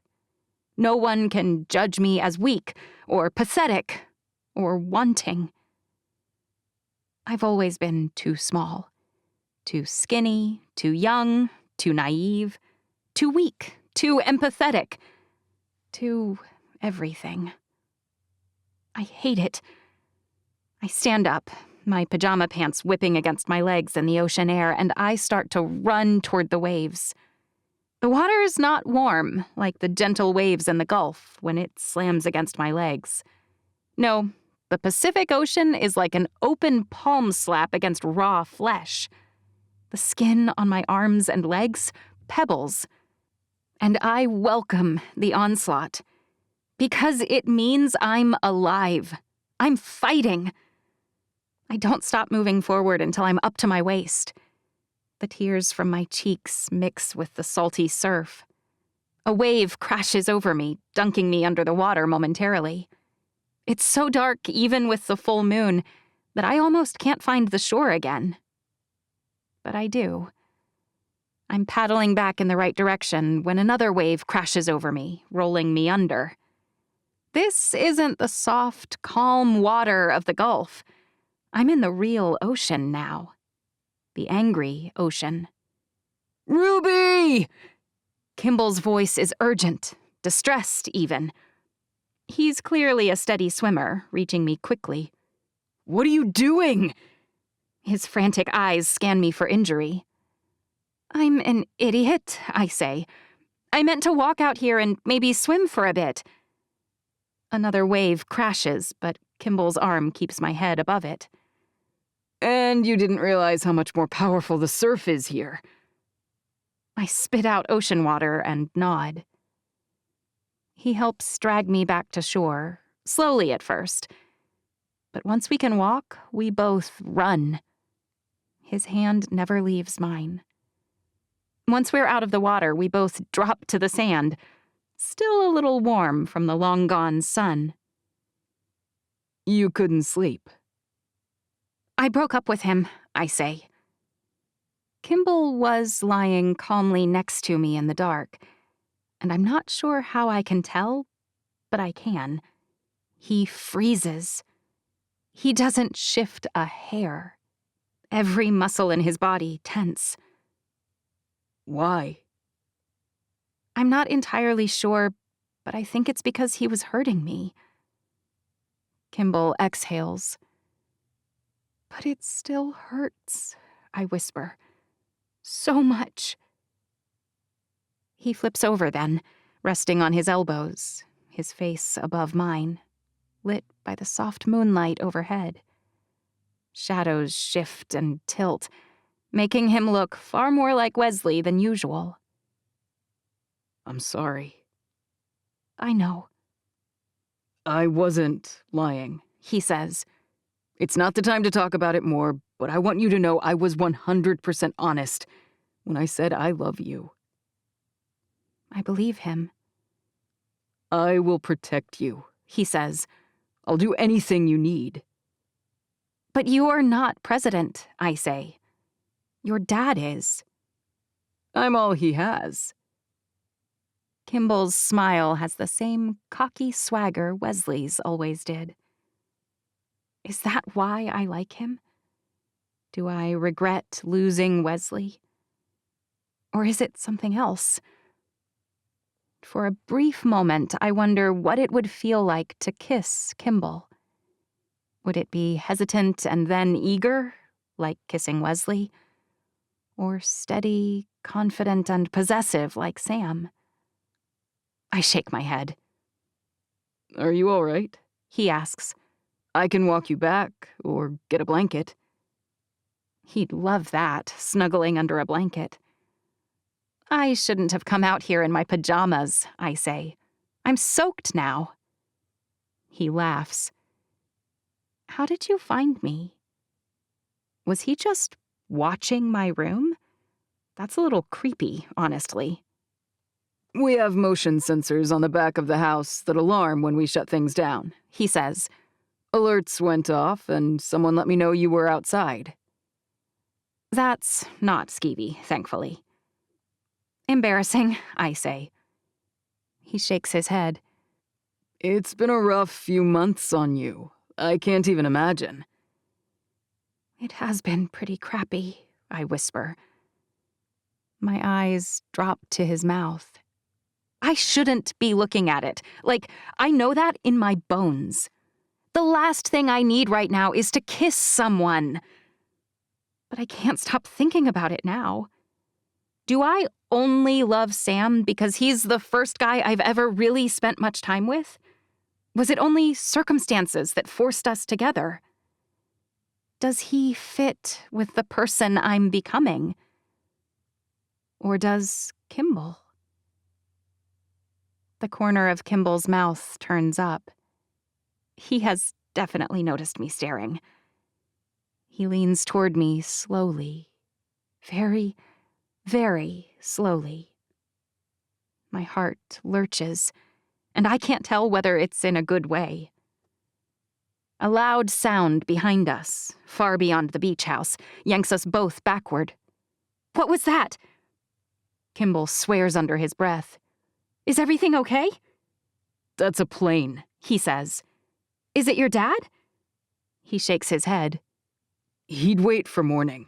I sent him a message. He's en route, but he won't be here until 10 or so. I swallow. We need to get you away from here, now. And before I realize what's happening, he's pulling me up to my feet. Who do you think it is? He grips my hand like he's worried it'll fly away. It could be WPN, whatever porthead failed before. Or it could be that Quinn guy you displaced. Who knows? He pulls me close for a brief moment. Whoever it is, they'll regret crossing me, I swear. Adam and Job are shouting inside the house. My brothers are freaking out. We need to go, Kimball says, right now. I yell back at them. Job! Adam! Shh! Kimball presses his hand over my mouth. We can't let anyone inside know where we're going, or they'll lead whoever it is right to us. What do you mean? I ask. Where are we going? Job and Adam sprint down the beach toward us. What's going on? Adam asks. Some noise woke me up, and you were gone. He yanks me away from Kimball and hugs me so tightly that my bones creak. I thought I lost you. I'm fine, I say. The sound was a plane, probably landing not far from ours. Which means we need to go, Job says, before whoever it is comes looking for you. Right, Adam says. All it takes is a single bullet. His voice catches and he clears his throat. We were already doing that, Kimball says. I've got a bug-out spot. Now that we're all on the same page, Adam passes Kimball a gun, which is super odd. He can't really tuck it into his wet pajama pants. What a bizarre evening. He holds it in his hand as we jog down the sand. There's a rocky outcropping a half-mile or so from here, Kimball explains. That's when we hear the first gunshot. Then 3 more follow. Our jog turns into a downright sprint. No one and nothing can get through the iron door once we reach it, Kimball says. Another gunshot. Closer. Shouting. It's right up here, Kimball says. And then it's looming in front of us. A wall of rock riddled with holes that extends nearly all the way out to the water. Does it take water at high tide? I ask. Kimball shakes his head. Only in storms. Reassuring. He presses some buttons, but his hand is shaking. After a series of beeps, a screen opens and he leans toward it. An eye scanner. Pretty impressive tech for a rocky outcropping in the middle of abandoned Los Angeles. He straightens and a door slides open. And then a bullet hits the retinal scanner, shattering it. I spin around. Kimball grabs my hand, his gun pointed at the dark figure of the assailant. But I throw my hands up in the air.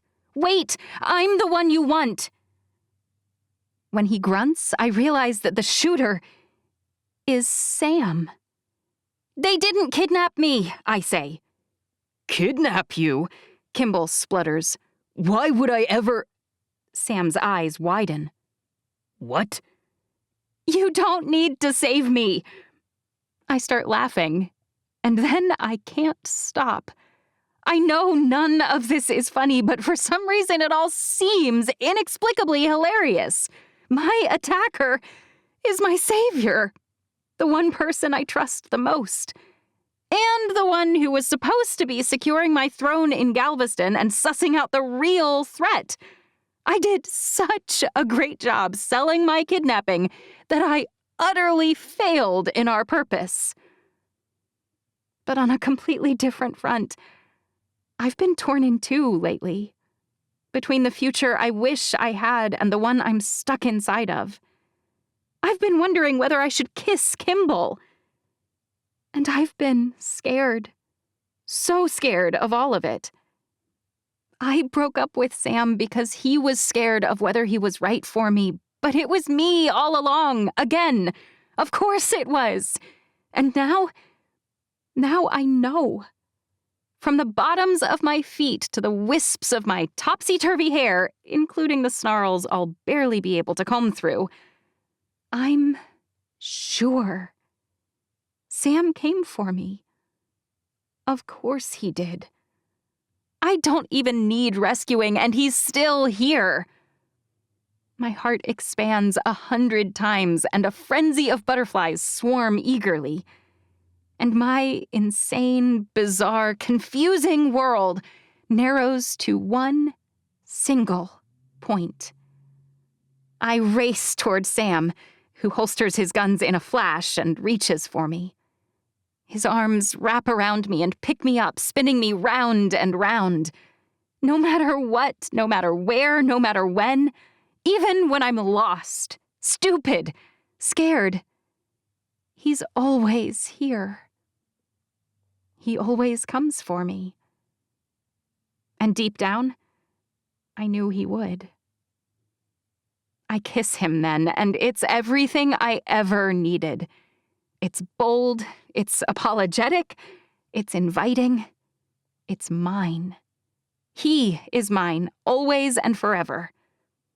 I love you, I say, and if you'll forgive me for being an idiot, I will marry you. Sam beams. I'll always forgive you, and I'll punch anyone who calls you an idiot.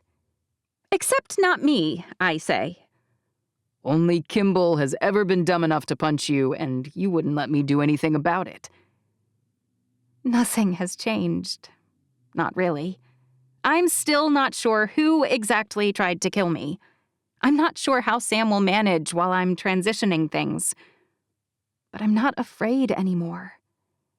Because if he comes for me now, after I dump and abandon him, then nothing between us can't be fixed.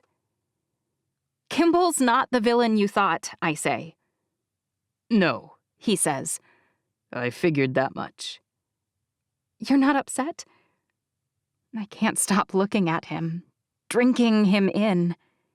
He's in all black, his typical tactical outfit. Even so, he fills the entire space, the whole world around him. He's got the gravitational pull of the sun. He sucks everything in and then destroys it. Except me. Oh! What? He frowns. Did you kill anyone? Kimball swears. No, Sam says. you hate when I do that. But, Job, they might need your help. And a few first aid kits. I laugh. Same old Sam. Thank you. Always. He says. I lean against his chest and close my tired eyes. How did you find me? I didn't find you, He says. but I figured it was a safe bet that if he didn't take you, Kimball would know who did. My neck complains, but I crane it to look up at him. Huh? If you think I let him traipse back home without tracking him, you don't know me very well. I shake my head. I don't even want to know. And I was right. Here you are. His smile is a little condescending, but it doesn't bother me. Not today. I am here, but only because I figured it was the only way to lure out the real culprit. And you knew I'd never sign off on using you as bait like this? He lifts both eyebrows. I needed you there, panicking a bit, to sell it. He sweeps me into his arms then, and starts to carry me back toward the house. You're all wet, you brat. I went for a swim. With Kimball. He arches one eyebrow. I noticed he's the only other person who's soaked. With Kimball, I say, but only because I needed to— Shh, he says. I don't care. I don't own you. You kind of do, I say. No matter how frustrated I got, no matter how much time you spent with that Lydia, I never would have been happy without you. You could have been. He stops. You could be. Life is a sequence of choices, always. And you're a wonderful person who could make any number of choices and still find joy. He whispers, But I'm glad you decided to choose me. Me too, I say. Deliriously happy, in fact. I hate to interrupt this little reunion, Adam says. But did you come alone? And was it really wise to leave? Wise or not, I wasn't going to sit around while Ruby was in trouble, Sam says. And I should probably confess that I did have to shoot someone back in Texas. What? I ask. No, what I really want to know is who? Lydia, Sam says. 21. Sam. Ruby wriggles so much that I nearly drop her. I laugh. She hits my chest. Shooting someone isn't funny. What are you talking about? Oh, calm down. I shot her with a tranq, and she's tied up in the plane. I thought I might drop her off here. Once I'd found you, of course. I don't want her, Kimball says. Well, too bad, I say, because I'm not taking her back. I don't understand, Adam says. Me neither, Job says. When I told her I was coming for you, she told me I couldn't. I shake my head. I'm ashamed to say that's the first time I realized it. That she's a hoe? Job asks. Because we all noticed that way back. Please. No, I believe that she cared for me. Oh, she did, Ruby says. You were right there. I attributed anything she said or did that seemed off to those feelings. That arrogance, that ego. It was my mistake. I clutch Ruby a little tighter. You're shivering. I'll be dry soon enough, she says. Even so, I rub my hands along her arms. She lied about Quinn. He didn't have girlfriends galore. His secret, which I suppose he realized you didn't really know, was that he had been in contact with Peabody for years. Dolores Peabody, the port head in Mobile, he sold unmarked secrets and favors to WPN as long as he was on the council. If we're talking about split loyalties, I was queen of WPN, Ruby says. That didn't bother the council. Wouldn't they have liked that he had a connection to WPN? But you were upfront about your connections from the first day, I say. They'd have hung him for treason if they found out Dolores was his sister, and they had plans to bring the countries together, but with the unmarked joining as second-class citizens. Lydia told you all this? Ruby asks. I glance sideways at Adam. He winces. Sure, I say. She told me. Ruby frowns. He tortured her, Kimball says. I hate that guy. Like, really hate him. Lydia had been working for him all along and sending messages to Dolores. But why would Dolores want me dead? Ruby asks. It's not like the people would want her as my replacement. She chokes. Oh, what? Sometimes her brain moves so fast I can't keep up. She could have decided to forgive him. She looks at Job, her shoulders falling into the most pathetic, dejected pose ever. You think? Job's brow furrows. But he married her sister. That's so gross. People are complicated, I say. Lydia insisted she loved me, right up until she came clean about all of it. And even then, she said she'd betray Quinn for me if I'd give you up. She really is a hoe, Job chuckles. So how did you leave things? Ruby asks. Can we just fly home? I shrug. Not sure. Lydia left the room, ostensibly to grab food. Really, she went to send a message to Quinn, but he told her that since their attack went awry, that Blevins would come up with something else. He was getting nervous and wanted her gone. You caught her talking to him? Ruby asks. Talking to him? She's so cute.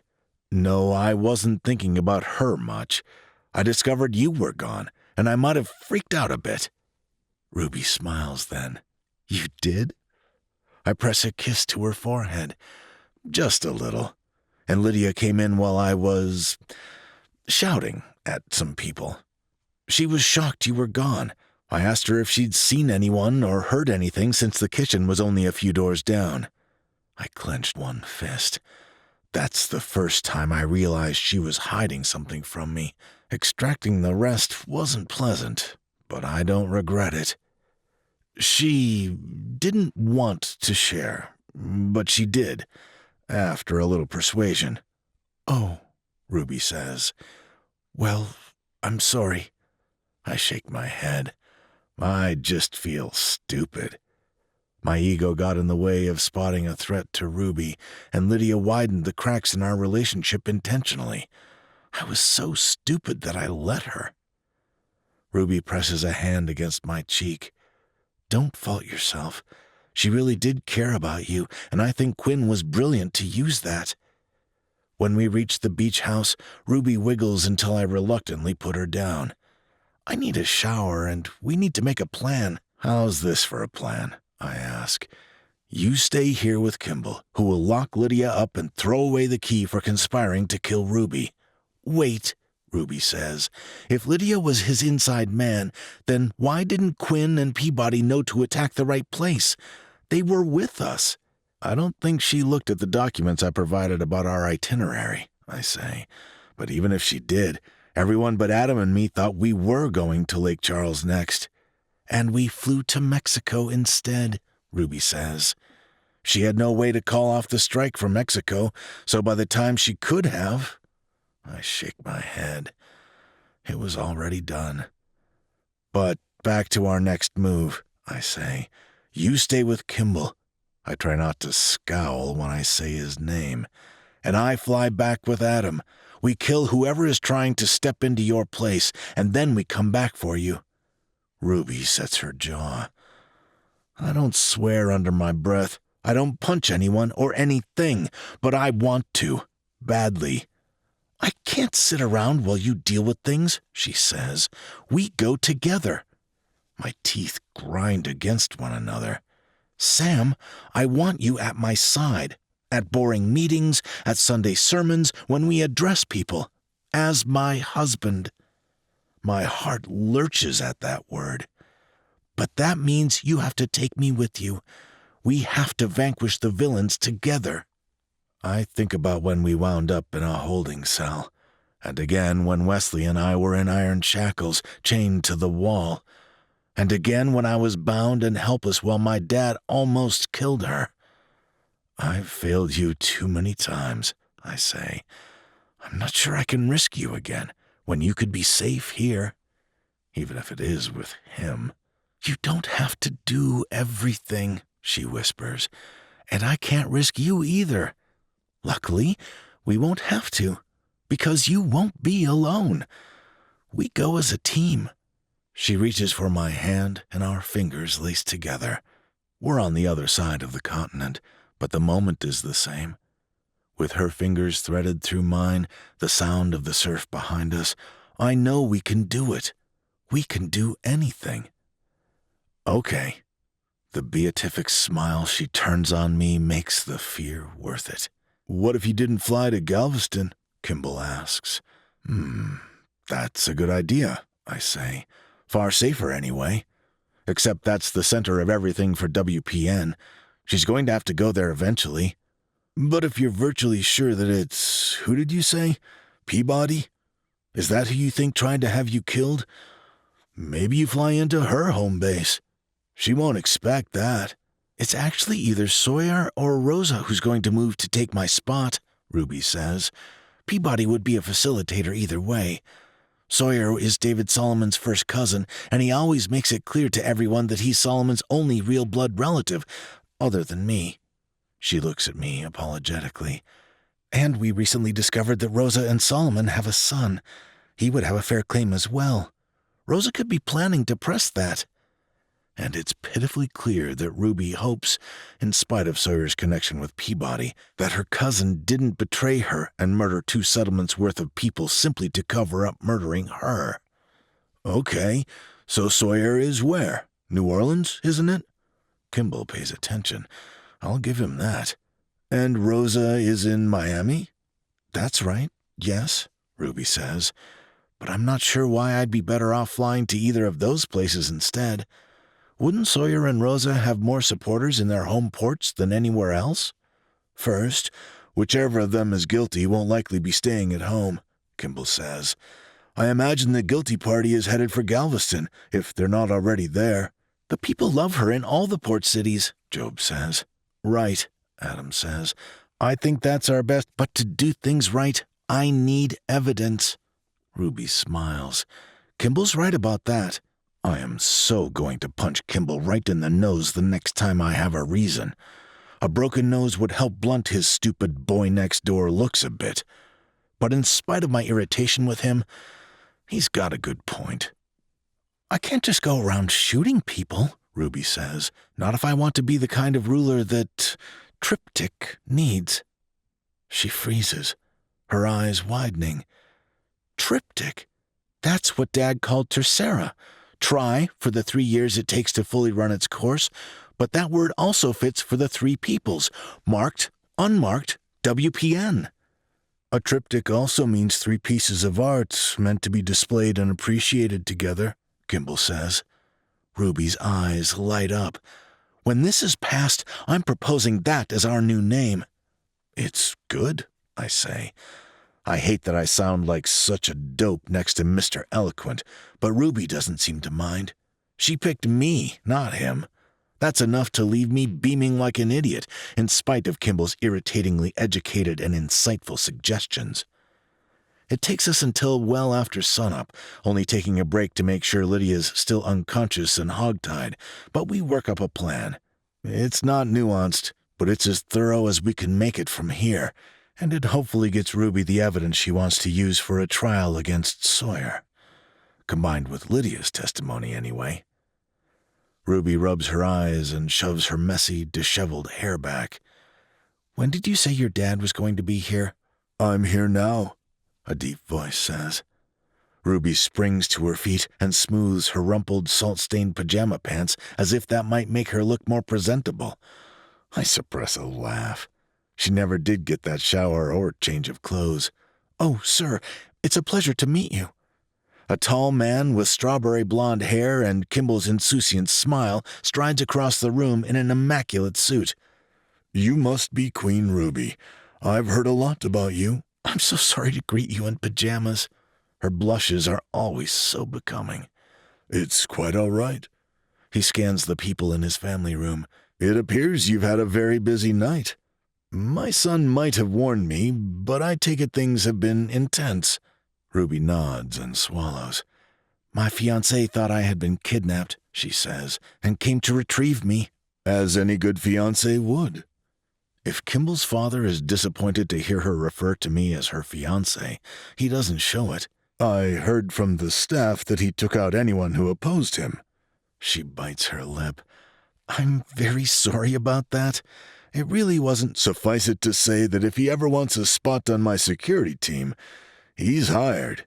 Kimball's dad laughs. But don't worry that we'll take offense. No permanent harm was done in any case. And it looks like you're already making plans to take care of whatever housekeeping is necessary on your end. Absolutely, I say. Well, he says, don't let me interrupt. I've never seen my son look quite this earnest. I think we were all about to rest for a few hours. Ruby yawns. And then perhaps eat dinner and talk to you about the future of See Now and Triptych? Mr. Ryson glances at Kimball. That's the new name Ruby's considering for the conglomeration of WPN, the Unmarked, and the Marked. I like it, Mr. Ryson says. It's poetic. Thanks, Ruby says. After we hammer out a few more details, Ruby stands up, yawning again. I need a shower, and then I'm going to crash. I stand up too. Mr. Ryson's eyebrows rise, but he doesn't object when I follow her back to her room, and neither does Ruby. I wait outside while she showers and changes. I'm tired, but nothing like her, I imagine. Once she's in clean clothes, with her wet but clean hair around her shoulders, she pads across the floor toward me. I pluck her up and swing her onto the bed next to me without a word, tucking her body against mine. It fits as perfectly as it ever has, and some hidden tension in my heart I didn't realize was still there eases. She drops off to sleep, and then so do I. And for the first time in a very long time, all is right in the world. Because, at last, I'm holding my tiny, perfect fiancé in my arms. 22. Ruby. The plan has come together. Part of me wants to prolong this moment in time, come up with a reason to delay. I'm sitting next to Sam at a long wooden table, eating scrambled eggs and toast. The waves crash outside, and seagulls swoop and call brightly. When I reach for Sam's hand, it's there. His smile is open and genuine. What is life but a necklace full of moments, some perfect, some flawed, strung together in time, some behind us, some ahead. But this one bead in this single moment, it sparkles. I wish it could dangle suspended forever. You okay? Sam's voice is deep, his eyes intent. I'm better than okay, I say. You don't have to do it, you know. His voice is gruff, almost as if he's forcing the words out when he doesn't want to. I know. I've thought about it from all angles, but I have to go. These are my people. What kind of leader sends some kind of advance guard to clean up all her messes? I shake my head. I may be small and I may not be very intimidating, but I think that's the point.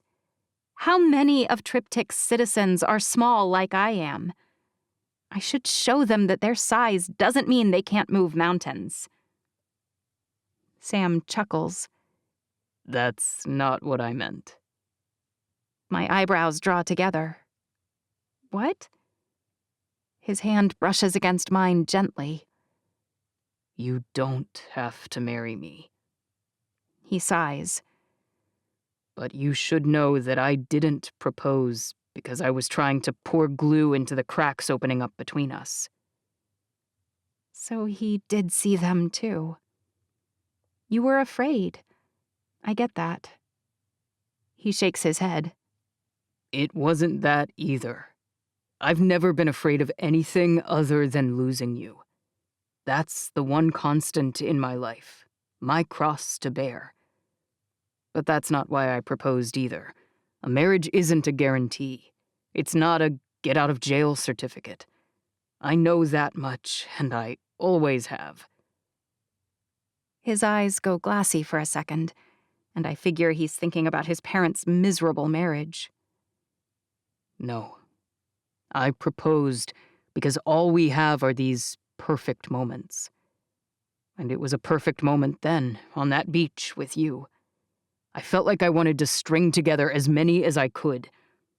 Like I wanted to express how perfect it felt to me. And that was the only way I could think to do it. How much do his thoughts echo mine from a moment ago? We may not seem much alike, but in our hearts we're almost the same.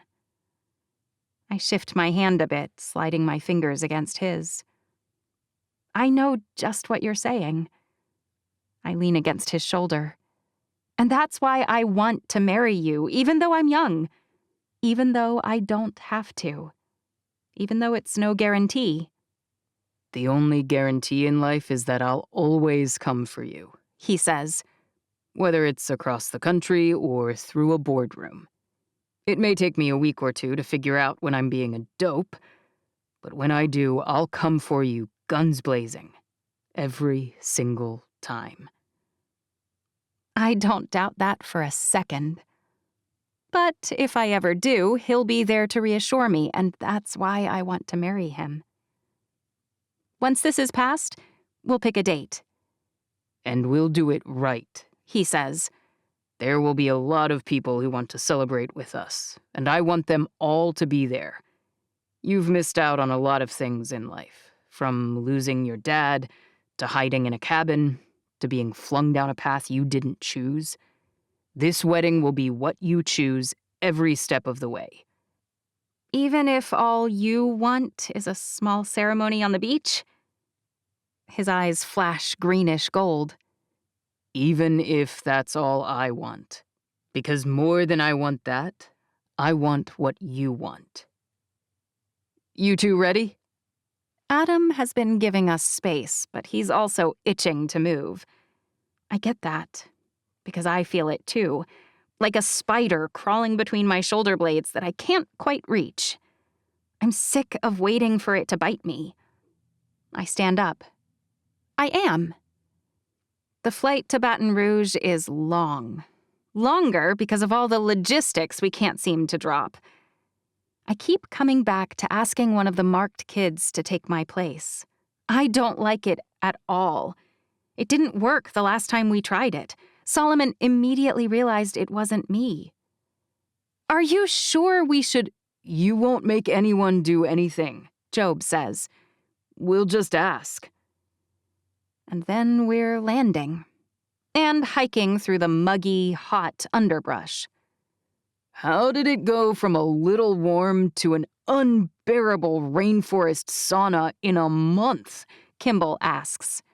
Spoken like a California boy, I say. It goes from one to the other in the blink of an eye down south. The first person I recognize is Aunt Anne. She's talking to a kid with a mohawk that's clearly a copy of Rafe's at the edge of town. Her eyes widen and she sprints toward us. You're alive. I am. I wonder how many times we've all had to worry that a member of our family has died. So far, other than my dad, we haven't lost anyone. Unless you count Wesley. What are you doing here? Aunt Anne looks from me to Job, then to Sam, and then to Kimball and Adam. Are you in trouble? Aren't I always? I ask. But as we explain our plan, Aunt Anne falls into step next to us, making suggestions and clarifying a few details here and there. You need someone who's your size? A girl who was following behind Aunt Anne asks softly. My head whips toward her. She's my height and my weight. And she has high, pronounced cheekbones, blonde hair, and blue eyes. All she's lacking are the curls. We are. I hate saying the words. I'd be honored to take your place, she says, unless you think I'm not regal enough. Job snorts. I open my mouth to tell her that we'd love it, but I can't get the words out. What kind of queen sends any of her people in her place? To take the risk that they might attack her instead? Rhonda stepped in on my behalf once, but I can't let anyone else do it. Not now. I'm not sure what we'll do instead, but I just can't. Or if you'd like someone older, Rafe says from a few feet away. I'm sure we won't have any lack of volunteers, Your Majesty. The people here practically worship you. When did he get here? I hate the derision in his tone because I feel the same way. It's ridiculous they should look up to me like they do and that they're willing to sacrifice themselves to spare me. No, I shake my head. The blonde girl's face falls. It's not that I don't appreciate your willingness to help, truly, I say. It's just that I know this was our plan, but I can't do it. I can't send someone to Galveston to be me while I travel to New Orleans or Mobile or Miami instead. Even the thought makes me sick. We've been through this, Adam says. The odds that I don't care, I say. Any chance. What if instead, Kimball says, I contact them, offering to sell you back for a price? Interesting. Keep going, I say. Sam and Adam look like the same person in two bodies, scowling like they'd enjoy ending him slowly. We can do it from here. We tie you up, maybe add some makeup to sell it. I contact them, not sure how, and offer to ransom you. Whoever's in charge, well, they won't want you back, will they? Or what if there are other people around and they feel they have no choice? Sam asks. Then they'll pay your ransom and we'll know nothing for sure. We're safer sending a fake envoy to Galveston to distract them while the rest of us go to their home base and search for evidence of their duplicity. Except, you know them, Ruby, Kimball says. Will they be able to turn down the chance to eliminate you? Will they ransom you? I think about my interactions with the port heads. I hope Jose would do whatever it took to save me. I'm not sure about Terry or Rosa or Quentin. But I really believe that Sawyer Blevins cares about me. I shouldn't be hoping that it's Rosa. I shouldn't be looking for a way out, but he's the only family I have on David Solomon's side who hasn't let me down monstrously. Maybe that's why, more than any other reason, I need to know the truth about my enemies. We'd need to really sell that I'm in peril for that to work. That won't be hard, Adam says. Sam's gone and no one's heard from you in days now. Aunt Anne has a wonderful time applying makeup for this part. That's way too much fake blood, I say. Come on. Oh, fine. She wipes half of it off. But mouth wounds do bleed pretty badly. It always looks much worse than it is. I laugh. Watching you laughing with all those awful bruises and that bloody cut, Sam says, is... He shudders. Let's get this over with already. Did we figure out the tech stuff? I scrunch my nose. I know nothing about that. Job has been arguing with two of Rafe's guys and the representative from WPN for an hour now. If we spoof the... Hello? Adam waves at Job. Are we good to go? Job rolls his eyes. I think so. In the end, it takes them another 45 minutes to agree. Oh, come on, Kimball says. Half that blood is on Sam's lower lip. Sam's grinning, not at all worried. He shrugs. Don't know what to tell you. Aunt Anne's mostly faking being annoyed as she reapplies it. Okay, now don't go glowing with joy on the video call and ruining this. But her eyes are twinkling, and I know she's happy. I catch her hand. Would you be willing to walk me down the aisle? Her breath catches in her throat. Me? I know I could ask Josephine or Uncle Dan, but you're my real dad's twin. I think I'd rather have you do it than anyone else. A tear slips down her cheek, and she nods soundlessly. Okay, thanks. The tears welling in my eyes will help sell this, I hope. And I'd love to have Rose be our flower girl. By the time we have the wedding, I bet she'll be able to walk. Of course.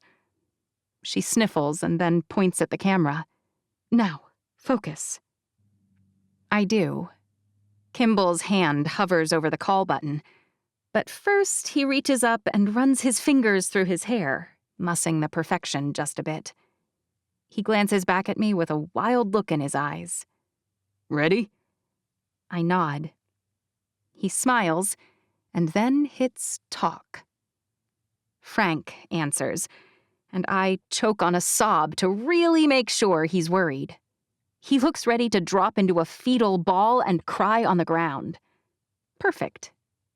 I'll need to track down Mr. Blevins. Please don't disappear.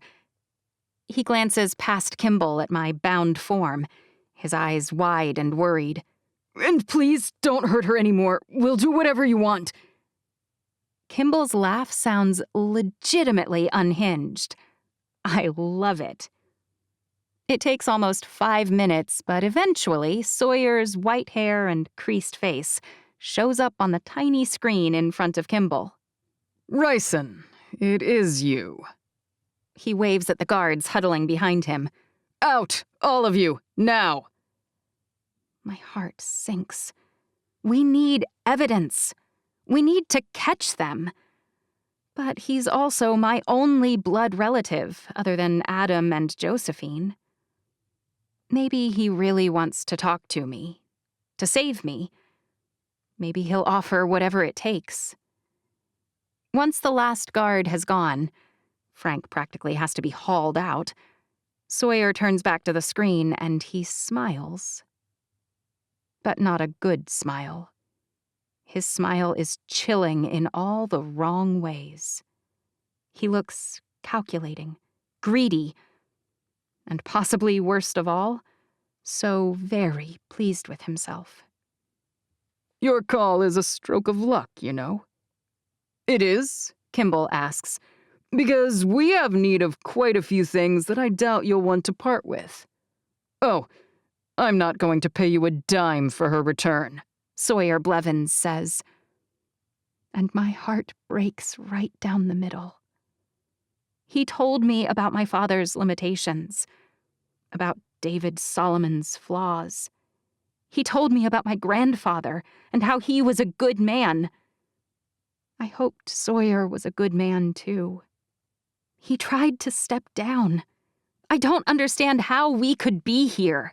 I'd have let him marry Dolores, so what's the point? I can't see Kimball's face, but I hear him spluttering from here. You won't pay me for her? What does that mean?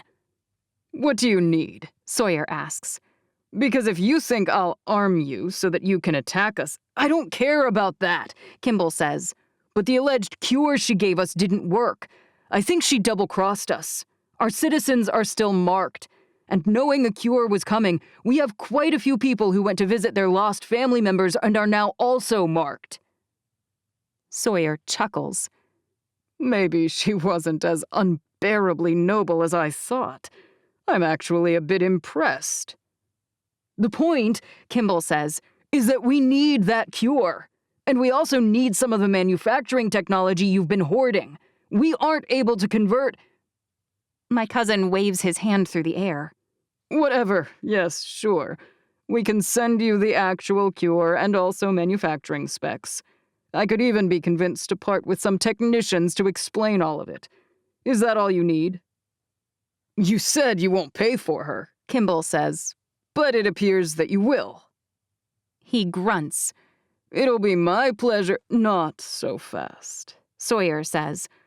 I won't pay you for her. That's true. Then what? I don't ever want to see her insipid, cherubic little face again. I don't want to hear her whining voice. And most especially, I never, ever want that bobbing blonde halo of curls to float down the hall toward me. She's your cousin, Kimball says. I don't get it. I've hated her father for so long that it's part of my DNA now, Sawyer says. He's ruined everything in my life, and I've been forced to live off his crumbs when I should have had it all. But she didn't have anything to do with that. Kimball tilts his head. She's done nothing but good, for which you kidnapped her. Sawyer laughs. She's naive and pretentious and needy. He shakes his head. And she'd never have been strong enough to do what it takes. She'd have made a terrible ruler. But if we play this right, I'll come out of this tragedy with exactly what the world needs, finally in my rightful place. A place he was willing to kill how many people to ascend? He's as bad as Solomon ever was. And I'm the fool who didn't see it. I don't want to kill her. Kimball's words are slow, practically pained. You talk about her naivete as though it's awful, but I feel pretty bad for kidnapping her, honestly. Don't kill her, then. Enjoy her. Dip her in bronze. Shoot her in the head. Sawyer shrugs. I don't much care which you do as long as we never hear from her again. Is that clear? I don't understand. Kimball scratches his head. She let you keep your job. She united the 3 nations. Oh yes, she did that for me, and it makes things much easier. I'll be marrying Dolores Peabody soon, and her brother will be returned to the regent's seat for the unmarked. But I'll rule them all. That's really what you want? Kimball asks. It was all about power? It's so cliché. I'm related to her, you know, Sawyer says. And I'm old enough to be immune to whatever ingenue hormone she seems to exude that has all the morons with a Y chromosome stumbling all over themselves to save her. But I should have been Solomon's heir, Sawyer says. I had the idea to create world peace now in the first place, you know. I was a pastor for a full 5 years before he uttered his first bumbly sermon. The second he told me what had happened, that his idiotic wife's ex had released an Earth-destroying virus that only he knew about, I told him this was his chance. I told him to forget about duping wealthy widows out of their estates.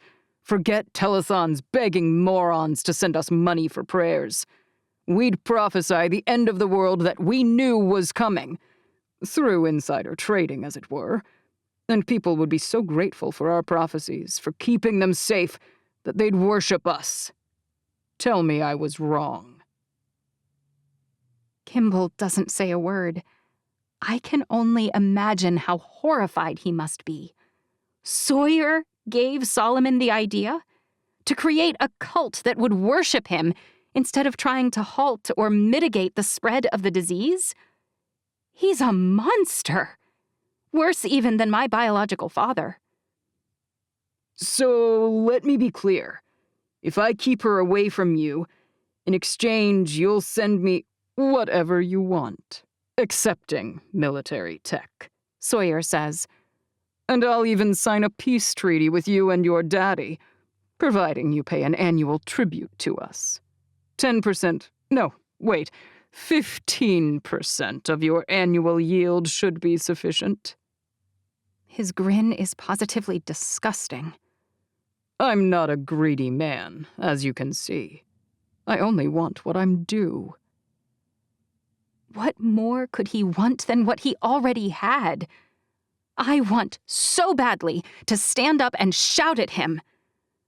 But he's in Galveston, and it's not the right time. Not yet, anyway. So I stay immobile on my side.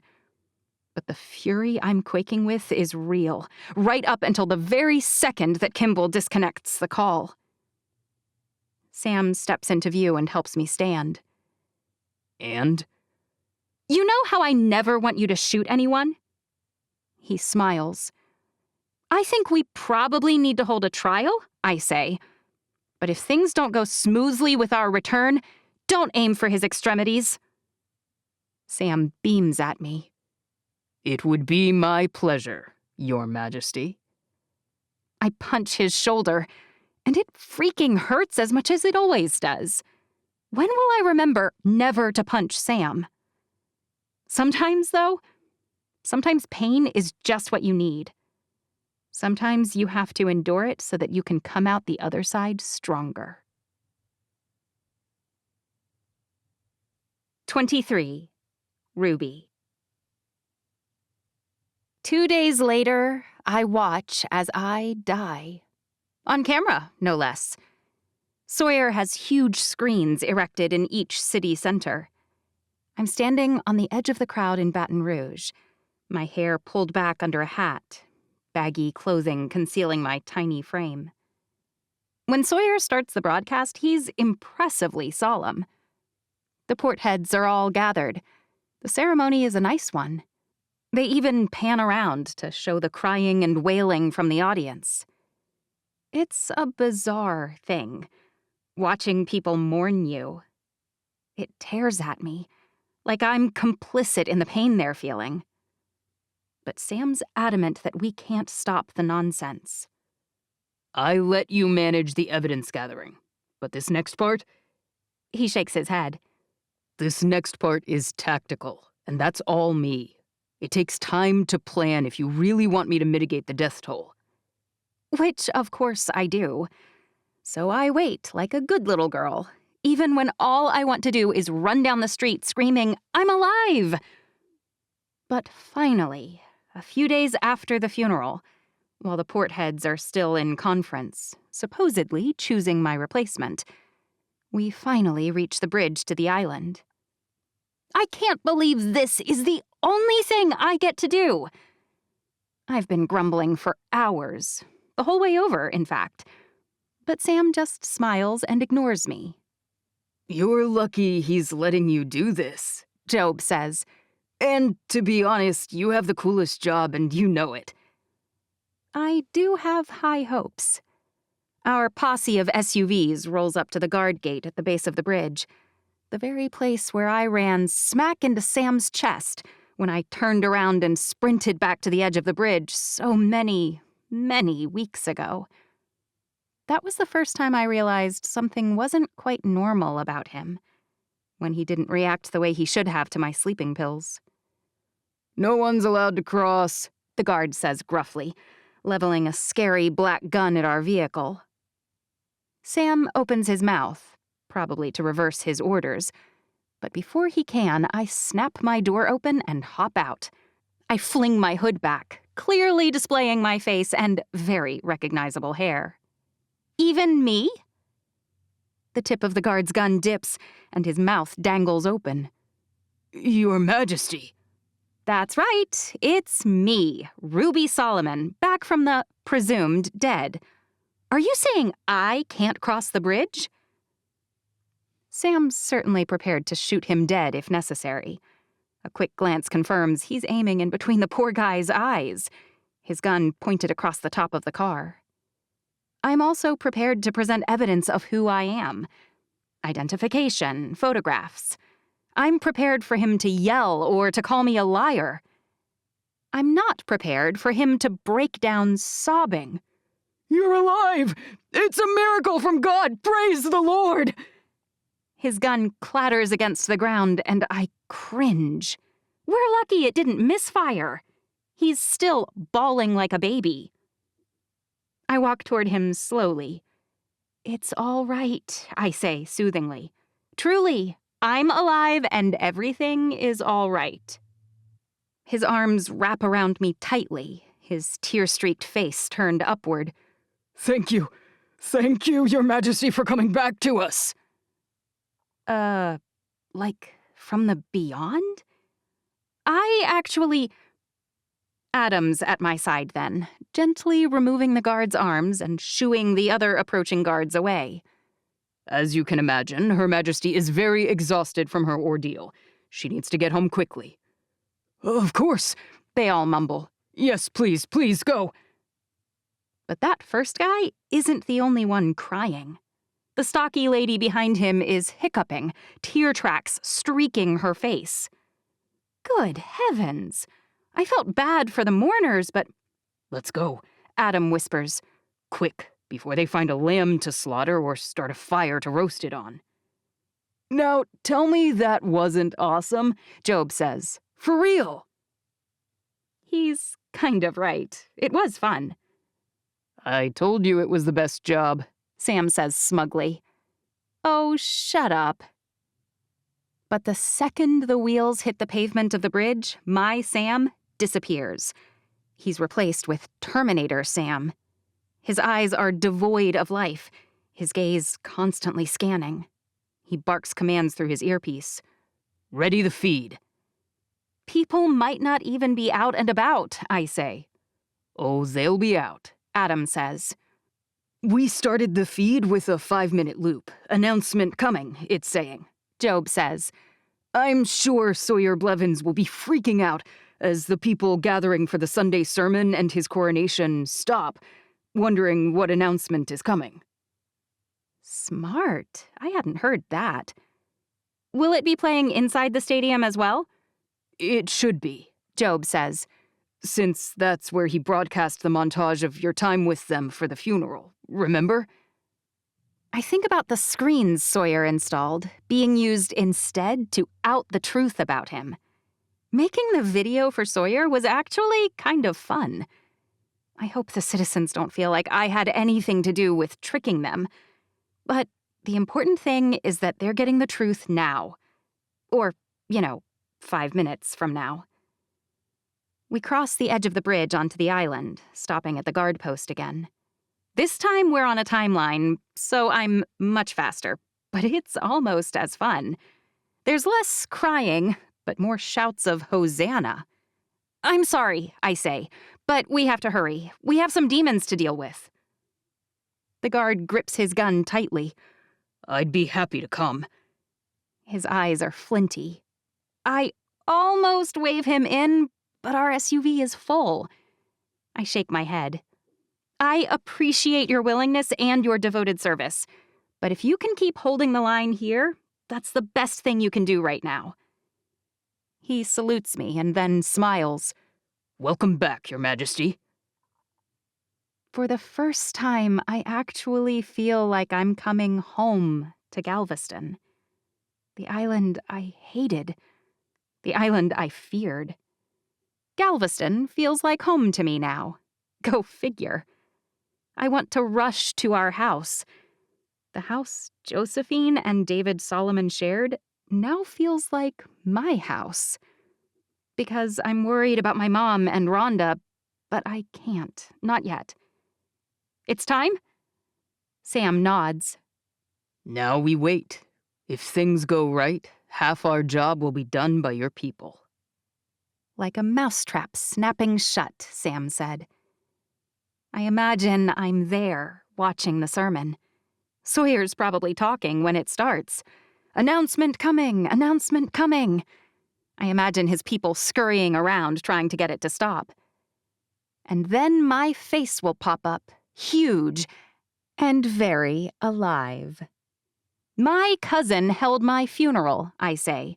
And now you're all here to listen to him inspire you with the word of God before celebrating his coronation. But my death was just another falsehood in a long line of lies he has told. Then a list will pop up with every single lie we were able to document that people might know about. As we started digging, we found quite a few, starting at the beginning. He was complicit in the foundational lie, the one that probably left many of your loved ones infected, marked, sick, and then dead. He worked with David Solomon to ensure that their power increased, even as the people of the world died all around them. Deaths he could have stopped in several ways. A few great shots of the world burning around them. And then we roll forward, telling them about the accelerant, the retention of the virus in Solomon's death. We discovered Sawyer used it a few times too. And culminating with the footage of my darling cousin telling Kimball that he doesn't care what happens to me as long as I never return. Finally, it cuts back to me. Only at the end, I'm addressing Sawyer himself. Do you remember your welcome? The first time we met? I bite my lip. You told me you'd love to have me out for a visit. I smile. Now it's my chance to tell you that I can't wait to see you again. In fact, I'm here on the island right now. I'll be waiting outside of the stadium to speak to you. I've watched the video so many times that it practically plays in my mind as we wait outside for Sawyer Blevins to make his escape. Possibly for the first time in his life, he does exactly what I want, running out of the stage exit, and right into the waiting embrace of Sam, who punches him in the nose, and in the stomach, and then kicks him. I ought to stop him, but I can't quite bring myself to do it. He's unconscious, Adam says, sounding almost bored. So? Sam asks. Adam shrugs. I'd rather inflict pain when he can feel it, but you do what makes you happy. Sam sighs and steps away. Take them all. The men move forward to locate and apprehend the other portheads. But by the time they go inside, they're already caught by my own citizens. They're not quite as vicious as Sam, but I think it's only for lack of training. They seem just as angry. Until they see me. Queen Ruby! They shout so loudly and wail so fervently that I walk up to the podium. Ruby! Job shouts. I spin around. Yes? Do you want me to broadcast this? I blink. Do I want to speak to anyone who is listening? Actually, I do. The girl who hated public speaking so much that she fumbled over her own words and puked down the front of her dress years ago, now wants to address her people all over the world. Yes, I actually do. He taps his watch. He'll need a minute. As it turns out, that's all right. The audience is so worked up that they shout and scream and cry for quite some time. By the time they settle down, I glance back at Job and he nods. I step up to the podium. It's been a very long week, I say. They laugh. Of course they do. Humor is the intersection of the taboo with the acceptable, and only I can make a joke about what we've been through, because I'm the one who died, and they're the ones who mourned me. We're joined again, through our shared pain. I want to start by saying that I love you all. I recognize that it sounds cheesy and almost unbelievable, but it's nevertheless true. You have become, well, I glance at Sam. Not everything to me, but darn close. I want to make a world where all of my people can live, love, work, strive, and improve. I want the world to be like before, only better. I want that for all of us. And for our children, too. I gesture for Sam to join me. And in light of that, I'd like to announce that I'm engaged. Samuel Roth, the love of my life and my very best friend, has asked me to marry him. And I've accepted with great joy. To call the applause anything but thunderous would be a disservice. Sam's even touched next to me. He wraps an arm around my shoulders. And what have I learned from this? I shake my head. I want you all to listen. It's possibly the most profound thing I've ever uncovered. And it's simple, as most profound things are. I lick my lips. Life is miserable, sometimes too short, and almost always ugly. But it's in the midst of that, it's because of that ugliness, that we recognize its epic beauty. If I hadn't had such a terrible week, I might not have realized the joy Sam brings to my life. Those moments of perfection, they are the purpose in our lives. We appreciate them because of the difficult trials we endure. So, as hard as it was to hear that I'd died not long ago, I hope you can now revel in the joy you feel at my survival. Appreciate the blessings we do have whenever we have them. I gesture for Job to join me, and Adam, too. Life has been hard. I lost my best friend a few months ago. He died so that I could live. My eyes well with tears. I'll never forget Wesley or his sacrifice. He wasn't perfect. But when he had the opportunity to do it, he always made the noble choice. He saved me, and together we saved the world. That's my goal, always. Survive the difficult, improve wherever I can, and then keep going to be better tomorrow than I am today. I wipe a tear away.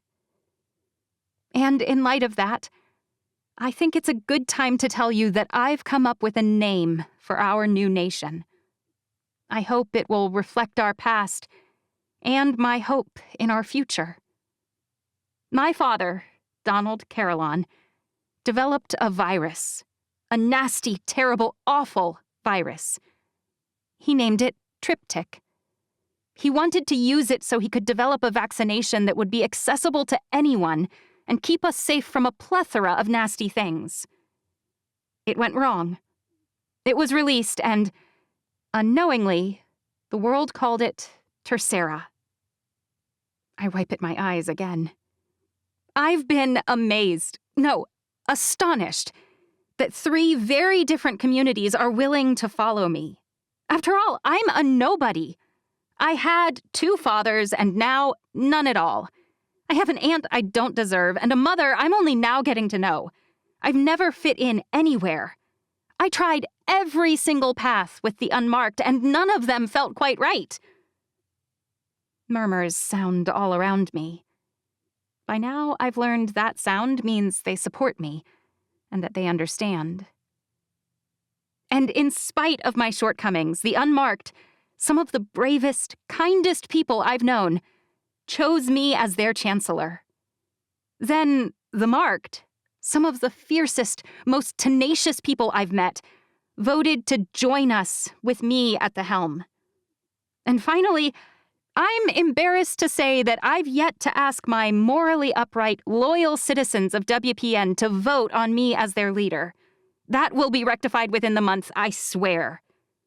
But if you choose me too, then that will be 3 very distinct groups of people who have all agreed to come together as one in the wake of the devastation caused by Tercera, a virus my dad would never have agreed to release had he been given a choice. I'd like to call our new nation Triptych, in honor of the future my father hoped for, instead of the one that he got. I have no idea how the citizens in other places react, but the ones in Galveston are wild for the idea. I'll include a choice to ratify that or to reject it. And if you reject it, that's all right. We'll go back to the drawing board and find a name that represents all of us working together for a brighter future. And if you reject me, I'll help you find a replacement.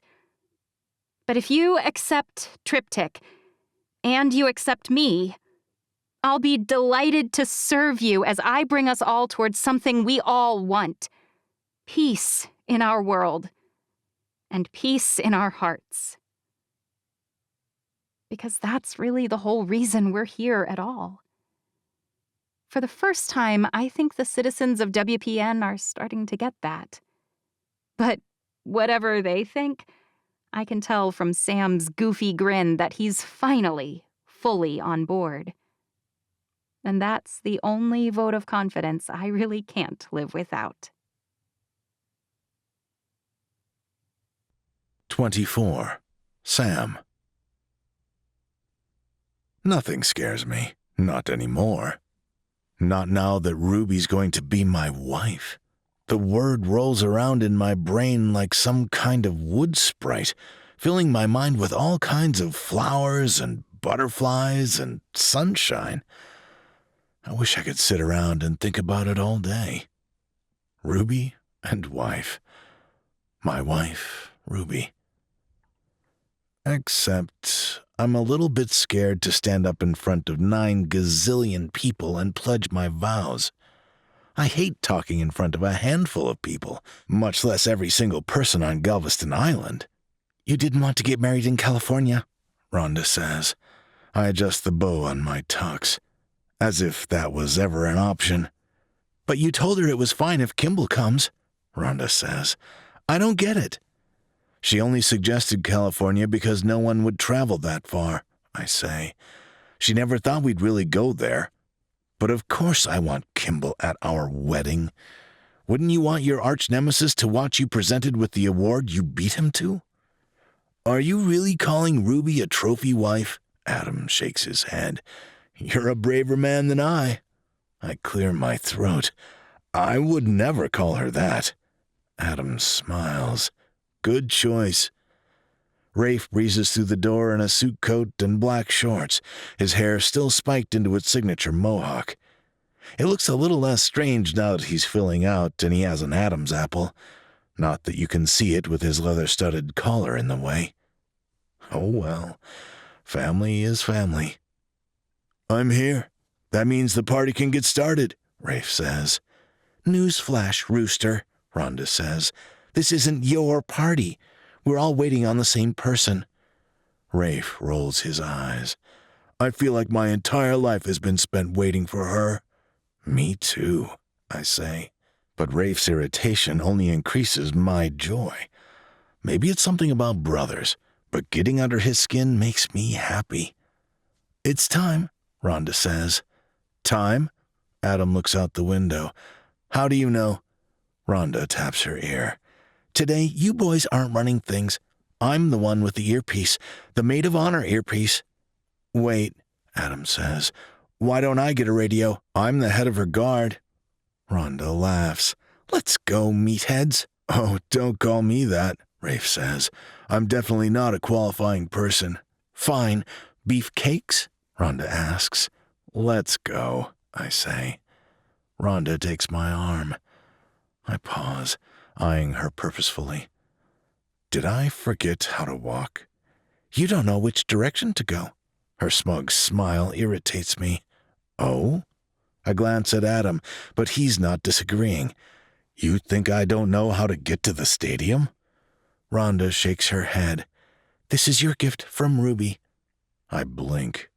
My what? She knew you wanted a small wedding, so that's what we're doing.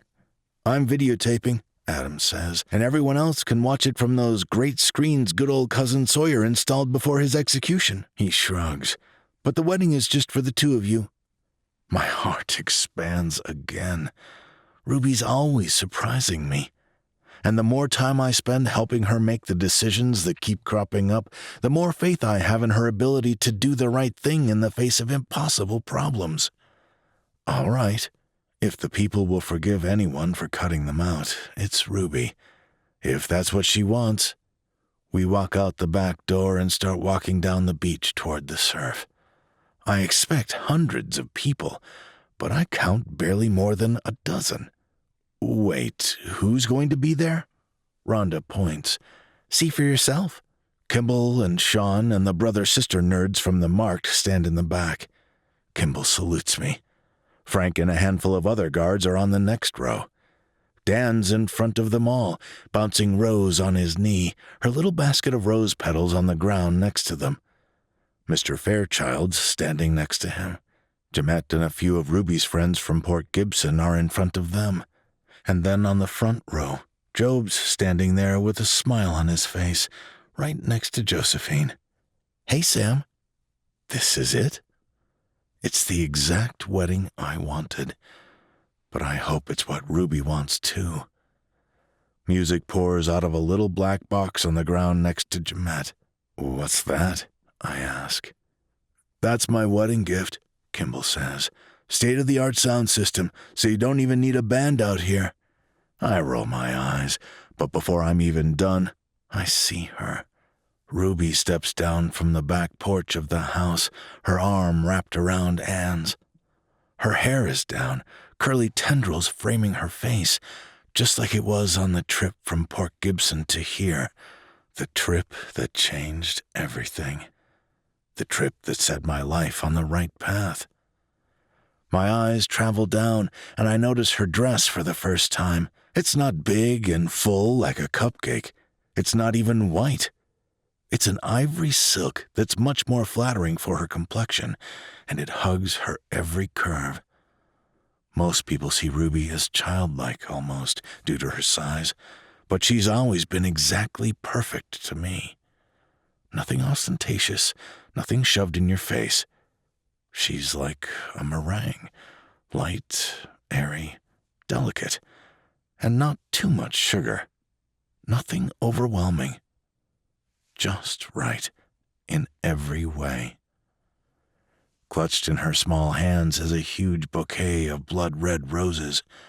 They exactly match the tiny red tiara nestled in her hair. My Ruby. She couldn't look more perfect if she really were a princess in a fairy tale. The only thing better than a helpless princess I can save is the strong, capable queen walking toward me. Uncle Dan ushers Rose into the aisle, and she walks toward me, chucking full handfuls of rose petals every 2 feet. It's a good thing she doesn't have far to go, or she'd need a bucket instead of a basket. The music drops in volume just as Ruby reaches the back of the aisle, and every person she passes sighs, or gasps, or beams. Kimball winks at me as she passes, and surprisingly, I don't want to punch him.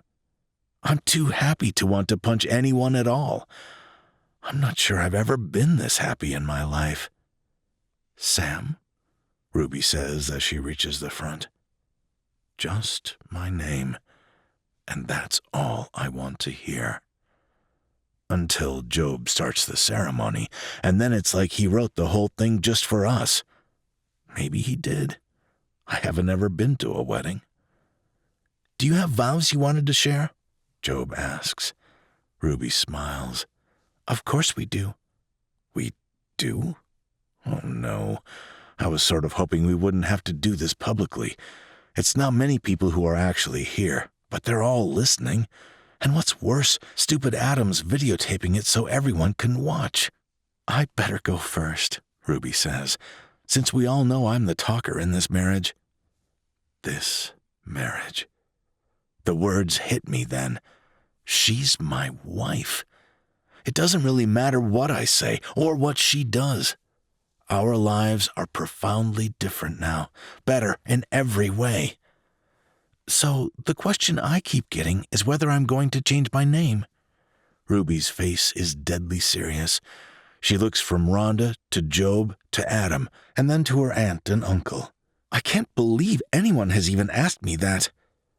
Her laugh is bright and beautiful, and it floods the entire area with joy, as though the sun is rising instead of setting. Of course I am. The best thing about this wedding is that I won't have to stumble over who I am anymore. She giggles.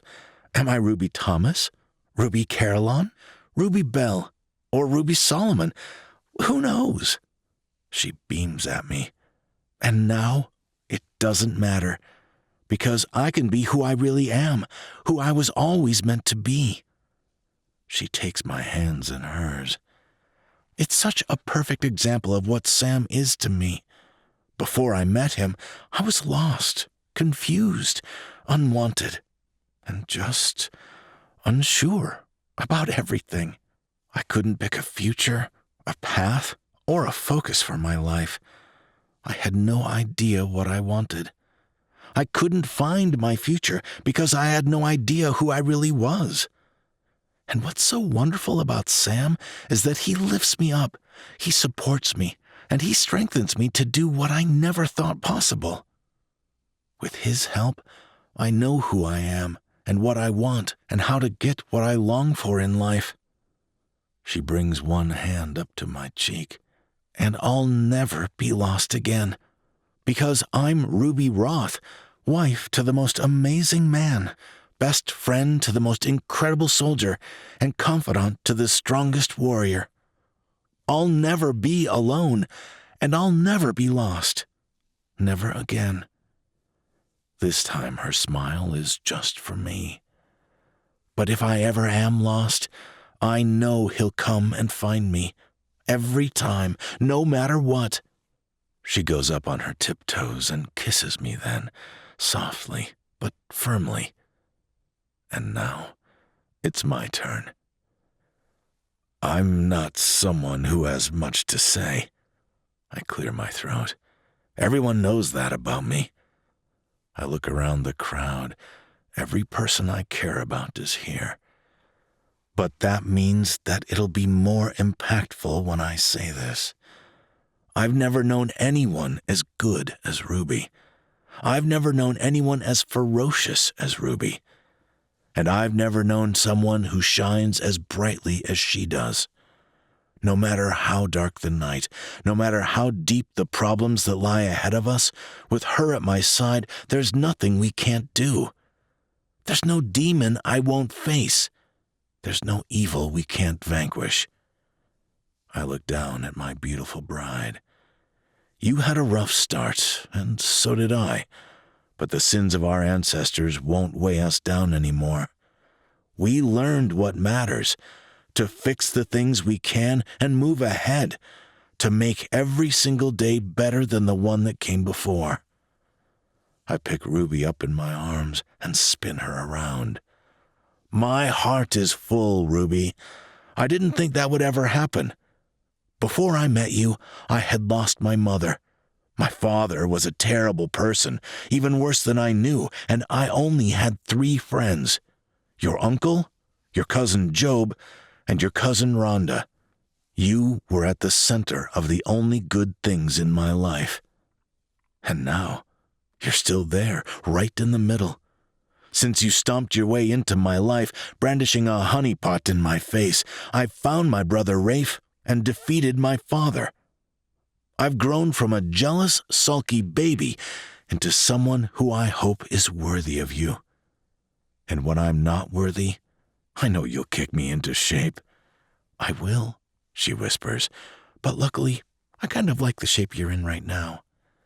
Job races through the rest of the ceremony, and then, with that, I'll pronounce you 2 husband and wife, he says. Suddenly, I'm kissing her, and it's the most perfect kiss we've ever had, which just means that it's the worst one we'll ever have, because every single day with her is better than the last. When I kiss her this time, I don't care who's watching, because I'm kissing my wife, the new president of the Republic of Triptych, and the future has never been brighter. Best of all, we're facing that future together. I can't wait to wake up for every single day of them, right next to the best person I've ever met, Ruby Ruth Roth. When I hear it, I can't quite keep from laughing. Are you positive you want to take my last name? You finally thought my whole name out in your head, didn't you? Her eyes sparkle with mirth, with my middle name dropped in there. Ruby Ruth Roth.